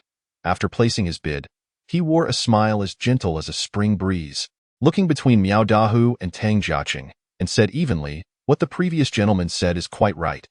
Charity is about the intent, and one should act within their means. If you both have money, feel free to continue bidding. If not, please don't waste everyone's valuable time just to impress a lady. What audacity! To dare to claim that the heirs of Tang Group and the local tyrant are merely trying to win over a woman. The crowd was taken aback yet unable to voice their indignation, for the young man had already bid a staggering sum. Who would dare challenge him? In this hall filled with dignitaries, few possessed such financial might. Damn it! Ever since I started smuggling, no one has ever looked down on me financially. Miao Dahu's face darkened. What the hell? I, the so-called young master of the metropolis, have never known what it feels like to lack money. And here I am being mocked for trying to impress a woman. Tang Jiaqing's expression was equally grim. While he conceded that he was indeed trying to win the heart of the woman he adored, he was not someone who would be belittled financially. Both were seething with indignation, unwilling to tolerate being dismissed for their financial status. However, 100,000 was no small sum, while Miao Dahu could easily afford it. Spending that much on a mere painting, even if it allowed him to win in Jirua's affection, seemed unlikely without resorting to extreme measures. Miss, why are you still dawdling? Since these two gentlemen can't pay, why not wrap up the painting for me? At that moment, Su Heng's mocking voice rang out once more, and Jirua's mind was in disarray, having completely forgotten her role as the host. Damn it, I'm in. Miao Dahu was thoroughly incensed, but just then, a cunning smile crossed his face as he calmly declared, 110,000. Miao boss is generous. Seeing your enthusiasm, I thought you might shout 200,000. Su Heng laughed heartily, no longer paying attention to Miao Dahu, turning his gaze back to Tang Jiaqing and asking, Young Master Tang, who claims to be the young master of the metropolis, is your pocket money running low? Tang Jiaqing's face flickered between shades of red and green, changing faster than flipping a book. He genuinely sought to use this opportunity to trample Su Heng underfoot in front of the gathered elite. Yet, as Su Heng had pointed out, his allowance truly was insufficient. Asked the privileged son of Tang Group, when had he ever suffered financial humiliation? He longed to bid without restraint, 200,000, 1 million. Kid, aren't you quite arrogant? It's your turn to bid. Miao Dahu, suddenly inspired, decided to try and trap him. Based on Su Heng's bidding style, he believed that after Miao Dahu's 110,000 bid, Su Heng would undoubtedly raise it to 200,000. Now it's my turn to bid. Su Heng seemed to have just remembered. Indeed. Miao Dahu's voice carried a hint of urgency. Why is it my turn to bid? Su Heng smiled slightly, countering the question. Miao Dahu was taken aback. Why do you ask why? Haven't you been so full of yourself? After we place our bids, don't you immediately double it? Keep doubling. If you don't, I'll stop bidding. Su Heng remained silent, a smile gracing his lips. The entire hall fell silent, the atmosphere growing strange. All eyes were on Su Heng and Miao Dahu. Suddenly, Miao Dahu had an ominous feeling. This silence was too eerie. Clap, clap. 2 rounds of applause echoed as Su Heng clapped his hands and laughed. I just mentioned that charity should be within one's means. Alas, I'm sorry, President Miao. I would love to continue bidding, but my strength does not permit it. Ha. Congratulations, President Miao. Su Heng laughed heartily. What the hell? Miao Dahu nearly spat blood in rage, having intended to ensnare Su Heng, only to find himself trapped in a pit. There was no place to argue his case. Chapter 64. A sudden blow. Miao Dahu was outsmarted, spending over 1 million on a painting. The crowd finally understood what had transpired, their faces reflecting a mix of expressions, some relishing Miao Dahu's misfortune while others were in disbelief, unable to comprehend how a seemingly student-like youth could toy with such a cunning local tyrant. Impressive, truly impressive. The more they thought about it, the more they felt the young man's prowess. Miao Dahu, ever the survivor of bloodshed, quickly regained his composure, laughing heartily.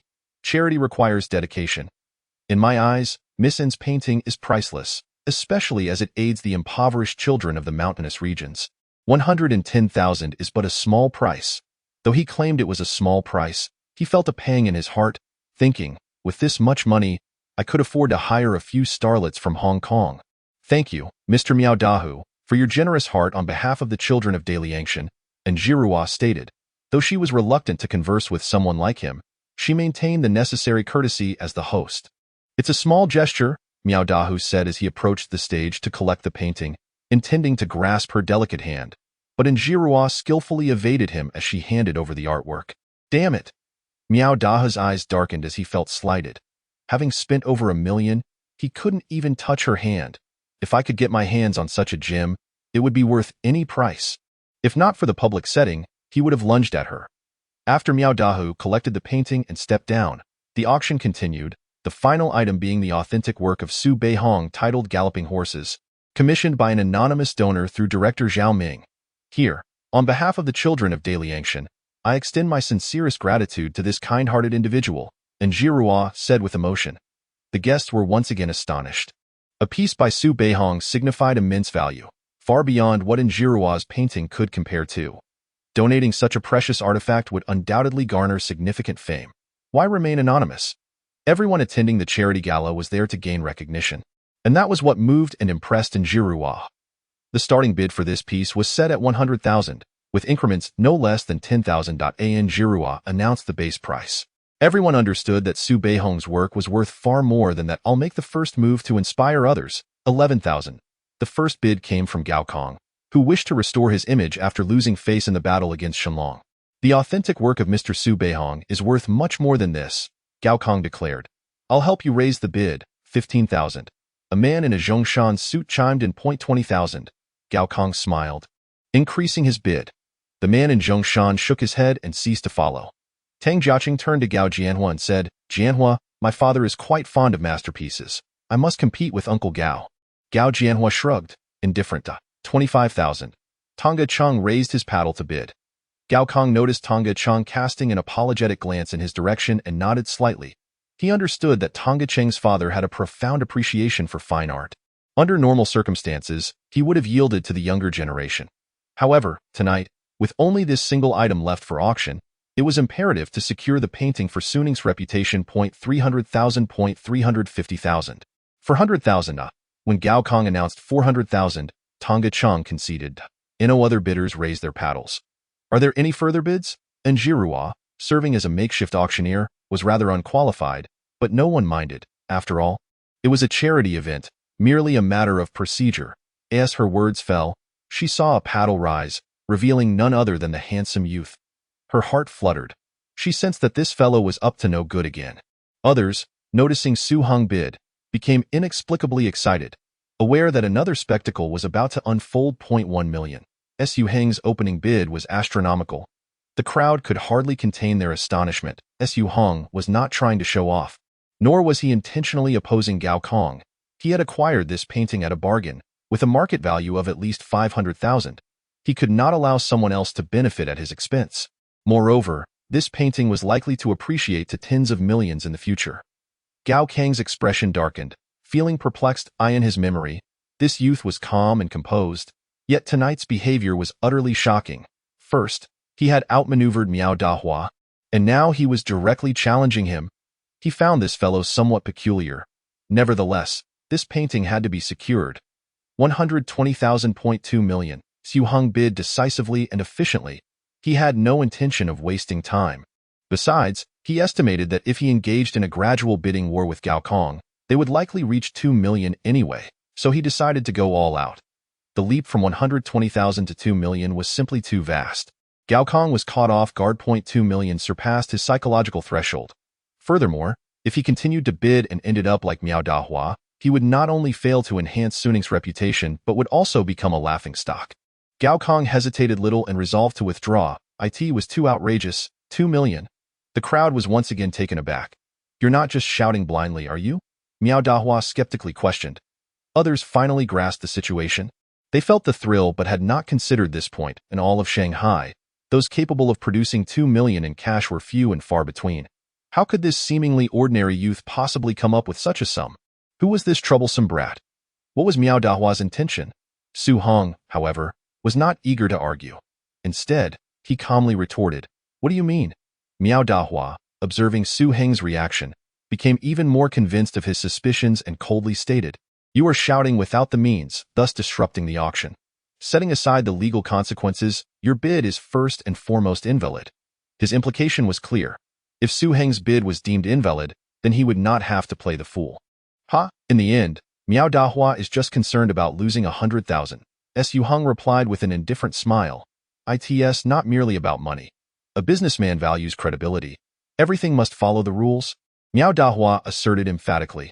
Indeed, if Su Heng's bid was invalid, according to the rules, he would only need to pay 300,000, saving himself 800,000 at Miao Dahua. Stating this, turned to Gao Kong. "Isn't that right, Mr. Gao?"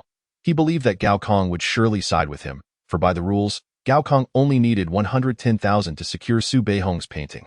However, to his surprise, Gao Kong simply turned his head away. Gao Kong smiled bitterly, knowing that Miao Dahua was about to face humiliation. What a joke. Could that youth possibly force Su Heng into a corner and still have 2 million to spare? Chapter 65. The protagonist's halo shines brightly amidst the crowd's doubtful gazes. Su Heng smiled freely. While charity should be within one's means, witnessing the adorable children on stage in need of help, he thought, if we all spent a little less, we could indeed contribute more. With that, he pulled out a bank card from his pocket. This card held just over 10 million. He could not recall the exact amount, but it would not be less than 10 million. The People's Bank of China's black gold card, requiring a minimum cash deposit of 10 million. Everyone present, being well versed in such matters, instantly recognized the card. No one questioned the young man's capabilities anymore. Miao Dahua's face turned ashen, his pride stinging. However, what truly left everyone dumbfounded was Su Heng's next statement. All the cash in this card, aside from the 2 million auction fee, will be donated to the Hope Project. Boom. There was a palpable shock in the room. Such a generous donation was exceedingly rare. As the crowd processed this, It felt surreal that an unknown youth had just pledged over 10 million. This was a nerve-wracking revelation. Miao Dahua's discomfort faded as astonishment took over. His real estate company had launched a new project last year, and to date, its profits had not yet reached 10 million. Yet, this youth, whom he had doubted, had donated such a staggering amount all at once. Who was this young man? Damn, this fellow was genuinely wealthy. Gao Kong sighed again, recognizing that Su Heng's defeat was not unwarranted. With such unfathomable strength, it would be child's play to ruin Su Heng, and they were fortunate to merely be forced out of the Jiangling market. This guy, Su Yali's beautiful eyes sparkled as she gazed at the youth's ethereal face, devoid of any jealousy, feeling instead that he was incredibly manly, tall, and imposing. Well done. Zhao Ming, bewildered by Su Heng's unusual behavior tonight, was equally stunned. He felt both shocked and admiring at Su Heng's calm demeanor while donating millions. The entire venue was left in a stupor, and Zhao Ming knew he had to say something. Standing up, he walked to the center of the stage, taking the microphone from Njirua, and spoke earnestly. First, I must inform everyone that the recently auctioned galloping horse painting belongs to Mr. Su. He gestured towards Su Heng. Heavens! The galloping horse by Su Beihong is his? The series of revelations left the audience feeling overwhelmed.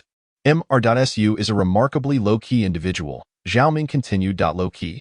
They could not help but recall how this fellow had outmaneuvered Miao Dahua and then decisively challenged the household appliance tycoon, Gao Kong. That hardly seemed low-key. However, anonymously donating a famous painting was undoubtedly a sign of humility. Mr. Su, may I ask under what name you are making this donation? Zhao Ming inquired, knowing that Su Heng must have a purpose for his actions, which was why he personally took the stage to assist. Old Zhao certainly knew how to navigate social situations. Su Heng marveled at Zhao Ming's adeptness. He understood how to cooperate without needing to articulate it explicitly. He had deeper considerations behind his sudden decision to donate 8 million, not for show, but to establish a solid foundation for future endeavors. This all stemmed from his encounter with Tonga Chung from the Tangchen Group earlier that evening. If he were to secure the land for the upcoming Tangchen Epine project, he needed to first establish a real estate company. Su Heng was acutely aware that in the current environment, securing prime land for real estate required not just capital but also significant connections and prestige. Thus, he resolved to donate 8 million, aiming to cultivate a good reputation and foster closer ties with governmental departments. Thank you, Director Zhao. All donations will be made in the name of Shenlong Electric, Su Heng stated without hesitation. Excellent. Zhao Ming nodded appreciatively, realizing that the young man was not seeking personal glory but rather planning for the long term. In the name of Shenlong Electric, this young man was indeed the fabled mysterious heir, young, handsome, wealthy, and imposing. He perfectly matched people's imagination of the mysterious heir. If he wasn't the mysterious heir, who could be? Upon hearing Shenlong Electric, everyone finally understood. The anonymous donor of the famous painting was him. He was indeed the mysterious heir of Shenlong Electric, and Njirua stood on stage, her mind in a whirl from the overwhelming stimuli, feeling as though she had just witnessed an extraordinary movie. The only one relatively calm in the room was Su Yali. Her father, Su Zhiheng, and stepmother, Gao Qiufen, were seated in the front row. Although Su Zhiheng was aware of Su Heng's considerable influence, he had not anticipated it to be this immense. After the initial shock, Gao Qiufen muttered something incomprehensible. Damn, this kid is really good at hiding. Miao Dahua, feeling frustrated, cursed under his breath, suddenly realizing why the other party had outmaneuvered him. He immediately decided never to send anyone to cause trouble at the young man's establishment again. Having navigated through life-threatening storms, he knew well whom he could provoke and whom he could not. Just think about it, willingly donating millions, being the mastermind behind Shenlong Electric, and having close ties with Zhao Ming. If he continued to pursue this, wouldn't he be courting death? Su Heng entrusted the donation procedures and television interview arrangements to Su Yali. Mr. Su, may I conduct an exclusive interview with you? Njirua asked, full of anticipation. Su Heng, wishing to remain low-key, replied gently, I apologize, but I prefer to stay out of the limelight. Please direct any inquiries to Ms. Su Yali, the president of Shenlong Electric. I understand, Njirua said, slightly disappointed. However, she found it hard to believe that this young man, who claimed to be low-key, was indeed so. She quickly regained her composure and politely addressed Su Yali. I will trouble you, President XU. No problem, Su Yali replied distractedly. She was internally cursing Su Heng for leaving her to deal with the fallout after his showboating. She knew this was not a mess but a golden opportunity for fame. Yet she was not particularly keen on being in the spotlight herself. Finally, Njirua handed Su Heng a business card that exuded a floral fragrance. Su Heng smiled as he accepted it. Noticing Su Yali's cold demeanor, turned away, so he did not leave his contact information. What a jerk! Tonga Ching watched this scene unfold, feeling as if a stone had lodged in his heart, for he had yet to obtain Njirua's contact information. Gao Jianhua's expression darkened. Never one to back down, he silently resolved to seek further opportunities to gain Su Yali's favor. Following the auction, a banquet and dance ensued. Su Yali and Njirua did not attend. As they were busy recording the interview, Su Heng quietly sat in a corner, unexpectedly receiving an invitation from the socialite. Mao Yuping. I'm sorry, but I don't dance, Su Heng thought to himself. You're already a married woman, and your husband is a notorious thug from Shanghai. Why are you trying to flirt with me? P.S. Thanks to the generous rewards from the big shots, I am truly grateful. There are too many benefactors to name individually, but the author will remember all of you in their heart. Additional chapter. Chapter 66. The Child of Fortune. Mao Yuping had anticipated Su Heng's refusal and chuckled. No worries, I can teach you. Ha. Su Heng scoffed, his expression growing colder. Not everyone can call themselves sister in front of me. So far, only Su Yali had that privilege. Although there was no deep significance behind her words, Su Heng still felt displeased. Oh, Mao Yuping, perceptive as ever, noticed Su Heng's unusual demeanor. Had she said something wrong? Just then, a young, elegantly dressed woman approached. Her demeanor was as gentle and graceful as an orchid in a secluded valley, yet she exuded an air that suggested she was not to be trifled with, making her appear distant and unapproachable. As Su Heng noticed her walking toward him, he wondered if she too had come to invite him to dance. Surely, he had not become a femme fatale? Hello, Ms. Song. Mao Yuping, seeing the newcomer, immediately reined in her smile and stepped aside respectfully to greet her. The beautiful woman merely nodded, not sparing Mao Yuping a glance, her gaze settling on Su Heng as she said, I would like to have a word with Mr. Su. Mao Yuping, as if receiving a command, quickly bowed and left. Damn, this woman is no ordinary person. Mao Yuping might not be remarkable herself, but she was a well-known socialite in Shanghai, especially among the elite circles, and was acquainted with numerous dignitaries. It was clear that someone capable of making Mao Yuping act so humbly must possess an extraordinary background and impressive credentials. Su Heng quickly formed his own judgment, noting that this woman's figure seemed familiar, while her face was entirely unknown. Mr. Su, it's quite noisy here. Would it be convenient to find a quieter place to chat? The young woman asked politely. If any other beautiful woman had spoken to him this way, Su Heng would certainly have misinterpreted her intentions. However, this young woman gave him a peculiar impression. Despite her stunning beauty, he felt no inappropriate thoughts. Sure, Su Heng agreed, feeling curious about her purpose for seeking him out. Once they entered a nearby lounge, the young woman's demeanor softened considerably, and with a smile, she said, Mr. Su, I have been looking for you for quite a while. May I ask who you are? Su Heng inquired, increasingly puzzled. My name is Song Ru. She introduced herself, her voice filled with emotion.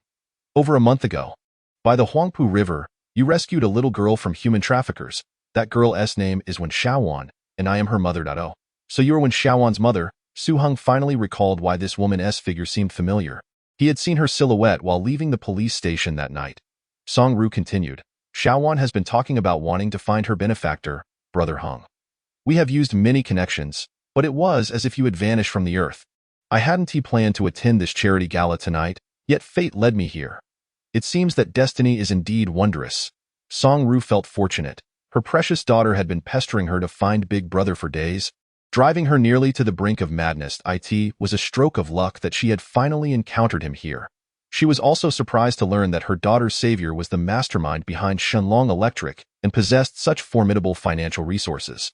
Yes, I was just bored that day, which is why I strolled along the Huangpu River, Su Heng mused, reflecting on how strange fate could be. Moreover, he had coincidentally met Su Yali shortly after leaving the police station. Had he been a second late, Su Yali would have driven past him. Everything seemed coincidental, yet who could say it wasn't a hidden arrangement of fate? Xiaowan will surely be overjoyed to learn that she has found her benefactor. Song Ru smiled. Is Xiaowan doing well? Su Heng inquired with concern. She's great, just constantly pestering me to find you. She insisted on retracing the path you took that night, hoping to encounter you again. Song Ru recounted, glancing at her Cartier watch before adding, "Tomorrow is the weekend. I would like Xiaowan to meet you. Would you be available, Mr. Su?" "I am." Su Heng immediately replied that it would be unthinkable not to meet the little girl who had been searching for him everywhere. Besides, he had a fondness for the adorable and clever little girl. "Thank you. Here is my business card." Song Ru produced a light gold business card from her bag and handed it to Su Heng. "I don't have a card. Please jot down my phone number." Su Heng provided his number to her. Just then, Xiaoming barged into the room, eager to find Su Heng.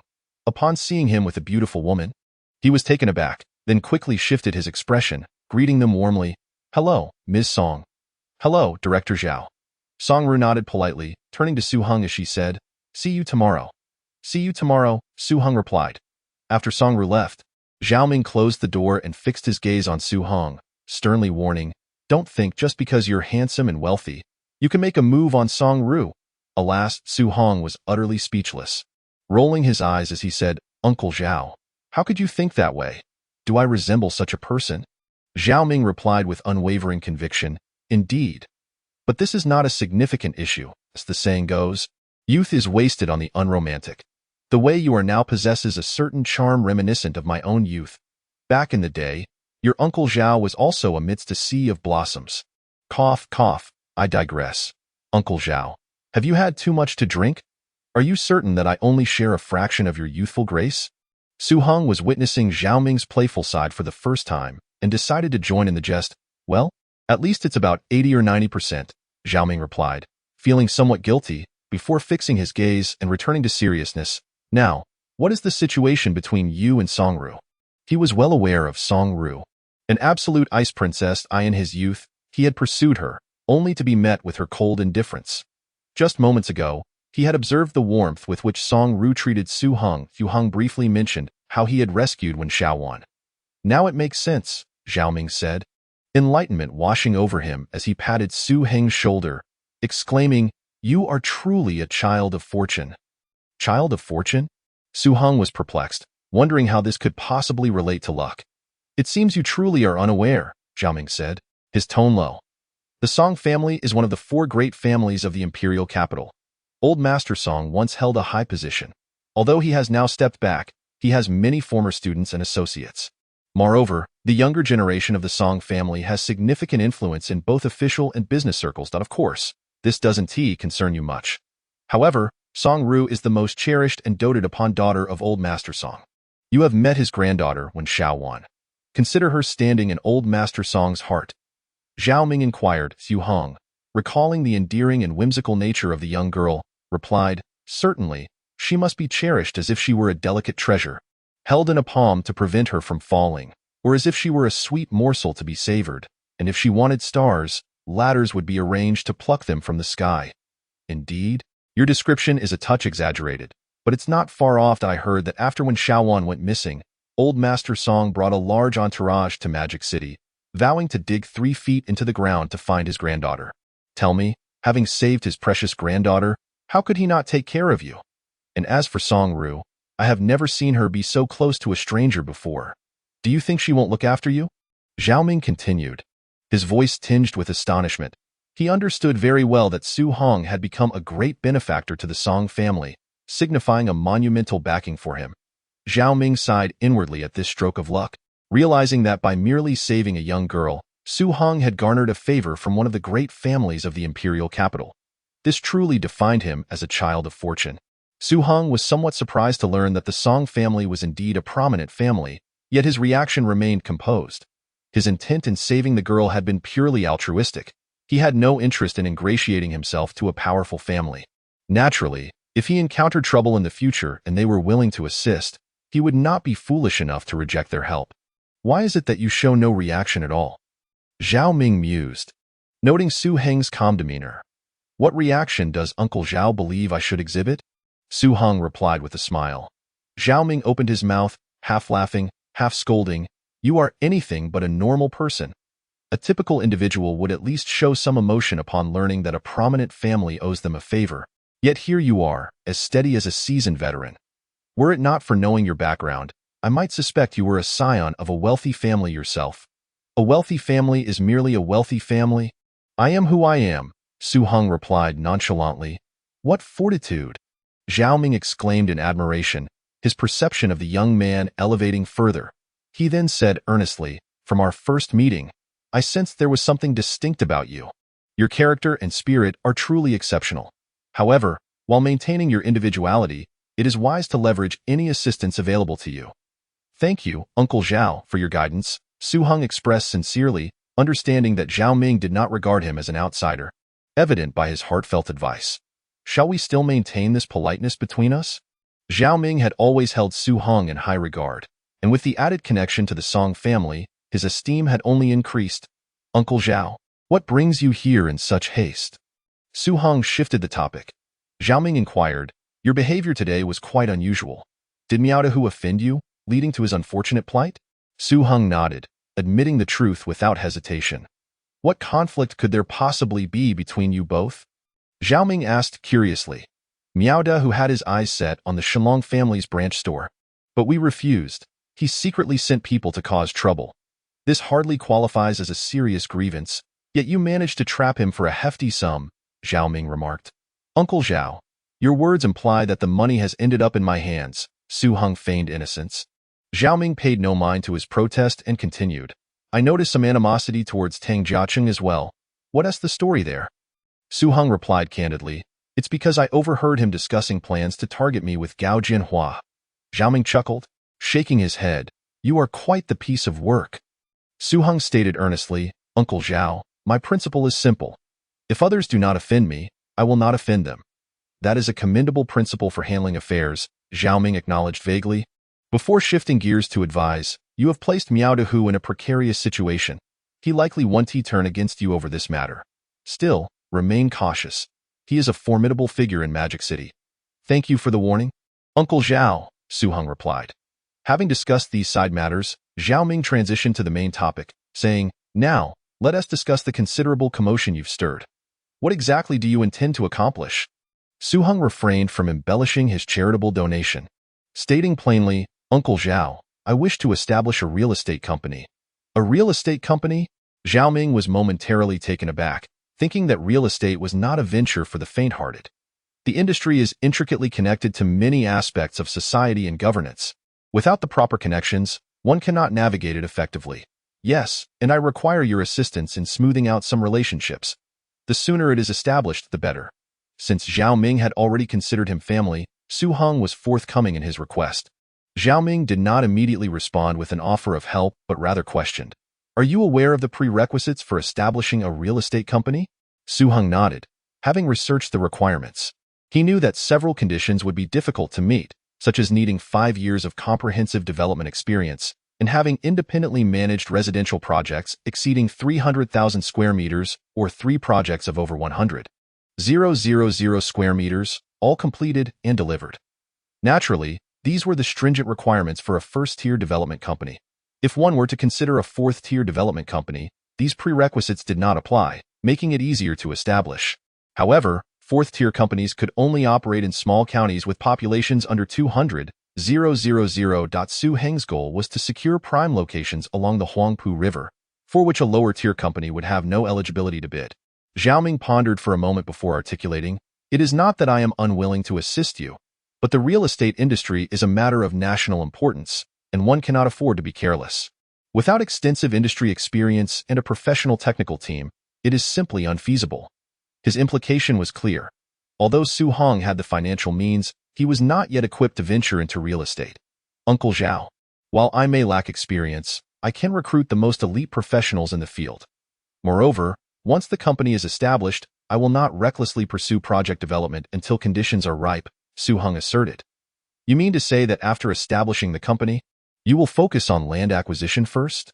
Zhao Ming's understanding was instantaneous. Su Heng was taken aback, surprised by Zhao Ming's keen insight into his thoughts. "Uncle Zhao, you truly are the brightest star in the Magic City's political arena. I hadn't even mentioned it, and you discerned it straight away." "Enough flattery," Zhao Ming chuckled, thinking to himself that had he not brought it up, Su Heng would never have volunteered the information. He then stated seriously, "Your strategy of acquiring land prior to development is sound, yet a few hard conditions remain challenging to navigate." "Indeed," Su Heng nodded, contemplating that if it were easy to navigate, he would not seek Zhao's assistance. Zhao Ming suddenly had an idea. Xiao Su, I believe you should consider acquiring an existing real estate company. Before Su Heng could respond, he continued, Shangshu Real Estate's funding chain has collapsed, and their ongoing projects have gone awry. Just a few days ago, their suppliers and buyers were in an uproar, and I intervened to temporarily quell the situation. If you could take over, not only would you resolve a significant mess for the government, but it would also simplify your endeavors. Su Heng felt a surge of interest but feigned reluctance. Uncle Zhao, you yourself said it's a considerable mess. Why send your nephew to tackle it? Zhao Ming's expression grew slightly awkward as he waved his hand dismissively. I would never lead you into a trap. If it truly is beyond salvage, I would certainly not let you take it on. Let us not rush. I'll have someone thoroughly investigate Shangshu's situation before making a decision. You can also use your connections to find out more. Thank you? Uncle Zhao, your thoroughness is appreciated, Su Heng expressed, realizing that acquiring an existing real estate company would alleviate a significant burden. Even if it required additional funds, it would be worthwhile. While Su Heng and Zhao Ming were engaged in their private discussion in a small lounge, others in the banquet hall were lost in their own thoughts. Most were aware of Song Ru's identity as the jewel of the Song family, one of the four great families of the imperial capital. Song Ru specialized in jewelry and luxury goods, being the first representative of the luxury brand Louis Vuitton in the domestic market, earning her the title of Queen of Luxury in the business world. As they observed Song Ru publicly escorting Su Heng out, shock mingled with confusion. They wondered what business Song Ru could possibly have with that young man. Mao Yuping maintained a cheerful facade while feeling quite disheartened. She sensed Su Heng's aloofness and felt overlooked by Song Ru, which made her acutely aware of her status as merely a socialite, insignificant in the presence of true power. This realization spurred her on. Since she could not change her identity, she would strive to amass wealth and become a true affluent individual. Perhaps they are discussing some business, Zhou Jingyi speculated casually. Mao Yuping shook her head. Unlikely. Song Ru deals in luxury goods, while that young man is in home appliances. There's no overlap in their businesses. Then I couldn't say, by the way, you interacted with him briefly. What was your impression? What do you mean by my impression? Jingyi, are you feeling jealous? Mao Yuping feigned anger, playfully swatting her husband. Zhou Jingyi chuckled, thinking how he could hardly be jealous of a man who was younger, wealthier, and more handsome than he was. Yet, he would never voice such thoughts and instead joked, that young man is too handsome and wealthy. I can't help but feel concern. Oh please, in my eyes, you are the most handsome and manly man in the world, Mao Yuping said with a smile in her eyes. And you are equally so in my eyes, he replied. Aside from Zhou Jingyi and his wife discussing Su Heng and Song Ru, there were also Tang Jiacheng and Gao Jianhua. Seeing his rival basking in the limelight stirred intense jealousy within Gao Jianhua, prompting him to plot revenge, intending to continue to target Su Yali. Tang Jiacheng, however, remained unfazed, as his family was robust, with deep roots in Taiwan, Hong Kong, and Macau, having been billionaires since the 70s. The Tang Group was welcomed and supported in the Magic City market. So even if Su Heng donated millions, Tang Jiacheng merely viewed him as underestimated, not reacting as others had eye in his eyes. Even the great families of the imperial capital seemed somewhat unsophisticated, although Song Ru was an exception. Upon returning to the banquet hall, Zhao Ming particularly instructed various media reporters to solely promote Shenlong Electric and not mention Su Heng. Su Heng ignored the gazes of the crowd and waited for Su Yali to finish her interview before they departed together. Su Yali, dressed in an evening gown, was breathtaking. Truly beautiful, Su Heng marveled. Su Yali quickly shifted the topic, asking, what did Song Ru want with you? Do you recall that day during the Lantern Festival when I happened to run into you after leaving the police station? Of course. But what does that have to do with Song Ru? Su Yali could never forget. It's because I saved Song Ru's daughter from human traffickers that day. Ah, so you are her great benefactor. She is from the Song family. Su Yali exclaimed, astonished, as she was well aware of the Song family's prominence as one of the four great families of the imperial capital. Her thoughts mirrored Zhao Ming's. If Su Heng could forge a connection with the Song family, his future would undoubtedly be brighter. And what about Director Zhao? I noticed he seemed to have something to discuss with you. Su Yali nodded and inquired further. My dear, I initially intended to establish a real estate company, but Zhao Ming mentioned that Shangshu Real Estate's funding chain has collapsed, and he suggested I acquire it. You wish to enter real estate? Su Yali was once again taken aback. Indeed, and the sooner, the better. Su Yali composed herself, saying, I know a bit about Shangshu Real Estate. Its reputation isn't too shabby. I heard that the CEO, Su Heng, lost a fortune in the stock market and couldn't meet a payment deadline for a project, triggering a chain reaction. Other creditors have halted supplies and are demanding early repayment, and the contractors have stopped work. With construction halted, the buyers are also anxious. Ultimately, Shangsha Real Estate was unable to recover. What a pity. Su Heng nodded, fully aware that the stock market had experienced a dramatic decline since May 26, burying countless speculators. Su Heng was merely one of many casualties. Furthermore, in the early days of the Huaxia stock market, it was dominated by large holders who could manipulate the market at will. However, from 1992 onwards, as institutional investors emerged, traditional large holders found themselves outmatched and eliminated, with the likes of the four great stock kings fading into history. If Shangsha Real Estate's troubles were merely a funding issue without deeper problems, then acquiring it would be feasible. What do you need me to do? First, establish an investment company with a registered capital of 200 million. Naming it Shenlong Group. If Shangsha Real Estate is viable, we will use Shenlong's name to acquire it. Additionally, Shenlong Electric should also be incorporated under the Shenlong Investment Company's umbrella. Su Heng had already considered this. 200 million. No wonder this fellow is so affluent. Su Yali speculated that Su Heng had made a significant profit in the stock market, but hadn't he anticipated it reaching such staggering levels. Sitting beside her was a high school student who was a billionaire. How could this young man seem so unassuming? As Su Yali pondered, Su Heng's cell phone rang. Su Heng pulled over to the side of the road, connected his mobile phone, and was greeted by Yang Chongqing's excited voice. Boss, the spicy strip factory will officially commence production tomorrow. The orders we have received have already scheduled production for 2 months ahead. Excellent, Lao Yang. You've worked hard, Su Heng replied, reiterating his point. I have complete faith in your abilities, but I must insist on one thing. Even if it means sacrificing some profit or foregoing it entirely, we must ensure that quality issues are absolutely avoided. This was the first time Yang Chongqing had been addressed as Lao Yang, and he felt a surge of emotion. Rest assured, boss, I will personally oversee everything to ensure that every spicy strip that leaves our factory is safe and hygienic. And one more thing, as I've mentioned before, don't overexert yourself. A successful manager must learn to delegate. Learn to delegate. Yang Chongqing pondered this. He had never truly considered it. Ever since he established the branch factory, he had been hands-on, fearful of even the slightest mistake, and had been incredibly busy. Indeed, one's personal energy is ultimately limited. To achieve greater success, one must have a formidable team. Your primary task is to assemble such a team. I understand. Thank you for your guidance, boss, Yang Chongqing said earnestly. After ending the call, Su Heng handed the phone to Su Yali, who was gazing at him intently. You sly one. Quietly starting another food factory in Jiangling. It's merely a favor for the factory at home, Su Yali scoffed, not believing him as far as she knew. Su Heng's parents were both laid-off workers, and he was undoubtedly the one orchestrating the food factory. Upon returning to Su Yali's residence, Zhou Yutong was already asleep. The two exchanged thoughts about establishing an investment company.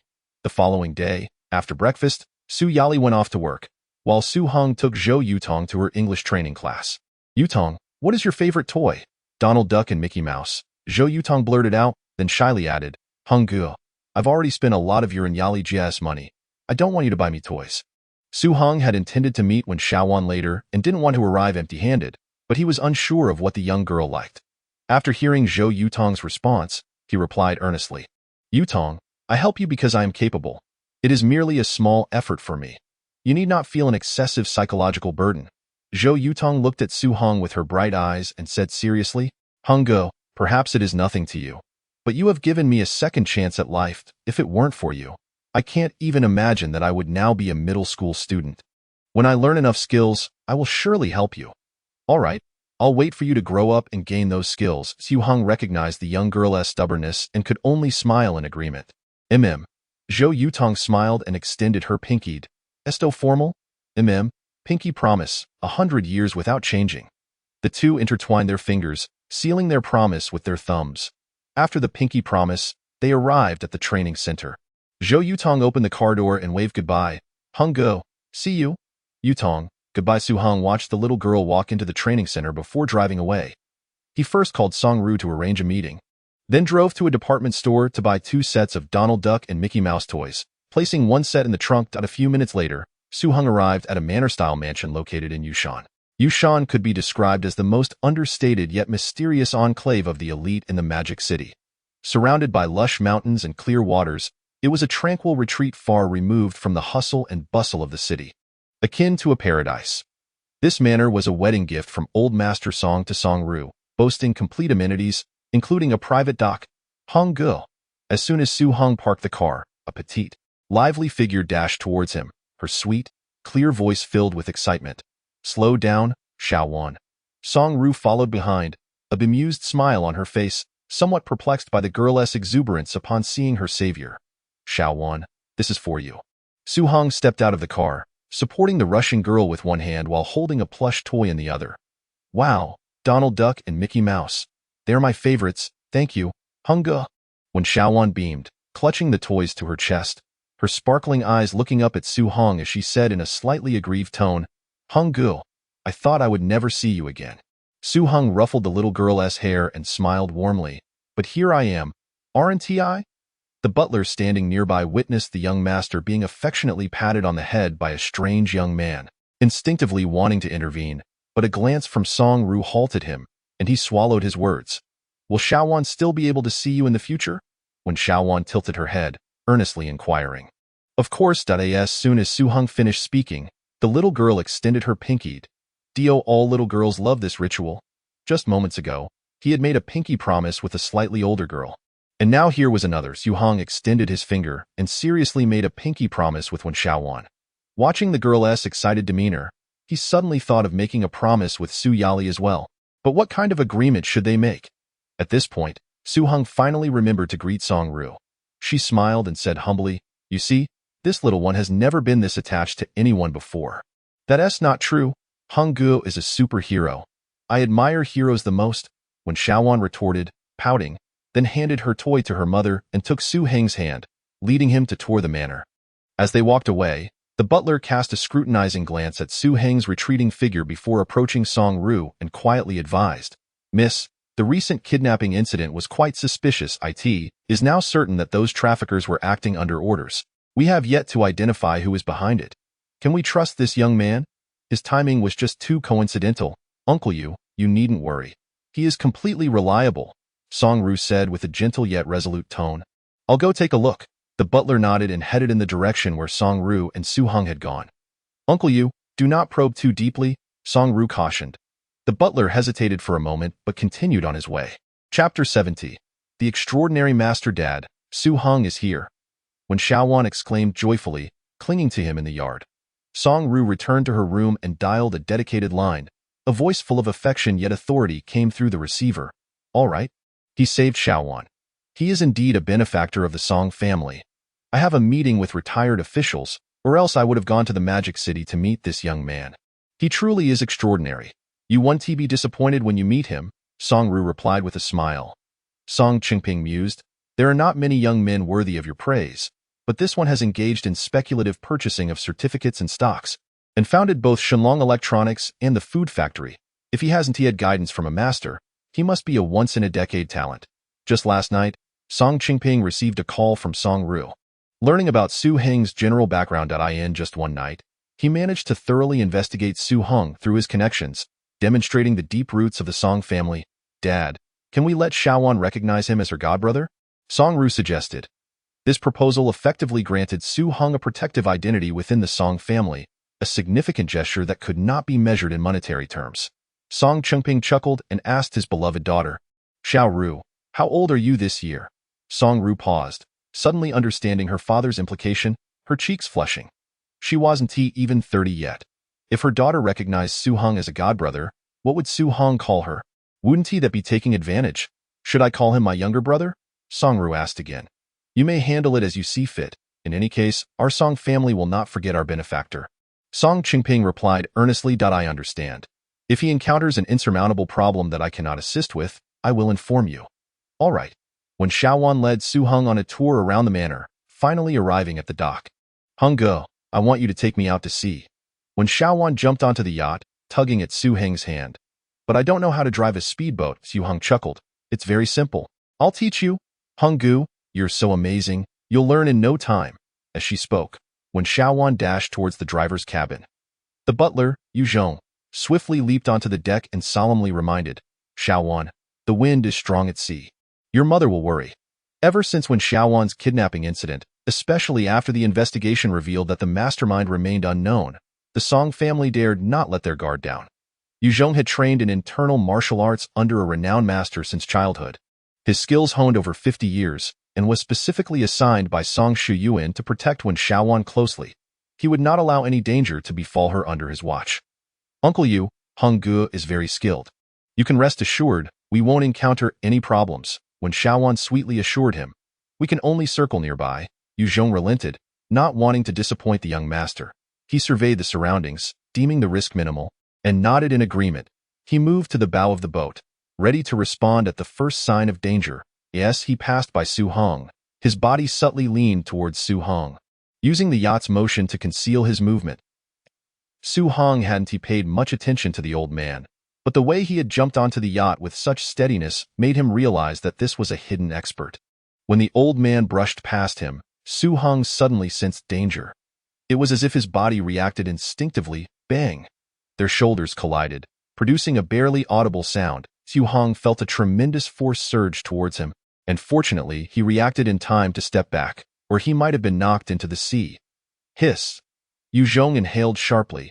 He had originally used very little strength for his test, but as he had trained in internal martial arts, his attack intensity would automatically increase in response to the opponent's resistance.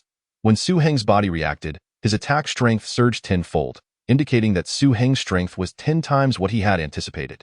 This was truly alarming, considering the boy was only 18. This old man is impressive. Su Heng had thought his own strength was considerable, but he hadn't expected to be pushed back a step by an elderly man. Mr. Su, may I inquire which school or sect you belong to? Yu Zhong asked curiously after regaining his composure, so he was testing me. Su Heng replied nonchalantly, I have no school or sect. I just practice randomly. Practice randomly? Are you aware you could shatter a strong man's skull with a single punch? That requires at least 400 pounds of force, Yu Zhong retorted with a sidelong glance. He had heard of the trafficker who had been turned into a vegetable and knew that Su Heng was responsible, which had sparked his curiosity to test him. Oh, Yu Zhong, an 18-year-old with such formidable skills must have had an exceptional master guiding him. Su Heng saw no need to explain and countered. You must be a master of Qigong, right? In the late 80s and early 90s, the Qigong craze swept the nation. The fervor for Qigong was so intense that it could be compared to the popularity of square dancing in later years. During this time, Qigong practitioners emerged in droves, from professors and scholars to workers and farmers.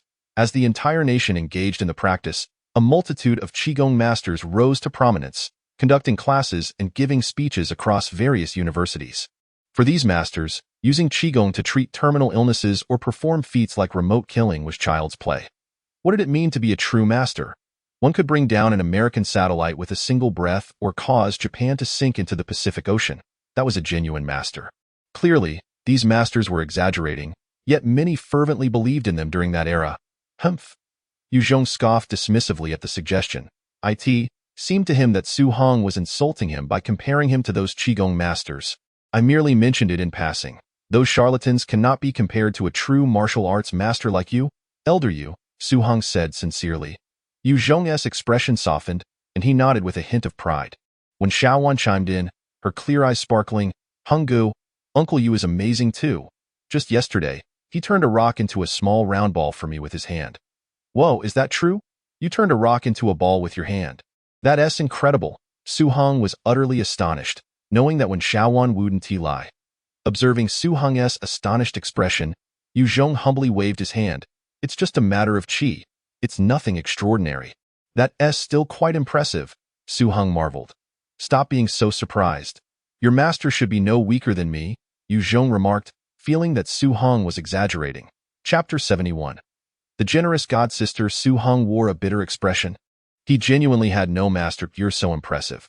I'd like to become your disciple, he thought, understanding that his extraordinary physical condition was inexplicable, which was why Yu Zhong assumed he had received guidance from a master. He couldn't help but wonder if he would gain any additional benefits beyond intelligence and physical prowess. Su Heng pondered deeply. Next, under Wen Xiaowan's instruction, Su Heng quickly learned to operate the yacht, finding it even easier than driving a car. The silver yacht sliced through the waves, sending seabirds soaring into the air, while Wen Xiaowan joyfully shouted.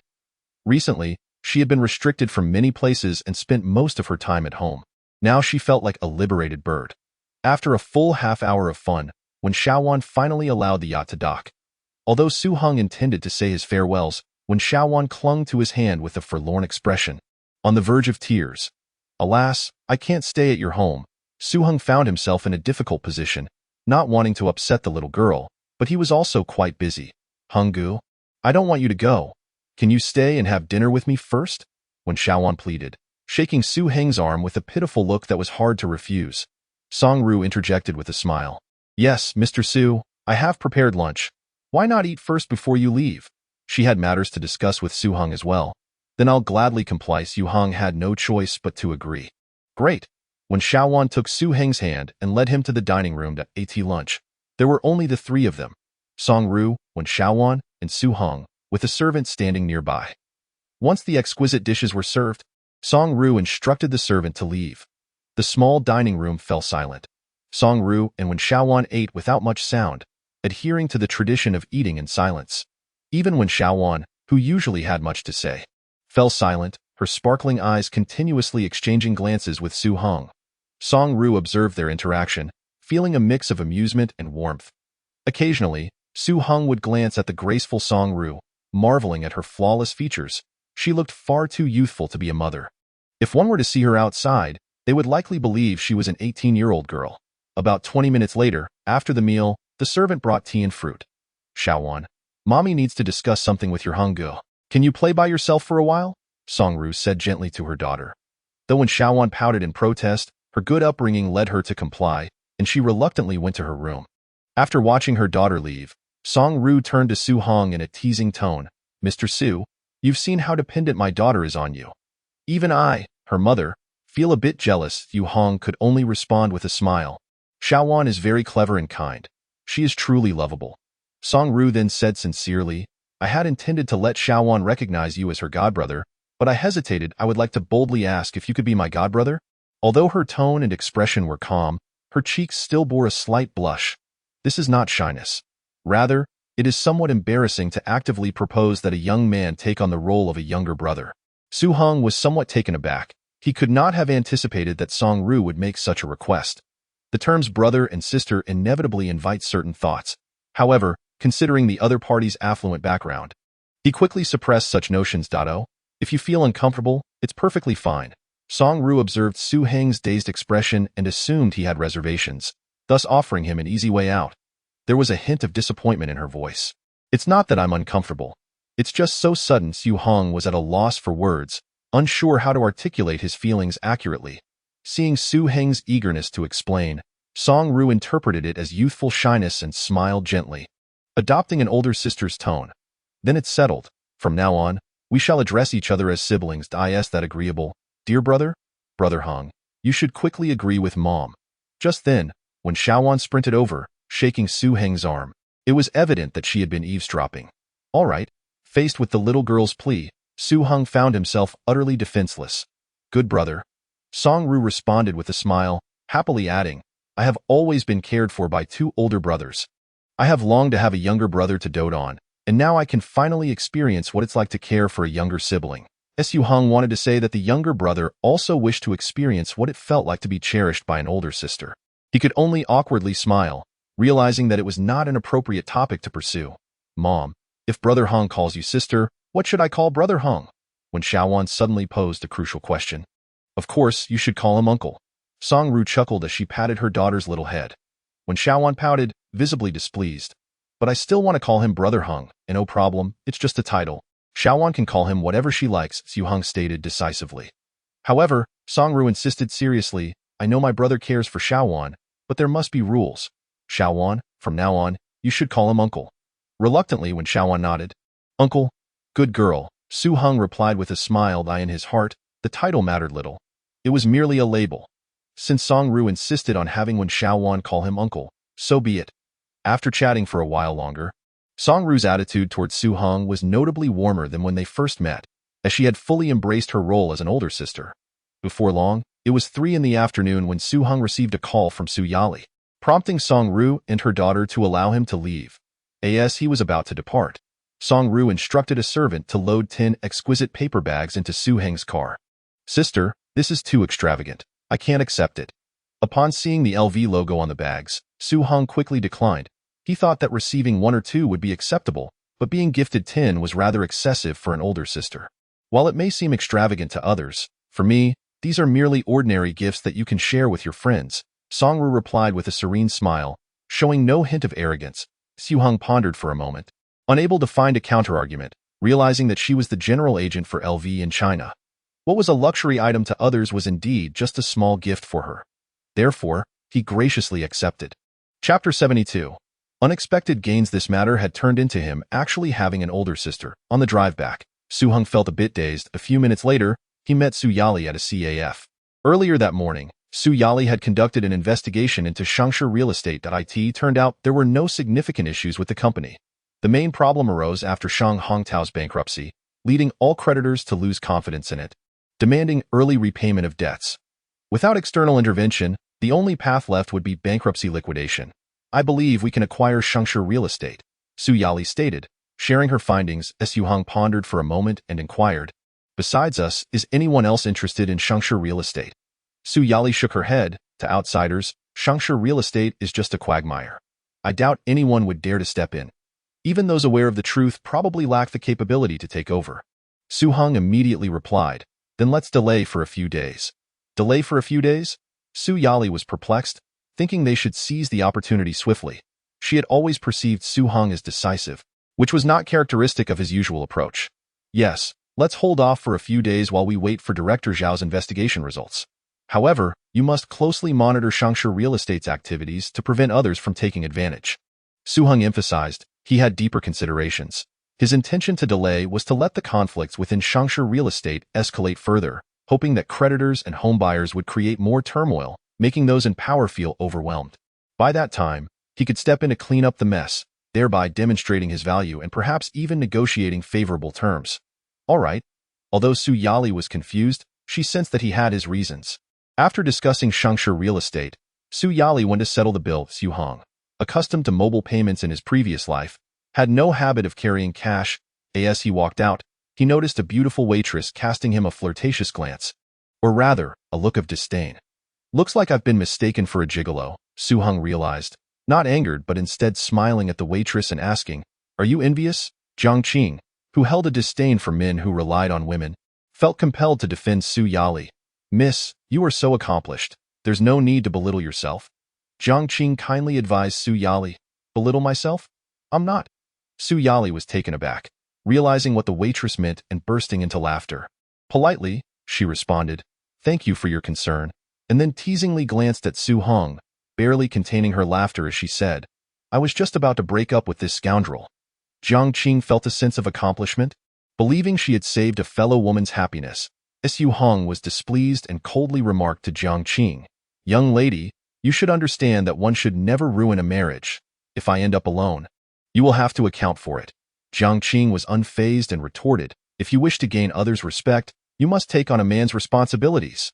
A grown man shouldn't be spending a woman's money. Isn't that shameful?" What a straightforward girl, Su Heng thought, intentionally feigning anger as he said, "You dare to talk back to a customer? Where is your manager? I want to lodge a complaint about how you're ruining the customer's experience." Jiang Qing pressed her lips together, wanting to taunt this gigolo further, but recognizing that she was a service worker and should not meddle. Su Yali turned to leave, stifling her laughter as she tossed over her shoulder. "Do you still want to be a gigolo? If you do, hurry up and follow me. I want to." "Wait for me." Su Heng hurriedly followed her out. Jiang Qing scoffed, shaking her head in disdain. What a spineless man. Once inside the driver's seat, Su Yali couldn't contain her laughter. Almost in tears, "Is it really that funny?" Su Heng started the car, glancing at the giggling beauty, and thought to himself that her sense of humor was rather low. Chapter 73. Clinging to a strong support as Su Heng recalled the 10 bags in the car, he took them out for Su Yali to choose from. No woman can resist luxury handbags, and Su Yali was no exception. Gazing at the dazzling array of 10 exquisite bags, her eyes sparkled with delight. "Wow, I just saw these in a magazine. They are all the latest autumn releases." It was no wonder that women's money is the easiest to earn. The sight of such items rendered their intelligence temporarily absent, Su Heng couldn't help but sigh, reflecting on how foreign luxury brands, leveraging their brand advantage, earn substantial profits in the domestic market. A single bag can cost tens of thousands, while the production cost is negligible. In contrast, his own spicy strip factory sells a single package for just a dime. With a mere profit of 5 cents, the profit from hundreds of thousands of packages of spicy strips hardly compares to that of a single bag. Though he knew he shouldn't think of it this way, Su Heng still felt a bit dissatisfied. Wait, why would Songru give you so many? Su Yali quickly sensed something was off. Alas, what can I say? Who told my husband to be so dashing that he has no friends? They insisted on giving them to me. I had no choice but to accept. Speak plainly. Su Yali rolled her eyes, knowing that Songru was not that kind of woman. To be honest, Songru and I have now become siblings. Su Heng stated casually. Siblings? Su Yali was momentarily confused, not fully grasping the situation. Su Heng briefly recounted the circumstances. Su Yali expressed her astonishment, feeling a tinge of envy as she said, You lucky guy. You've latched onto a strong support, Su Heng shamelessly replied. I still prefer to cling to your strong support. Get lost? Su Yali puffed her cheeks in annoyance. I'm serious here. Accepting such valuable gifts feels inappropriate. Su Heng dismissed her concerns. Don't overthink it, her. These items are nothing significant. Since she insists on giving them, I will naturally accept them and return the favor when the opportunity arises. Su Yali nodded, deciding not to dwell on the matter further. She then selected her favorite style, asking Su Heng to put the rest back in the car. You should keep them all. I won't have any use for them. As Su Heng spoke, he thought of Xiazimo, planning to gift her one when the new semester starts. He also couldn't forget his parents. Additionally, it would be reasonable to reward Songjia for her outstanding work with a bag. As for Zhou Yutong, she was still too young to need 1.as for Hu Shui. Well, he decided to put that thought aside. As for Wu Gang, forget it. With his demeanor, giving him an LV bag would only make him look like he was carrying a sack. Over the next few days, with Xiaoming facilitating connections, Shenlong Investment Company was officially established. The company was located in a storefront on Nanjing Road. Su Heng had initially acquired 6 stores, and after connecting 2 adjacent ones to create an appliance marketplace. Another exclusively for spicy strips was set up. Now, Shenlong Investment utilized one of the stores, leaving 2 vacant. The day of the establishment was quite low-key. There were no leaders for a ribbon-cutting ceremony, no colorful banners, and no firecrackers. Besides Su Heng and Su Yali, there were 6 newly hired employees, 5 of whom had relevant degrees in economics, accounting, finance, and law from prestigious universities, all with some work experience. Among them was a young girl majoring in Chinese. Strangely, she stood at the back, her head bowed, seemingly afraid to meet Su Heng's gaze. Lift your head.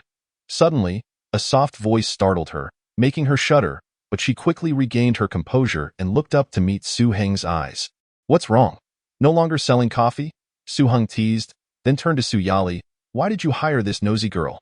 Su Yali pretended not to notice. I wanted to challenge myself, Zhang Qing replied, regaining her confidence and adding proudly, I passed the interview with manager Su and am now her secretary. While speaking, she internally scoffed, believing she was earning her keep through her own merits, and that this gigolo had no say over her. What's your name? Su Heng inquired. Zhang Qing. Although Zhang Qing did not wish to engage much with him, she reluctantly introduced herself out of respect for her boss, Su Yali. Do a good job with manager Su? Su Heng casually advised.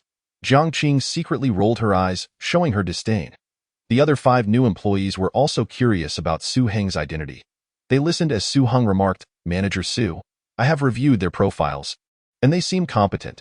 You might consider hiring a few investment and acquisition experts with international banking experience through a headhunting firm. Understood, Su Yali nodded. Zhang Qing felt puzzled, thinking to herself, why was this gigolo meddling in work matters? And why was the boss listening to him? The other 5 new employees, all industry elites, felt somewhat indignant at Su Heng's evaluation of them as merely competent.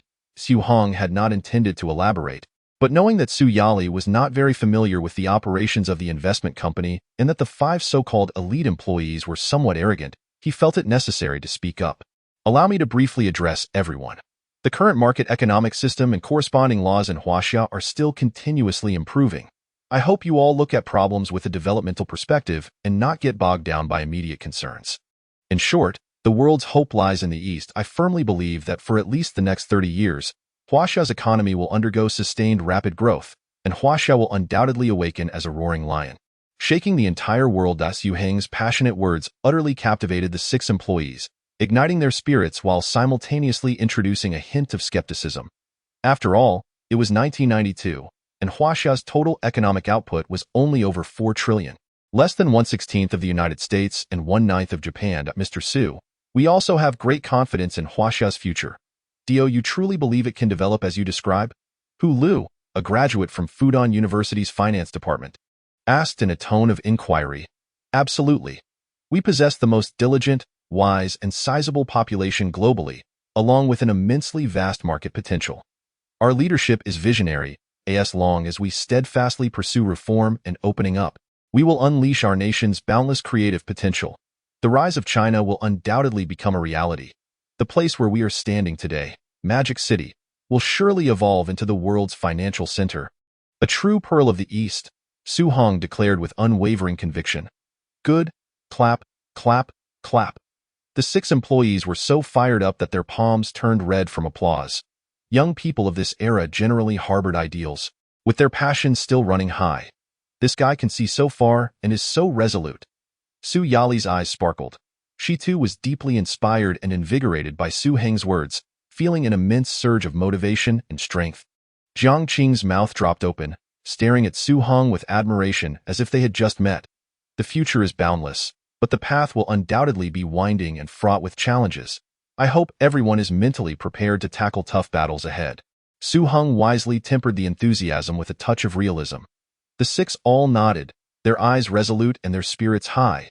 The effect was pleasing. Su Heng nodded slightly, then coldly stated, I have only 2 requirements of you all. First, loyalty, absolute loyalty. Shalong Company will not tolerate any acts of betrayal. Anyone found guilty will be expelled, and legal repercussions will follow. Second, although Shalong Company has just been established, time is of the essence, and the tasks are heavy.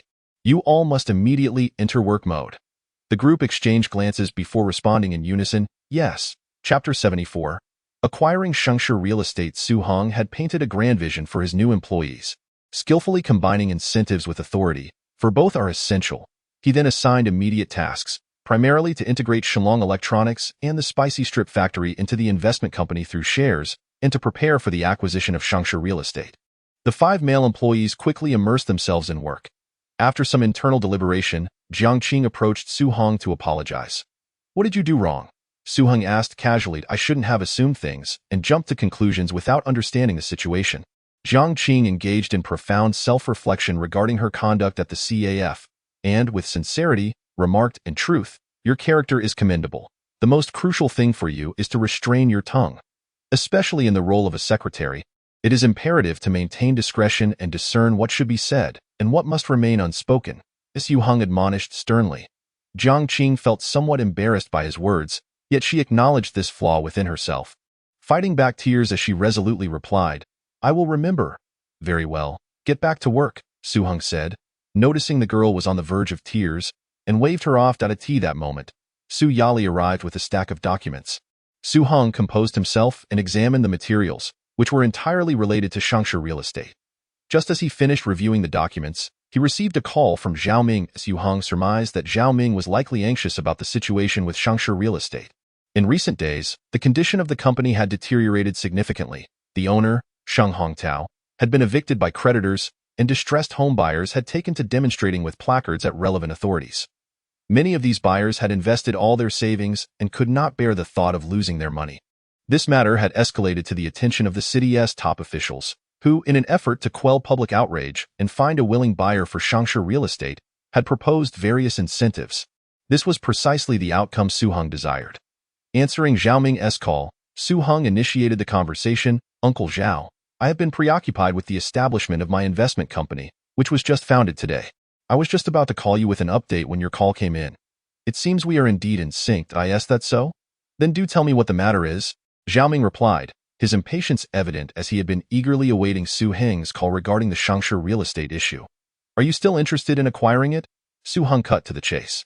Although Zhao Ming was eager for Su Heng to expedite the acquisition, he feigned casualness in his inquiry. In that case, come to my office at the city government immediately. Understood, Uncle Zhao. In a bid to assert his status and capabilities, Su Heng decided against being low-key this time and drove his luxurious car to the city government. After a brief journey, he arrived at the entrance, where the security personnel greeted him and allowed him entry after a brief inquiry. Once parked, he proceeded to the office building, where a poised young man approached him swiftly, exclaiming, "Mr. Su, this is our second meeting. The first was at the charity gala, where I was thoroughly impressed by your charisma. Allow me to introduce myself. I am Lu Zhua, secretary to Director Zhao." "Ah, Secretary Lu, it's a pleasure to meet you," Su Heng replied courteously, extending his hand up. "Mr. Su, please follow me," Lu Zhua said, shaking hands and guiding Su Heng into the building. Zhao Ming's office was located on the second floor. Upon entering, Su Heng noticed not only Zhao Ming but also a balding middle-aged official, whose demeanor, though affable, emanated a natural authority that could only be cultivated by one long accustomed to high office. "Please, have a seat." Zhao Ming gestured towards a chair. Noticing that Zhao Ming did not introduce the middle-aged official, Su Heng merely nodded politely, and the official returned the gesture. "The debts and assets of Shangshe Real Estate are approximately as follows. Please review them," Zhao Ming began, handing Su Heng a document. Su Heng took the paper and quickly scanned. It was similar to the information Su Yali had gathered. 7 creditors with total liabilities amounting to around 18 million yuan. The company's assets included 7 residential buildings currently under construction, along with other fixed assets, leading to an estimated total asset valuation of around 30 million yuan. In other words, from a purely evaluative standpoint, Shangshe Real Estate's net assets were roughly 10 million yuan. No issues here, Su Heng stated decisively. He was acutely aware that this was not the time for hesitations, as the officials were already overwhelmed with anxiety. Any further delays on his part would certainly not leave a favorable impression on them. Indeed, he noted that not only did Zhao Ming nod in approval, but the middle-aged official also appeared to relax. "You agreed before I even had a chance to mention what conditions Shangshe Real Estate would propose?" Zhao Ming inquired with a smile. "What are the conditions, Director Zhao?" Su Heng asked humbly. Zhao Ming replied, "Sheng Hongtao's requirements are quite simple. He wishes for all debts of Shangshe Real Estate to be assumed by the new buyer, along with a payment of 2 million yuan in cash." "Very well, I am prepared to sign the agreement at any time," Su Heng responded without hesitation, realizing that this price was considerably lower than he had anticipated.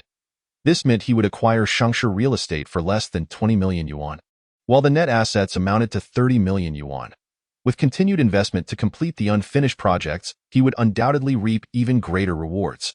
Moreover, it was not merely a financial matter.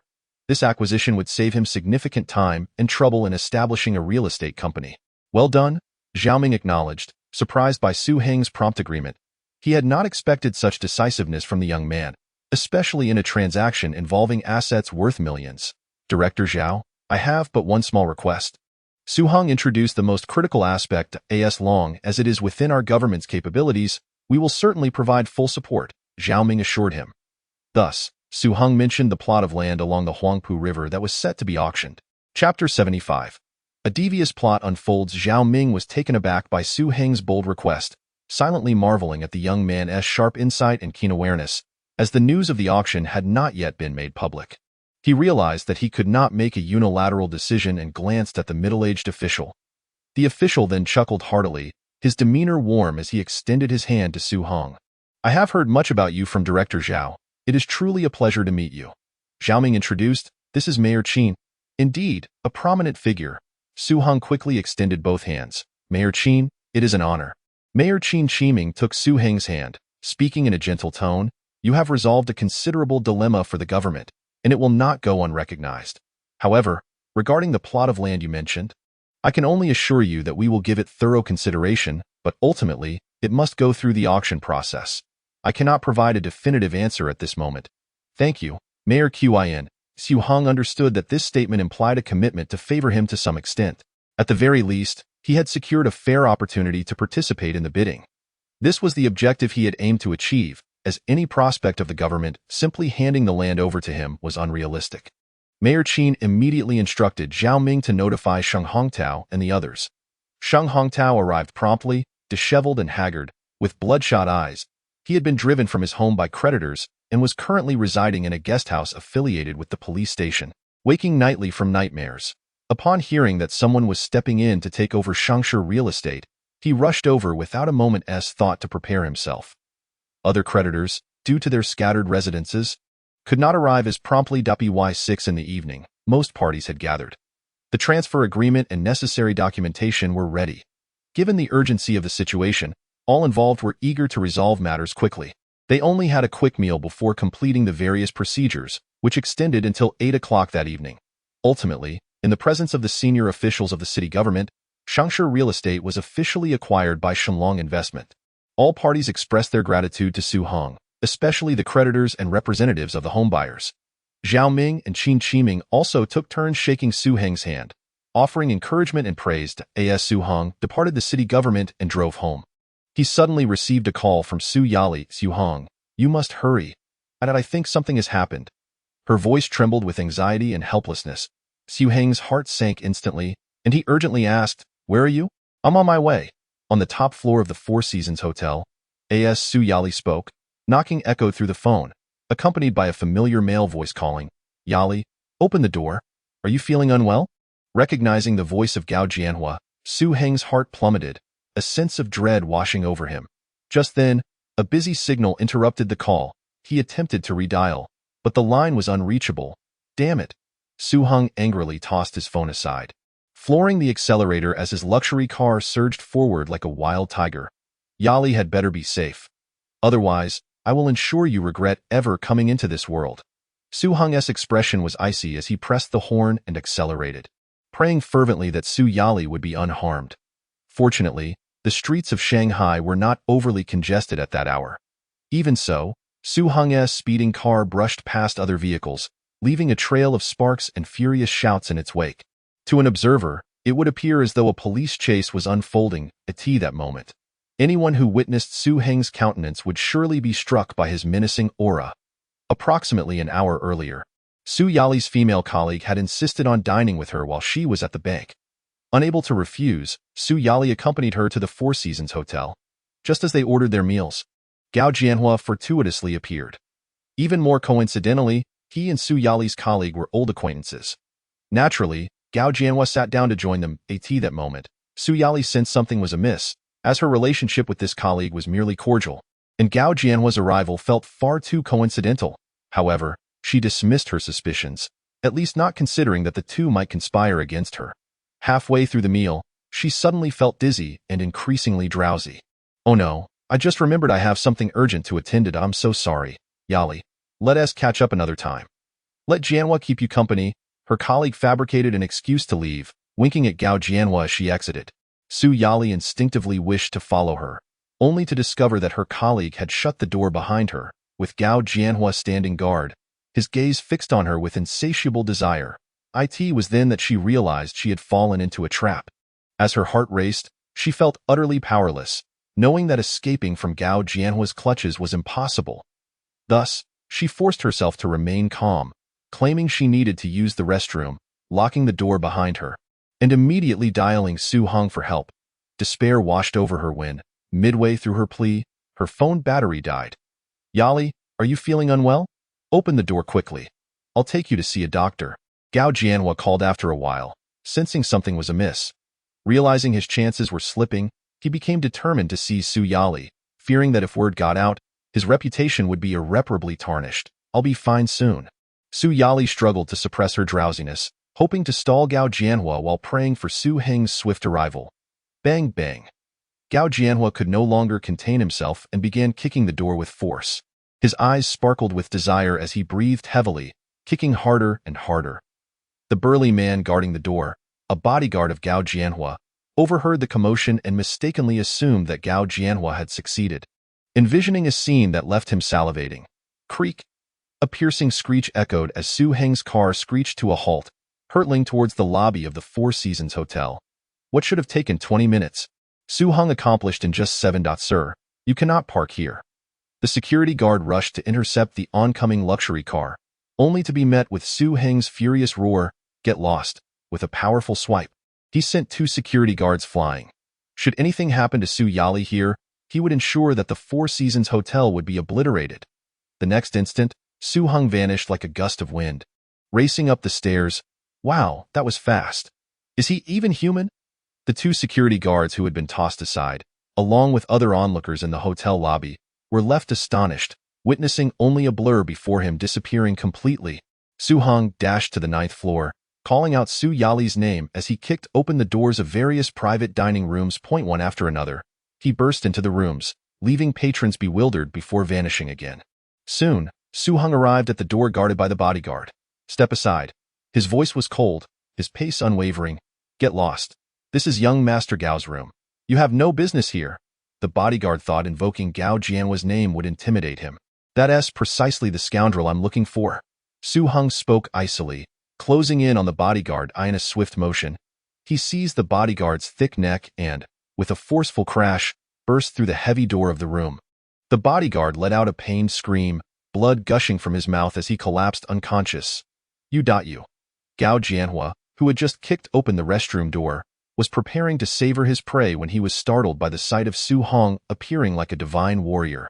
The bodyguard sprawled on the floor bleeding. Fortunately, he had arrived in time. Su Heng, relieved to see Su Yali unharmed, felt his tension ease, yet his murderous intent remained undiminished. With a chilling expression, he advanced step by step toward Gao Jianhua. "Don't do anything rash." I haven't done anything," Gao Jianhua stammered, retreating to the corner of the room. "If you have done anything, today will be your last." Su Heng suppressed his impulse to kill, his voice icy cold. Hearing this, Gao Jianhua felt a wave of relief, thinking that as long as Su Heng remained rational, the situation would not escalate, and they could resolve it privately. "You think you can just leave for America?" Su Heng scoffed, his voice laced with coldness as he delivered a swift kick aimed at Gao Jianhua's groin. With a sickening crack, Gao Jianhua's body lifted off the ground.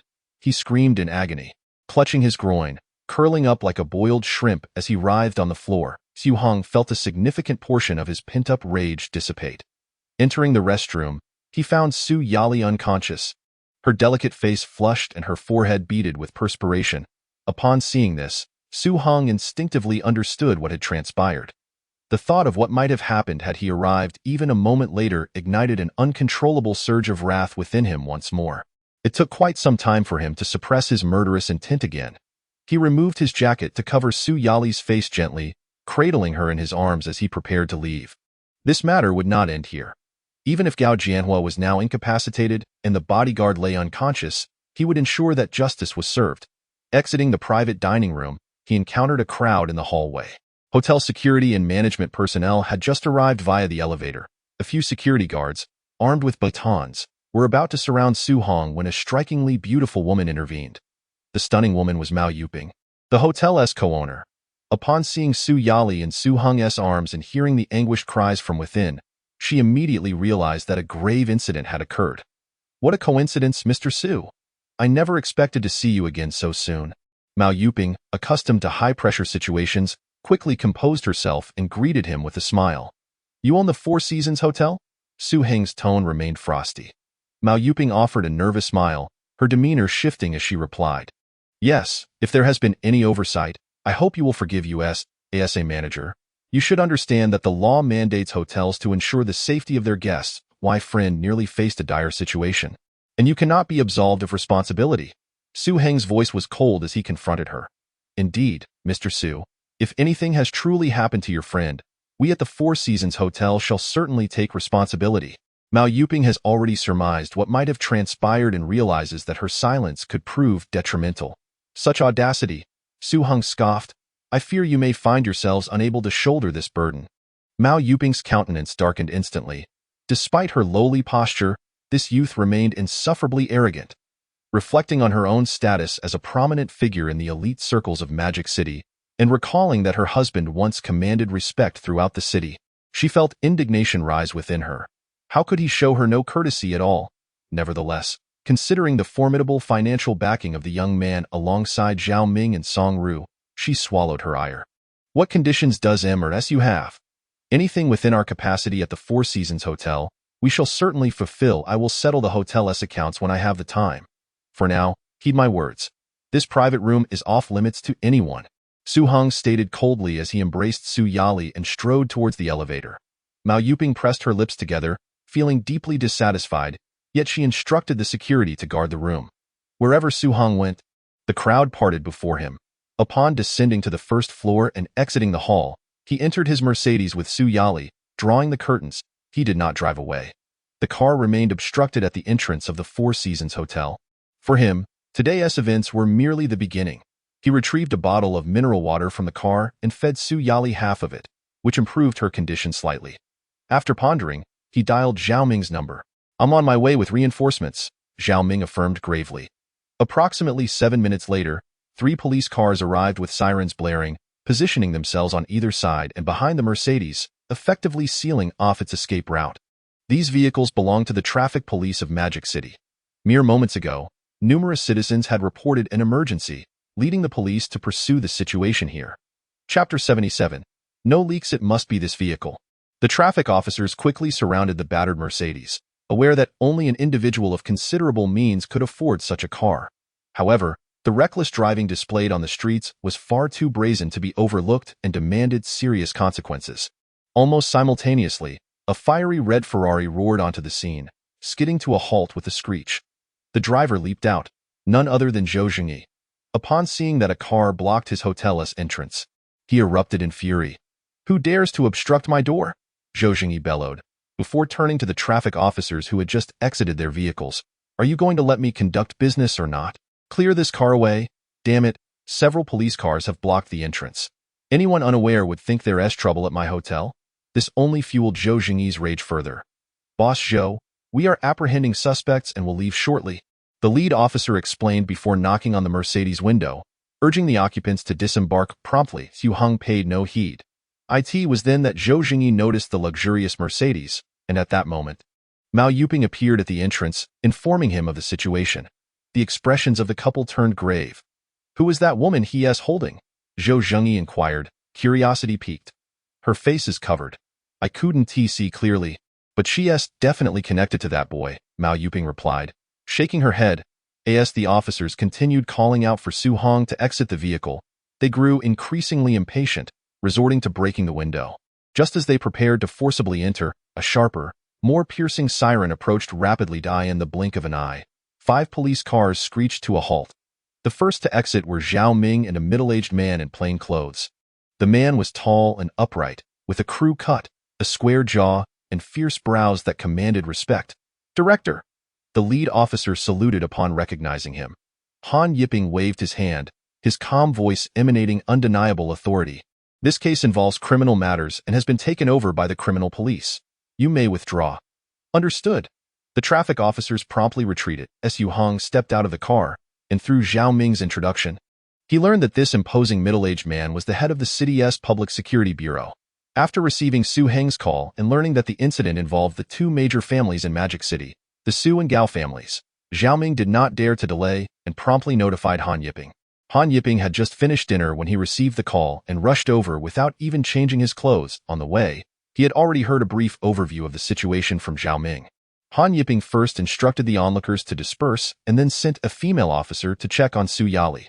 Meanwhile, a team of officers charged into the hotel, heading directly to the 9th floor to locate Gao Jianhua's private room.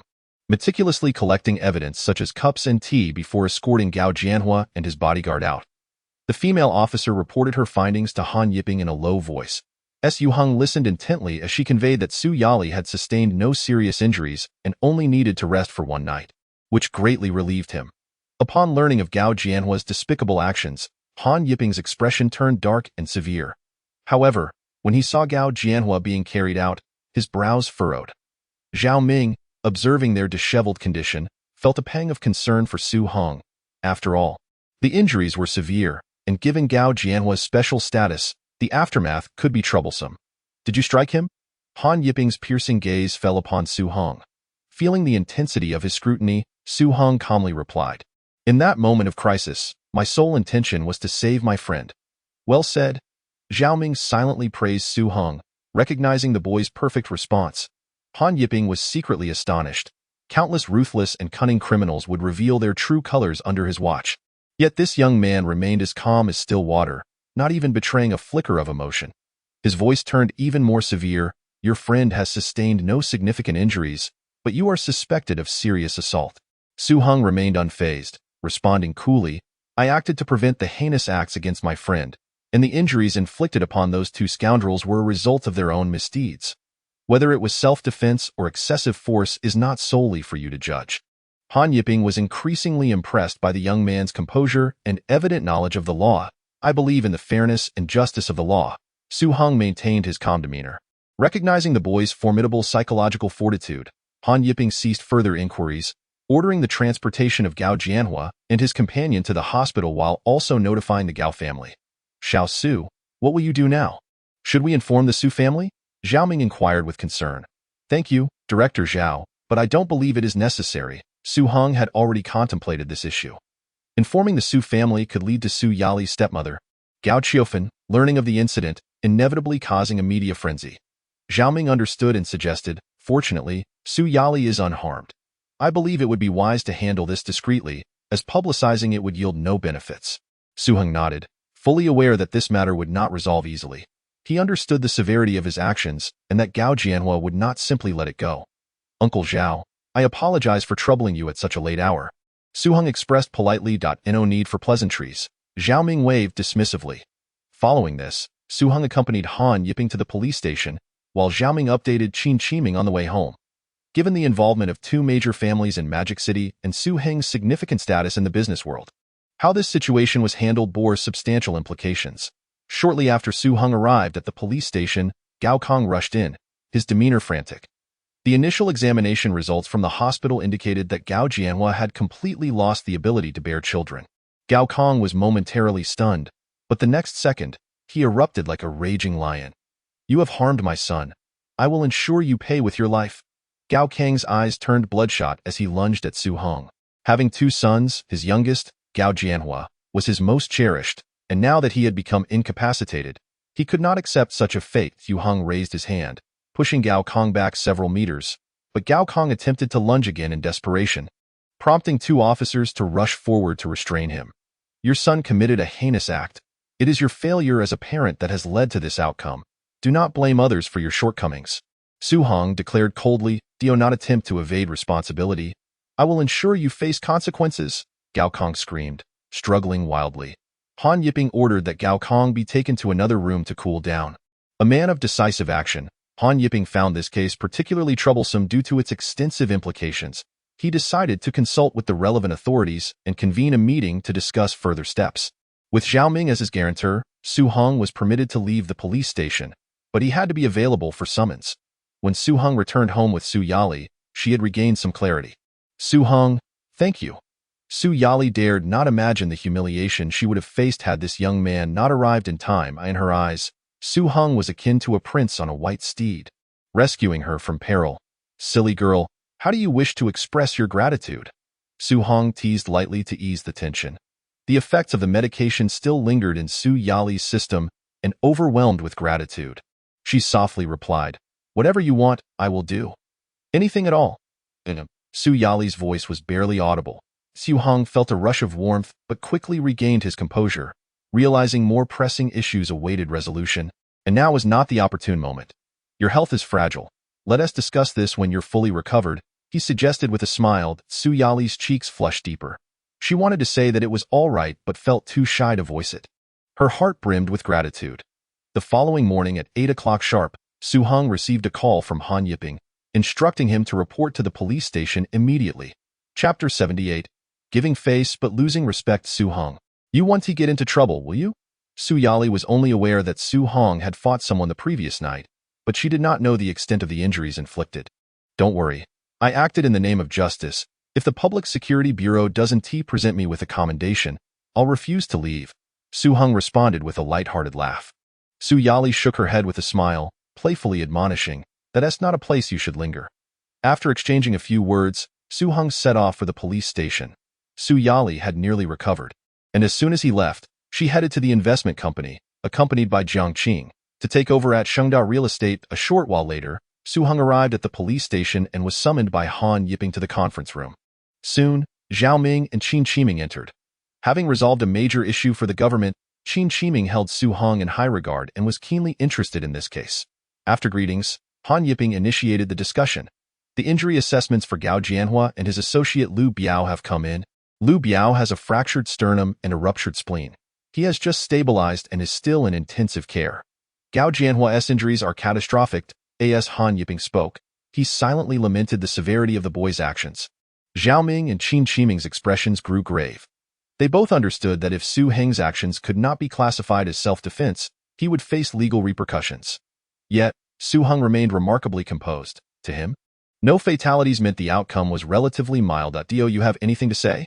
Han Yiping observed Su Heng's unusual calmness and asked. Su Heng shook his head. I've stated my position clearly. I maintain that I acted in self-defense. I intervened to stop Gao Jianhua's vile actions, and, regrettably, the injuries sustained by them were consequences of their own misdeeds. Han Yiping chuckled helplessly, glancing at Qin Shiming. Qin Shiming spoke amicably. Young Su, the reason we wanted to meet with you first is to discuss your mindset. It would be wise to handle this matter discreetly. Su Heng quickly grasped the underlying intentions. Han Yiping was taking the stern approach while Qin Shiming would soften the tone to ensure his side was appeased. It was evident that higher-ups preferred to keep this case low profile. Viewed from an outsider's perspective, Su Yali had not been harmed, while Gao Jianhua had suffered severe injuries at Su Heng's hands. Handling it discreetly would undoubtedly benefit him. I accept the organization's decisions, Su Heng stated officially. He understood that the ideal outcome was for both parties to refrain from pursuing the matter further. Whether the Gao family could swallow their pride was of no concern to him. If they sought retribution, it would provide him with a justified reason to retaliate. Qin Shiming and Zhao Ming exchanged knowing glances, silently praising the young man's maturity and insight. Particularly, Qin Shiming regarded Su Heng as not only more mature than his peers but also remarkably perceptive and possessing considerable resolve, a rare talent indeed. The challenge lay with the Gao family. Handling their grievances would undoubtedly prove difficult. Let us have a discussion first. Bring Gao Kong in, Zhao Ming suggested, taking the lead. Qin Shiming checked the time and deemed it appropriate. Soon, Gao Kong was ushered into the conference room, flanked by two officers who stood guard beside him, creating the impression that he was the suspect.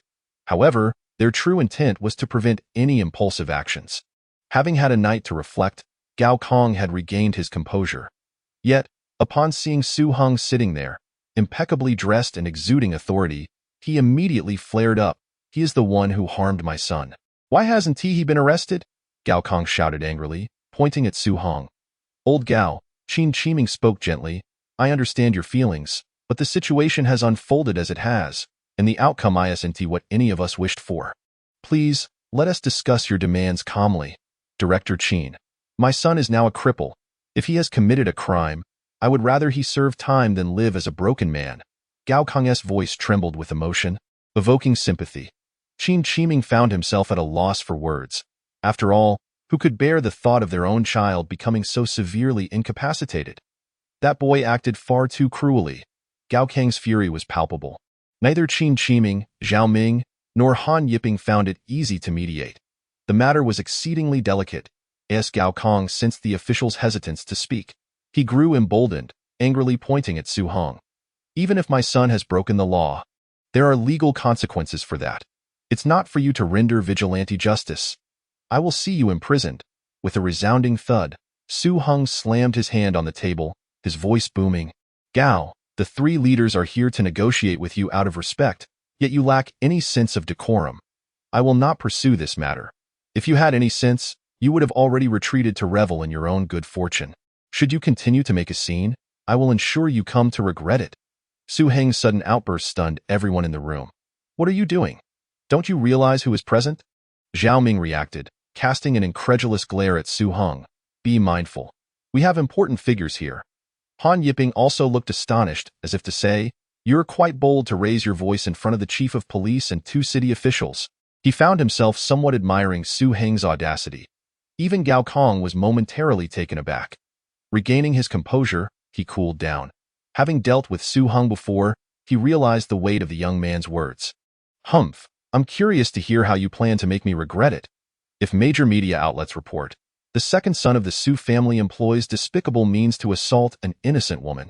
A student heroically intervenes to save her, while the Su family creates a ruckus at the police station demanding accountability from the student. Just imagine the public reaction. Upon hearing this, Gao Kang's face turned a sickly shade of green. He understood without needing to think that this incident would become a nationwide topic of discussion. His son would be vilified, while Su Heng would be hailed as a hero. Even more daunting, it would severely tarnish the Su family's reputation. The Su family had only recently emerged from the shadows of a devastating defeat. Another blow could spell disaster. Just days prior, out of consideration for director Zhao, Shalong Electronics had spared the Su family, but he wondered if they could survive another scandal. Su Heng's voice remained icy as he spoke. This statement shattered Gao Kong completely. It was evident that he was not a fool. After all, he had risen to become one of the two titans in the home appliance retail industry. Upon hearing Su Heng's words, he realized that continuing this confrontation would not harm Su Heng, but it would undoubtedly drag the Gao family and Su Heng Electric into an abyss. The choice was clear, requiring no hesitation or turmoil. Although he found it difficult to swallow his pride in the moment, he could digest it gradually. It would not lead to his demise. However, if he were to act out today, not only would he fail to achieve his goal, but he would also pay a heavy price. Finally, Gao Kong appeared deflated, his fierce eyes betraying the deep-seated unwillingness within him. Chapter 79. The youth is fearsome. This young man possesses quite the skill. He slammed the table and with just a few words, brought Gao Kong to his knees. Zhao Ming, Qin Shiming, and Han Yiping were taken aback by Su Heng's sudden and fierce strike, which had hit Gao Kong at his core. Han Yiping was once again bewildered. Wasn't he the head of the Public Security Bureau? How could this young man outmaneuver him so effortlessly? Subsequently, under the persuasion of Qin Shiming and others, Gao Kong reluctantly accepted the reality, as he was preparing to leave. He heard Su Heng say, "Mr. Gao, the medical field in the United States is quite advanced. I suggest you send your beloved son there for treatment. It would also provide him an escape from this sorrowful city, which might be more beneficial for his recovery." Upon hearing the first half of the statement, Gao Kong nearly erupted once more, but by the end, he recognized that sending his son away could indeed be a favorable option. Yet, he showed no outward signs of this realization and strode out decisively. The three public officials involved in mediating the case breathed a sigh of relief in their eyes. This outcome was acceptable to all parties and would not stir societal upheaval, making it rather ideal. Truly, the youth is formidable. Qin Shiming patted Su Heng's shoulder, his gaze and voice filled with admiration and encouragement. Su Heng feigned a troubled demeanor as he remarked, "Gentlemen, my earlier actions may have been somewhat inappropriate." Reflecting on his behavior in front of these three dignitaries, he felt a bit overzealous. Qin Shiming shook his head and chuckled. There was nothing inappropriate about it. "You handled that table slam excellently. Especially your eloquent words." He then expressed his astonishment. "I never expected someone your age could be so perceptive and adept at leveraging media influence." In his view, this level of acumen was typically reserved for seasoned bureaucrats. Zhao Ming interjected with a smile, "Mayor Qin, you may not be aware, but this young man is the mastermind behind Shenlong Electric. Those astonishing promotional tactics are all his handiwork. A genius, absolutely a genius." Qin Shiming had indeed heard of Shenlong Electric's promotional strategies, but was astonished to learn that this young man was the one orchestrating them. Han Yiping, equally impressed, gave a thumbs up. "I know Shenlong Electric. My wife recently bought a refrigerator from them and praised their excellence. It turns out it was you who made it happen." "Impressive." Feeling a bit bashful from the praise of the three dignitaries, Su Heng humbly replied, "It's merely a few minor business tactics, nothing worth mentioning." He then shifted the topic, inquiring, "Director Han, have you apprehended the other mastermind who collaborated with Gao Jinliang in the unlawful assault? What do you intend to do with her?" Another mastermind. Both Han Yiping and Qin Shiming, along with Zhao Ming, were taken aback. They had assumed the case was resolved. So who was this new mastermind? "Her name is Sun Yan, employed at the People's Bank branch on Financial Street. She is an old acquaintance of Gao Jianhua. On the day of the incident, she orchestrated the enticement of Su Yali to the Four Seasons Hotel, after which Gao Jianhua made his appearance. When Su Yali fell victim to the drug's effects, she took advantage of the situation to leave and lock the door, providing Gao Jianhua the opportunity to commit the crime." Su Heng recounted the information he had gathered from Su Yali in detail. "Immediately apprehend her," Han Yiping commanded, dispatching a team of officers without delay. Qin Shiming and Zhao Ming felt a sense of relief. They believed that capturing a mere bank employee would not pose a significant issue, and they could address it according to the law. "I have another matter to bring to your attention," Su Heng continued. "The Four Seasons Hotel bears an undeniable responsibility in this incident, as they failed to fulfill their obligation to provide safety for their guests. Furthermore, Gao Jianhua kicked the restroom door for at least 5 minutes, causing considerable noise, yet no one from the hotel intervened. This cannot simply be attributed to negligence. It amounts to complicity in the crime. Additionally, we should ascertain who administered the drug. Was it Gao Jianhua? Sun Yin? Or did they bribe a staff member from the Four Seasons Hotel? I suggest Director Han clarify this matter thoroughly. Su Heng continued to elaborate. Han Yiping had indeed overlooked the responsibility of the Four Seasons Hotel. Listening to Su Heng's words, the hotel appeared to be an accomplice in the wrongdoing. However, since Su Yali had not suffered any harm, the hotel's culpability seemed minimal. Director Han, since this case involves other parties, it is imperative to investigate thoroughly and handle it discreetly, Qin Chiming interjected. Turning to Su Heng, he remarked, Young Su, you make a valid point. However, from a legal standpoint, the Four Seasons Hotel's responsibility is not substantial. Perhaps they should face a month-long suspension for rectification. Su Heng's interest was piqued. Was Qin Chiming advocating for the Four Seasons Hotel? Did he have some connection to them? Nevertheless, Qin Chiming was correct. Since no severe consequences had arisen, the hotel's liability was indeed limited. Given that it was peak season for the hospitality industry, a month-long suspension was no trivial punishment. I merely offer a suggestion. The final decision rests with you, Mayor Qin. Seeing that he had made his point, Su Heng adjusted his posture. Very well, it is settled then. Mayor Qin laughed heartily. They exchanged a few more casual remarks before parting ways. Although the case had been resolved in less than a day, it had consumed considerable mental effort. After leaving, Su Heng first contacted Song Wei. The near incident involving Su Yali made him realize the need to enhance security measures. Minister Song, how many retired soldiers have been recruited in total? He asked directly over the phone. 208. Song Wei replied promptly. Select 10 who are skilled and loyal to come to the Magic City. Su Heng instructed immediately. Song Wei expressed a hint of displeasure, choosing 10 capable individuals is manageable, but all my brothers are loyal and dependable. Su Heng did not engage in a debate over the loyalty of the 208. Instead, he stated plainly, when can you have them selected? This afternoon, they can board the train to the Magic City. All right. After ending the call, Su Heng then dialed Su Yali, learning that she was currently at Shengshe Real Estate. Overseeing the reception process, he turned his vehicle around and headed straight for Shengshe Real Estate.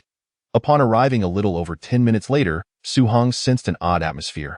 Entering the conference room, he found that apart from Su Yali and Jiang Qing, the remaining dozen or so attendees were unfamiliar faces. The group sat scattered across their chairs, exhibiting no signs of a meeting, with some even engaged in casual chatter. Su Heng immediately discerned that the reception process was not proceeding smoothly. Have you resolved the situation on your end? Su Yali asked eagerly. Yes, Su Heng nodded before asking, why are only the two of you here? I didn't call anyone else, Su Yali explained, believing that since it was merely a reception process, bringing too many people could provoke backlash from Shengshe Real Estate's existing employees. Little did she realize that the management at Shengshe Real Estate was dismissive of her authority. Why isn't Sheng Hongtao here? Didn't he say he would come to assist us with the reception? Su Heng's tone grew colder. I couldn't reach him by phone, Su Yali replied, shaking her head with a wry smile. This scoundrel, Su Heng cursed under his breath, directly taking a seat at the head of the table. His icy gaze swept across the room, instantly silencing the previously loud conference room. Have you called everyone invited to the meeting? Who is still absent? Su Heng redirected his focus, first inquiring of Su Yali. 5. Su Yali handed the attendance list to Su Heng. Terminate all of them, he ordered coldly. Just as he finished speaking, a man wearing a hard hat sauntered into the conference room. Noticing Su Heng and the others, he exaggeratedly exclaimed, Oh, the new boss has arrived. My apologies. I was just overseeing things at the construction site and arrived late. What is your name? Su Heng inquired flatly. Lu Ku, head of the safety production team.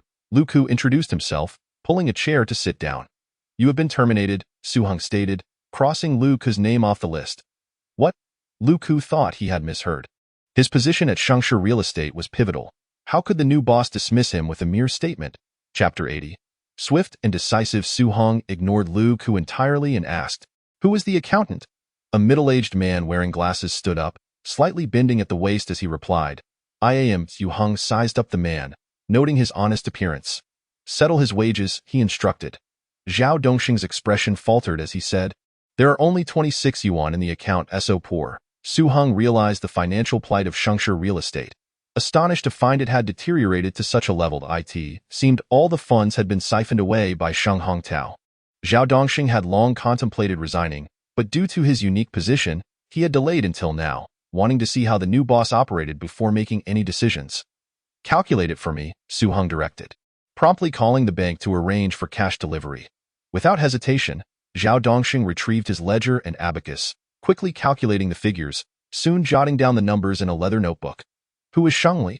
Su Heng continued his questioning. I am. A heavily made-up young woman replied lazily, not lifting her head from the mirror. Seeing her name on the list, Su Heng noted that she was Shang Hongtao's niece and head of the sales department. Being a relative of the former boss, she was undoubtedly to be dismissed. Settle her wages as well, he instructed Zhao Dongxing. Shengli was momentarily taken aback before slamming the mirror down on the table. Sneering, "Ha! If my brother doesn't cooperate, how can you fully control Shangsha real estate? Dream on." Those who could thrive in the Magic City real estate market were certainly not ordinary individuals. They undoubtedly had a network of connections. This was the source of Shengli and Lu Ke's confidence, especially since they had received covert encouragement from Shang Hongtao to create trouble. Not long ago, Shang Hongtao had felt like a stray dog. But after Su Heng's acquisition of Shangsha real estate resolved his troubles, he had initially felt gratitude. Yet, the more he contemplated, the more discontent he became in his eyes. If it weren't for the financial crisis, he would still be a multimillionaire. Now, he was left with a mere 200,000, a significant disparity. 365 yuan. Zhao Dongxing quickly calculated Shengli's wages. Like Lu Ke, Shengli was also panicking. As a sales supervisor, her job was easy and well-paying, and finding a similarly suitable position elsewhere would be nearly impossible. She realized her cousin was no longer the owner of this real estate company and could not genuinely advocate for her. In desperation, she resorted to her trump card, threatening, "The employees in the sales department are my friends. If you fire me, they'll leave with me. Go ask who would leave with you. We will settle the accounts together." Su Heng replied promptly.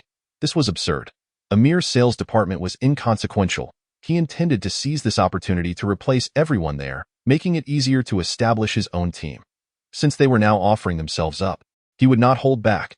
The others in the room adjusted their postures, but it was too late. Su Heng pointed at them, coldly stating, "In such a serious and important meeting, you all sit and act as if you're a bunch of defeated soldiers. Now I understand.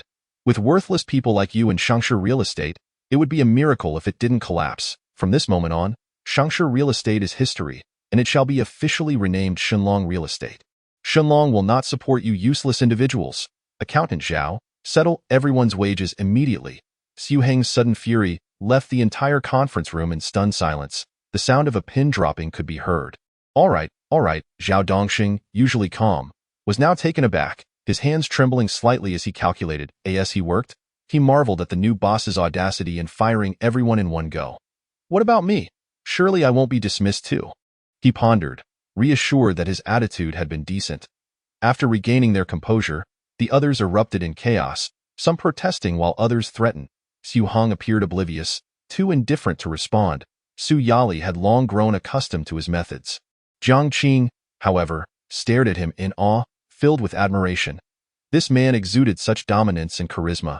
It was no wonder the talented and beautiful Su Yali was drawn to him. Soon, the bank's cash delivery vehicle arrived. 2 armed guards carried in a safe, accompanied by the client manager into the conference room. After a brief exchange of pleasantries, the manager opened the safe, revealing stacks of crisp 100 yuan notes, totaling 1 million. Following the handover, the bank manager departed. Accountant Zhao, what are you waiting for? Distribute the money. Su Heng reminded blandly. Yes, boss. Zhao Dongxing quickly snapped back to reality, proceeding to call out names and distribute the cash. In no time, the wages for everyone had been fully distributed. The group stood in shock, unable to fathom being dismissed in such a manner.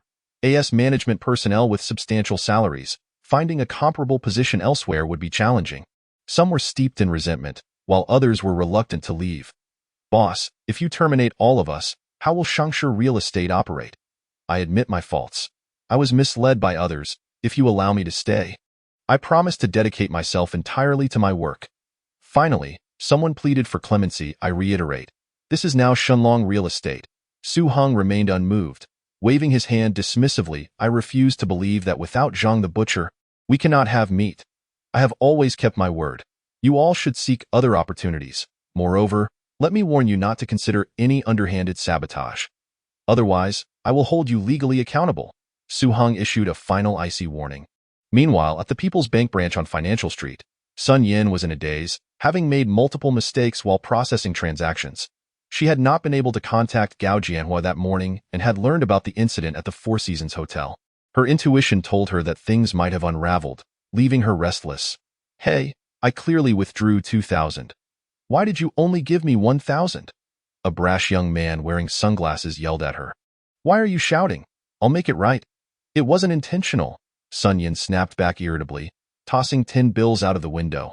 Damn it, you made the mistake yet. Won't you let me voice my concerns? Your service attitude will get you fired, the man grumbled, counting the money. Just then, a squad of police officers burst into the lobby. Upon seeing the sudden arrival of police, Sun Yin turned pale as a ghost. Sun Yin, come with us, the leading officer declared, locking onto her with a piercing gaze. Sun Yin felt as if she had been struck by lightning. In her despair, her instinct for self-preservation kicked in, and she shrieked, You must be mistaken. Why are you arresting me? I haven't done anything illegal. Since you have done nothing, why are you so agitated? There is now concrete evidence linking you to a criminal case, and we ask that you accompany us immediately for an investigation.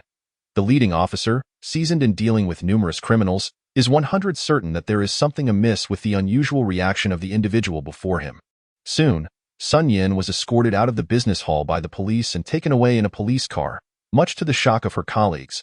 I noticed something was off with her today. It turns out she has a guilty conscience. Alas, I wonder what crime she has committed. The man in sunglasses gaped, recalling that he had just remarked about this girl losing her job, only to see her whisked away by the police. I must be a fortune teller today. I should buy a lottery ticket. Surely I'll win. Ha ha ha. Moments later, the man in sunglasses gleefully ran out. Almost simultaneously, another team of police officers, in conjunction with the business administration enforcement personnel, arrived at the Four Seasons Hotel. Zhou Jingyi and Mao Yuping were both present, as the previous night's incident had escalated, compounded by Su Heng's threats to settle accounts with them, prompting their presence at the establishment.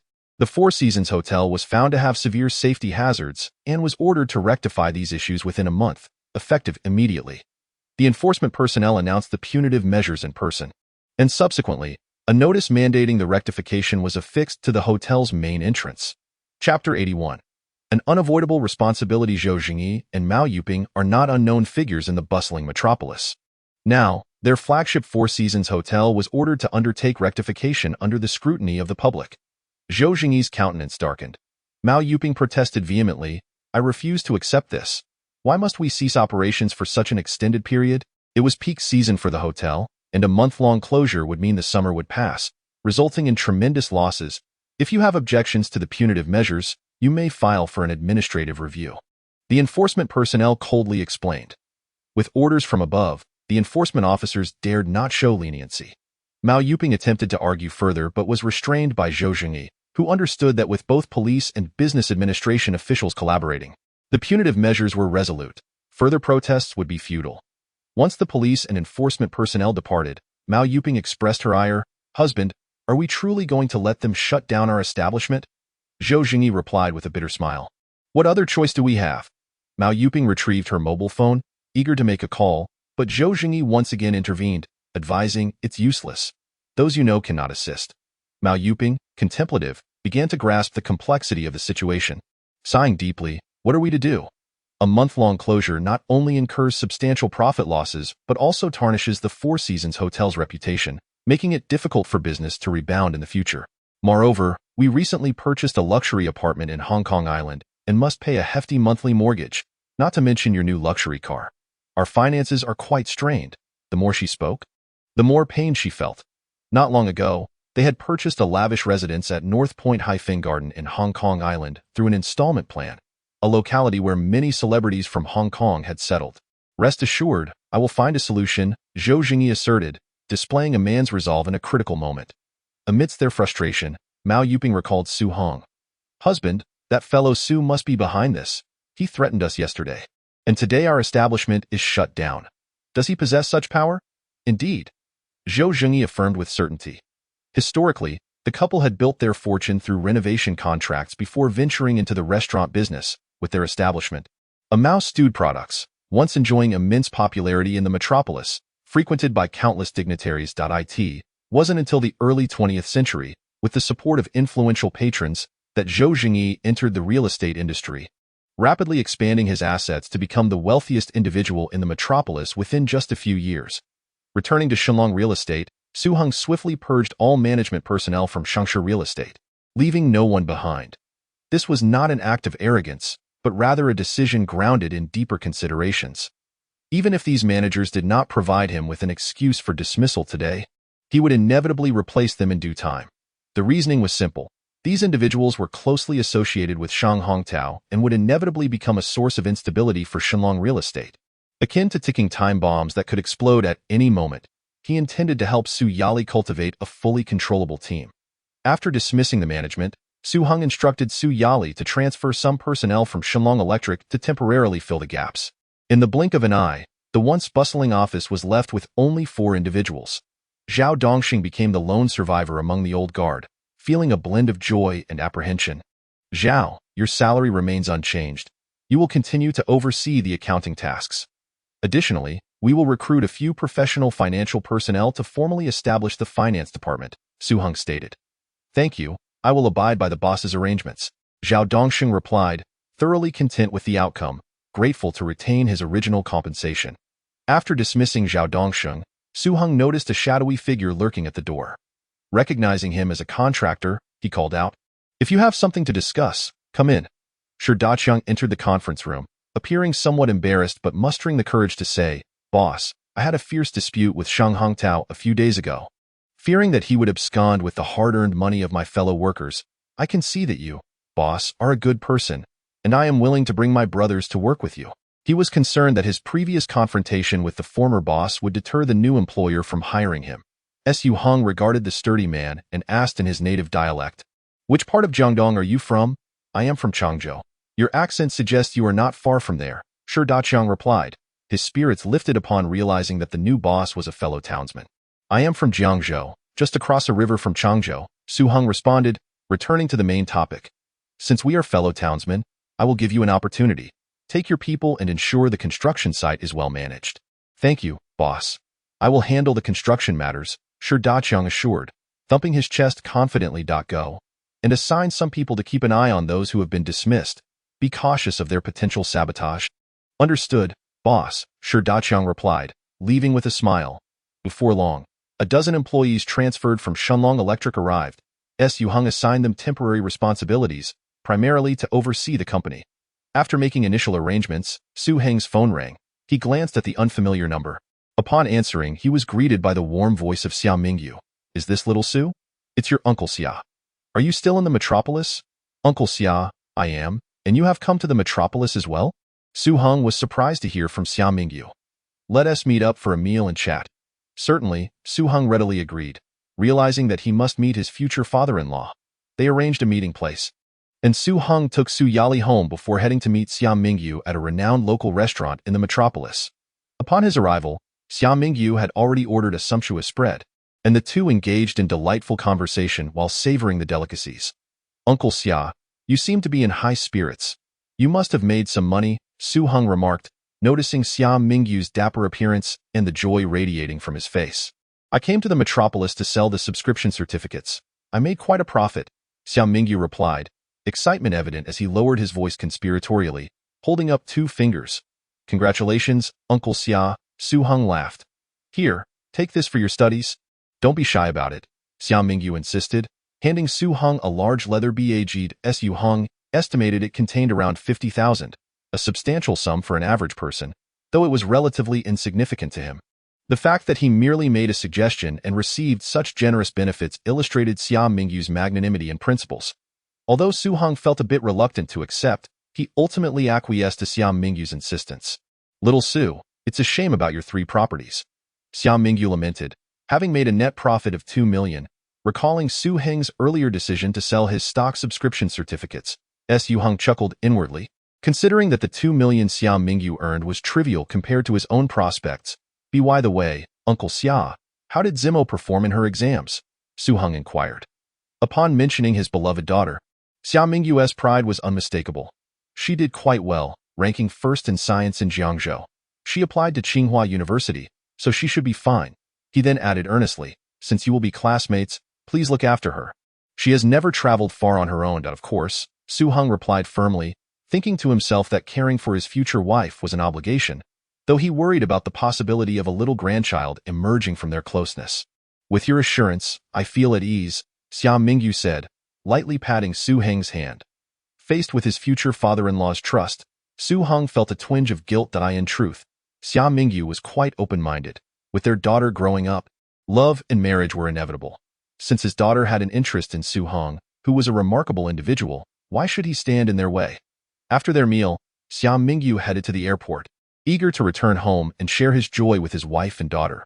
The following morning, the 10 retired soldiers selected by Song Wei arrived in the metropolis. Su Heng met them at the train station. They were of average build yet radiated strength, particularly their piercing gazes, suggesting they had seen combat. Upon returning to Shenlong Real Estate, someone presented Su Heng with a letter purportedly written by Song Wei, which contained brief introductions of the 10 individuals. "Who is Taijun?" Su Heng inquired, as the letter mentioned that he was a veteran scout who had served in the Laosheng battlefield and was awarded a third-class merit. "Proficient in combat skills. That would be me." A sturdy man with a medium build and sharp eyes stepped forward. Su Heng nodded and continued. "Who is Zhao Ying?" The document indicated that he had also seen combat and had served as a close guard to an important general, known for his loyalty and honesty. As soon as the name was mentioned, a plain-looking man stepped forward, the type who could easily be overlooked in a crowd. Su Heng was satisfied. With these two responsible for Su Yali's safety, it should pose no issue. Each of Shenlong Real Estate, Shenlong Electric, and Shenlong Investment assigned 2 individuals for security duties. The remaining 2 were also scouts with combat experience, skilled in camouflage and ambush tactics. Su Heng planned to keep them in the shadows, nurturing them as his eyes and ears. Just as Su Heng finalized the arrangements for the 10 individuals, he received a call from Song Ru, stating that she would bring Wen Shaowan to congratulate the establishment of Shenlong Real Estate. A few minutes later, Song Ru arrived with Wen Shaowan, accompanied by Yu Zhong, whom Su Heng had referred to as an unparalleled powerhouse. Yu Zhong was the first to exit the vehicle, rapidly scanning the surroundings before cautiously stepping aside to allow the others to disembark. Song Ru, adorned in oversized sunglasses and a scarf that partially concealed her face, could not hide her extraordinary beauty. "Brother Heng," Wen Shaowan joyfully called as she rushed towards Su Heng, leaping into his arms. Song Ru contemplated correcting her daughter to address him as uncle, but ultimately decided against it. Su Heng effortlessly lifted Wen Shaowan and exchanged pleasantries with Song Ru and Yu Zhong. As they entered the real estate company's building, the atmosphere was filled with laughter, primarily driven by the lively conversation between Wen Shaowan and Su Heng. Suddenly, Yu Zhong's gaze landed on Taijun after a moment of surprise. Taijun exclaimed, "Master Yu." Yu Zhong, puzzled, asked, "Xiao Jun, you've retired. What are you doing here?" Chapter 82. Comprehensive overwhelmed the two were acquainted. Su Heng felt a sense of bewilderment, thinking, could it be such a coincidence? It turned out that Yu Zhong had been specially appointed as a martial arts instructor for a special operations team, with Taijun serving as one of the elite operatives. Taijun had trained in martial arts from a young age and had excelled during training, earning Yu Zhong's admiration, who had imparted numerous martial arts techniques to him. The reunion was joyous for both master and disciple. The other 9 retired soldiers had heard of Yu Zhong's illustrious reputation, especially a few martial arts enthusiasts who saw this as a prime opportunity for learning. Observing the eager faces around him, Yu Zhong, who typically preferred to remain low-key, felt compelled not to disappoint. "I will stand still, and you all can use your full strength to push me." Yu Zhong smiled slightly, crossing his arms in front of him, his feet positioned about a foot apart. In a way, an old man is asking a group of strong men to push him. He must be joking. Shi Daqiang and his group of brothers stood at the periphery, shaking their heads, believing they could easily send the old man sprawling with a mere push. "I'll go first." Zhao Ying stepped forward, his skills second only to Taijun's. He pushed against Yu Zhong's shoulders, and with a resounding thud, Yu Zhong remained unmoved, while Zhao Ying was propelled backward, stumbling 4 to 5 meters before regaining his balance. "Master, you truly are extraordinary." Zhao Ying clasped his fists in respect, thoroughly convinced. "There are no deities in this world. I merely have a few more years of practice than you," Yu Zhong said with a smile, humbly. "Master is impressive. Let me try." Another retired soldier stepped up, quickly meeting the same fate, being pushed back even further than Zhao Ying. Curiosity piqued, others approached to test their strength against Yu Zhong, only to be met with identical results, all sent sprawling. "Is this for real? How can this be happening?" Shi Daqiang and his group began to suspect it was staged. Was it possible for a frail old man to withstand 10 robust men? Master, may I give it a shot? Shi Daqiang, confident in his strength from having lifted 500 pounds at the docks, approached with self-assurance. Go ahead. He placed his right hand on Yu Zhong's shoulder, applying a third of his strength. Feeling as though he was pushing against a mountain, he continued to exert force, yet Yu Zhong remained steadfast. I refuse to believe I cannot budge you. He engaged his other hand, summoning all his strength for a powerful shove. The next instant, he found himself thrown backward, landing 7 or 8 meters away, utterly stunned, mouth agape, unable to utter a word. Master Yu is incredible. When Xiaowan clapped her hands in delight, then turned to Su Heng. Brother Heng, do you want to try? Sure, Su Heng replied, gently setting Wen Xiaowan down. He turned to Yu Zhong. Master, could you please give me a bump like you did on the ship? After experiencing a boost in strength when he had injured Gao Jianhua and his companions, he was eager to test just how much stronger he had become. Yu Zhong furrowed his brow slightly, but proceeded to lightly bump into Su Heng as he had previously. This time, Su Heng was prepared, but as he felt the force of a mountain collide with him, he was unable to stop himself from taking a step back. Why is there no progress? Su Heng felt a pang of disappointment. He had hoped to withstand the old man's impact, yet he found himself in the same predicament as before. Yu Zhong was left utterly speechless, gazing at Su Heng as though he were an otherworldly creature. Damn it, the last time I exerted only 70% of my strength to push you back a step, and now I've used 80%. He could hardly believe it. In merely 3 days, had this young man truly doubled his power? No, that was simply impossible. Could it be that he had concealed his true abilities? Unlikely and utterly unnecessary, particularly as he noted the disappointment etched on Su Heng's face, which deepened the mystery. His instincts suggested that this young man harbored some secret. Subsequently, Su Heng first led Wen Xiaowan on a brief tour before spending time in the office with Song Ru. More accurately, Song Ru was filled with curiosity about Su Heng. Over the past couple of days, she had meticulously studied several significant accomplishments of his, and the more she delved, the more she found this young man formidable. She had numerous questions that remained unanswered. Yu Heng dared not meet Song Ru's gaze directly, for she had removed her glasses and silk scarf. Sitting directly across from him, he lowered his eyes, focusing on the ground, avoiding eye contact with his elder sister. He simply could not face her, as she was too dazzling, too enchanting. The two began their conversation by discussing Wen Xiaowan, exchanging a few light-hearted remarks, before Song Ru steered the dialogue towards more pressing matters, politely stating, Heng Di, I am merely curious. If there are questions you prefer not to answer, consider them unasked, as Su Heng responded with a bright smile. Sister, we are siblings now. Feel free to ask anything. I promise to be utterly forthcoming. Removing the term elder sister made their connection feel more distant. Song Ru casually mentioned, then proceeded to address the main topic. Whether it be Shenlong Electronics, Shenlong Investments, or the recently acquired Shenlong Real Estate, I find your pace of expansion quite astonishing. She was both awed by Su Heng's rapid rise and subtly concerned, aware that such swift and smooth progress was fraught with potential pitfalls. Time waits for no one, Su Heng lamented. Ever since his rebirth, he had felt an overwhelming sense of urgency.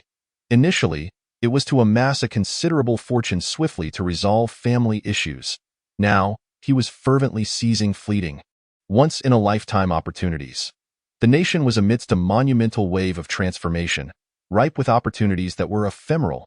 He needed to act with utmost haste, laying the groundwork so that in 2 or 3 years, he could enjoy the fruits of his labor. You've only just graduated from high school. Song Ru chuckled, observing the young man's serious demeanor and reflective tone. She suddenly felt an odd sensation. Why did he seem so worldly and experienced? She wanted to say, you're still so young. Your peers are still in classrooms, why the rush? But the soaring economy of Huaxia was relentless, and he was racing against time. Economic growth is a race against time, Su Heng stated earnestly. Song Ru had intended to advise Su Heng to adopt a steadier approach, but upon hearing those words, she felt as though she had been struck awake. She too recognized the vast potential of Huaxia's economy. As the economy flourished and income levels rose, the demand for jewelry and accessories in second- and third-tier cities would inevitably surge. Thus, she planned to expand her jewelry chain into these cities, but for now, it remained merely a plan. Upon hearing Su Heng's words, she abruptly realized that she too needed to accelerate her pace and secure a foothold in the market. Heng Di, thank you for the reminder, she said, increasingly admiring the young man before her. It's merely your keen intuition at work, sister, Su Heng replied, employing an idiom rarely used. Song Ru smiled faintly, then posed another question.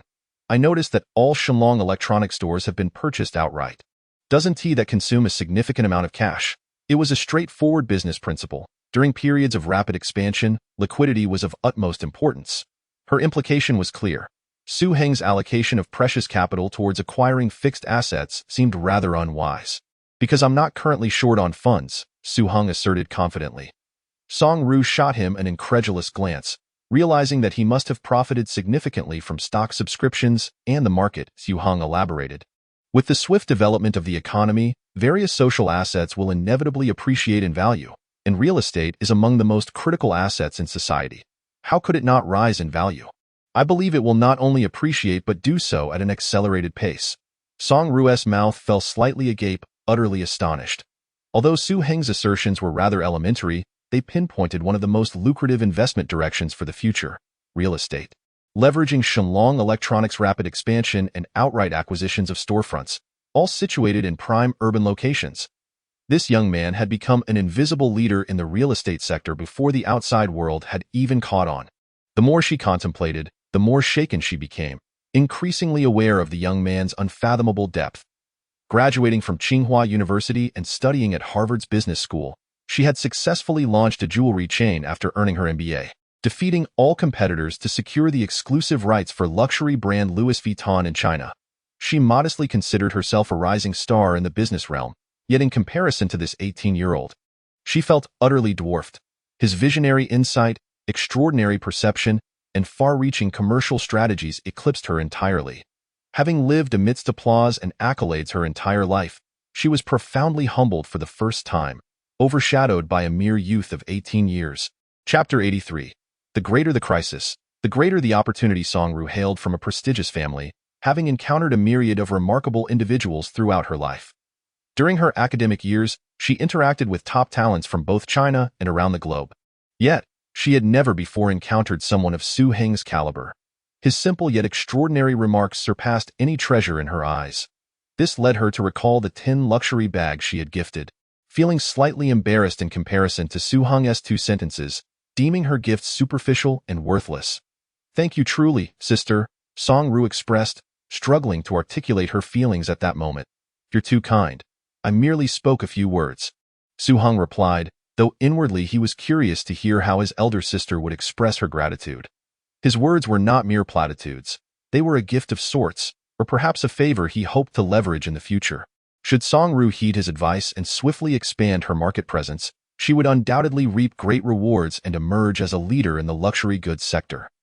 Conversely, if she remained unmoved, then jewelers from Hong Kong and the West would soon flood the domestic market, transforming it into a fierce battleground, and seizing market share would come at a hefty price. Now was the opportune moment for cost-effective expansion. At this juncture, Su Yali sensed that the two had conversed sufficiently and brewed a pot of by Luo Chun tea, pouring a cup for each of them. Song Ru found herself engaging quite well with Su Yali, and she noticed that Su Heng shared a special rapport with her, treating her as a younger sister. Approximately an hour later, the trio bid farewell, with Wen Xiaowan pouting, still not quite ready to leave. In the ensuing days, the recruitment advertisements began to yield results, with a steady stream of applicants arriving for interviews, in addition to local talents from Modu. A significant number of high-caliber individuals from the capital and Pengcheng also appeared, including some returning from abroad. Su Heng personally conducted the interviews, and after a rigorous selection process, he ultimately hired 30 individuals, among whom were 4 or 5 particularly impressive candidates. For instance, Yu Liang, one of the top 10 professional managers in Huaxia, had previously served as the president of a leading real estate firm. Additionally, Zhou Wei, managing director and partner at Goldman Sachs Asia Pacific, was adept at identifying and nurturing talent, having trained over 300 professional investment managers himself. Of course, these individuals were still relatively unknown, and at the beginning of their careers, Su Heng understood that with his emergence, their life trajectories had already begun to shift, and their futures were destined for transformation. He firmly believed that those with true talent would not fade into obscurity. Under his leadership, they could unleash even greater potential and achieve remarkable accomplishments. Talent is often accompanied by pride. Similar to Lu Dao from the investment company, these candidates were initially somewhat dismissive of the youthful Su Heng during the interviews. However, once the interviews concluded, they, like Lu Dao, found themselves in awe of Su Heng's extraordinary knowledge and his profound and unique insights into the economic landscape. Leaving no trace of their previous arrogance, Yu Liang, you will temporarily oversee the original Shangshe real estate project. I do not care what methods you employ. You must expedite the resumption of construction. Su Heng instructed the pragmatic Yu Liang, emphasizing the urgency of the project, which required immediate action due to the many eyes watching. Understood, Yu Liang replied, his spirits soaring. He had not anticipated that upon joining Shenlong Real Estate, he would be entrusted with such a significant project, and he was eager to prove his worth. Select the team members you require. I'll grant you 5 positions, Su Heng continued. All right, I assure you I will complete the task. Yu Liang responded with renewed confidence, promptly setting off to select his team. Su Heng then called Zhou Wei into his office, tasking him with overseeing the upcoming auction of the Tongchen Pin land, instructing him to prepare all necessary bidding documentation in advance. With a sufficient team in place, Shenlong Real Estate was beginning to find its footing. Simultaneously, Su Heng, through Zhao Ming, kept a close watch on developments regarding the financial street land. Recently, he had learned that not only was the Tongchen Group interested in the land, but so were the Zheng family, one of Hong Kong's 4 major tycoons, who were also set to participate in the bidding with their New World real estate venture in mainland China. Moreover, Zhao Ming had delivered some rather disheartening news to Su Heng over the phone. Shaosu, the city has already conducted a preliminary assessment of that land. It's estimated to be around 400 million, and that's just the starting bid. Zhao Ming's implication was clear. He understood that Su Heng's available funds would not exceed 300 million, and the auction price for the financial street land would certainly not be lower than 400 million. In a competitive scenario, a final sale price of 5 to 600 million was highly plausible. This was merely the land price. The subsequent development would require even more capital. Thus, he felt that Su Heng's ambitions might be a bit too modest to contend with the super-rich from Hong Kong. Uncle Zhao, do we have confirmation on the auction date? Su Heng inquired first. September 28, just announced, Zhao Ming replied. Good, Su Heng declared with unwavering resolve. Uncle Zhao, rest assured, money will not be an issue. Don't say 400 million. 10 billion is also within my means. His confidence stemmed from an impending crisis. This crisis, which began in mid-September, was the monetary and financial turmoil sweeping through Europe, famously known as the September Storm in Western Europe. The financial crisis also heralded immense opportunities for wealth accumulation. For instance, the subsequent Asian financial crisis and the American subprime mortgage crisis had seen countless fortunes vanish into thin air. Crisis equates to opportunity. The greater the crisis, the greater the opportunity. In 1992, the most significant opportunity for rapid wealth accumulation domestically was through stock subscription certificates, which Su Heng had seized. Meanwhile, the greatest opportunity internationally was the forthcoming European financial storm, which Su Heng had no intention of missing. He currently held over 200 million, having entered the ranks of top tycoons in the country, yet compared to Hong Kong's 4 major tycoons, he was still but a mere child, let alone when compared to international financial giants. He aimed to leverage this financial crisis to reap substantial gains, elevating his assets to a new level, thereby gaining the strength to compete with Hong Kong's elite tycoons and amassing sufficient capital for more far-reaching plans. You're so confident. Huh? Zhao Ming thought to himself. Knowing Su Heng was eyeing this piece of land, he was aware of his capabilities, but was astonished that this young man could remain so resolute when he mentioned that a minimum of 400 million was needed. He couldn't fathom how Su Heng planned to gather such a sum in such a short time. Had he perhaps pulled the Song family in from the capital? That must be it. Zhao Ming quickly pieced together the puzzle, concluding that the Song family's involvement was the reason behind Su Heng's confidence. Indeed, Uncle Zhao, you need not worry, I have always kept my word. Su Heng assured him lightly. I certainly believe you. Zhao Ming thought, reassured by the involvement of the Song family. He then added a final caution. Prepare thoroughly, and make sure the proposal is well crafted. It will be reviewed by relevant experts. Understood, Uncle Zhao, Su Heng replied, having already instructed Zhou Wei to hire top-tier architectural design experts from Europe and America, alongside the finest landscape experts from within the country, to create a project that harmoniously blended international modernity with classical garden aesthetics. At this point, Su Heng casually mentioned, Oh, by the way, Uncle Zhao, I need your assistance with something. The politeness indicated it was not a trivial matter. Speak up, As long as it's within my ability, I'll help, Xiaoming replied promptly. Ha ha, Uncle Zhao. I'm certain you can manage this. Su Heng grinned. Xiaoming felt a twinge of apprehension, sensing a trap. Uncle Zhao, I wish to transfer 200 million in cash to Hong Kong, Su Heng stated earnestly. During this era, the financial market was still quite restricted, and transferring such a large sum from the mainland to Hong Kong faced numerous hurdles, especially 200 million. Given the country's urgent need for capital to boost development and its relentless quest for foreign investment, Su Heng's attempt to siphon off 200 million without undergoing strict scrutiny from the relevant authorities was virtually impossible. You wish to transfer 200 million? Xiaoming exclaimed, his initial reaction one of agitation. Though he quickly reconsidered. Uncle Zhao, please don't be alarmed. It's only temporary. Rest assured, it will definitely be transferred back before the 28th of September, Su Heng explained, offering his assurance. Xiaoming remained silent for a moment. Reflecting. It appears you have some major plans in motion. Fine, I trust you, he eventually conceded. Given his understanding of Su Heng, he recognized the young man's extraordinary vision and acumen. He suspected Su Heng had uncovered investment opportunities in Hong Kong. Particularly considering Su Heng's remarkable rise, Xiaoming surmised that Su Heng's trip to Hong Kong was likely to engage in financial dealings. Aware of the immense risks associated with the financial market, Xiaoming understood that assisting Su Heng in moving funds was not without its dangers. Thank you, Uncle Zhao. I will not let you down, Su Heng expressed his heartfelt gratitude. With Xiaoming facilitating connections and providing guarantees. 10 days later, on August 26, 1992, Su Heng's 200 million was transferred from the Bank of China in Modu to its Hong Kong branch. Su Heng operated with remarkable efficiency. After obtaining his passport, he promptly boarded a flight to Hong Kong. Upon landing, he scarcely took in the city's splendor, directing a taxi straight to the Bank of China in Hong Kong, where he completed the necessary procedures and officially deposited the 200 million into his account. Without delay, he headed to HSBC. This British bank, renowned for both its credibility and strength, stood at the forefront in Hong Kong. Su Heng successfully opened a foreign exchange trading account, transferring the 200 million before converting it into US dollars at the current exchange rate. At that time, the RMB to USD exchange rate was 5.551, expected to depreciate to 5.76, the following year, and to 8.61, by 1994. After deducting fees, Su Heng's foreign exchange account displayed a balance of 285,800 USD. Mr. Su, your capital has reached the standards for super VIP clients. We will provide you with professional forex brokerage services at no charge. The client manager greeted him with utmost enthusiasm and respect, presenting him with a beautifully printed brochure featuring detailed profiles and color photographs of each broker.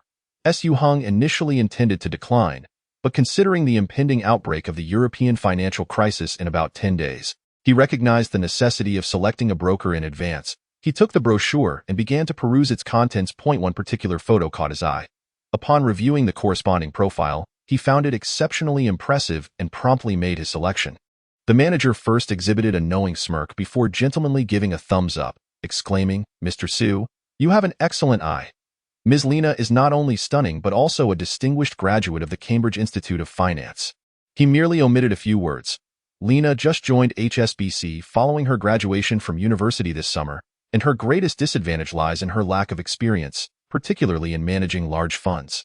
He speculated that this young and affluent client must have been bewitched by Lina's beauty.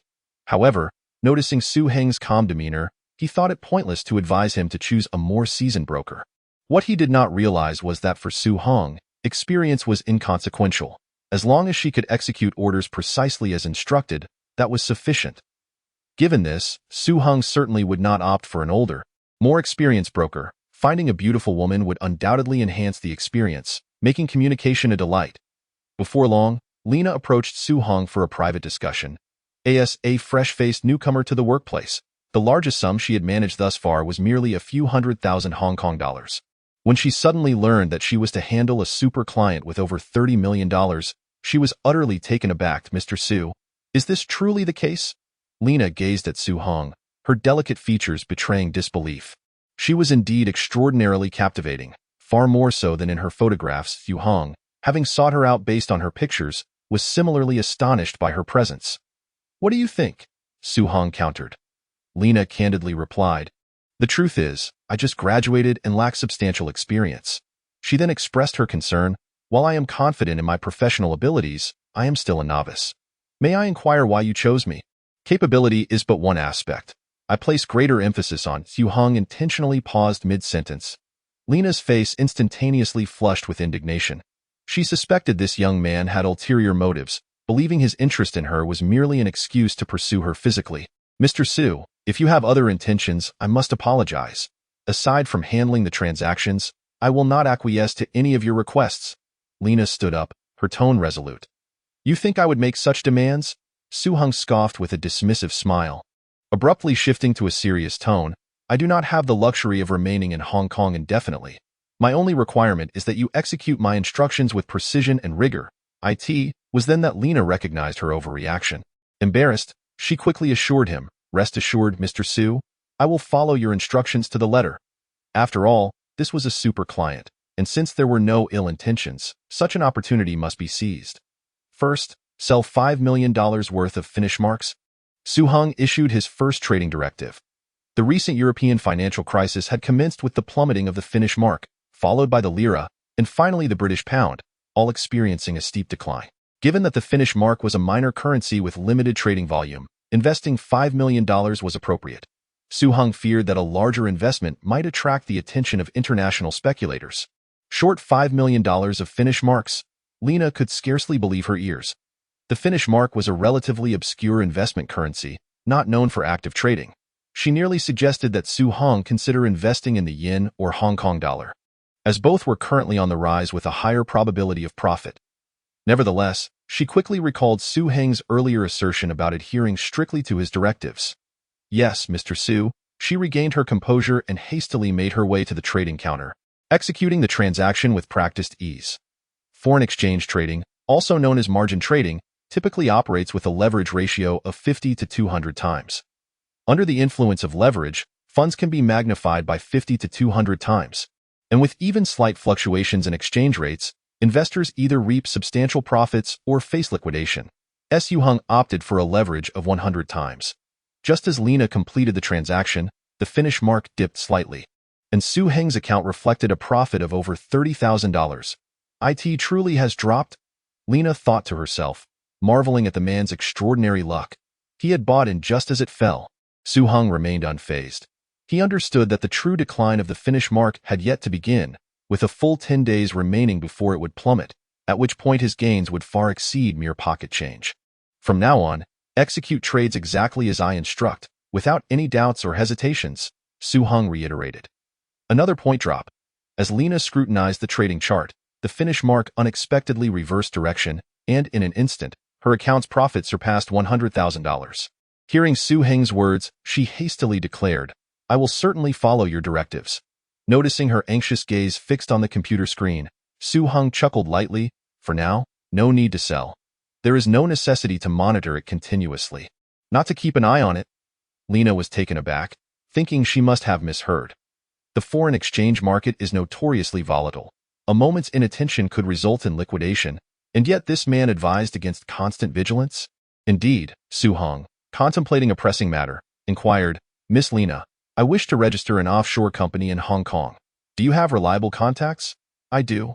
I have a classmate working at Goldman Sachs, which conveniently offers such services. Please assist me in making contact. Su Heng harbored little fondness for Goldman Sachs, yet he found himself unable to identify a more reputable or trustworthy institution. It was undeniable that Goldman Sachs was one of the oldest and largest investment banks, renowned for its top-tier professionalism, formidable international connections, and immense financial power during this period. Mr. Su, I will take you there, Lena volunteered. Thank you. Su Heng accepted without reluctance. 10 minutes later, Lena escorted Su Heng to Goldman Sachs Hong Kong headquarters. Her classmate, a young Englishman with blonde hair and blue eyes, introduced himself as Charlie. Lena. Charlie's eyes lit up upon seeing her. Charlie, I am here with a client to conduct business. Lena distanced herself from his fervent gaze, stating coolly, All right, it's work hours now. Charlie, despite his desire to express admiration for Lena, suppressed his feelings, though he remained somewhat wary of Su Heng, the young, handsome Eastern man accompanying her. Nevertheless, he recognized the importance of professionalism. Registering an offshore company was remarkably straightforward. One merely needed to provide identification and pay a fee without the necessity of being present at the registration site, and the process would be completed swiftly. Su Heng chose the Cayman Islands as the location for his company.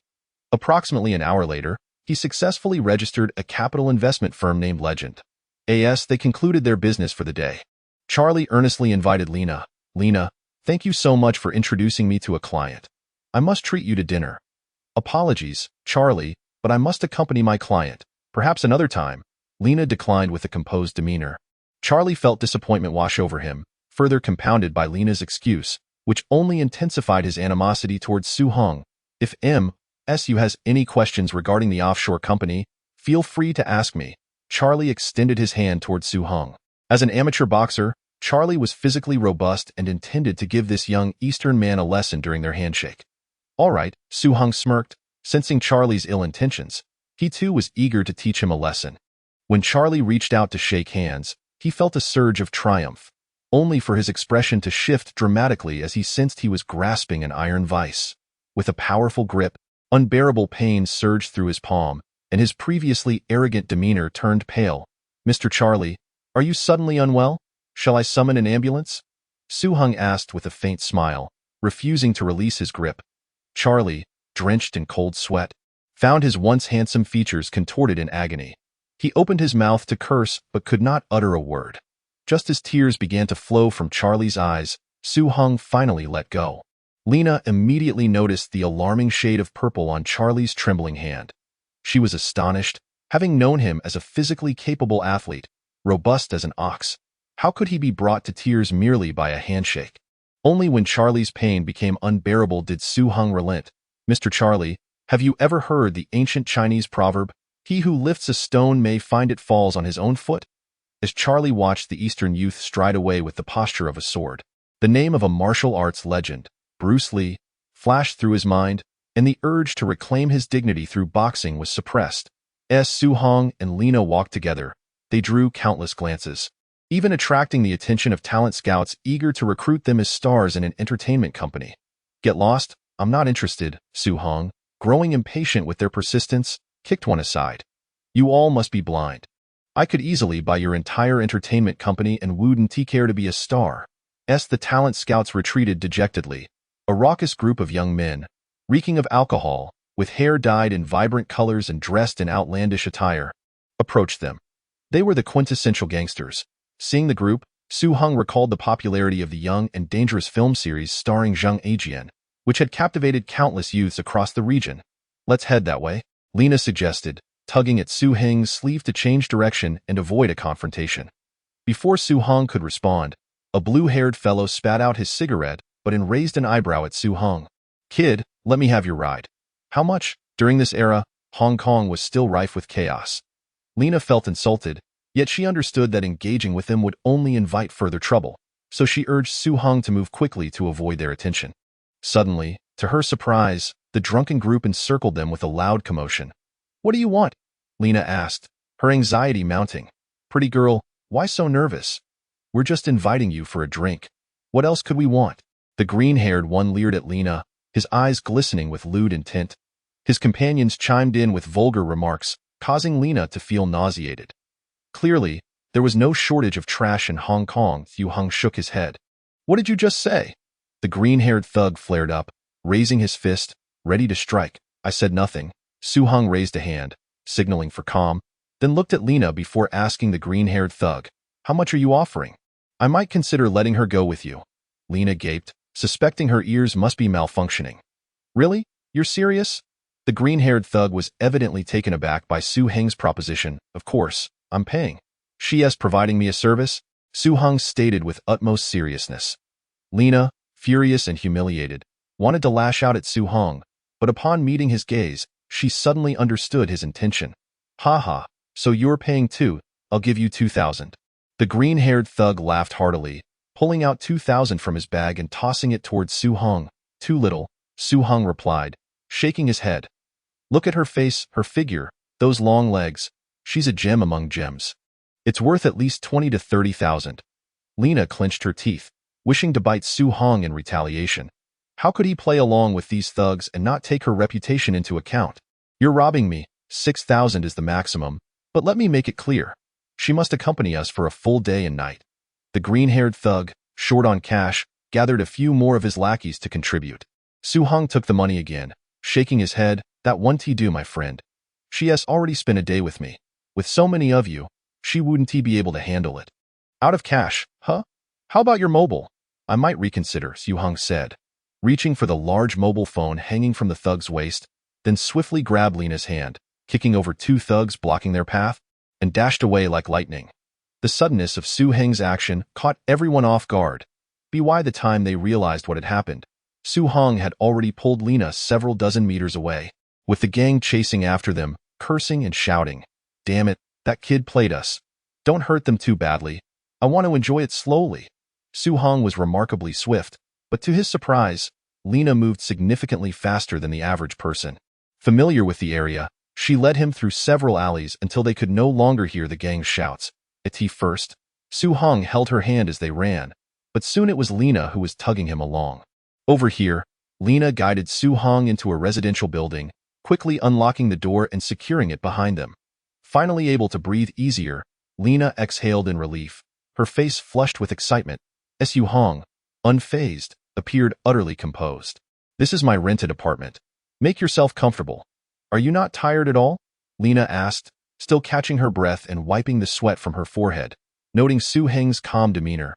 Then, with a spark of realization, she exclaimed, I knew it. You must be a martial arts expert. Very perceptive.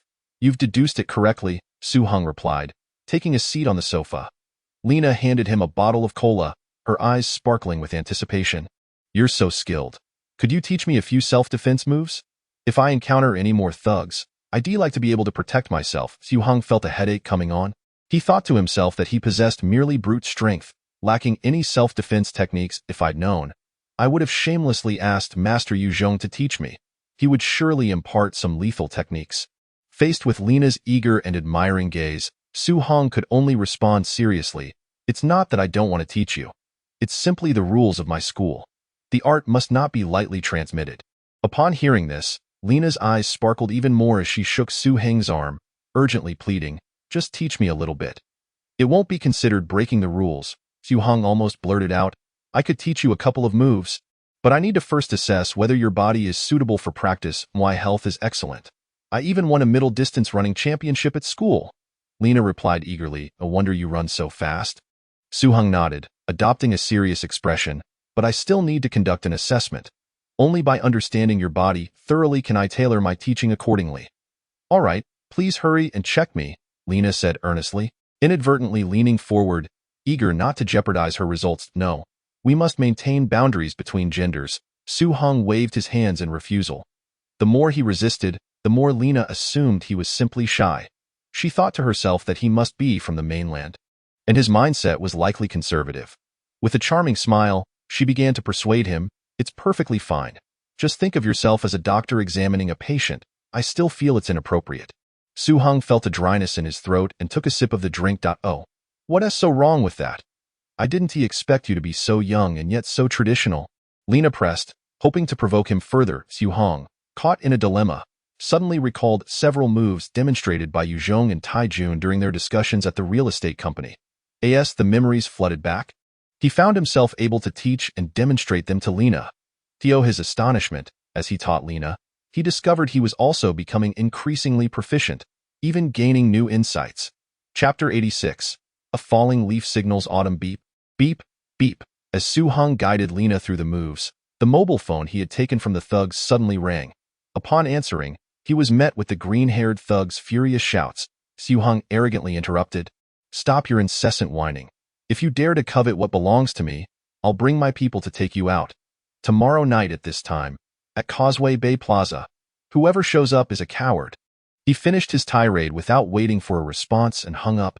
Damn it. Who's afraid of whom? On the other end of the line, the green-haired individual had just begun to speak when he realized the call had been disconnected. He redialed, only to be met with a message indicating the line was unavailable. Brother G, gather the brothers. Let's take care of him tomorrow night. One of the younger members suggested. Damn it, the green-haired man said, jabbing his finger at the young member's forehead. Have you lost your mind? That guy is clearly trying to fool us. Then what should we do? He scammed us out of our money. And what about the chickens? Brother G, we should report this to the police, the young member stammered. Report to the police? The green-haired man exclaimed, kicking him.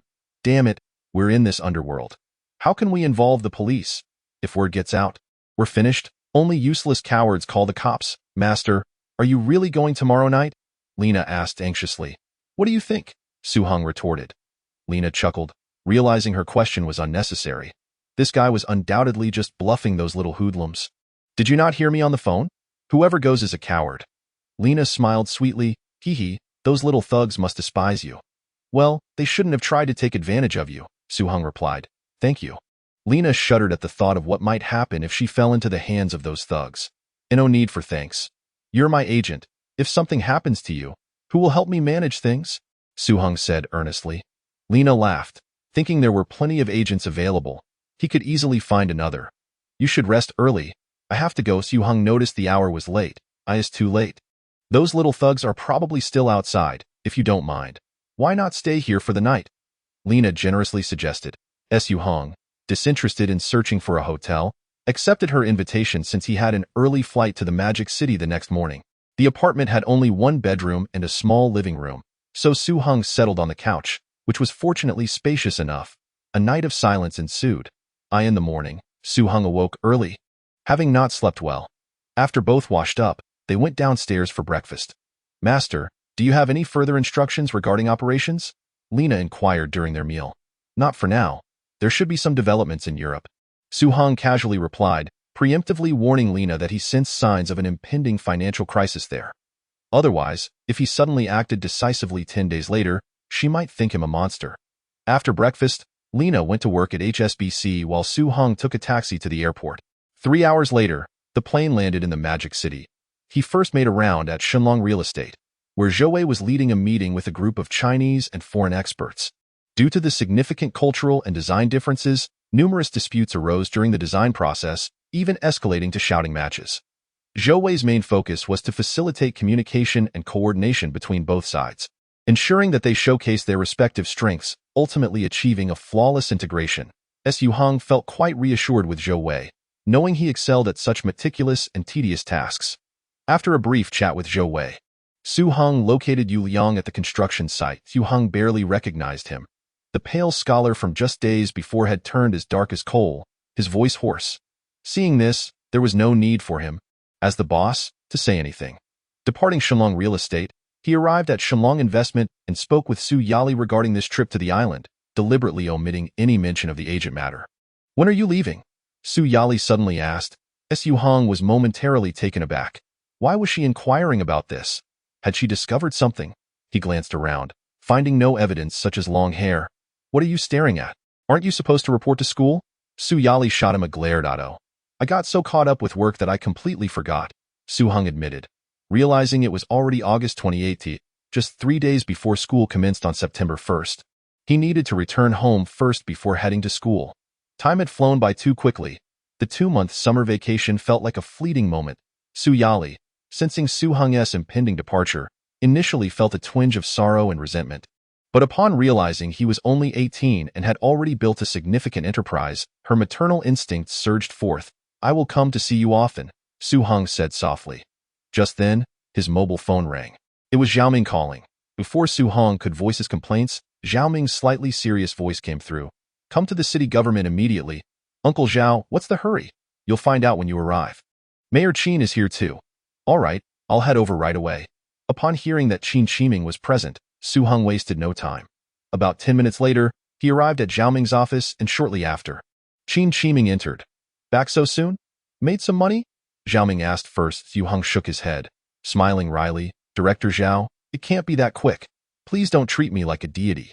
Qin Shiming took over the conversation, speaking sternly. Regarding the land in Financial Street, both Zhao and I are inclined to support Shenlong Real Estate. Tell me, how confident are you? This is no joke. Thank you, Mayor Qin and Director Zhao, Su Heng replied earnestly. Fully aware that Qin Shiming's words indicated solidarity with him, just like Zhao Ming, both bearing significant risks, Su Heng would remember this. He felt it necessary to share some information to reassure both officials, as only then could he secure their unwavering support for Shenlong Real Estate in acquiring the Financial Street land. The reason I diverted funds to the island is to target the exchange rates of European countries, Su Heng stated plainly. Targeting the exchange rates of European countries? Both Qin and Zhao were taken aback in their subconscious. This was a matter only the state could handle, as the fluctuation of a nation's currency was not something that could simply be manipulated. You're just a kid, relying on a bit of money. Isn't that a bit too presumptuous? Su Heng continued. Indeed, from the very establishment of the European monetary system, it was destined to face conflicts due to the developmental imbalances among its member states. When these conflicts reach an irreconcilable tipping point, a crisis is bound to erupt. Su Heng spoke eloquently, leaving both officials momentarily speechless. They felt a bit embarrassed for not fully understanding, as his words had a rather lofty tone. Did you take notes? Zhao Ming asked the secretary. I took everything down, Lu Zhu replied, his tone vibrating with excitement. Coincidentally, he had a background in economics and understood the implications better than the two officials. Hence his greater astonishment. Lu, I recall you studied economics in college. Do you think what Su said makes sense? Zhao Ming suddenly remembered his secretary's academic background. Lu Zhu stood up, admiration evident in his gaze towards Su Heng, exclaiming, absolutely makes sense. Mr. Su's research on the European monetary system is truly remarkable. You flatter me, Su Heng said modestly, smiling. This was not his own research. He was merely conveying the insights gathered by others. Lu Zhu pondered a critical question, but Mr. Su, may I ask how you determined the European monetary system would reach a systemic risk tipping point? Both Qin Shiming and Zhao Ming nodded in agreement. This was indeed the crux of the matter. How could Su Heng have such precise foresight? Currently, Europe appeared calm, with no signs of an imminent financial crisis. Facing the inquisitive gazes from all three, Su Heng smiled mysteriously, teasing, as the saying goes, one leaf falls and the autumn is known. I deduced this from various economic phenomena. Must I spell it out for you? We would love to hear it, they said, exchanging glances.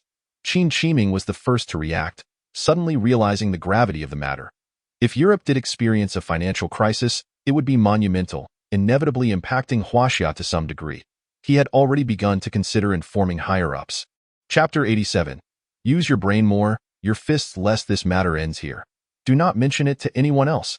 Qin Shiming warned sternly, recognizing its significance. Understood, Su Heng nodded. Without needing further persuasion from Qin Shiming, he had no intention of spreading rumors. He preferred to keep a low profile while making money. Zhao Ming also sensed the seriousness of the situation and was about to instruct Lu Zhu to maintain silence. But Lu Zhu preempted him, assuring Director Zhao, rest assured. Mayor Qin, you can trust me. I will absolutely not leak a word. Clearly, none present were fools. Could it be that I casually mentioned a few things and it turned into such a serious matter? Su Heng was taken aback, not delving too deeply into the implications, thinking that Qin Shiming and Zhao Ming were merely covering for him. Little did he know, Qin Shiming had decided to escalate what he had just said to higher authorities. As Su Heng exited the office building, he encountered Han Yiping coming from the opposite direction. Just the person I was looking for. Come with me, Han Yiping said, his expression grim. What is going on? Su Heng was puzzled. Why did so many people seem to have their eyes on him after his trip to the island? Following Han Yiping to his office, Su Heng learned that on the night he drove to rescue Su Yali, he had been involved in several minor accidents with other vehicles, and Han Yiping was asking him to compensate those car owners. For Su Heng, as long as money could resolve the issue, it was not a problem. After settling the compensation, Su Heng headed to the repair shop where his Tiger Head vehicle had been fixed, with repair costs exceeding 300,000. Looking at the nearly unchanged vehicle, he was surprised by the technician's excellent skills. Driving the repaired Tiger Head back, he contemplated his imminent departure to the capital for school, knowing he wouldn't be able to return to the Magic City for a while. He first called Songru. Sister, I'm heading to the capital for school. Just wanted to let you and Xiaowan know. Songru replied with a smile. I know you're starting school soon. Xiaowan and I just returned to the capital, and she mentioned waiting for you to come so she can visit you at school. Yu Heng suddenly realized that the Song family's base was in the capital, and that when Xiaowan also attended a primary school there, so they must return. All right, sister, see you in the capital. After ending the call with Songru, Su Heng returned to his residence and took Su Yali and Zhou Yutong to KFC for a quick meal. The atmosphere was slightly somber as they faced their impending separation. Su Heng smiled. It's not like we won't see each other again. I can come over anytime, and you can visit me in the capital on weekends? Zhou Yutong nodded vigorously, memories of first meeting Su Heng on the train flooding her mind. bringing an involuntary smile to her face. She was very familiar with the capital and could visit any time. But she needed to focus on her studies, fearing she might not be able to go there frequently. She planned to finish her junior high courses within a year in this era.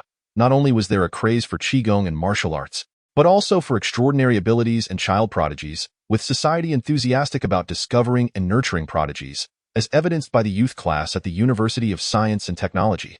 Children as young as 11 or 12, and some 13 or 14, achieved outstanding results in the college entrance examination and were then admitted to the youth class. Zhou Yutong's school had already classified her as a prodigy for special cultivation.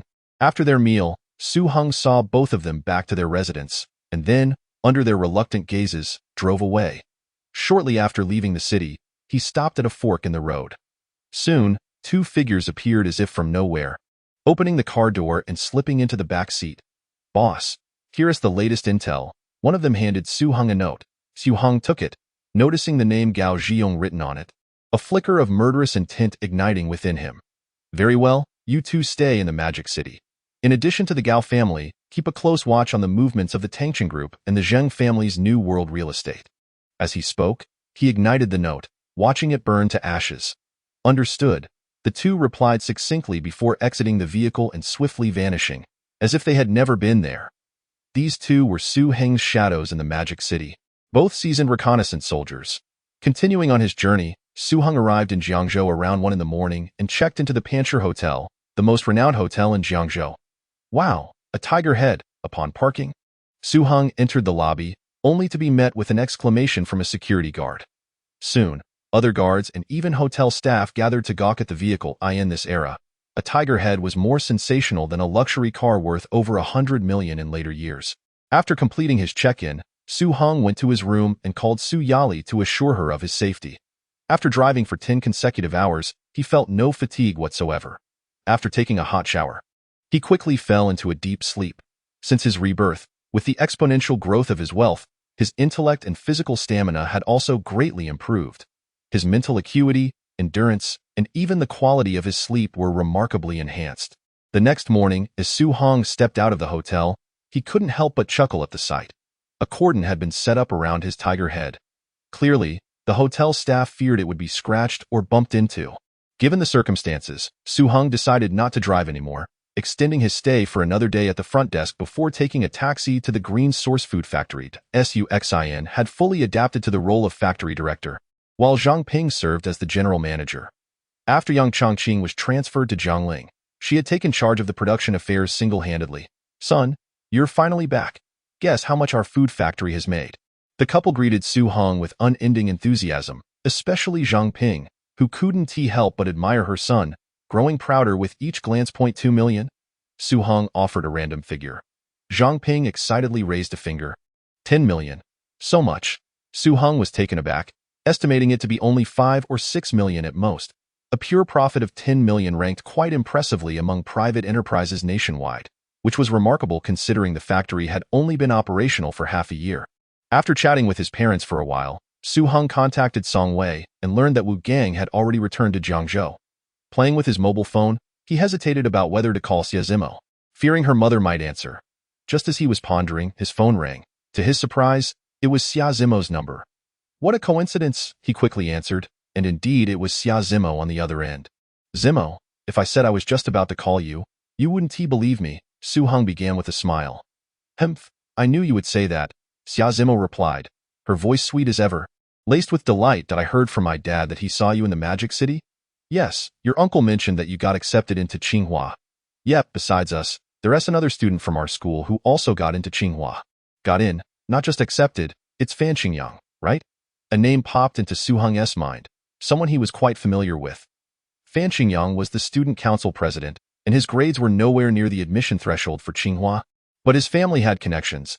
He had been packaging himself since middle school in the 80s and 90s, when the trend of learning from Lei Feng was at its peak. He was known to sweep the streets before dawn and often volunteered at nursing homes during holidays, becoming a local model for learning from Lei Feng. What truly made him famous was rescuing 2 children from a fire, though rumors suggested it was a staged event orchestrated by his family. Regardless, through mainstream media coverage, he became well known, even being named one of the top 10 youth nationwide. receiving a bonus of 50 points on his college entrance exam. Su Heng remembered Fan Qingyang particularly because he had always pursued Xiazimo. In his past life, Su Heng was merely an observer. Fan Qingyang and Xiazimo both entered Tsinghua, and their relationship had once been quite close, but what happened afterward was beyond his knowledge. Yes, Fan Qingyang is organizing a reunion for graduates this afternoon at the Pancher Hotel. You should come too. All right, if you're going, I'll go, Su Heng readily agreed, pondering a few intriguing individuals he anticipated would make the gathering quite enjoyable. We shall discuss further then, he mused. Upon hearing the sound of her mother opening the door, Xiazimo quickly exclaimed a hasty farewell and promptly ended the call. At 5 o'clock that afternoon, Su Heng met up with Wu Gang, noticing that the young man had evidently matured. His gaze now imbued with a certain depth that spoke of experience. It seemed his friend had garnered quite a bit from his endeavors. As they talked about work, Wu Gang's eyes sparkled with excitement. Brother Heng, working in logistics is incredibly exhilarating. Expanding territory from city to city presents new challenges every day, and I thrive on this variety.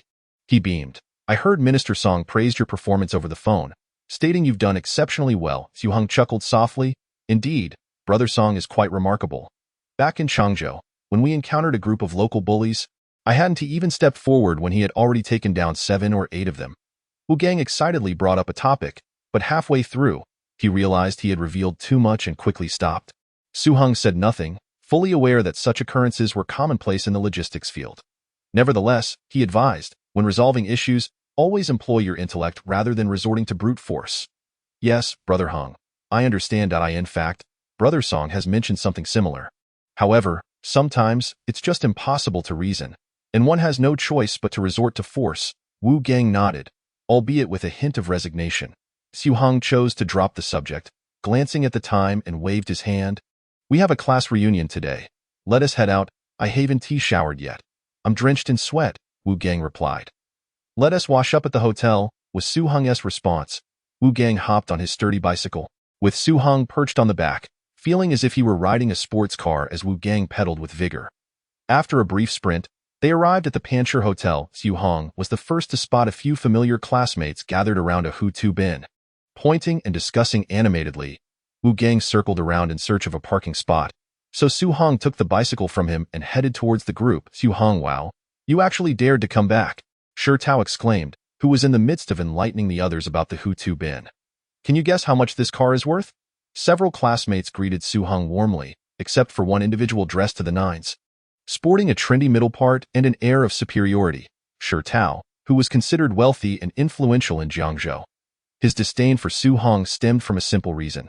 He harbored a crush on Xiazimo, who seemed to be quite close to Su Heng. Just a car. What is so impressive about it? Come on, everyone. It's been a while. Let us head to the restaurant and catch up, Su Heng smiled. Warmly greeting everyone, a classmate named Zhang Bing suddenly recalled, Oh, Su Heng, I heard you recently visited the Magic City. This car has a license plate from there. You must have seen it before, right? Yes, quite familiar. Su Heng nodded. Not only have I seen it, but I've also driven it regularly. Pfft, Shi Tao, unable to contain his disdain, mocked, it's just a car. Don't get too carried away, Su Heng. Don't think just because you're a top student you know everything. Since you're so familiar with this car, do you know how many of these top-tier Hutu bin models exist nationwide? Actually, I don't know, Su Heng admitted honestly. There are definitely fewer than 10.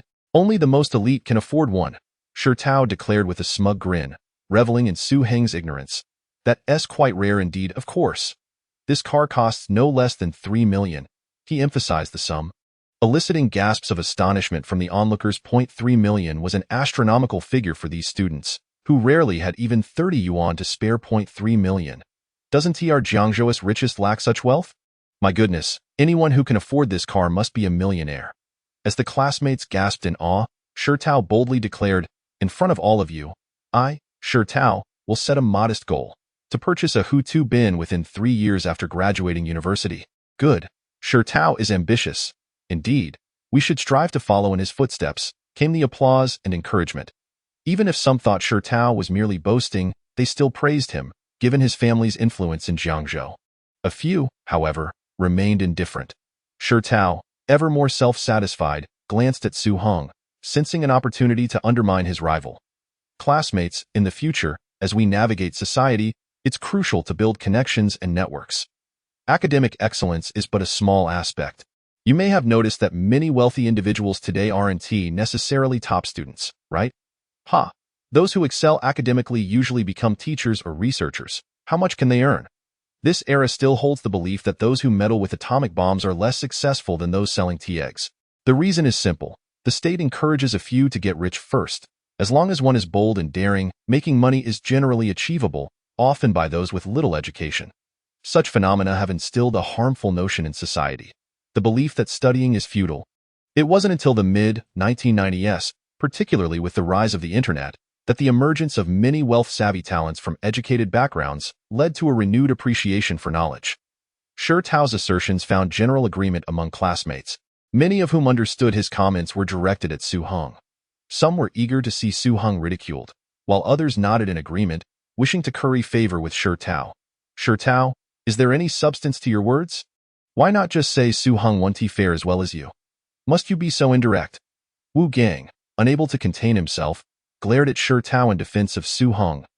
Look at you, little buddy, making strides. Su Heng remained calm, surprised by Wu Gang's restraint.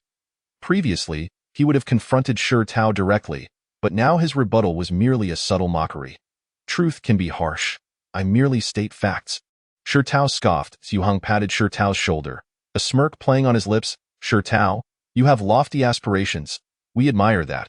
However, I believe someone of your caliber should set even higher goals. I suggest you aim to earn $1 billion after graduation.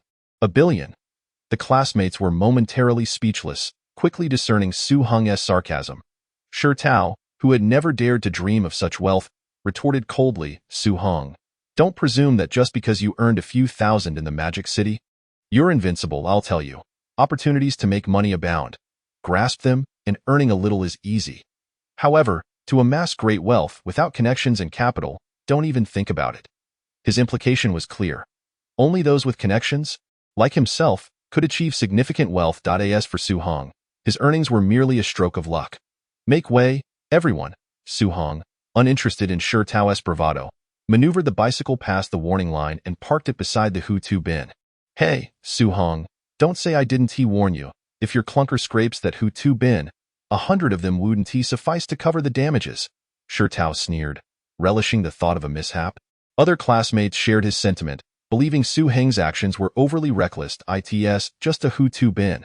Essentially, it's just a means of transportation, much like a bicycle, Su Heng remarked nonchalantly, then lifted his foot to kick the tire. Whoa, that's reckless. The classmates instinctively gasped, realizing this was a luxury car worth millions. While both were merely means of transport, how could his bicycle possibly compare to a luxury vehicle? Su Heng scanned the area, hoping the car owner would witness this scene. He didn't spot the owner, but did see a security guard approaching hurriedly, shouting, "Keep your distance from that car. If it gets scratched or dented." Hey, whose bicycle is this? Move it.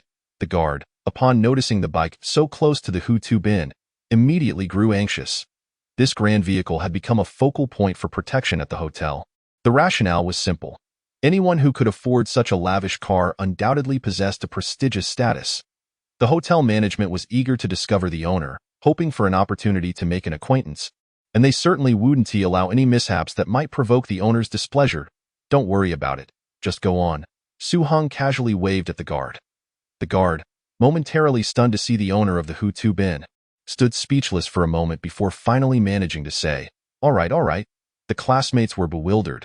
How did Su Heng's single remark send the guard away? Did he know the guard? That didn't seem right. Why would the guard heed his words?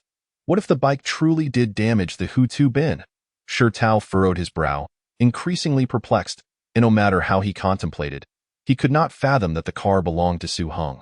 Disinterested in further discussion, Su Heng led Wu Gang into the hotel, instructing him to head to the second floor to wash up in the room he had booked.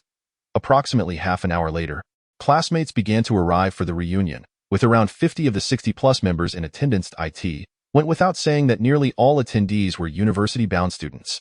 Jiangzhou No. 1 High School was renowned as a top institution, and Su Heng's class was an elite experimental group, boasting an impressive 80 university admission rate.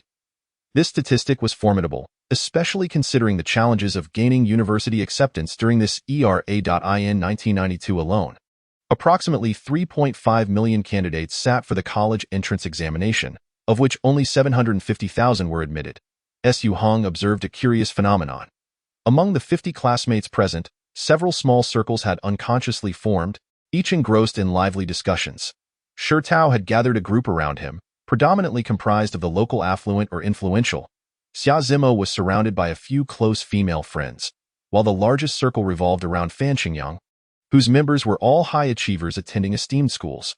The subjects of their conversations varied significantly. Shi Tao's group focused on wealth accumulation, while Xia Zimo and her friends indulged in gossip typical of young women, discussing crushes and secret love letters. Meanwhile, Fan Qingyang and his peers engaged in more sophisticated discourse. Su Heng and Wu Gang found themselves in a small circle of about 7 or 8 individuals, all hailing from ordinary backgrounds yet possessing commendable character. Truly, like attracts like. Amused by this intriguing social dynamic, Su Heng chuckled softly.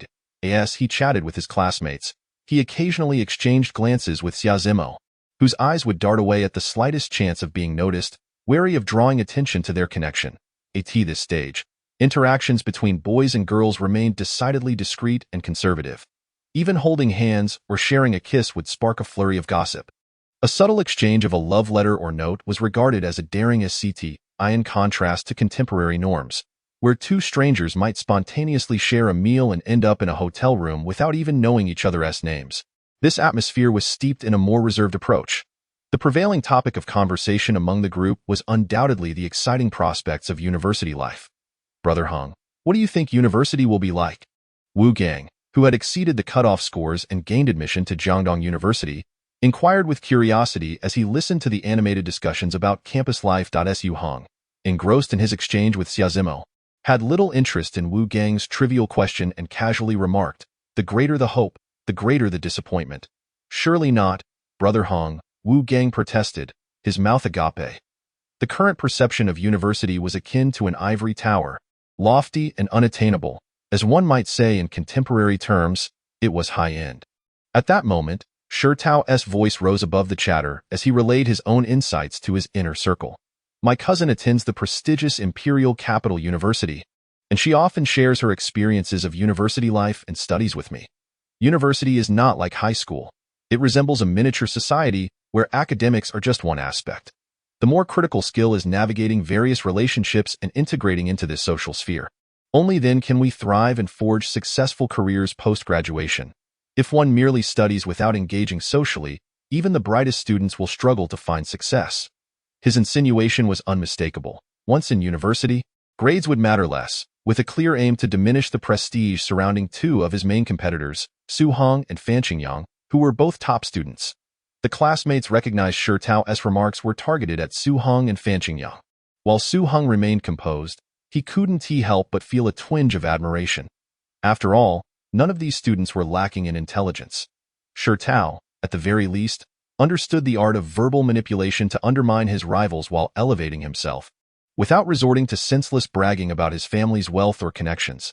Su Heng had come to this gathering with a mindset to observe the spectacle. His current objective was to engage in the European currency market, amassing sufficient capital to later compete with the super-rich in the Magic City and Hong Kong. Engaging in a contest of wits with immature high school students. What a farce! That would only diminish his own stature. However, Wu Gang's loud voice broke through. "Hey, Shi Tao." While we were still cramming for the college entrance exams, Su Heng bravely ventured into the Magic City, returning with a significant sum. Isn't that a real taste of society? Can a mere bookworm achieve such feats? He wanted to add that he had traveled extensively during the summer, encountering myriad experiences that would leave them in awe, but his humility kept him grounded. Shi Tao's expression faltered, realizing he had overlooked that particular angle, and he mumbled, "What I meant was different." Wu Gang rolled his eyes, uninterested in further dialogue. The truth was evident to all. Su Heng excelled academically, yet no one would dare label him a mere bookworm. If there were to be any criticism of Su Heng, it would pertain to his family circumstances, as everyone was aware of his parents' job loss and their struggles. Fan Qingyang, a mature and cunning individual, was still just an 18-year-old with youthful fervor, especially now being accepted into the prestigious Tsinghua University. He certainly wouldn't sit idly by while Shi Tao disparaged him. Particularly after Wu Gang had defended Su Heng, Fan Qingyang could no longer remain in the shadows. With a bright voice, he chimed in, "Shi Tao makes a valid point. The student council in university is like a small society, wielding significant influence and providing ample opportunity for personal growth. He emphasized the importance of the student council, then shifted the conversation. I've had discussions with the admissions director at Tsinghua, and he mentioned that I'll likely be able to join the student council as soon as the semester begins. The boys surrounding him looked on in astonishment. The student council primarily manages student affairs, with minimal oversight from teachers. It's quite rare for freshmen to join, and even if they do, it's typically limited to their department. Only the most exceptional students qualify for the university-wide council. Qingyang, you're impressive. Others joined in the praise. Wow, Qingyang is incredible, joining the student council right at the start of university. Tsinghua University, no less. A radiant smile spread across Fan Qingyang's face as he raised his hand slightly. Somewhat sheepishly, if luck is on my side, I might even be elected as a small leader. Wow. Not only joining the student council but potentially becoming a leader too. The classmates were genuinely taken aback. However, considering Fan Qingyang's recognition as one of the top 10 youth in the nation, it was hardly surprising. A curious classmate redirected the conversation towards Su Heng, asking directly, Su Heng, have the admissions office spoken to you about joining the student council? Su Heng chuckled and shook his head. I haven't even met anyone from the admissions office. Oh, you're a special recruit. You should also have a chance, the inquisitive classmate replied, seemingly a bit regretful. As exquisitely crafted dishes adorned the table, the discussion about the student council finally drew to a close. The boys indulged in beer while the girls sipped on cola. The lively gathering officially commenced. After a year of intense pressure in their final year of high school, the students swiftly liberated themselves. Despite their revelry, one of them, Shi Tao, proclaimed loudly after downing several bottles of beer, "Tonight, I shall foot the bill." With 5 tables comprising both boys and girls, each table costing around 100 yuan, the total amounted to over 500 yuan, a considerable sum. How generous of you, Shi Tao. Many classmates cheered in response. However, some, like Xia Ziamo and Fan Qingyang, found this gesture inappropriate. For them, the act of sharing the expenses was not merely about the money. It symbolized equality among all, devoid of class distinctions. Was it fair for Shi Tao to assume the financial burden alone, leaving everyone indebted to him? Just then, the hall's door creaked open gently. Leading a group of a dozen individuals was Zhang Qian, the manager of the Pancher Hotel, who respectfully guided them forward. The attire and demeanor of these individuals unmistakably marked them as figures of authority, and not of low rank. Mayor Deng. Shi Tao was the first to recognize one among them, his mouth agape in astonishment. The other students quickly followed suit, their faces a mixture of shock and confusion. What could such high-ranking officials be doing here? Had they mistaken the venue? After all, this was merely a gathering of classmates. As the students grappled with their bewilderment, they observed Zhang Qian leading the entourage directly to Su Heng's table.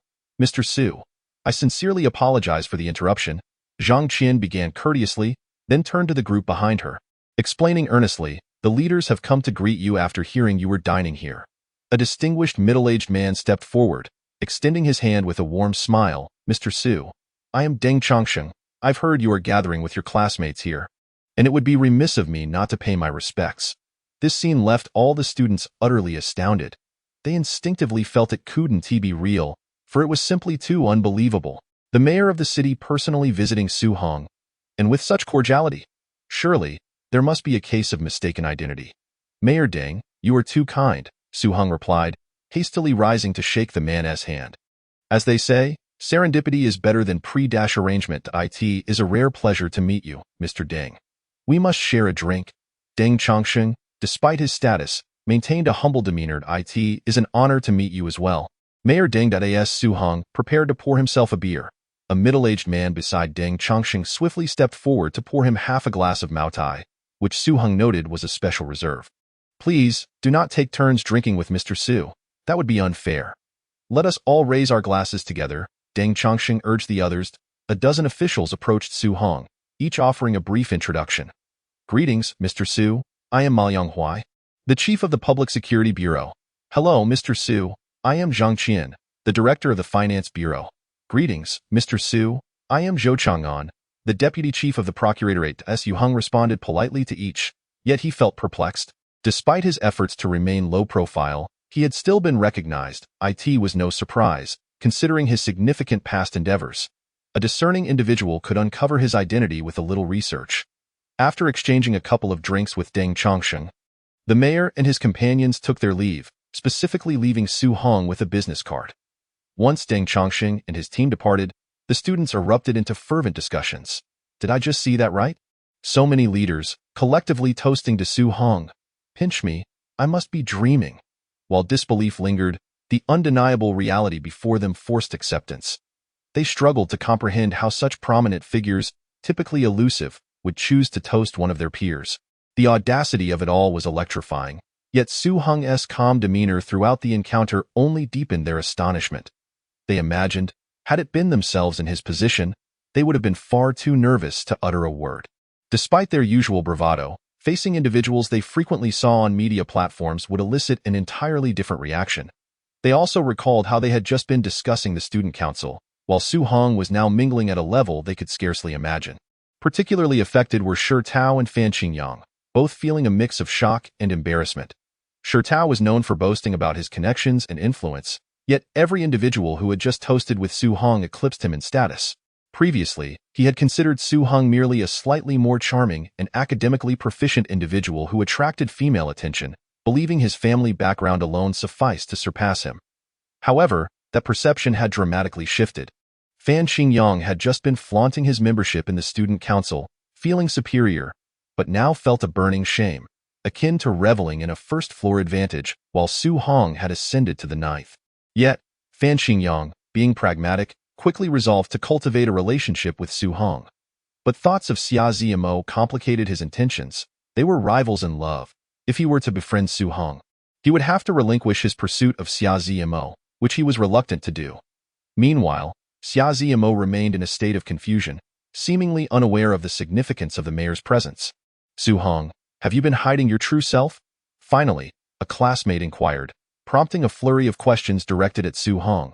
He pondered how to navigate the situation, secretly blaming Deng Chongsheng and the others for tossing him into the limelight when he had merely sought to enjoy a quiet moment. How could he maintain an equal footing with his classmates when they would now look up to him with awe? The students' thoughts were secondary. Their perceptions mattered little. What truly concerned him was how to explain this to Xia Zimo. He had deliberately kept his accomplishments from her to avoid overwhelming her, wishing to enjoy a relationship akin to that of ordinary students. How could he clarify everything to his classmates, especially to Xia Zimo? Clearing his throat, he began to fabricate a story. The classmates leaned in, captivated by his narrative. In truth, the matter was rather simple, far less complex than they imagined. You see, I've been in Modu recently, and I happened to meet a prominent businessman there. One day, during a casual conversation, I mentioned the pure customs and advantageous geographical position of Jiangzhou. To my surprise, after hearing my description, he decided to invest in our Jiangzhou. The leaders of Jiangzhou regarded me as a significant contributor to this investment. You all witnessed the situation just now. Sigh, I merely did a trivial favor for my hometown, and I never expected our officials to take it so seriously. How embarrassing, he concluded with a somewhat helpless expression. I see. The classmates finally understood, marveling at Su Heng's extraordinary fortune, their earlier shock dissipating. Su Heng, what you did was far from trivial at that moment. Xia Zimo rose to defend her boyfriend. Speaking earnestly, you attracted investment for Jiangzhou, contributing to local employment and fiscal revenue. That's why the city leaders value you so highly. Perhaps. But to me, I simply did what I felt was right. Su Heng replied with a smile. Xia Zimo's eyes sparkled with admiration, and she wished to praise him, but felt shy with so many classmates present. I figured it out, Shi Tao interjected. Unable to contain his irritation at Su Heng's display before Xia Zimo. I understand now. That luxury vehicle outside must belong to that businessman you mentioned. And no wonder you dared to park your bicycle next to it without a care. The classmates nodded in agreement. A major investor from Modu, with a luxury vehicle bearing Modu's license plate. How could it be anything else? As the gathering continued, it became evident that Su Heng had become the focal point of his classmates' attention. Having visited Modu, mingled with affluent investors, and earned the esteem of high-ranking officials, how could they not be curious? Su Heng wished to express that he had merely come to enjoy the festivities, not to be the center of attention. Fortunately, thanks to Luo Yuan, the gathering lasted over an hour and concluded before 7. Shi Tao grappled with the decision of whether to cover the expenses for everyone, feeling an unpleasant sensation at the thought of spending money after having his spotlight stolen by Su Heng. Fan Xingyang suggested they adhere to the previously agreed-upon cost-sharing arrangement, which received unanimous approval. However, Zhang Qian approached to inform them that Mayor Deng had already signed off on the bill. Specifically mentioning it was to express gratitude for Su Heng's significant contributions. Wow, the mayor personally signed off on our bill. What treatment? Students were once again astounded, and their faith in Su Heng's narrative solidified. However, Su Heng contemplated the deeper implications of Deng Changsheng and the others' intentions. He understood they sought to encourage him to contribute further to Jiangzhou's development. How could he do that? Naturally, by increasing investments, he had already devised preliminary plans, intending to expand product offerings once the Levaiyuan food factory was established. His first expansion strategy involved venturing into bottled water and beverages. Why water? The answer was simple. It was exceedingly profitable to IT. Should be noted that the wealthiest individual in Huaxia in 2020 was not one of the two titans of the internet, nor a leading real estate mogul but a rather low-profile figure. Zhong Huahua, who built a lucrative water empire. Su Heng's comprehensive plan involved earning quick and substantial profits in the financial market, then swiftly positioning himself in the most lucrative sectors, aiming to accumulate sufficient capital over 3 to 5 years before pursuing more sentimental investments, such as renewable energy and semiconductors, which required significant financial outlay. As the gathering concluded, students began to disperse, leaving only Su Heng, Xia Zimo, and Wu Gang behind. Gongzi, didn't you have matters to attend to at home? You should head back, Su Heng remarked to Wu Gang. I never mentioned anything about that. Wu Gang responded, puzzled. You do have matters to attend to, Su Heng insisted emphatically. I truly don't. Come on, I need to enjoy riding in such a luxurious vehicle.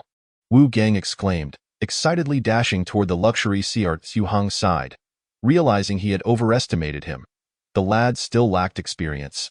Xia Zimo bit her lip, struggling to suppress a smile. Su Heng gazed at the captivating beauty beside him, yearning to engage her in a more profound conversation. Let us go to the car. I'll give you a ride, Su Heng invited Xia Zimo, now feeling confident to drive the luxury vehicle. After a moment of hesitation, she nodded in agreement. Su Heng retrieved the car keys and opened the door, with Wu Gang taking a seat in the back. Xia Zimo felt a rush of excitement. The best car she had ever ridden in was her father's newly purchased Santana. Su Heng, your boss must think very highly of you to trust you with such a fine car, Xia Zimo remarked, her eyes sparkling with admiration. Su Heng smiled, of course. Individuals like me are rare to find in the world. With a hint of pride, he continued, my boss values me, and to put it nicely, he possesses vision. To put it bluntly, this is a long-term investment on his part. Su Heng began to embellish. Xia Zimo and Wu Gang wholeheartedly agreed with his self-praise. Your academic performance is impressive. My dad admires your keen insight and decisiveness. It seems you're also quite lucky, Xia Zimo said, her eyes twinkling with admiration. After all, he had made a significant profit during his first visit to Modu and then attracted a major investor on his second trip. Wasn't he that luck? In truth, my greatest fortune lies in having met you in this life, Su Heng said, his gaze fixed affectionately on the pure and radiant beauty before him. In that moment, Xia Zimo felt as though her heart had been pierced by a crimson arrow, leaving her in a delightful daze. Meanwhile, the single Wu Gang in the back seat was momentarily dazed by the sudden display of affection. He gazed blankly out the window, realizing he shouldn't be in the car but rather beneath it. Finally understanding why his friend insisted he had matters to attend to. Brother Heng, you were right. I suddenly remembered I do have something to take care of at home. Please let me out. Wu Gang hurriedly stated. You remembered, did you? Yes, I really do. All right, I'll drop you off at the food factory, Su Heng nodded, relieved that his friend could still be salvaged. After 5 or 6 minutes, Su Heng dropped Wu Gang off at the food factory's entrance before continuing on to escort Xia Zimo. Without Wu Gang as a third wheel, their conversation flowed freely until dusk. When Su Heng finally returned Xia Zimo home, he parked outside her alley. They chatted briefly about their plans for reporting to school in the capital the following day. How are you getting to the capital tomorrow? Xia Zimo asked. I'll be driving, Su Heng replied. Oh, make sure to drive safely, she cautioned. Don't worry. I'm very skilled at driving. By the way, my boss gave me a handbag a few days ago, a women's one that I want to use, so I'd like to gift it to you, Su Heng said, producing an LV bag he had prepared in advance and offering it to her. Xia Zimo's eyes sparkled with surprise and modesty as she shook her head in refusal. It clearly isn't cheap. I can't accept that, Su Heng insisted. What does it matter? It didn't cost me a penny. If you don't take it, I'll just have to toss it in the car. Well, if you put it that way, Xia Zimo relented, finally accepting the bag. Glancing at the night sky outside the car window, she added, I should head home. Go on then. I'll see you at school tomorrow. Su Heng watched her depart, but what he didn't notice was that as he drove away, Zhouya happened to catch a glimpse of her daughter stepping out of a luxury vehicle from another direction. Due to the angle, she didn't see who was driving. Wasn't my daughter at a classmate gathering? How could she return in such a nice car? Zhouya's concern for her daughter sparked numerous thoughts. Zimo? Ah, startled by her mother's voice in the dim light. Xia Zimo turned around, exclaiming, Mom, you scared me half to death. You're so timid. Why didn't you come home earlier? Zhouya questioned, a hint of reproach in her tone. I returned right after the gathering ended. Xia Zimo replied, feeling guilty, as she rarely lied to her parents. Noticing her daughter's reaction, Zhouya's gaze shifted to the handbag in her hand, and a sense of alarm surged within her. Where did you get that bag? Ah, Xia Zimo panicked at her mother's inquiry about the bag that Su Heng had just given her. Zhouya grew increasingly suspicious that her daughter was hiding something from her. Once home, under the bright lights, Zhouya held the bag in her hands, noting the clear LV logo, and the earlier sight of the luxury car triggered a troubling thought. Could it be that her daughter was involved with some wealthy man? The thought flickered briefly. She firmly believed her daughter would never engage in such disgraceful behavior. If the bag was genuine, where could it have come from? Mingyu, come here and verify if this is authentic. Zhouya called for her husband from the study. Summer Mingyu examined the bag closely before affirmatively stating, it appears to be genuine. Puzzled, he then asked, but where did it come from? Zhouya's gaze turned to their daughter. Summer Mingyu's expression shifted to one of concern. Faced with the scrutinizing and anxious gazes of her parents, Xia Zimo summoned her courage and candidly shared the truth. Naturally, she only mentioned being friends with Su Heng and refrained from acknowledging their romantic involvement. Upon hearing that it was a gift from Su Heng, her father's worried demeanor eased. However, he remarked, that lad is quite generous. A bag like this must cost at least several thousand. Is too extravagant. Zimo, you should return it to him. Zhouya let out a sigh of relief. Yet a sense of unease crept in as she worried that her daughter might fall under Su Heng's sway. In her eyes, anyone who sought to ingratiate themselves with her daughter surely harbored ulterior motives. Oh well. Xia Mingyu gestured to his wife and turned to their daughter, saying, Zimo, go to your room and tidy up your things, making sure you don't leave anything behind. Your father will drive you early tomorrow morning. Xia Zimo could hardly contain her eagerness to leave and hurried back to her room. Just keep an eye on her. Zhouya shot her husband a glare. Xia Mingyu chuckled and explained, Su Heng must feel guilty about taking our money and wants to make it up to us through our daughter. He didn't believe the so-called boss that Su Heng had mentioned was anything more than a flimsy excuse concocted by that young man.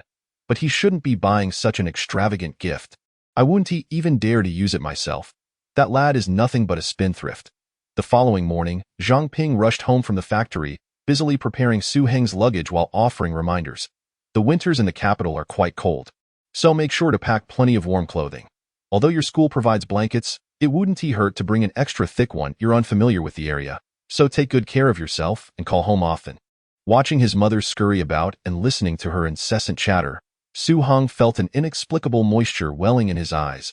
He understood how hard his mother worked at the factory and chose not to interrupt her. He knew that for her, being able to do anything for her son was a source of happiness. Once everything was packed, Wu Gang arrived, balancing a large bag on his back and a small one in hand. After loading the luggage into the trunk, Su Heng, accompanied by his friend, drove away under the watchful gaze of his mother, whose face bore a smile yet hid a deep reluctance. Henggu, you must try the mountain plums from my home, Wu Gang said, pulling a large, ripe plum from his snack bag and offering it to Su Heng. Delicious. Su Heng took the fist-sized, vividly red fruit and bit into it, savoring its sweet juiciness. If only my grades were a bit better, I could have gotten into a university in the capital. Wu Gang sighed. Be content with what you have, Su Heng replied with a smile. That Wu Gang, with a serious expression, said, I'm already very content, but I'm reluctant to part ways with you. Su Heng found the sentiment a bit mushy and quickly changed the subject. Have you thought about what you want to do in college? What else can one do in college? Of course, it's all about studying hard, Wu Gang replied without a moment's hesitation, only to realize the underlying implication of his words, and he excitedly asked, Henggu, what do you think I could do? Logistics, perhaps? Sure, Su Heng replied. Speechless, it appeared his friend had developed a fascination with logistics. Nonetheless, the logistics industry held great potential, with vast market opportunities at present.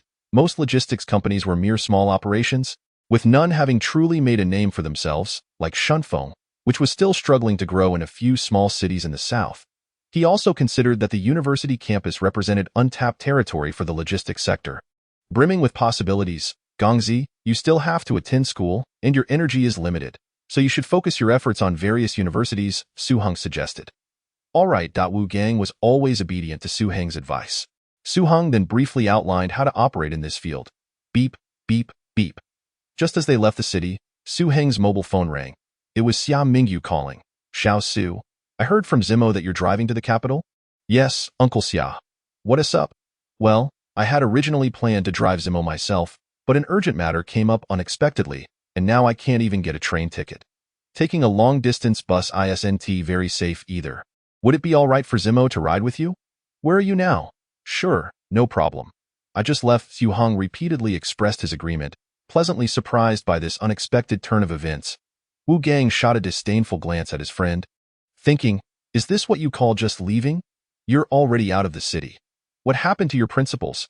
Have you really changed for a girl? How terrifying. Chapter 92. Blinded by your own eyes after hanging up.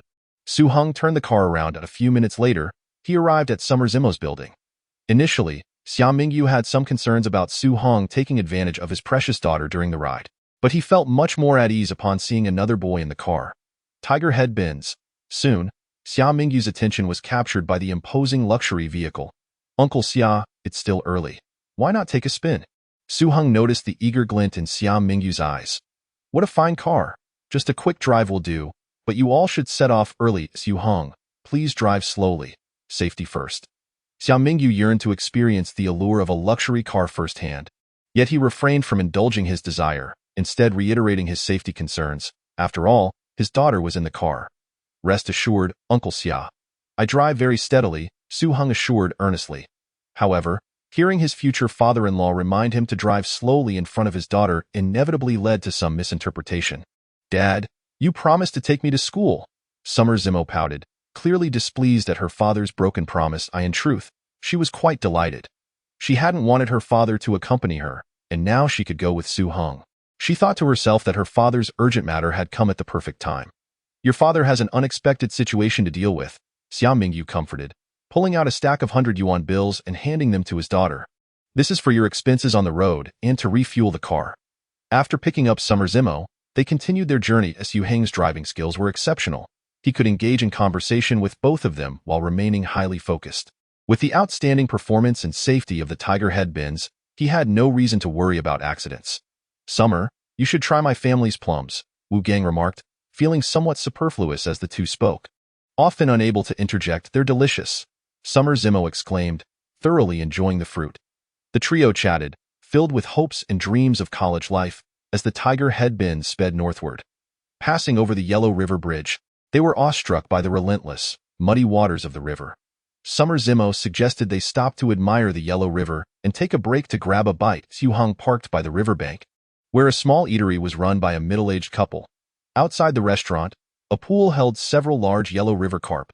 Su Heng ordered a carp to be stewed, along with a couple of cold dishes made of cucumber and green beans.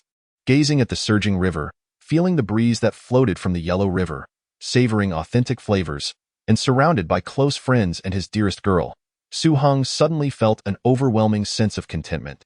Even if time stood still at that moment, he would have no regrets. After their meal, they resumed their journey. Approximately 2 hours later, Su Heng drove to the provincial capital of Jiangdong, Quan City, and dropped Wu Gang off at the entrance of Jiangdong University. Henggo, Summer, since you both still have a journey ahead, I want to invite you to tour my school, Wu Gang said, standing at the gate with his luggage, feeling both excited and slightly anxious. There will be plenty of opportunities in the future. If you need anything, give me a call. Don't write letters. That takes too long. Su Heng smiled and waved. Summer Zimo also smiled and waved goodbye to Wu Gang. Got it? Henggo. Safe travels. Wu Gang waved back. Su Heng turned the car around and continued northward. Zimo, from here on out, it's just the two of us in our own little world. Su Heng glanced at the slightly nervous girl beside him and couldn't resist teasing her. Don't look around. Focus on your driving. Summer Zimo's cheeks flushed as she felt a mix of anticipation for a touch of romance and apprehension about his boldness. I will protect you well, Su Heng gently promised. Summer Zimo's cheeks reddened even more, her heart swelling with sweetness, though her lips playfully protested. I'm grown up now. I don't need you to protect me. I can take care of myself. I don't believe that. Su Heng shook his head. Humph. You dare to underestimate me? Summer Zimo feigned angered. I'm not underestimating you. You are quite capable. Su Heng nodded firmly. Oh, you still doubt my ability to protect myself? Zimo, the boys in college are different from those in high school. They see pretty girls like wolves see sheep. Especially someone as beautiful as you. There will surely be countless wolves with their eyes on you. That's quite an exaggeration. Summer Zimo felt bashful yet delighted at being called beautiful. As they bantered, time flew by. At 6 o'clock in the evening, Su Heng drove the tiger headbins into the capital. He had purchased 6 courtyard houses, one of which was just a street away from Tsinghua University. If he drove such a fine car with Summer Zimo into Tsinghua, they would undoubtedly become the center of attention. Su Heng preferred to avoid being the focus of the entire school upon arrival, so he parked the tiger headbins in the courtyard and then accompanied Summer Zimo to register at the university. As they entered the gates of Tsinghua, numerous gazes turned towards them. There was no denying it. They stood out, resembling a pair of celestial lovers descended from the heavens. Girls looked at Su Heng, while boys gazed at Summer Zimo. Su Heng had long since become immune to such attention, though Summer Zimo felt a bit anxious and whispered to him, "You were right. The boys in college really are like wolves. This is just the beginning. Soon you'll be surrounded by a pack of wolves." Summer Zimo shuddered at the thought. It can't possibly be that exaggerated. Just then, as they were engaged in their whispered conversation, a dilapidated military green jeep screeched to a halt beside Summer Zimo. The driver, a young man with flowing hair, flipped his mane and glanced at Summer Zimo, asking with a smirk, "What a lovely girl." "Where did you come from?" Summer Zimo, having never encountered such a scene before, was momentarily at a loss. Many students passing by stopped to watch the spectacle. Su Heng wrapped his arm around Summer Zimo's shoulder and fixed a cold stare on the long-haired boy, sternly rebuking, "Have you gone blind? Listen well, kid. She is my girlfriend." Not only did the long-haired boy freeze, but the surrounding onlookers were equally taken aback. Wow, this new student has quite the temper, daring to insult that guy right off the bat. The long-haired boy, named Gao Changfeng, was one of the 10 most prominent figures on the Tsinghua campus. He was not only the vice president of the poetry club, but also the cultural minister of the student council. Known for his excellent poetry and musical talent, with his free-spirited demeanor, he had garnered a significant following among female students in the capital's universities. In the 1980s and 90s, the arts thrived, and various artistic youths became immensely popular. Individuals like long-haired boys held sway in college circles, while the likes of the folk music enthusiasts, such as Lao Lang and Gao Xiaosong, would have to wait a few more years for their time to shine.